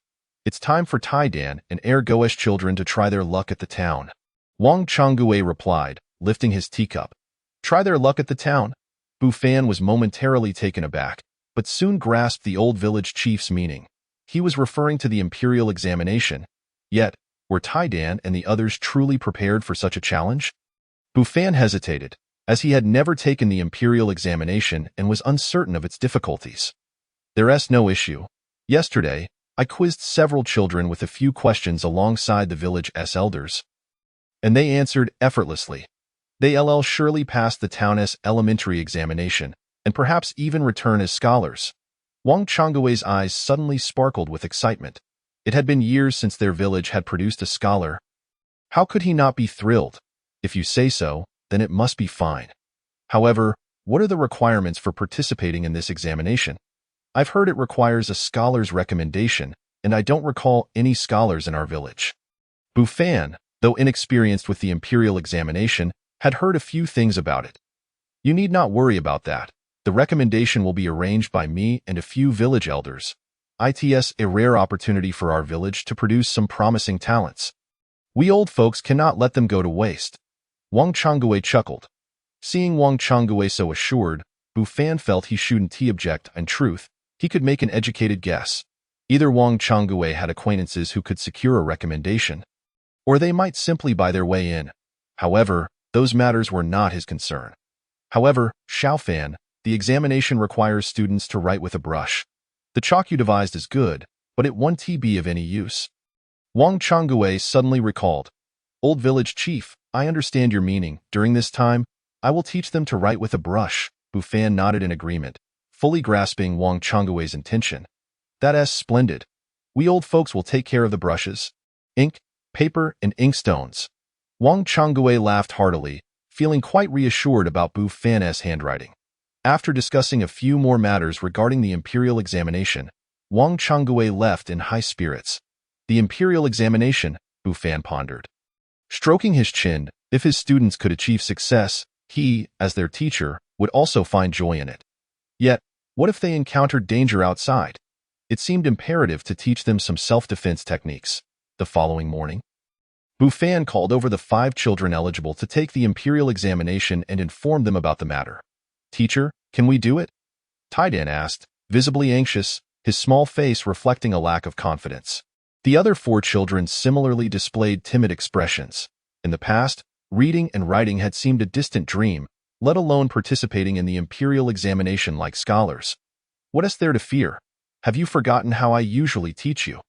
"Never panic in the face of challenges," Bufan said, hands clasped behind his back. The 5 children exchanged glances, their heads bowed. "Don't put too much pressure on yourselves, just do your best. Even if you don't succeed, consider it an experience. Moreover, there is still some time before the examination. You have ample time to prepare." Bufan understood the children's feelings about the upcoming examination and reassured them, "During this period, I will teach you to write with a brush." "We understand." The 5 children nodded earnestly. After they left the room, Taidan whispered, "Do you think we can do it?" "It doesn't matter if we can't. We must try. Since the teacher believes in us, We cannot let him down, Tai Dan replied, determination in his eyes. Exactly. We cannot disappoint our teacher.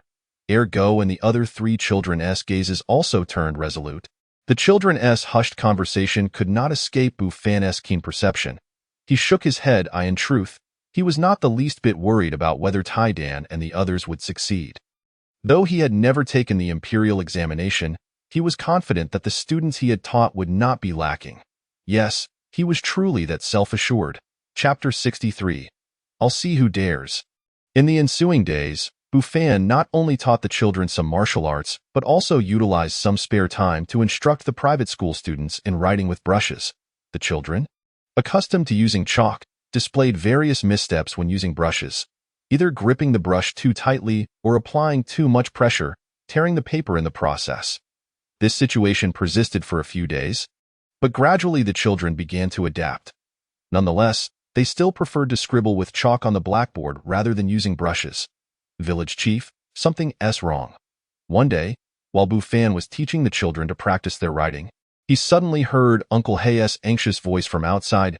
That moment, Uncle Hay leaned against the doorframe, panting heavily. The children in the private school turned to look. What has happened? Bufan approached to inquire. It's about Wang Laoxi's family, Uncle Hay began, but upon noticing the children's gaze, he abruptly stopped. Bufan understood that Uncle Hay did not want the children to overhear. Wang Laoxi, he recognized the name. He was the village's notorious gambler. Not only did he gamble excessively, but he also had a penchant for drinking. While drinking itself was forgivable, he lacked any decorum and would often turn violent when intoxicated. Frequently beating his wife and children, Bufan recalled dealing with Wang Laoxi's antics 2 months prior, when Wang Laoxi had repeatedly vowed to abstain from gambling and drinking. Could it be that Wang Laoxi had once again gotten drunk and assaulted his wife? I'll step out for a moment. You all continue practicing your writing in the private school, Bufan said, preparing to leave with Uncle Hay. Suddenly, a small boy stood up. Teacher, I want to go with you. Bufan looked back at the past. This young boy, nicknamed Ergo, was the second son of Wang Laoxi. His first son had tragically passed away before reaching a month old, prompting Wang Laoxi to whimsically bestow a derogatory name upon his second child. Hoping for better fortune.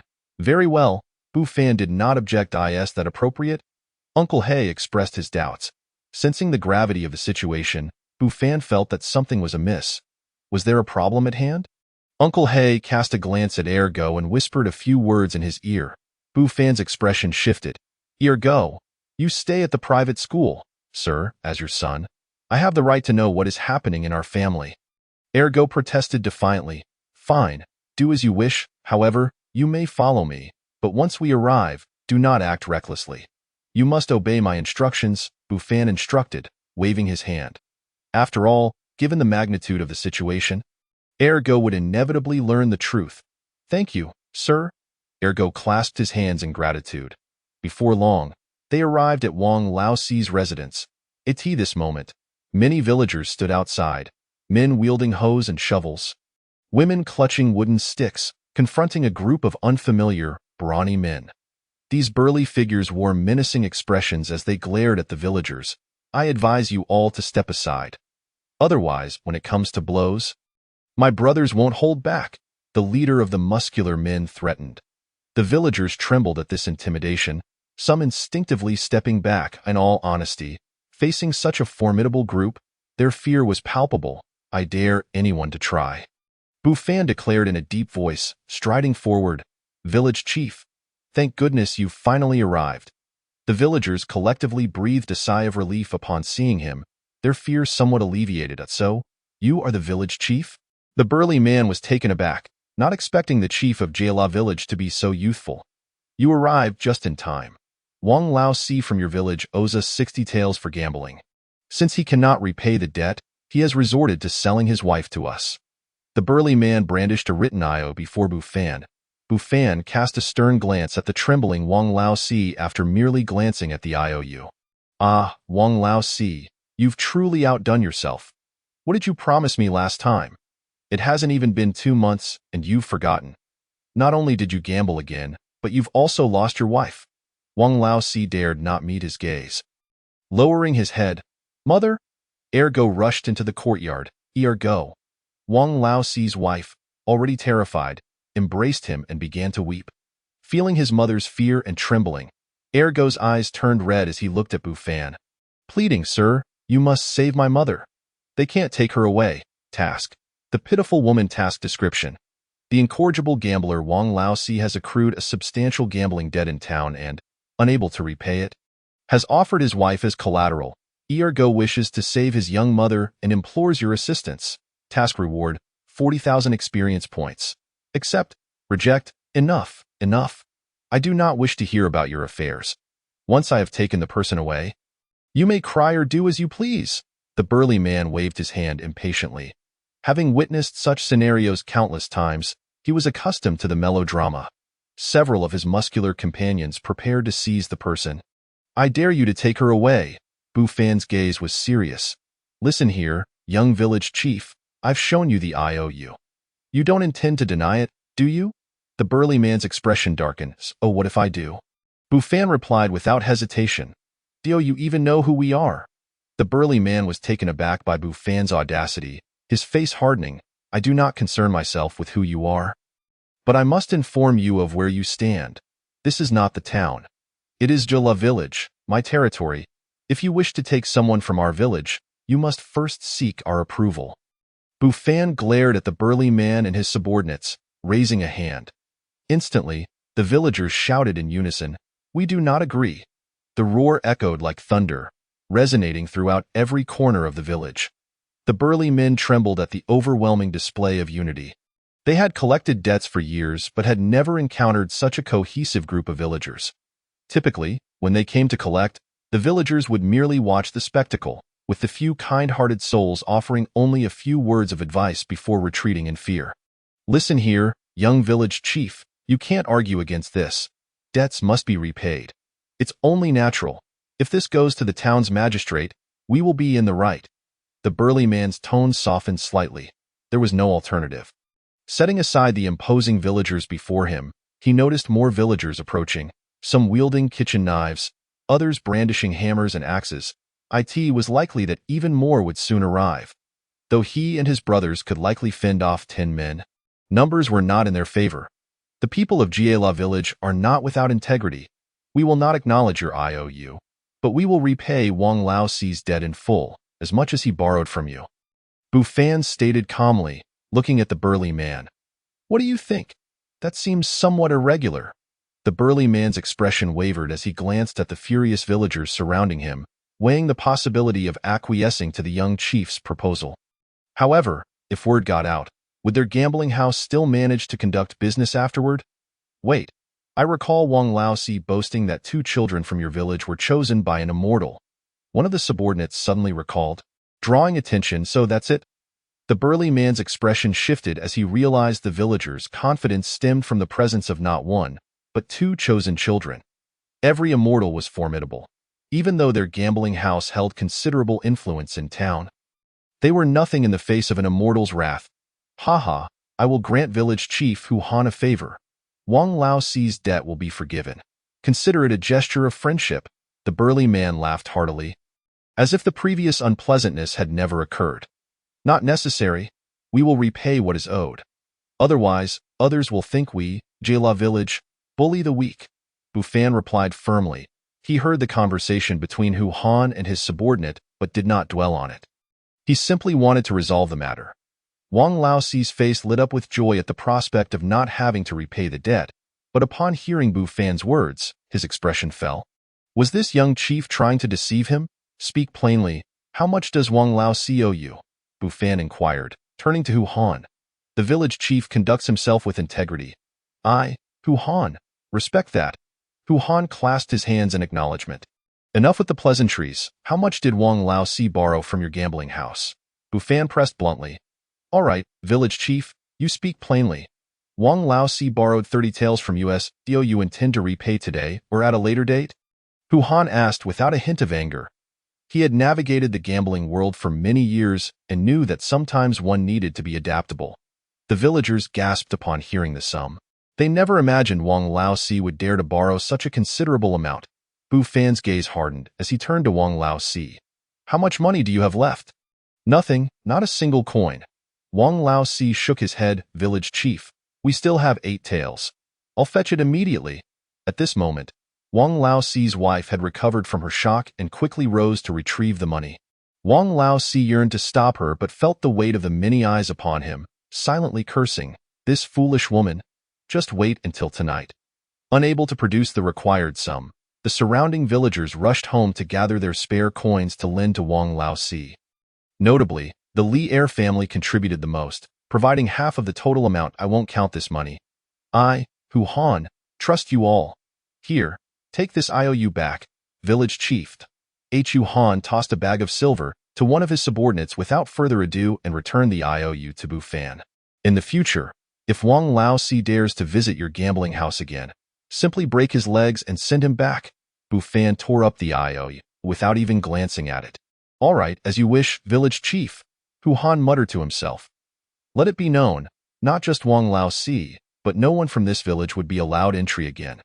After Hu Han and his men departed, the task the pitiful woman was marked as completed, rewarding 40,000 experience points times 2 for protecting the villagers. Additionally, due to your defense of the villagers, you received another 50,000 experience points times 2.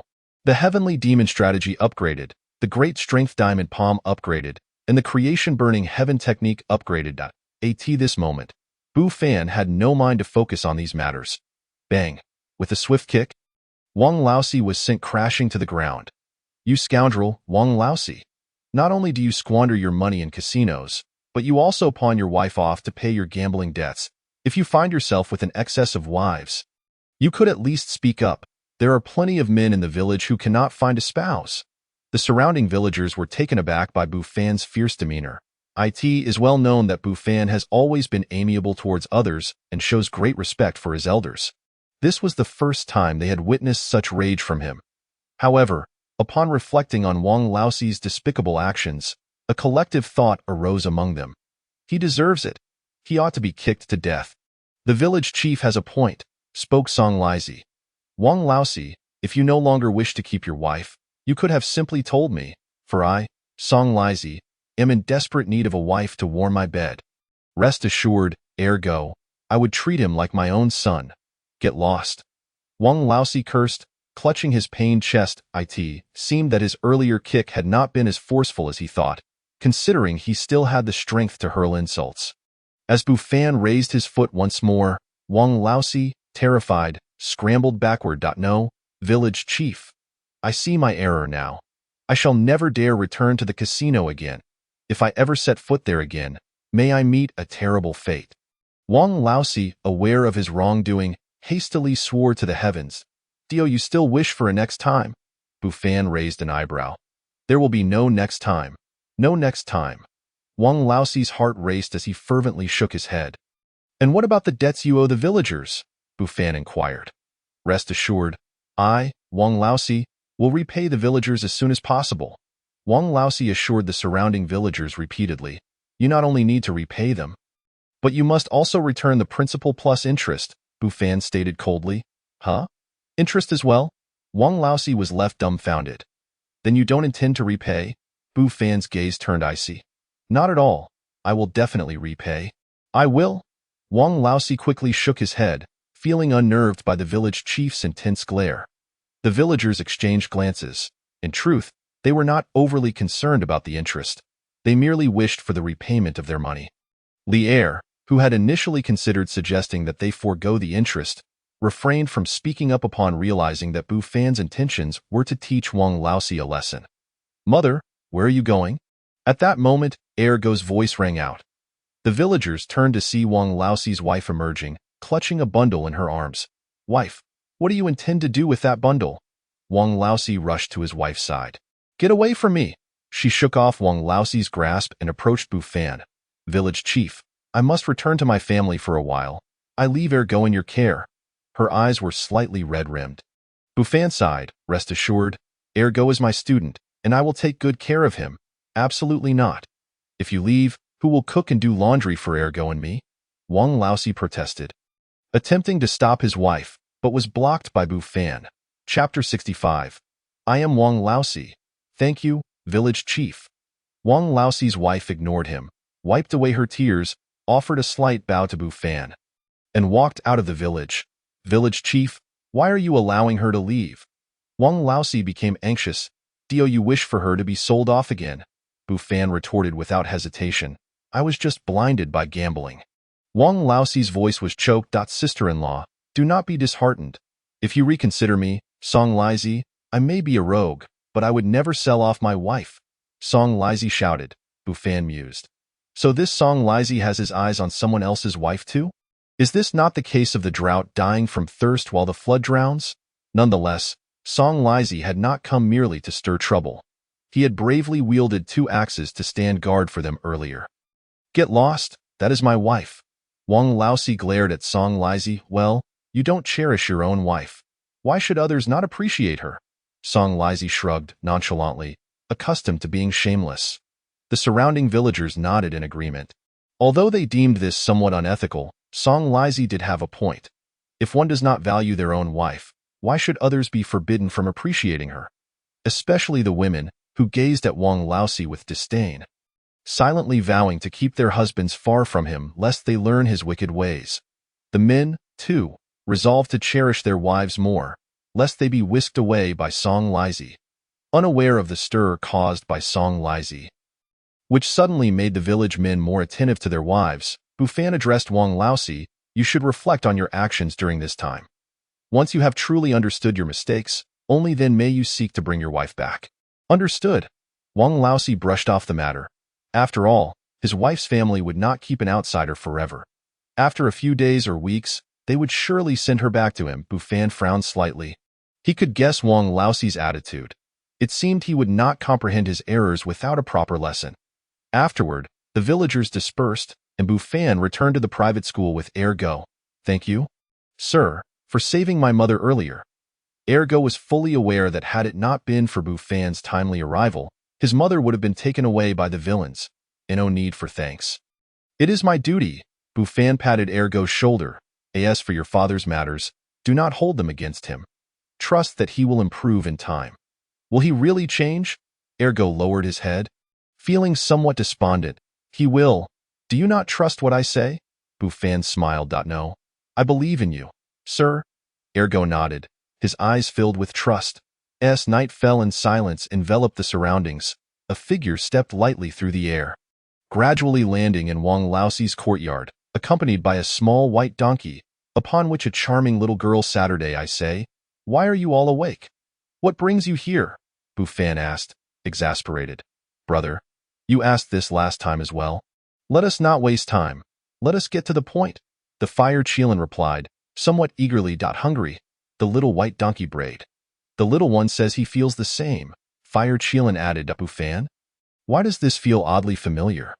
Upon entering Wang Laosi's room and standing before the bed, Fire Qilin eagerly exclaimed, Brother, are you going to use that trick you employed on Granny Zhou last time? Pretty much. Bufan's lips curled into a mischievous smile as he formed a hand gesture and pointed his finger, causing a burst of light to descend upon Wang Laosi's forehead. Wang Laosi fell into a long, drawn-out dream, during which he transformed into his wife, Lu Shuexiu, witnessing himself return home each day in a drunken stupor, only to raise his fist and rain blows upon himself. Feeling the excruciating pain, Wang Laosi wished he could fight back against the version of himself in the dream. Yet no matter how great his strength, he could not rival a man. Just as he attempted to resist, the dream self lifted a fist and struck him mercilessly. Stop! Wang Laosi jolted upright, startled.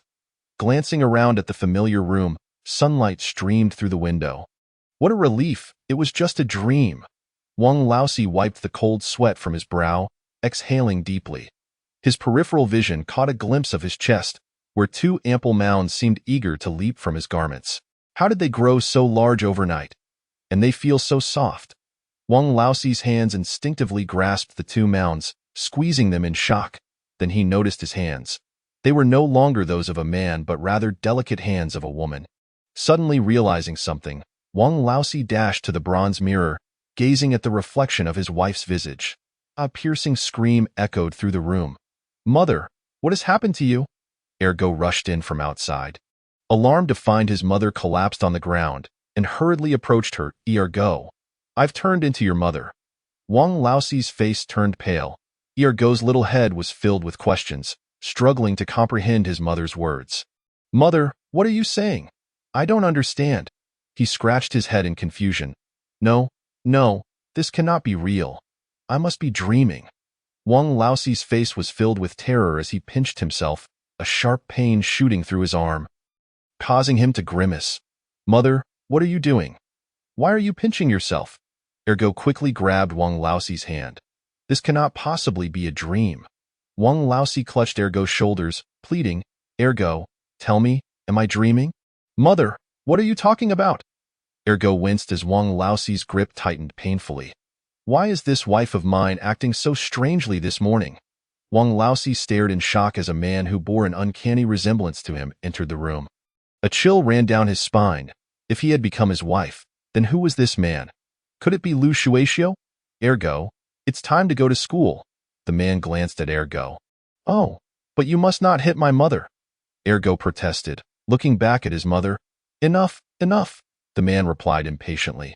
Once Ergo had exited, Wang Laoxi frantically approached the man before him. Lu Shuexiu, is that you? I'm sorry, but I can't assist with that. Bufan shook his head, but Wang Laoxi still wanted to explain. However, he had no idea how to articulate it, for those past memories indeed belonged to Lu Shuexiu.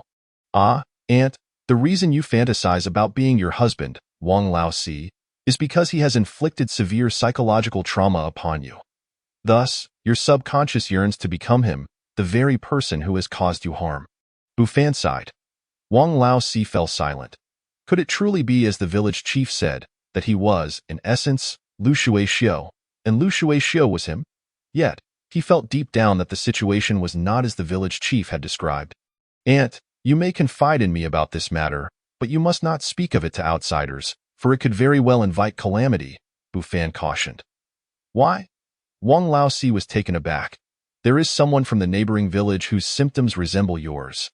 He claims he is not from this era but has come from the future, a place where large iron objects fly and metal boxes run about. Just think, how could iron possibly fly? Bufan inquired. Wang Laoxi nodded. Isn't it foolish? How could such heavy iron objects take to the skies? What became of that man? Wang Laoxi focused on the crux of the matter. Ah, everyone disbelieved him, thinking he was possessed by mountain spirits and demons. The villagers, fearing harm from these spirits, burned him alive. Yet, I have heard that he was a scholar, fond of collecting strange books, and perhaps it was this excessive reading that led him to develop a form of schizophrenia. Much like your condition, Bufan remarked, shaking his head in lament that a fine, living soul extinguished by ignorance. Wang Laoxi felt a chill run down his spine. Why have I never heard of this incident in the neighboring village? Bufan shook his head. Just because you haven't heard of it doesn't mean it didn't happen. After all, it's not a matter of pride, and the fewer who know, the better. Wang Laoxi found this reasoning sound. Yet, reflecting on his own situation, he realized there were indeed similarities with the man the village chief had spoken of. That man claimed to come from the future, while he felt as though he had arrived from 2 months hence. Aunt, do not worry, I am a doctor, a scholar, and I have never believed in such superstitions. Bufan waved his hand dismissively. However, your condition could be serious or mild. You must take care in the future. I shall prescribe you a calming remedy, and after a few days you should improve. Just remember, if Uncle Wang Si ever mistreats you, do not bottle it up inside. This will only worsen your condition. You may come to me, and I will speak to Uncle Wang Si along with the village chief. I understand. Wang Laoxi was at a loss as to how to leave Bufan's house. His mind swirling with his words. Could it be true that he was not Wang Laoxi, but rather Lu Shuexiu? Was all this merely a figment of his imagination? Unbeknownst to him, he returned home, and no sooner had he gathered his thoughts than he was met with an angry tirade. Not cooking. Where have you been gallivanting with wild men? Just wait until I deal with you. Wang Laoxi snapped back to reality and saw the fierce man, fists as large as a sandpot raised to strike him, only to be restrained by Ergo. Father, mother is ill today.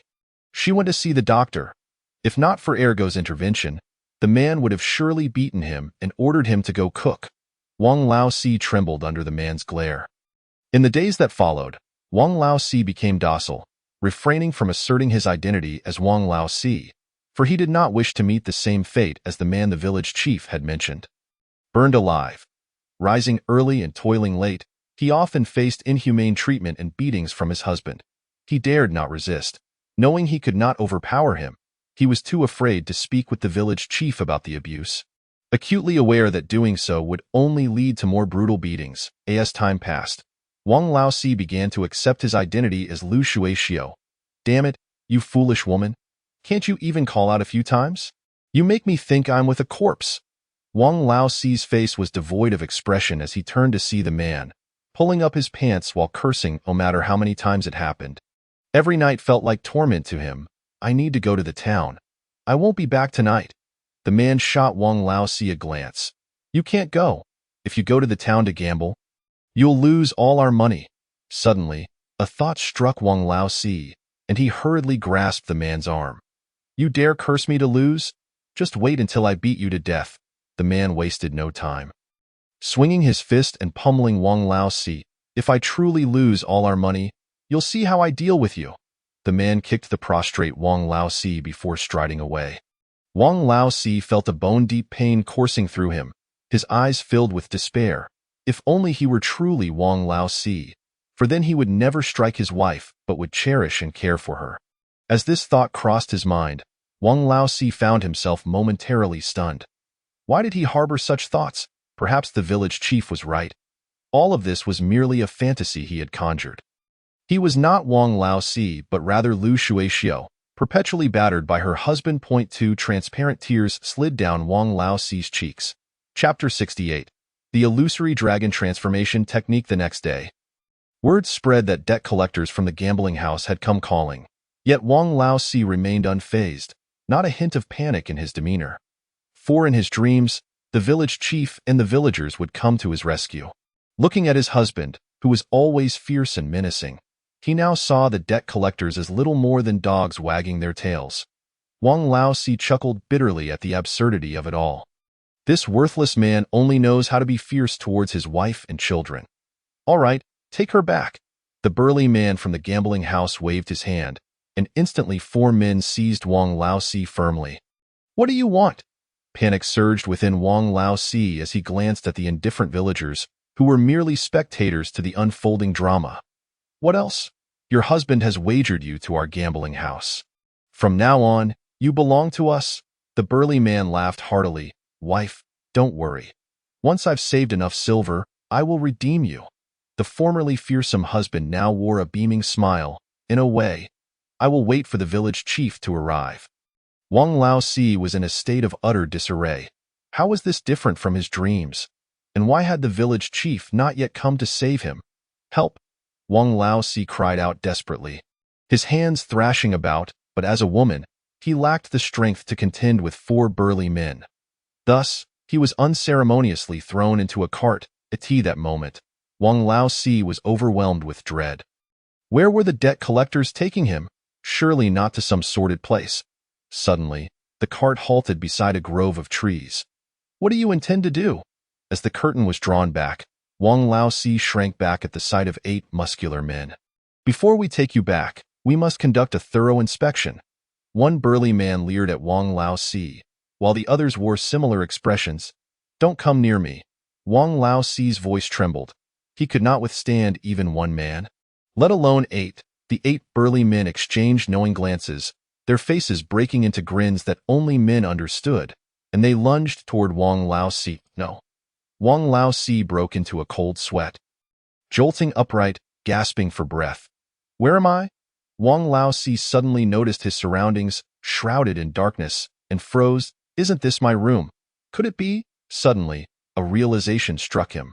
Wang Laosi hurriedly felt his chest. It was neither large nor soft. He then reached down to check himself. Everything was still there. It was all just a dream. Wang Laosi wiped the cold sweat from his brow, swallowing hard. However, the recollection of all that had transpired in the dream made him tremble uncontrollably. Especially the image of the 8 burly men lunging at him. It felt all too real. Meanwhile, under the moonlight, Bufan strolled through the air, accompanied by a small white donkey, upon which sat a little girl. Brother, That dream of Wang Laoxi's must have been conjured by you, Hua Qilin remarked with an expression of understanding. Bu Fan smiled but did not respond. Yet, it was clearly Wang Laoxi's dream. It should have ended when he wept in regret.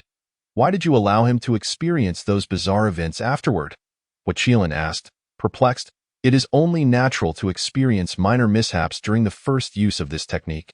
Bu Fan cleared his throat. Really? Hua Qilin tilted her little head, blinking her large eyes. Why ask so many questions? Bu Fan playfully tapped Hua Qilin's head. Brother, you hit my head again. You said civilized people use words. Not fists. You are a liar. Hua Qilin pouted, her eyes brimming with tears as she accused him. Did I hit you? Bu Fan feigned confusion. Yes, that must have been a dream. The following morning, Bu Fan arrived at the private school to teach. Ergo joyfully rushed over, his little face brimming with excitement. Sir, do you know? My father prepared breakfast for me early in the morning and mentioned that he would go to fetch my mother. What wonderful news, Bu Fan chuckled. This means your father has truly turned over a new leaf. Indeed. Ergo responded with a few cheerful nods, his little face beaming with delight. In the afternoon, Wang Laoxi specifically hired a donkey cart to bring his wife back. And this news swiftly spread throughout the village. The villagers were initially indifferent, but soon learned that Wang Laoxi had knelt and made promises to the heavens at his in-laws' house just to bring his wife back. Many villagers were perplexed. Was this still the same Wang Laoxi they once knew? After all, in their perception, he was not the type to cherish a wife. Immediately, discussions erupted in the village. Some villagers speculated that Wang Laoxi had undergone a profound transformation due to his gambling debts, while others believed he was merely putting on a fade, destined to revert to his old ways in no time. Regardless of the opinions, Wang Laoxi's return of his wife became a topic of fervent discussion. Upon hearing these events, Bu Fan pondered to himself, it seems that Wang Laoxi has genuinely repented. The next morning, as Bu Fan rode his little white donkey to the private school, he fortuitously encountered Wang Laoxi's wife. Auntie, are you heading to the river to wash clothes? Seeing Wang Laoxi's wife carrying a wooden tub for clothes, Bu Fan dismounted from his donkey, greeting her with a smile. Yes, I noticed the clothes at home were still unwashed, so I took them out to clean. Wang Laoxi's wife replied, I heard from Ergo that uncle has changed quite a bit recently. Is that true? Bu Fan feigned ignorance as he inquired. This is indeed true. You have no idea. Laoxi not only cooks, but even wants to help me wash clothes. Is this what a man should be doing? Wang Laoxi's wife scolded playfully, yet her face radiated happiness. Betraying no semblance of reproach, that's wonderful. It shows that Uncle Wang has grown to cherish Auntie. Bu Fan teased with a grin. Fortunately, he has become gentler than before. Wang Laoxi's wife seemed to recall something, her cheeks flushing a deep crimson. Observing her expression, Bu Fan felt a wave of relief wash over him. That was close. He remained straight, he thought. Previously, he had been somewhat concerned that the dreams Wang Laoxi experienced might lead to a change in his orientation. Now, witnessing the demeanor of Wang Laoxi's wife, he felt reassured. However, even if Wang Laoxi had indeed changed, it was no matter. He could always create another dream to set things right. After all, he had seen many films in his past life, and borrowing elements from one of them would pose no difficulty. After conversing with Wang Laoxi's wife for a while longer, Bu Fan excused himself under the pretext of heading to the private school. You have successfully transformed an exemplary villager. Reward. An extraordinary skill, Tai Su Hualong Ju. Tai Su Hualong Ju. Upon activation, your strength will significantly increase. Friendly reminder. Activating Tai Su Hualong Ju will cause certain changes to your body. What sort of changes might that entail? Nevertheless, from the description, it appears that Tai Su Hualong Ju is somewhat similar to Xing Chen Duan Ti Shu, with one being a passive skill and the other an active skill.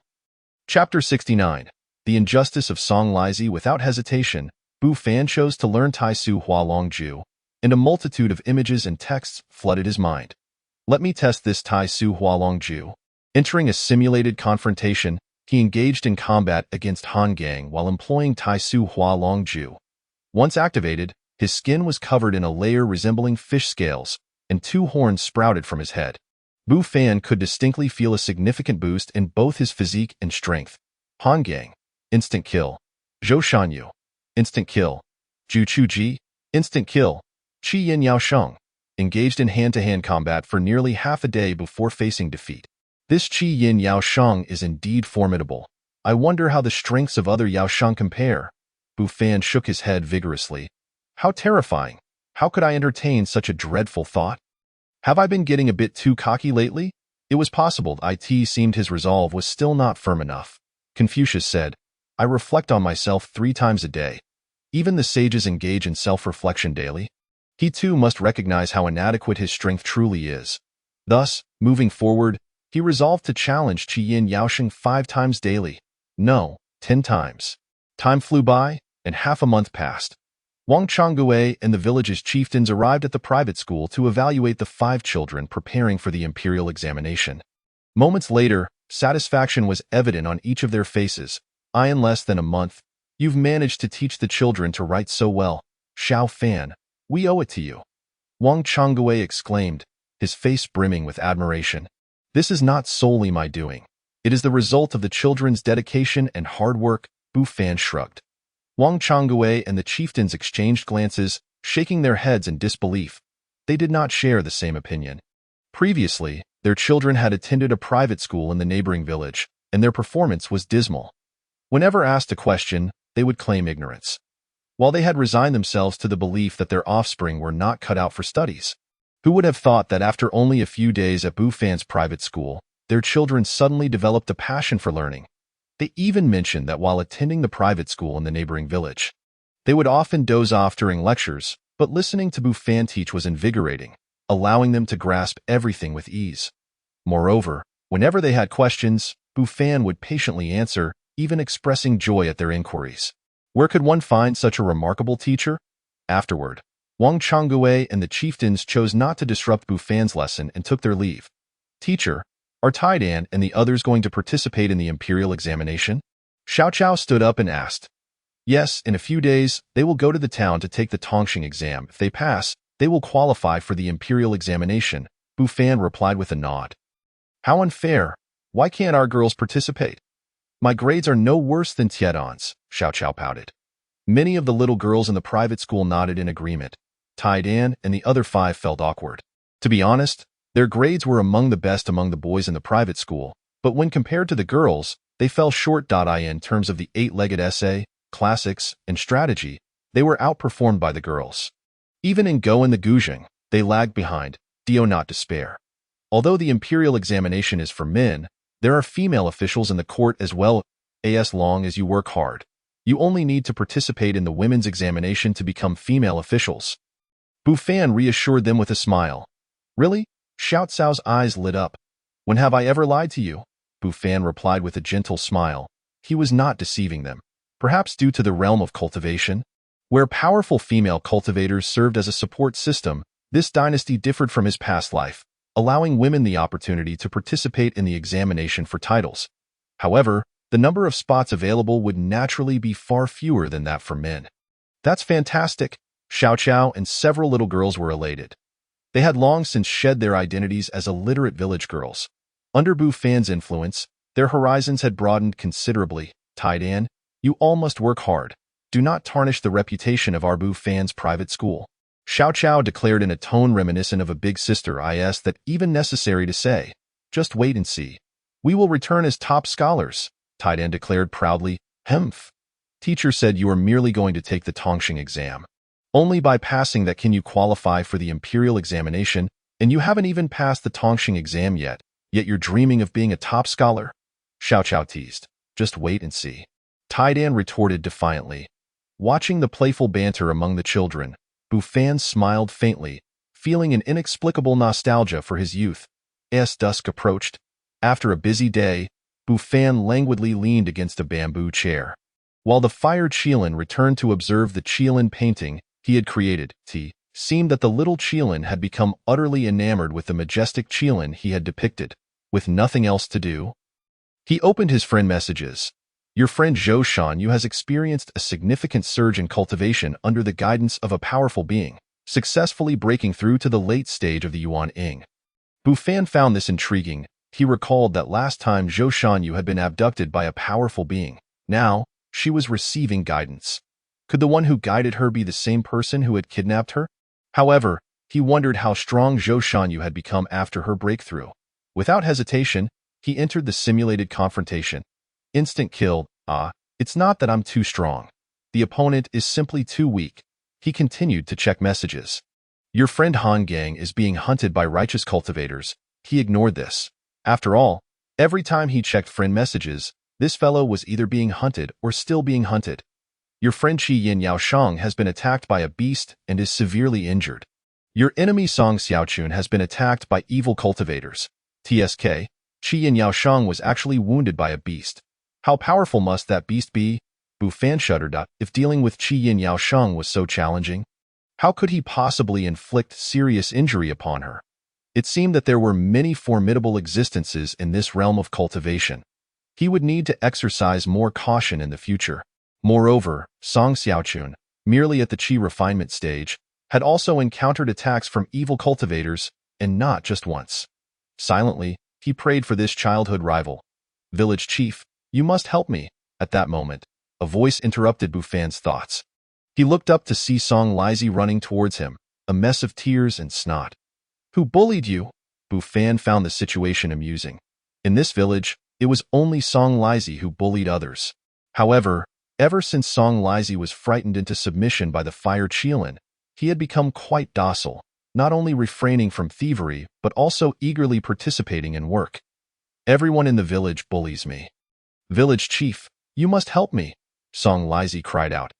All right, what are you crying about at nearly 40? Bu Fan felt a chill run down his spine from Song Lizi's tears. Village chief, you don't understand. This afternoon, I was merely helping the eldest daughter-in-law of the Sun family fetch water, and guess what? That Sun Lauda accused me of harboring ill intentions. Don't you think that is unjust? I, Song Lizi, was just trying to help someone, and yet I was met with such suspicion. He lamented. Oh, you truly have no ulterior motives? Bu Fan inquired with skepticism. The author has something to say. Chapter 70, Transformation of a Miscreant. Village chief, what kind of expression is that? Do you also doubt my good intentions? Song Lizi protested, crying even more pitifully. I no longer wish to live. I thought you were the one who understood me best. But it seems you two share the same narrow views as those mundane folks. Bu Fan's lips twitched slightly. Wasn't this performance by Song Lizi a bit excessive? I get it. Is it not simply that you are lamenting your lack of a wife, but telling me this is futile? I cannot assign you a spouse, village chief. You jest. You are still single yourself. How can you allocate a wife to me? Song Lizi exclaimed, suddenly agitated. Why did he find this remark so displeasing? Enough with the trivialities. Tell me, what do you truly want from me? Bu Fan glared at Song Lizi with irritation. I am simply expressing my dissatisfaction. Village chief, you must judge for yourself. Have I, Song Lizi, ever stolen a chicken or touched a dog in these past years? So why does everyone in the village treat me like a thief? Song Lizi said indignantly. Well, Bu Fan hesitated, unsure whether to reveal the truth. Could it be that the villagers were afraid of being labeled by a certain individual, especially with a green hat? You cannot blame the villagers. After all, you often boast that you do not need a wife, while others are in search of one. Bu Fan coughed lightly. He thought the villagers were being reasonable, merely wary of Song Lizi. In other villages, they might even go so far as to break Song Lizi's legs just to be safe. What I said is not incorrect. Those who have wives do not cherish them properly. Have they ever considered us men who cannot find a wife? We long for someone to cherish us, yet there is no opportunity, Song Lizi complained. All right, you have a point. However, why include us in your statement? It sounds awkward. I understand. Bu Fan could only nod in agreement. I always say the village chief understands us best. Those with wives do not truly grasp the hearts of us single men, Song Lizi added. His expression a mix of indignation and bitterness. While they revel in joy with their wives indoors, we can only huddle under cold blankets to sleep. They can embrace their wives at night, while we single men are left. Stop right there. If you continue, you might get yourself in trouble, Bu Fan, initially finding Song Lizi's words somewhat poetic, quickly interrupted as he realized where the conversation was heading. What trouble? Song Lizi paused, bewildered. I meant to say, stop talking about these frivolous matters, Bu Fan coughed again. There is nothing frivolous about it. Those with wives can enjoy their company, while we single men are stuck with empty homes. Song Lizi retorted. Bu Fan replied, All right, it seems I misjudged your intentions. Also, please refrain from using we in every sentence. Then what do you suggest? After so much discussion, Bu Fan did not believe that Song Lizi had merely come to vent his frustrations. Song Lizi hesitated. I just want to learn some skills from you. Village Chief. Task. The transformation of Song Lizi. Task description. Song Lizi is notorious in the village for being lazy and gluttonous. Although he has made some changes in recent years, the villagers still find it hard to accept and trust him. To gain their respect, Song Lizi has decided to learn from the most knowledgeable person in the village, namely you. Of course, improving his reputation would also mean the possibility of finding a beautiful wife. Task reward. 100,000 experience points. Accept, decline. Bu Fan smirked as he read the task description. What a fade of change. It's all just for the sake of finding a wife. However, the experience reward was indeed substantial. Still, the challenge of transforming a lazy glutton like Song Lizi seemed daunting. If there were difficulty levels for tasks, Song Lizi's would likely rank no less than 8 stars, with 10 being the maximum. Do you truly wish to change? Bu Fan scrutinized Song Lizi closely. Though the task's difficulty was considerable, transforming Song Lizi might yield item rewards.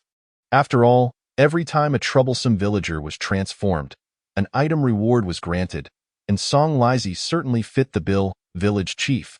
Your gaze is quite intimidating. Song Lizi felt a shiver run down his spine. Suddenly struck by a thought, he added, You wouldn't have any peculiar interests, would you? I must inform you, I, Song Lizi, am only interested in women. With that, he instinctively covered his chest with both hands, feeling something was amiss. He adjusted his hands awkwardly, first covering his chest and then his lower regions. After a series of adjustments, he finally deemed it acceptable and let out a long sigh. Bu Fan, facepalming, exclaimed, Get out of here. He kicked Song Lizi away. Village Chief, I was just joking. Don't be angry. Song Lizi, with his thick skin, sprang back up, wearing a playful grin. If you want to change, there are ways. Bu Fan stroked his chin. Really? Song Lizi was filled with excitement. However, it may require some effort. I wonder if you can endure it. Bu Fan said sternly, As long as it doesn't compromise my integrity, I'll do whatever it takes. Song Lizi patted his chest. Get lost? Watching Song Lizi leave with a cheerful demeanor, Bu Fan shook his head with a smile. He was well aware that Song Lizi was merely pretending to be comical out of concern that Bu Fan would not accept him due to past grievances. The next morning, Song Lizi, still groggy from sleep, was awakened by a few children from the village school who dragged him to the school. Village Chief, why are you waking me up so early? He yawned, appearing rather lethargic. Aren't you looking to change? You must go to bed early and rise early every day, then run and practice martial arts with the children, Bu Fan replied, hands clasped behind his back. What? Run and practice martial arts with these little brats? Song Lizi pointed incredulously at the children around him. What's wrong? Are you ignoring my instructions? Bu Fan's expression turned serious. No, I would never disregard your words. Song Lizi quickly shook his head, fully aware of how fearsome this young village chief could be when serious. Then what are you waiting for? Get moving, Bu Fan commanded. Trembling, Song Lizi began to follow the children as they ran. Initially, it was manageable, but after a short while, he could hardly keep up. Village Chief, I can't go on. He collapsed onto the ground, panting heavily, sweat pouring down his face like rain. Chapter 71. Because I am a physician. You've barely run for a while and you're already giving up? How do you expect to find a wife like this? Bu Fan was at a loss for words. What does this have to do with finding a wife? Song Lizi replied weakly. How can it not? Look at Uncle Lier. When he was still single, he lived in worse conditions than you, yet he still found a wife. Why? Because he had strength and could provide for her. Bu Fan's voice rose. Just look at you, thin as a rake. After only a short while, you're ready to give up. How do you expect to bring happiness to your future wife? Bu Fan questioned sternly. Village Chief, I don't appreciate that remark. Just look at Wang Wu from the village. He seems robust, but in that regard, I think I'm still better. Song Lizi interjected. I'm discussing happiness, and you're talking about something else? Bu Fan retorted, delivering a swift kick to Song Lizi's rear. What I mean is, Uncle Lier has strength and can work hard. At least he can earn a living. Look at you, can you? Bufan pressed further. Village chief, I think you misunderstood my point. I was referring to that aspect as well. Wang Wu looks strong, but my strength surpasses his. Song Lizi defended himself. Ha! You truly overestimate yourself. Uncle Wang Wu's strength is renowned in the village. He can lift boulders single-handedly. Can you? Bufan chuckled. Song Lizi felt embarrassed. Well, I can't do that. But how do you know about Uncle Wang Wu's personal matters? Bufan eyed him suspiciously. I just happened to pass by his house.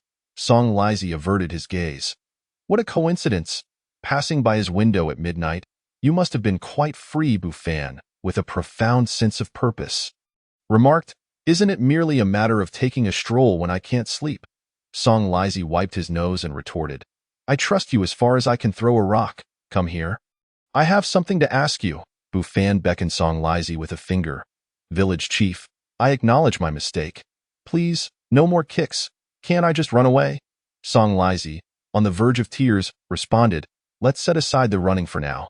I simply want to inquire if there are others in the village who, understand my meaning.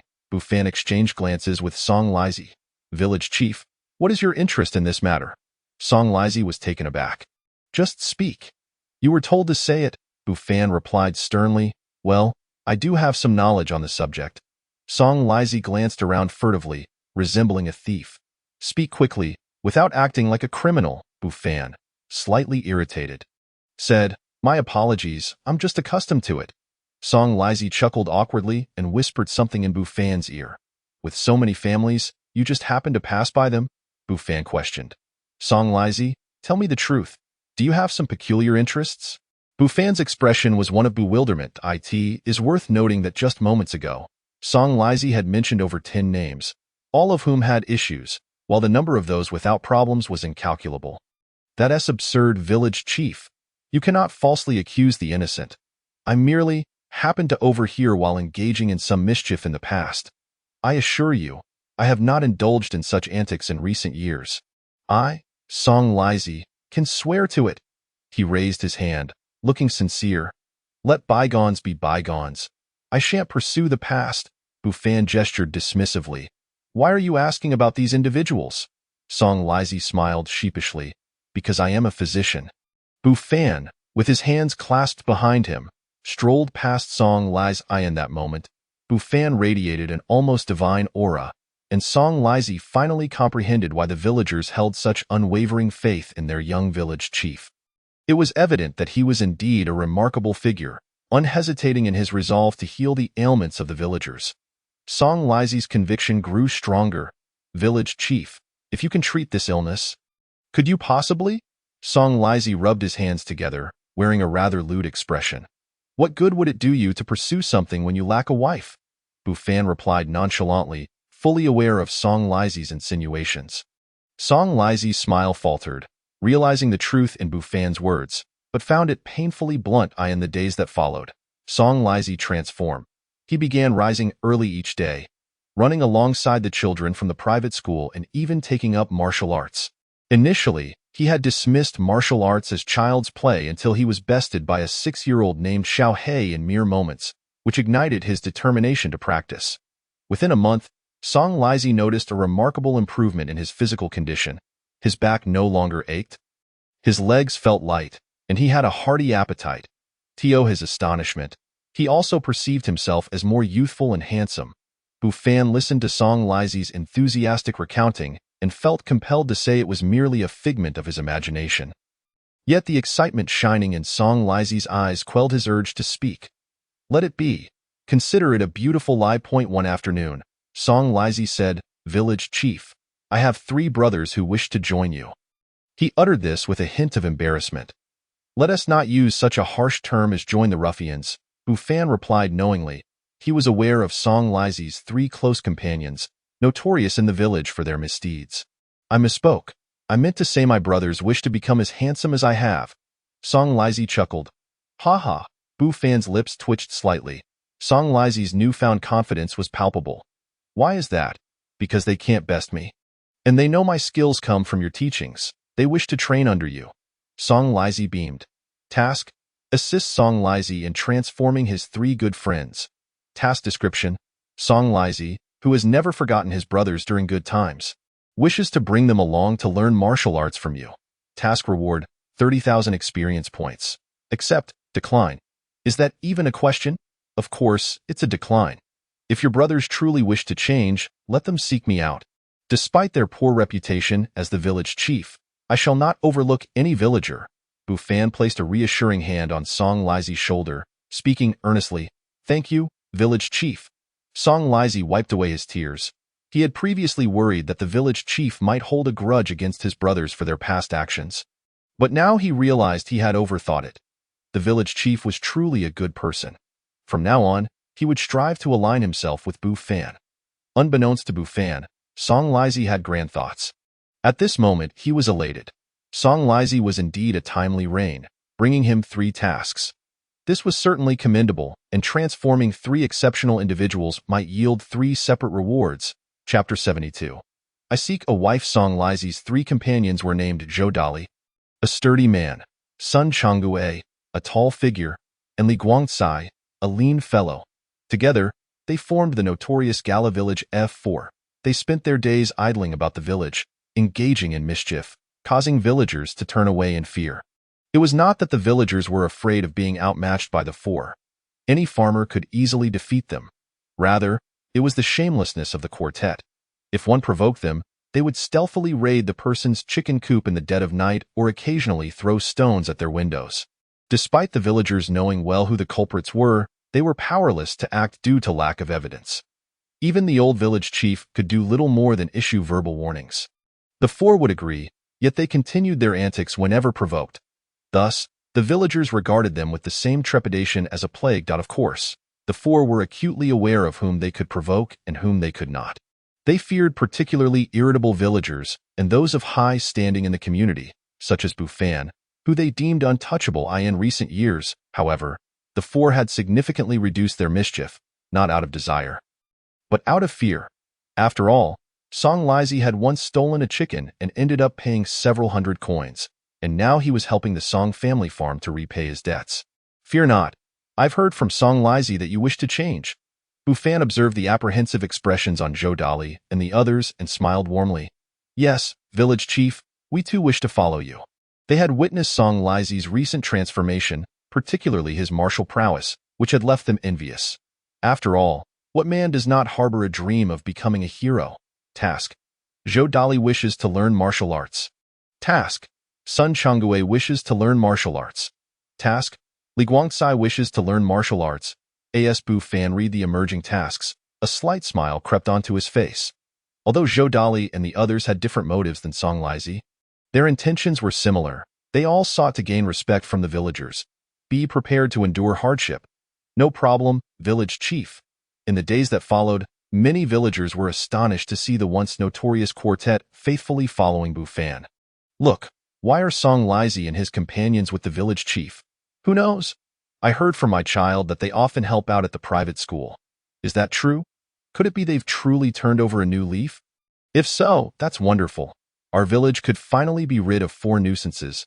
I reckon the village chief's methods are impressive, even taming Song Lizi and his crew. Soon, the village was abuzz with gossip, and the villagers' gazes towards the 4 shifted significantly. Song Lizi and his companions sensed the change in the villagers' attitudes. Previously, they were met with disdain or contempt, but now, following the young village chief, the villagers regarded them with kindness. Strangely, this newfound respect felt particularly gratifying. They straightened their backs and held their heads high, exuding an air of pride. However, it was Bufan who felt somewhat awkward. Every time he dealt with village matters, having 4 overly confident followers in tow gave him the impression of a local bully collecting debts. If only a fitting soundtrack played, it might have added a touch of excitement. Nevertheless, whenever an issue arose in the village, the quartet would promptly inform him, significantly alleviating his burdens. Ever since he took on the role of the village's teacher, he had only been approached for significant matters, such as the recent debt collection incident involving Wang Laosi. For all other trivial matters, villagers were expected to resolve them independently. This simply won't do. As the village chief of Galia village, he bears the responsibility of assisting the villagers in resolving various issues. The role of Song Lizi and his three companions becomes apparent whenever something occurs in any household. They are the first to inform him. Not only can this help him complete tasks, no, it is about aiding the villagers, but it also indirectly alters the perception of Song Lizi and his trio in the eyes of the villagers.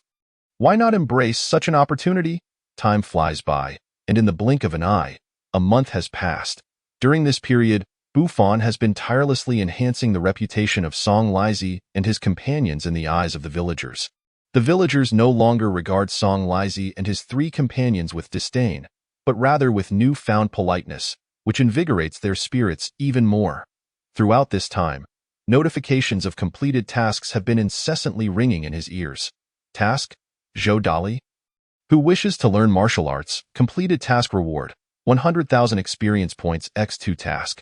Sun Changgue, who wishes to learn martial arts, completed task reward, 100,000 experience points x2 task. Li Guangcai, who wishes to learn martial arts, completed task reward, 100,000 experience points x2. Following this, a series of upgrade notifications ensue. Heavenly Cycle Technique upgraded, Supreme Golden Body Technique upgraded, Mighty Vajra Palm upgraded. Buffon feels a surge of exhilaration. Congratulations, you have transformed a distinguished villager. Reward: Transcendent Immortal Escape Technique, Gale Illusion Escape Technique. Congratulations, you have transformed a distinguished villager. Reward: Innate Spiritual Treasure, Celestial Demon Divine Halberd. Congratulations, you have transformed a distinguished villager. Reward: Supreme Technique, Great Might Heavenly Dragon. Congratulations, you have transformed a distinguished villager. Reward: Innate Spiritual Treasure, Purple Cloud Clear Garment. Buffon experiences a sensation akin to opening a treasure chest. However, what exactly is this supreme technique? Great Might Heavenly Dragon? Never mind. Without hesitation, Buffon chooses to learn 2 skill books, and a cascade of images and texts floods his mind. He then inspects the items in his inventory: the Celestial Demon Divine Halberd and the Purple Cloud Clear Garment. The Celestial Demon Divine Halberd emanates a dense black aura, exuding an air of dominance, while the Purple Cloud Clear Garment appears much more refined. Unfortunately, it cannot be worn in the village. Otherwise, it would indeed feel splendid. Nevertheless, while reality prohibits him from wearing it, he can still engage in simulated combat. Without further ado, Buffon enters the simulation and spars with the Crimson Flame Demon Saint. To his surprise, the Great Might Heavenly Dragon move is indeed quite formidable, rivaling the audacity of Qiao Feng, who has an innate sound effect accompanying his moves. The Purple Cloud Clear Garment is also impressive. It feels light as a feather, yet its defensive capabilities are not to be underestimated. Village Chief Buffon opens his eyes to see Song Lizi rushing in, visibly excited. Today marks a break from the private school. After all, children sometimes require a respite. Have you encountered some good fortune? Seeing Song Lizi's exuberance, Buffon surmises it must not be a village matter, it might just be getting married. Song Lizi beams with an infectious joy. Which family's daughter? Buffon's curiosity piques. Which family could possibly take an interest in Song Lizi? It's not from our village, it's from the town. However, the lady is not a maiden.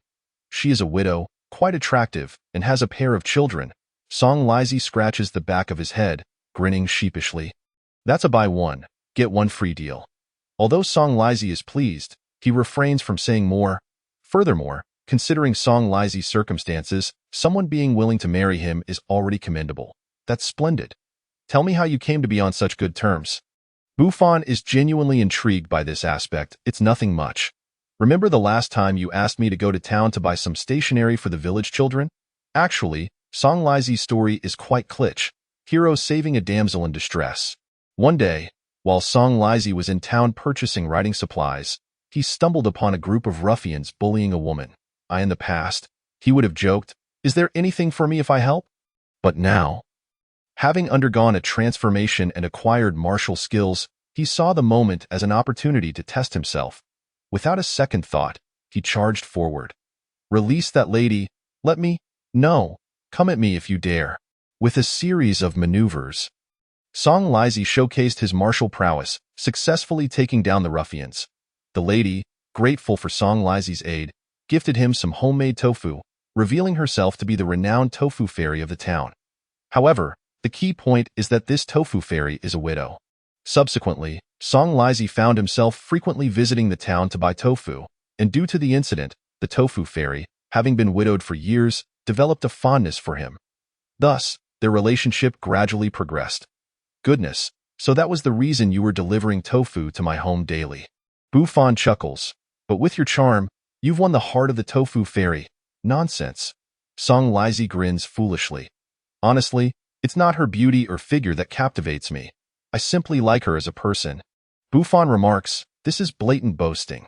Although he recognizes Song Lizi's intent to brag, he cannot help but feel happy for the changes in him and thus wishes him well. I'll be waiting for your wedding banquet. That essay given. But in the future, will my 2 children be able to attend the village chief's private school? Song Lizi rubs his hands together, a broad smile on his face, in his view. The village chief's private school is unlike any other and surely superior to those in the town. Absolutely, Bufon shakes his head, smiling. It seems Song Lizi is genuinely serious this time. Task, Song Lizi, who wishes to make a change, completed. Task reward, 100,000 experience points x2. No wonder Song Lizi's previous tasks had not been marked as completed. It turns out he needed to find a wife. To celebrate, Song Lizi treated Bufon to a lavish feast of fine wine and meat.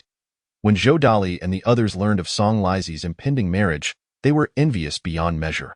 After all, they had seen the tofu fairy of the town before, and she was indeed captivating. Old Song, you're quite ungrateful. We agreed to be brothers for life. Zhou Dali and the others protested indignantly. Humph, those who can truly last a lifetime are not brothers, but wives, Song Lizi retorts with a smirk. Zhou Dali and the others simultaneously raise their middle fingers in jest. Observing the playful banter among the 4, Bufon finds it both amusing and exasperating. Despite their teasing, they genuinely feel happy for Song Lizi. Moreover, if someone like Song Lizi can find a wife, surely they are not far behind. The revelry continues until the hour of the pig. Only then do Song Lizi and his companions stumble home, intoxicated, chanting, "Good brothers, for life." The following morning, Bufon is engaged in imparting knowledge to the children in the private school when suddenly a figure appears in his consciousness. Please review the content on the blackboard. I have an errand to attend to. With that, Bufon strides outside. The fire Qilin glances out the window before lowering its head to doodle on the small blackboard. After leaving the private school and finding the surroundings deserted, Bufon's figure suddenly vanishes. The next moment, he reappears above a dense forest. Observing Han Gang's rather disheveled appearance, Bufon's lips twitch, aside from their initial meeting. When Han Gang still resembled a cultivator, the subsequent encounters had been less than exemplary. Yet, Han Gang seems unperturbed by his current state. Instead, he is increasingly astonished by the prowess of this Wang Daoyu. He recalls their last meeting occurred less than a year ago, yet Wang Daoyu's cultivation has grown exponentially more formidable since then. In a wonder, he was able to eliminate that transformation stage elder. This Wang Daoyu's strength is unfathomable. 1 year apart, and Wang Daoyu's strength has increased once more. Han Gang remarks as he clasps his fists, pondering whether diligent cultivation truly aids in advancing one's abilities. Perhaps he too should engage in rigorous training. A slight realization, nothing of significance, Bufon replies with a gentle smile. Han Gang chuckles wryly. This is hardly a mere realization. It is clearly a breakthrough to a higher realm. May I inquire what brings you here today, Han Daoyu? Bufon is well aware that Han Gang would not approach him without cause. To be candid, I wish to invite you to join me in exploring the Void's secret realm. Han Gang states straightforwardly, revealing his purpose for the visit. The Void's secret realm? Bufon murmurs. Are you unaware of the Void's secret realm? Han Gang realizes that Wang Daoyu is a hermit immersed in cultivation. Yet he wonders how someone could be so secluded as to not even know of the Void's secret realm. I am not familiar with it, Bufon admits, shaking his head. There is no need to conceal anything. However, I can surmise that it is likely a place where cultivators vie for opportunities. Don't think Wang Daoyu has cultivated to such a degree without knowledge of the Void's secret realm. I am truly impressed. Han Gang bows once more, genuinely admiring Wang Daoyu. In truth, the Void's secret realm is an ancient battlefield, later cleaved into the void by an exceedingly powerful being. This ancient battlefield resurfaces every 500 years. laden with relics, techniques, and elixirs left behind by countless ancient cultivators. As Han Gang speaks, his eyes sparkle with excitement. Task: explore the Void's secret realm. Task introduction. As the saying goes, fortune favors the bold. Exploring the secret realm may yield immense opportunities that could elevate one to greatness. Dear friend, do not hesitate or refuse. Take that courageous step. Task reward: 1,000,000 experience points, a technique, an unparalleled immortal method, and 4 innate spiritual treasures. Accepted. Refusal: Bu Fan was left dumbfounded. How many zeros are there in this experience? Furthermore, the rewards for this item are incredibly generous, aren't they? A singular divine ability, a tome of celestial arts, and 4 innate spiritual treasures. One cannot help but feel that Lady Luck is beckoning to him. Chapter 74. Though both are paintings, how can the disparity be so vast? However, if one can simply gain rewards through task completion, why would one risk life and limb to compete with a throng of cultivators for a single item? Moreover, the system seems rather cunning. During ordinary tasks, it meticulously doles out experience points, almost as if it wishes to have them for him. Yet, when it comes to tasks outside the village, it bursts forth with fervor, as if it has been invigorated, it not attempting to ensnare him into venturing out. The good intentions of my fellow cultivator have been duly noted. But I, Wang, am resolute in my dedication to cultivation and seldom involve myself in worldly affairs. Bu Fan shook his head in refusal. Why? Han Gang pressed. Wang Daoyu, this is a once-in-500 years opportunity to enter the Void's secret realm. I recall that during the last opening, Han had just stepped into the Golden Core stage. With such a rare opportunity before you, how could you let it slip away? If missed, one would have to wait another 500 years. And how many 500-year spans can we cultivators afford to wait? Han Gang was genuinely astonished that someone would decline such a monumental opportunity. It is well known that every time the Void's secret realm opens, many sects and families in the Wei Dynasty's cultivation world, as well as old monsters from smaller factions, seize the chance for a glimmer of fortune. May I inquire, Dao Yu, is there any danger associated with this Void's secret realm? Bu Fan lifted his gaze and countered. Han Gang hesitated for a moment, intending to be forthright. It is natural. The Void's secret realm, situated within a rift in the void, can sometimes exhibit spatial instability. Should one encounter such a situation, even a transformation god cultivator cannot escape unscathed. However, the opportunities within the Void's secret realm are immense. We cultivators are destined to seize the fortune of heaven and earth. What fear do we have of such risks? Besides, Wang Daoyu, as a body cultivator, would find the environment of the Void's secret realm exceedingly advantageous. No wonder the task rewards are so bountiful. It seems this Void's secret realm is a place where even transformation gods must tread carefully. Bu Fan shook his head. Daoyu, you are unaware. I, Wang, fear for my life. Han Gang was momentarily taken aback, then smiled wryly. Daoyu, since you say so, I shall not press the issue. Han Gang developed a favorable impression of your frankness. Current favorability level stands at 90. Bu Fan was taken aback. Can one truly cultivate such favor?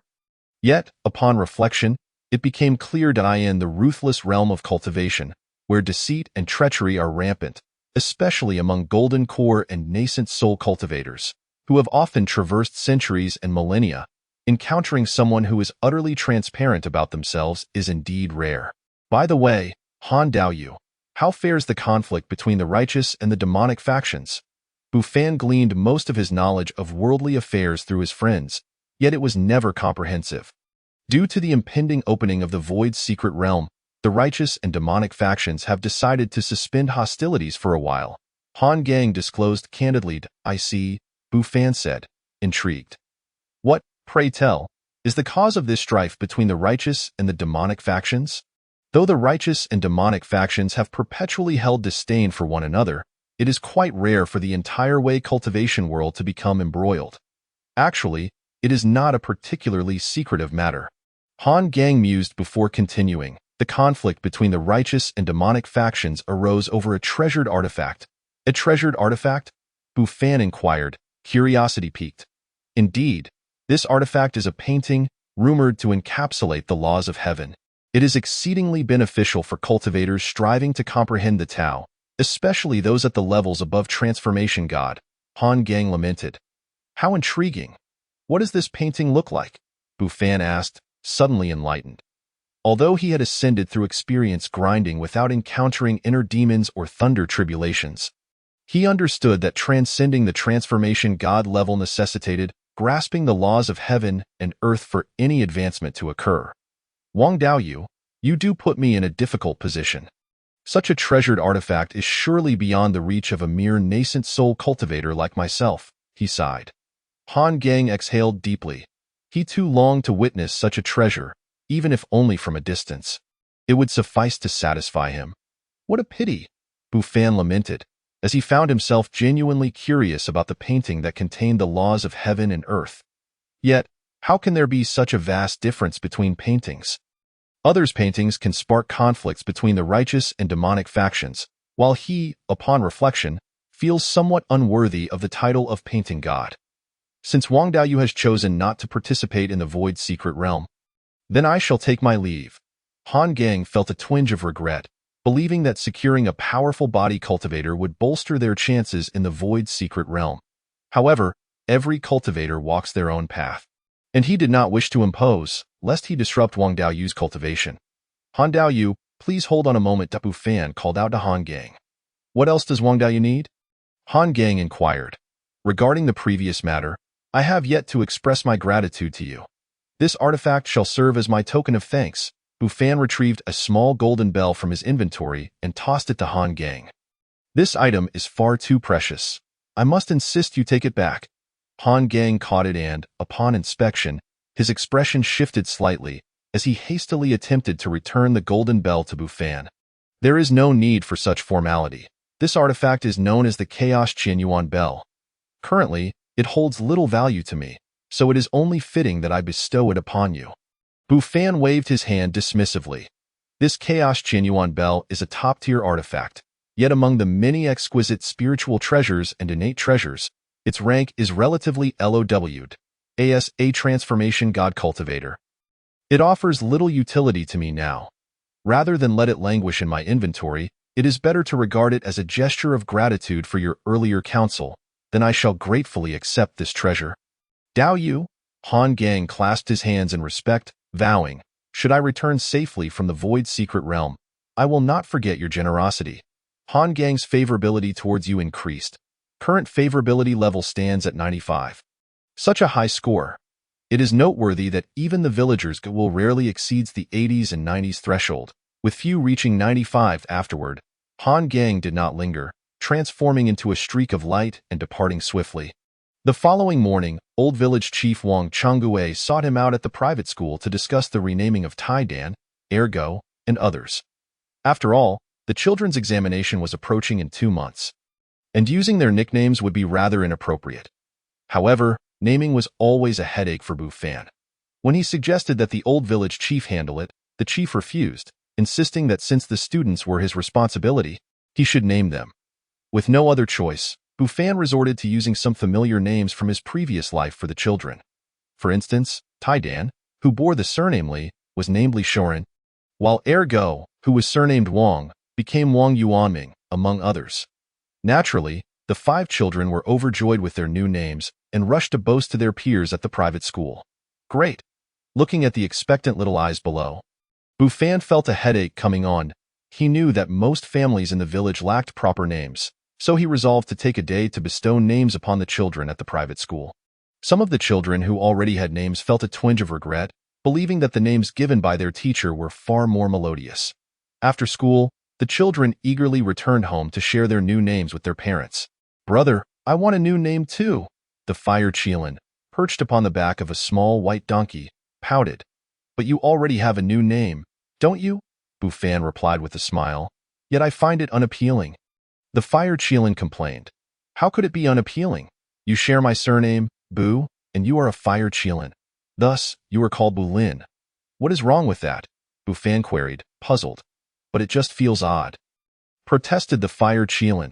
All right, a name is merely a moniker. Why must you dwell on it? Bufan consoled. But it still feels strange. The fire Qilin insisted. Bufan shook his head. Children these days are truly difficult to please. Village chief, I've finally found you. You must go and see the chubby girl from the Zhou family. She is in dire straits. At that moment, Song Lizi rushed over, drenched in sweat. What has happened? Bufan inquired. Puzzled. The chubby girl from the Zhou family must be Zhou Laogan's daughter, Zhou Mingzhu. Village chief, let us discuss this as we walk. I'm afraid if I delay, the people over there will leave. Due to the urgency of the situation, Song Lizi quickly pulled Bufan toward the riverbank of the village. On the way, Bufan learned the unfortunate news.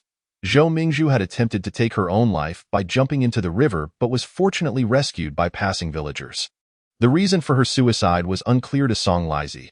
He only knew that when he had found Bufan, Zhou Mingzhu had just been dragged ashore by villagers. Bufan had always instructed him to seek him out immediately if any incidents occurred in the village. Village chief, you cannot fathom Zhou Mingzhu's physique. It took several villagers to pull her from the river, Song Lizi remarked. Shaking his head in disbelief, Bufan found it difficult to respond. It is worth noting that Zhou Mingzhu was of a similar age to him. Yet she held a higher status in the village due to her lineage. This was because she was Zhou Laogan's cherished daughter, the only female offspring in the family, and thus received abundant affection. Consequently, she was indulged with all the best food and delicacies, leading her to become the heaviest person in the village. Upon arriving at the riverbank, a crowd of villagers had gathered. Even from a distance, the sounds of weeping could be heard. Mingzhu, do not frighten your mother. Wake up quickly. I have bought you a beautiful hairpin. The villagers surrounding shook their heads, and some women were even wiping away tears. Make way, the village chief is coming, shouted Song Lizi. Upon hearing this, the villagers quickly parted to make way and greeted him. Village chief, you are late. Mingzhu, a farmer, sighed, at a loss for words. That moment, Zhou Laogan's daughter-in-law clutched the bloated corpse lying on the ground, weeping uncontrollably, while two women stood nearby, dabbing their eyes. Go Bufan. The bloating was not due to drowning but rather because Zhou Mingzhu was naturally quite plump. Sir, please save my aunt, cried three young boys as they rushed towards him, tears streaming down their faces, eye in their eyes. The sir was the most formidable, capable of overcoming any challenge. Mission: rescue the fallen girl. Mission description: although Zhou Mingzhu was lazy and dismissive of her family's needs, in the hearts of her three nephews, she remained their beloved aunt. Mission reward: 100,000 experience points. Accept, decline. A fallen girl. Bufan glanced at the nearly 300-pound girl. That was quite a hefty weight. Village chief, you must take a look at Mingzhu. I implore you. Zhou Laogan's daughter-in-law seemed to grasp at a lifeline, nearly kneeling before Bufan. Grandma Zhou, that won't do. Bufan hurriedly supported her, saying, even without your plea, I would save Mingzhu. The surrounding villagers shook their heads. Though they were aware of the village chief's exceptional medical skills, they believed that no matter how skilled he was, it was impossible to revive someone who had no breath left. Bufan, however, was oblivious to their thoughts. He stepped forward, crouched down, and reached out to feel Zhou Mingzhu's pulse, feeling a slight relief wash over him. Thankfully, there was still some pulse left. Though faint, it at least indicated that Zhou Mingzhu was still salvageable. Without further ado, Bufan pressed down on her chest repeatedly, a scene that left the onlookers dumbfounded. If it weren't for Zhou Mingzhu's condition, they might have thought the village chief was taking advantage of the situation. Grandma Zhou and her two daughters-in-law were momentarily speechless. Suddenly, Zhou Mingzhu coughed and spat out a mouthful of water. Mingzhu, Grandma Zhou exclaimed, rushing forward to embrace her, crying, you foolish child, how could you attempt to end your life? If you leave, how will I manage? Mama! Zhou Mingzhu looked around, her eyes filled with confusion. The villagers gasped. Several had previously checked for her breath and concluded she was beyond saving. How could she awaken after the village chief pressed her chest? It was simply miraculous. Mission: fallen girl completed. Mission reward: 100,000 experience points. X2 Heavenly Dao rebirth skill upgraded. Ocean sword technique upgraded. Minor Shura escape technique upgraded. Now that she's fine, can we discuss what transpired? Bufan rose, hands behind his back, casting a glance at Grandma Zhou's family. The villagers finally regained their composure, turning their attention to Zhou Mingzhu. Yes, Mingzhu, why would you jump into the river? facing the villagers' inquiries. Zhou Mingzhu hung her head in silence. Wasn't it because of the Lu family from Qinggao village? If it weren't for them, how would she have thought of taking her own life? It was Zhou Mingzhu's sister-in-law who spoke. Her teeth clenched in anger. Sister-in-law Mingzhu, are you referring to the Lu family, her future in-laws? A villager suddenly asked. Connecting the dots, Bu Fan furrowed his brow, recalling a certain incident. Zhou Mingzhu had a fiancé by the surname Lu, but he did not know his full name as no one had mentioned it to him. The reason he knew it all was that Zhou Mingzhu's fiancé had passed the scholar's examination last year, which had caused quite a stir in the village.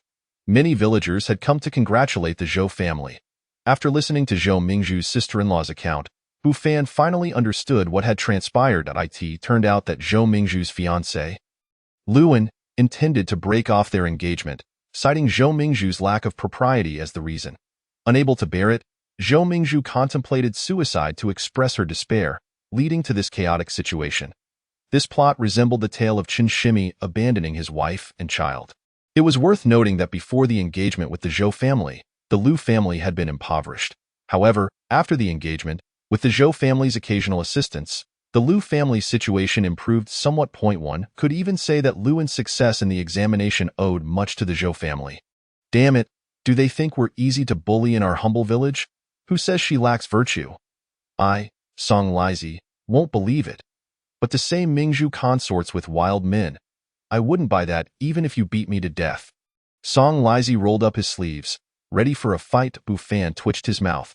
Song Lizi really had a knack for saying the wrong thing at the wrong time, especially when it came to stabbing Mingzhu's heart with words. Nevertheless, Song Lizi's comments garnered agreement from the surrounding villagers. The Lu family's excuse was flimsy at best. After all, who would believe that Zhou Mingzhu lacked virtue? Chapter 76. Back? After Zhou Mingzhu regained consciousness, she cried incessantly. Seeing her emotional instability, Bu Fan suggested that Grandma Zhou's family take her home to rest. The surrounding villagers shook their heads. Rumors about Zhou Mingzhu's impending broken engagement had circulated in the village for quite some time. Despite the Lu family's poverty, Luan was a decent-looking scholar. Meanwhile, Zhou Mingzhu was notorious for her laziness. However, since she was the only daughter of the Zhou family and the cherished child of Zhou Laojian and his wife, they treated her with utmost care, fearing she might break if mishandled. Moreover, shortly after Zhou Mingzhu's birth, her two sisters-in-law became pregnant, which made them view Zhou Mingzhu as a source of good fortune, showering her with affection, even placing their children behind her in terms of priority. With such a family, they had managed to raise Zhou Mingzhu to be both plump and indolent. Bu Fan initially thought the matter had come to an end. But the next day, Song Lizi rushed into the school in a flurry. Village chief, it's bad. Zhou Mingzhu is in trouble again. She didn't jump into the river again, did she? Bu Fan furrowed his brow. This time, she hanged herself and managed to break the beam. Village chief, how could such a thick beam be broken by Zhou Mingzhu? Is that the point? Nevertheless, she didn't die from hanging. She was knocked unconscious by the beam. Bu Fan was at a loss for words. Hanging herself was one thing, but being knocked unconscious by the beam was another entirely. Upon arriving at Zhou Laogan's home, Bu Fan found a crowd of villagers gathered outside. Peering in, don't get it wrong. Everyone is here out of concern for Zhou Mingzhu. Village chief, you finally made it. Please take a look at what happened to Mingzhu. The Zhou family pulled Bu Fan into Zhou Mingzhu's room. Given the level of affection Zhou Mingzhu received, her room was decorated differently from those of ordinary families, with red gauze curtains, a dressing table, and a bronze mirror, exuding a faint fragrance. However, the smell of blood was more pronounced at that moment. Bu Fan stepped forward and glanced at the unconscious Zhou Mingzhu, who had a blood-soaked bandage wrapped around her head. Village chief, I've brought the medicine box. At that moment, Song Lizi panted as he handed over the box. UVE worked hard. After receiving the box, Bu Fan first checked Zhou Mingzhu's pulse. How is she? Village chief, Zhou Laojian, who was always fond of this girl, felt a surge of anxiety as Bu Fan withdrew his hand. She's alive, Bu Fan replied with a smile. But why isn't she awake yet? Zhou Laojian asked anxiously. Zhou Mingzhu's head was struck by the beam. She won't wake up so soon, but I estimate she'll regain consciousness in 3 to 4 days. Bu Fan reassured him. That's wonderful. The Zhou family sighed in relief, feeling as if a heavy weight had been lifted from their hearts. Grandpa Zhou, what caused Mingzhu to attempt suicide this time? Bu Fan had some suspicions but instinctively asked. What else could it be? It was that beast Luan, who insisted that my sister had an affair with a wild man and wanted to break off the engagement. My sister, being foolish, was convinced by Luan's claims, saying that she couldn't live without him. Zhou Mingzhu's brother seethed. We should confront the Lu family about this, but Mingzhu refused, saying if we caused a scene at their home, they would never want her again. Who would have thought that Mingzhu was so infatuated? Song Lizi remarked, shaking his head. Bu Fan shot Song Lizi a glare. Now's not the time for jokes. Song Lizi shrank back under the glare. Falling silent, alas, this is partly our fault for indulging Mingzhu too much. Zhou Laojian sighed, filled with regret and heartache for his daughter. Bu Fan refrained from commenting. After briefly tending to Zhou Mingzhu's wounds, he prescribed some medicine for her injuries and took his leave. Village chief, do you think Zhou Mingzhu is foolish? She wants to end her life for a man. I see no merit in Luan. Apart from being somewhat good-looking, he has no strength and is useless. Song Lizi clicked his tongue and remarked, before you speak of others, what would you do if one day the tofu she sure no longer wanted you? Bu Fan responded with a smile. Song Lizi hesitated for a moment, then forced a tough facade, declaring, only I would not want her. She would never cast me aside. Bu Fan shook his head, hands behind his back. Walking ahead. What is love in this world, that it compels one to pledge their life and death? As the night deepened and silence enveloped the surroundings, a figure gradually descended into the courtyard of Zhou Laogan's home, followed by a small white donkey, atop which sat an adorable little girl. Brother, are you going to weave dreams for Zhou Mingzhu again? The little girl, Fire Qilin, exclaimed excitedly. Just wait, and you shall see. Bu Fan entered Zhou Mingzhu's room first, glancing at her lying motionless on the bed. Fire Qilin's face was brimming with anticipation as she fixated on Bu Fan, ready to witness his mysterious powers once more. In no time, Bu Fan pointed his finger, and a cluster of light particles descended upon Zhou Mingzhu's forehead. That should suffice. We can take our leave now. Bu Fan turned to depart, but Fire Qilin's mouth opened in surprise. Is that it? Her face was riddled with questions. What else did you expect? Bu Fan replied with a gentle smile as he exited Zhou Mingzhu's room. Brother, why is there no illusion this time? Fire Qilin hurriedly caught up to him. Seeing it once or twice is enough. Too much will invite criticism, Bu Fan chuckled. Criticism? Fire Qilin, though unfamiliar with the term, could surmise its meaning. That can't be. I find it quite fascinating. Brother, please let me see what Zhou Mingzhu dreams about. Won't you? With a playful tug on Bu Fan's arm, she pouted adorably. Don't think that your cuteness will sway me. I am not so easily won over. Bu Fan looked into the distance, and Fire Qilin immediately pouted. What a miser, brother. That isn't the direction home, however. Upon seeing Bu Fan's trajectory, Fire Qilin promptly mounted the small white donkey and gave chase. 2 days later, Zhou Mingzhu stirred from her slumber, gazing at the familiar yet foreign room. Mother, little sister has awakened. Just then, an exuberant voice rang out nearby. Sister-in-law? Staring at the jubilant figure of her sister-in-law, Zhou Mingzhu was momentarily taken aback. Following this, over a dozen family members of Zhou Laojin crowded into the room. Mingzhu, you have finally awakened. You nearly scared your mother to death. Do you realize that? As Zhou Eipu beheld her granddaughter awake, tears streamed down her cheeks as she rushed forward to embrace Zhou Mingzhu tightly. Mother? Zhou Mingzhu's eyes reddened as she looked at her familiar yet strange relatives. Father, mother, elder brother, second brother, sister-in-law, and second sister-in-law. Tears cascaded down her cheeks. She had returned to the home that cherished her. Chapter 77. The strange remains unchanged. Little sister, how could you be so foolish? If you truly care for Luan, elder brother would risk his life to bring him to you. Zhou Mingzhu's elder brother, a man of simple disposition, lacked the words of comfort, but he would do anything to make his sister smile. Indeed, Zhou Mingzhu's second brother nodded in agreement, ready to capture Luan for their sister's wedding at her beckoning. Elder brother, second brother. Zhou Mingzhu's tears flowed once more. I don't want either of you risking your lives for me. I only wish for you both to live well. The two brothers exchanged glances, believing their words would bring joy to their sister. Yet she wept instead. Look at what you've done to our little sister. Zhou Mingzhu's sister-in-law glared at the two foolish men. She is concerned for your well-being. We were merely worried that our sister was too attached to Luin. The two brothers scratched their heads in confusion. You two should say less. Zhou Mingzhu's sister-in-law and second sister-in-law quickly pulled their foolish husbands aside, whispering, Sister just woke up. Do not mention Luin in front of her. The two brothers suddenly understood. Previously, their sister had attempted to take her own life twice over Luin now that she had just awakened. Bringing up Luin could provoke unpredictable reactions. Zhou Apa harbored some grievances against her two foolish sons, casting cautious glances at Zhou Mingzhu. Upon seeing that Zhou Mingzhu did not react to Luin, she felt a slight relief. Yet, caution prevailed. Who could predict whether her beloved daughter might act rashly again? Mother, do not worry. I will never act foolishly again.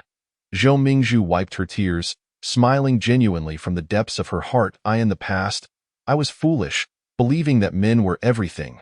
But I now understand that family is what truly matters. Her words left the entire Zhou family astounded. Mingzhu, are you truly sincere? Have you really forgotten Luin? Zhou Apa could scarcely believe it. Her daughter had been infatuated with Lu and to the point of obsession. So how could she let go so easily? Truly, mother, that Luin, I have long forgotten. Zhou Mingzhu grasped Zhou Apo's hand, her gaze earnest. How wonderful! Zhou Apo's eyes brimmed with tears. Mingzhu, rest assured, I will find you someone better than Luin. Agreed, I will listen to mother.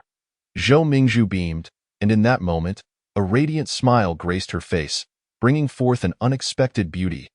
However, prior to that, everything Luin had taken from their family must be returned. Zhou Mingzhu's expression turned cold.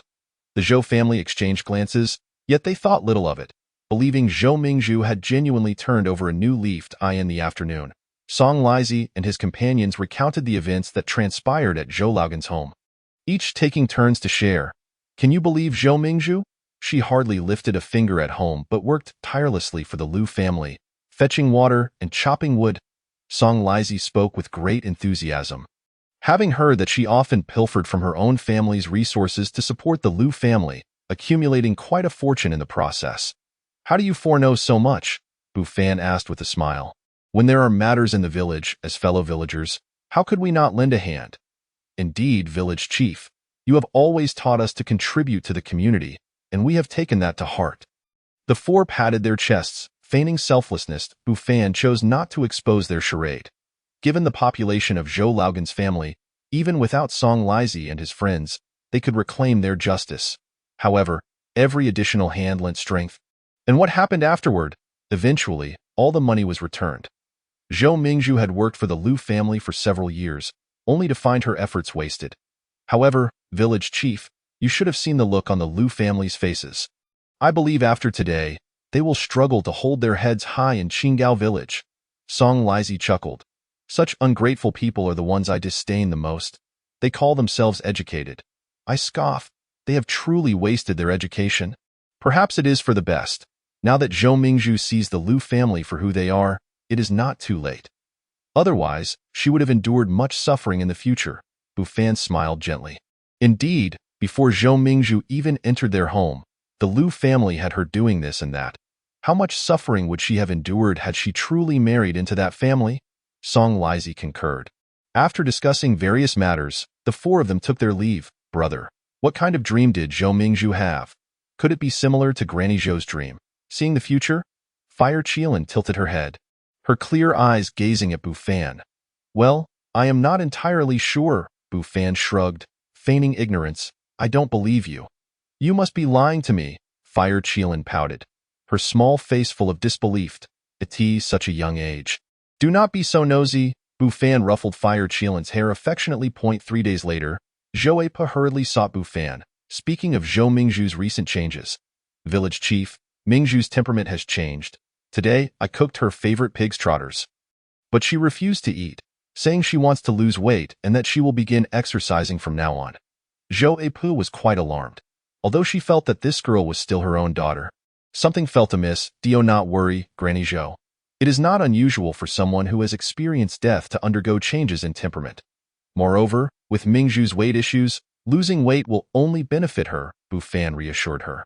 But, Zhou Apr attempted to voice further concerns but was interrupted by Bu Fan. Granny, do you think the current Mingzhu is better or the past Mingzhu? Bu Fan asked with a smile.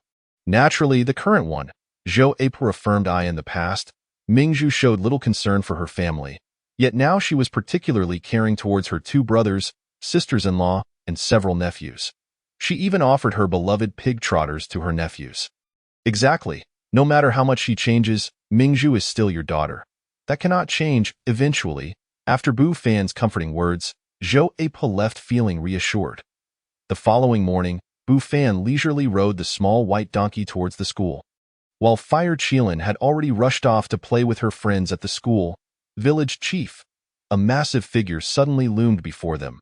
At that moment, Zhou Mingzhu was drenched in sweat, panting heavily, seemingly engaged in exercise to shed some weight. Is that you, Mingzhu?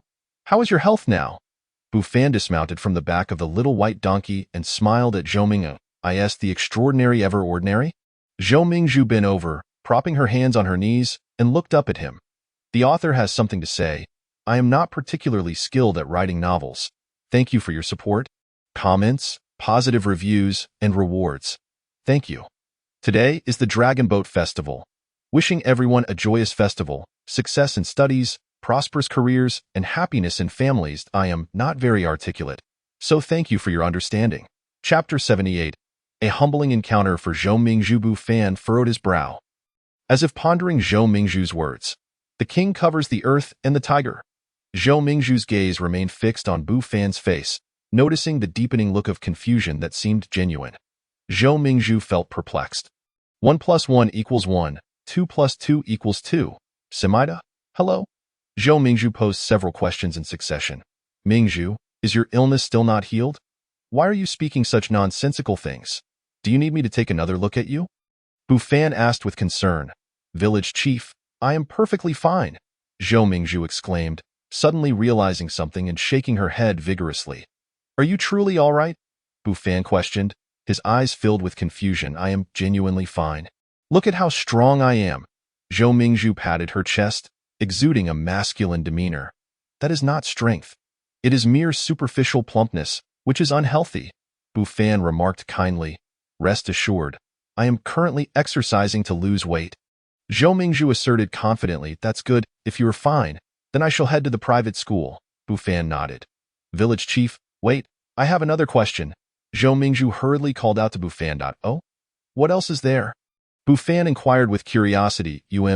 How did you know about blackboards and chalk? Zhou Mingzhu asked, biting her silver teeth. Is that what you are asking about? It is quite a coincidence, Bu Fan sighed. You know how difficult it is for the village children to learn to read? Especially when it comes to writing materials like ink and paper. How can an ordinary family afford such things? Zhou Mingzhu nodded in agreement. Thus, I pondered what could replace these writing materials. When I saw Iron Egg from Uncle Lee's family drawing on the ground with charcoal, I thought using charcoal was a good idea. However, while charcoal is fine for writing, it is challenging to erase cleanly. Eventually, I experimented with various methods and discovered that grinding gypsum into powder and adding some water produced a substance excellent for writing. To make it convenient for the children, I shaped it into small sticks.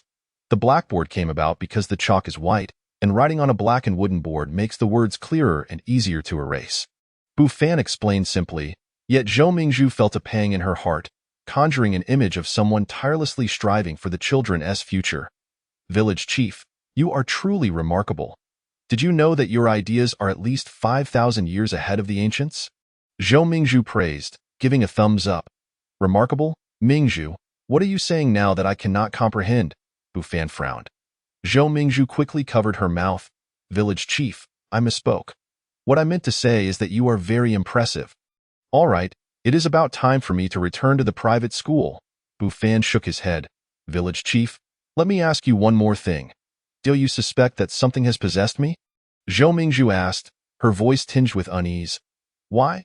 Bu Fan countered. Well, isn't my temperament now different from before? Zhou Mingzhu hesitated. Do you think that is the case? Bu Fan replied with another question. Of course not.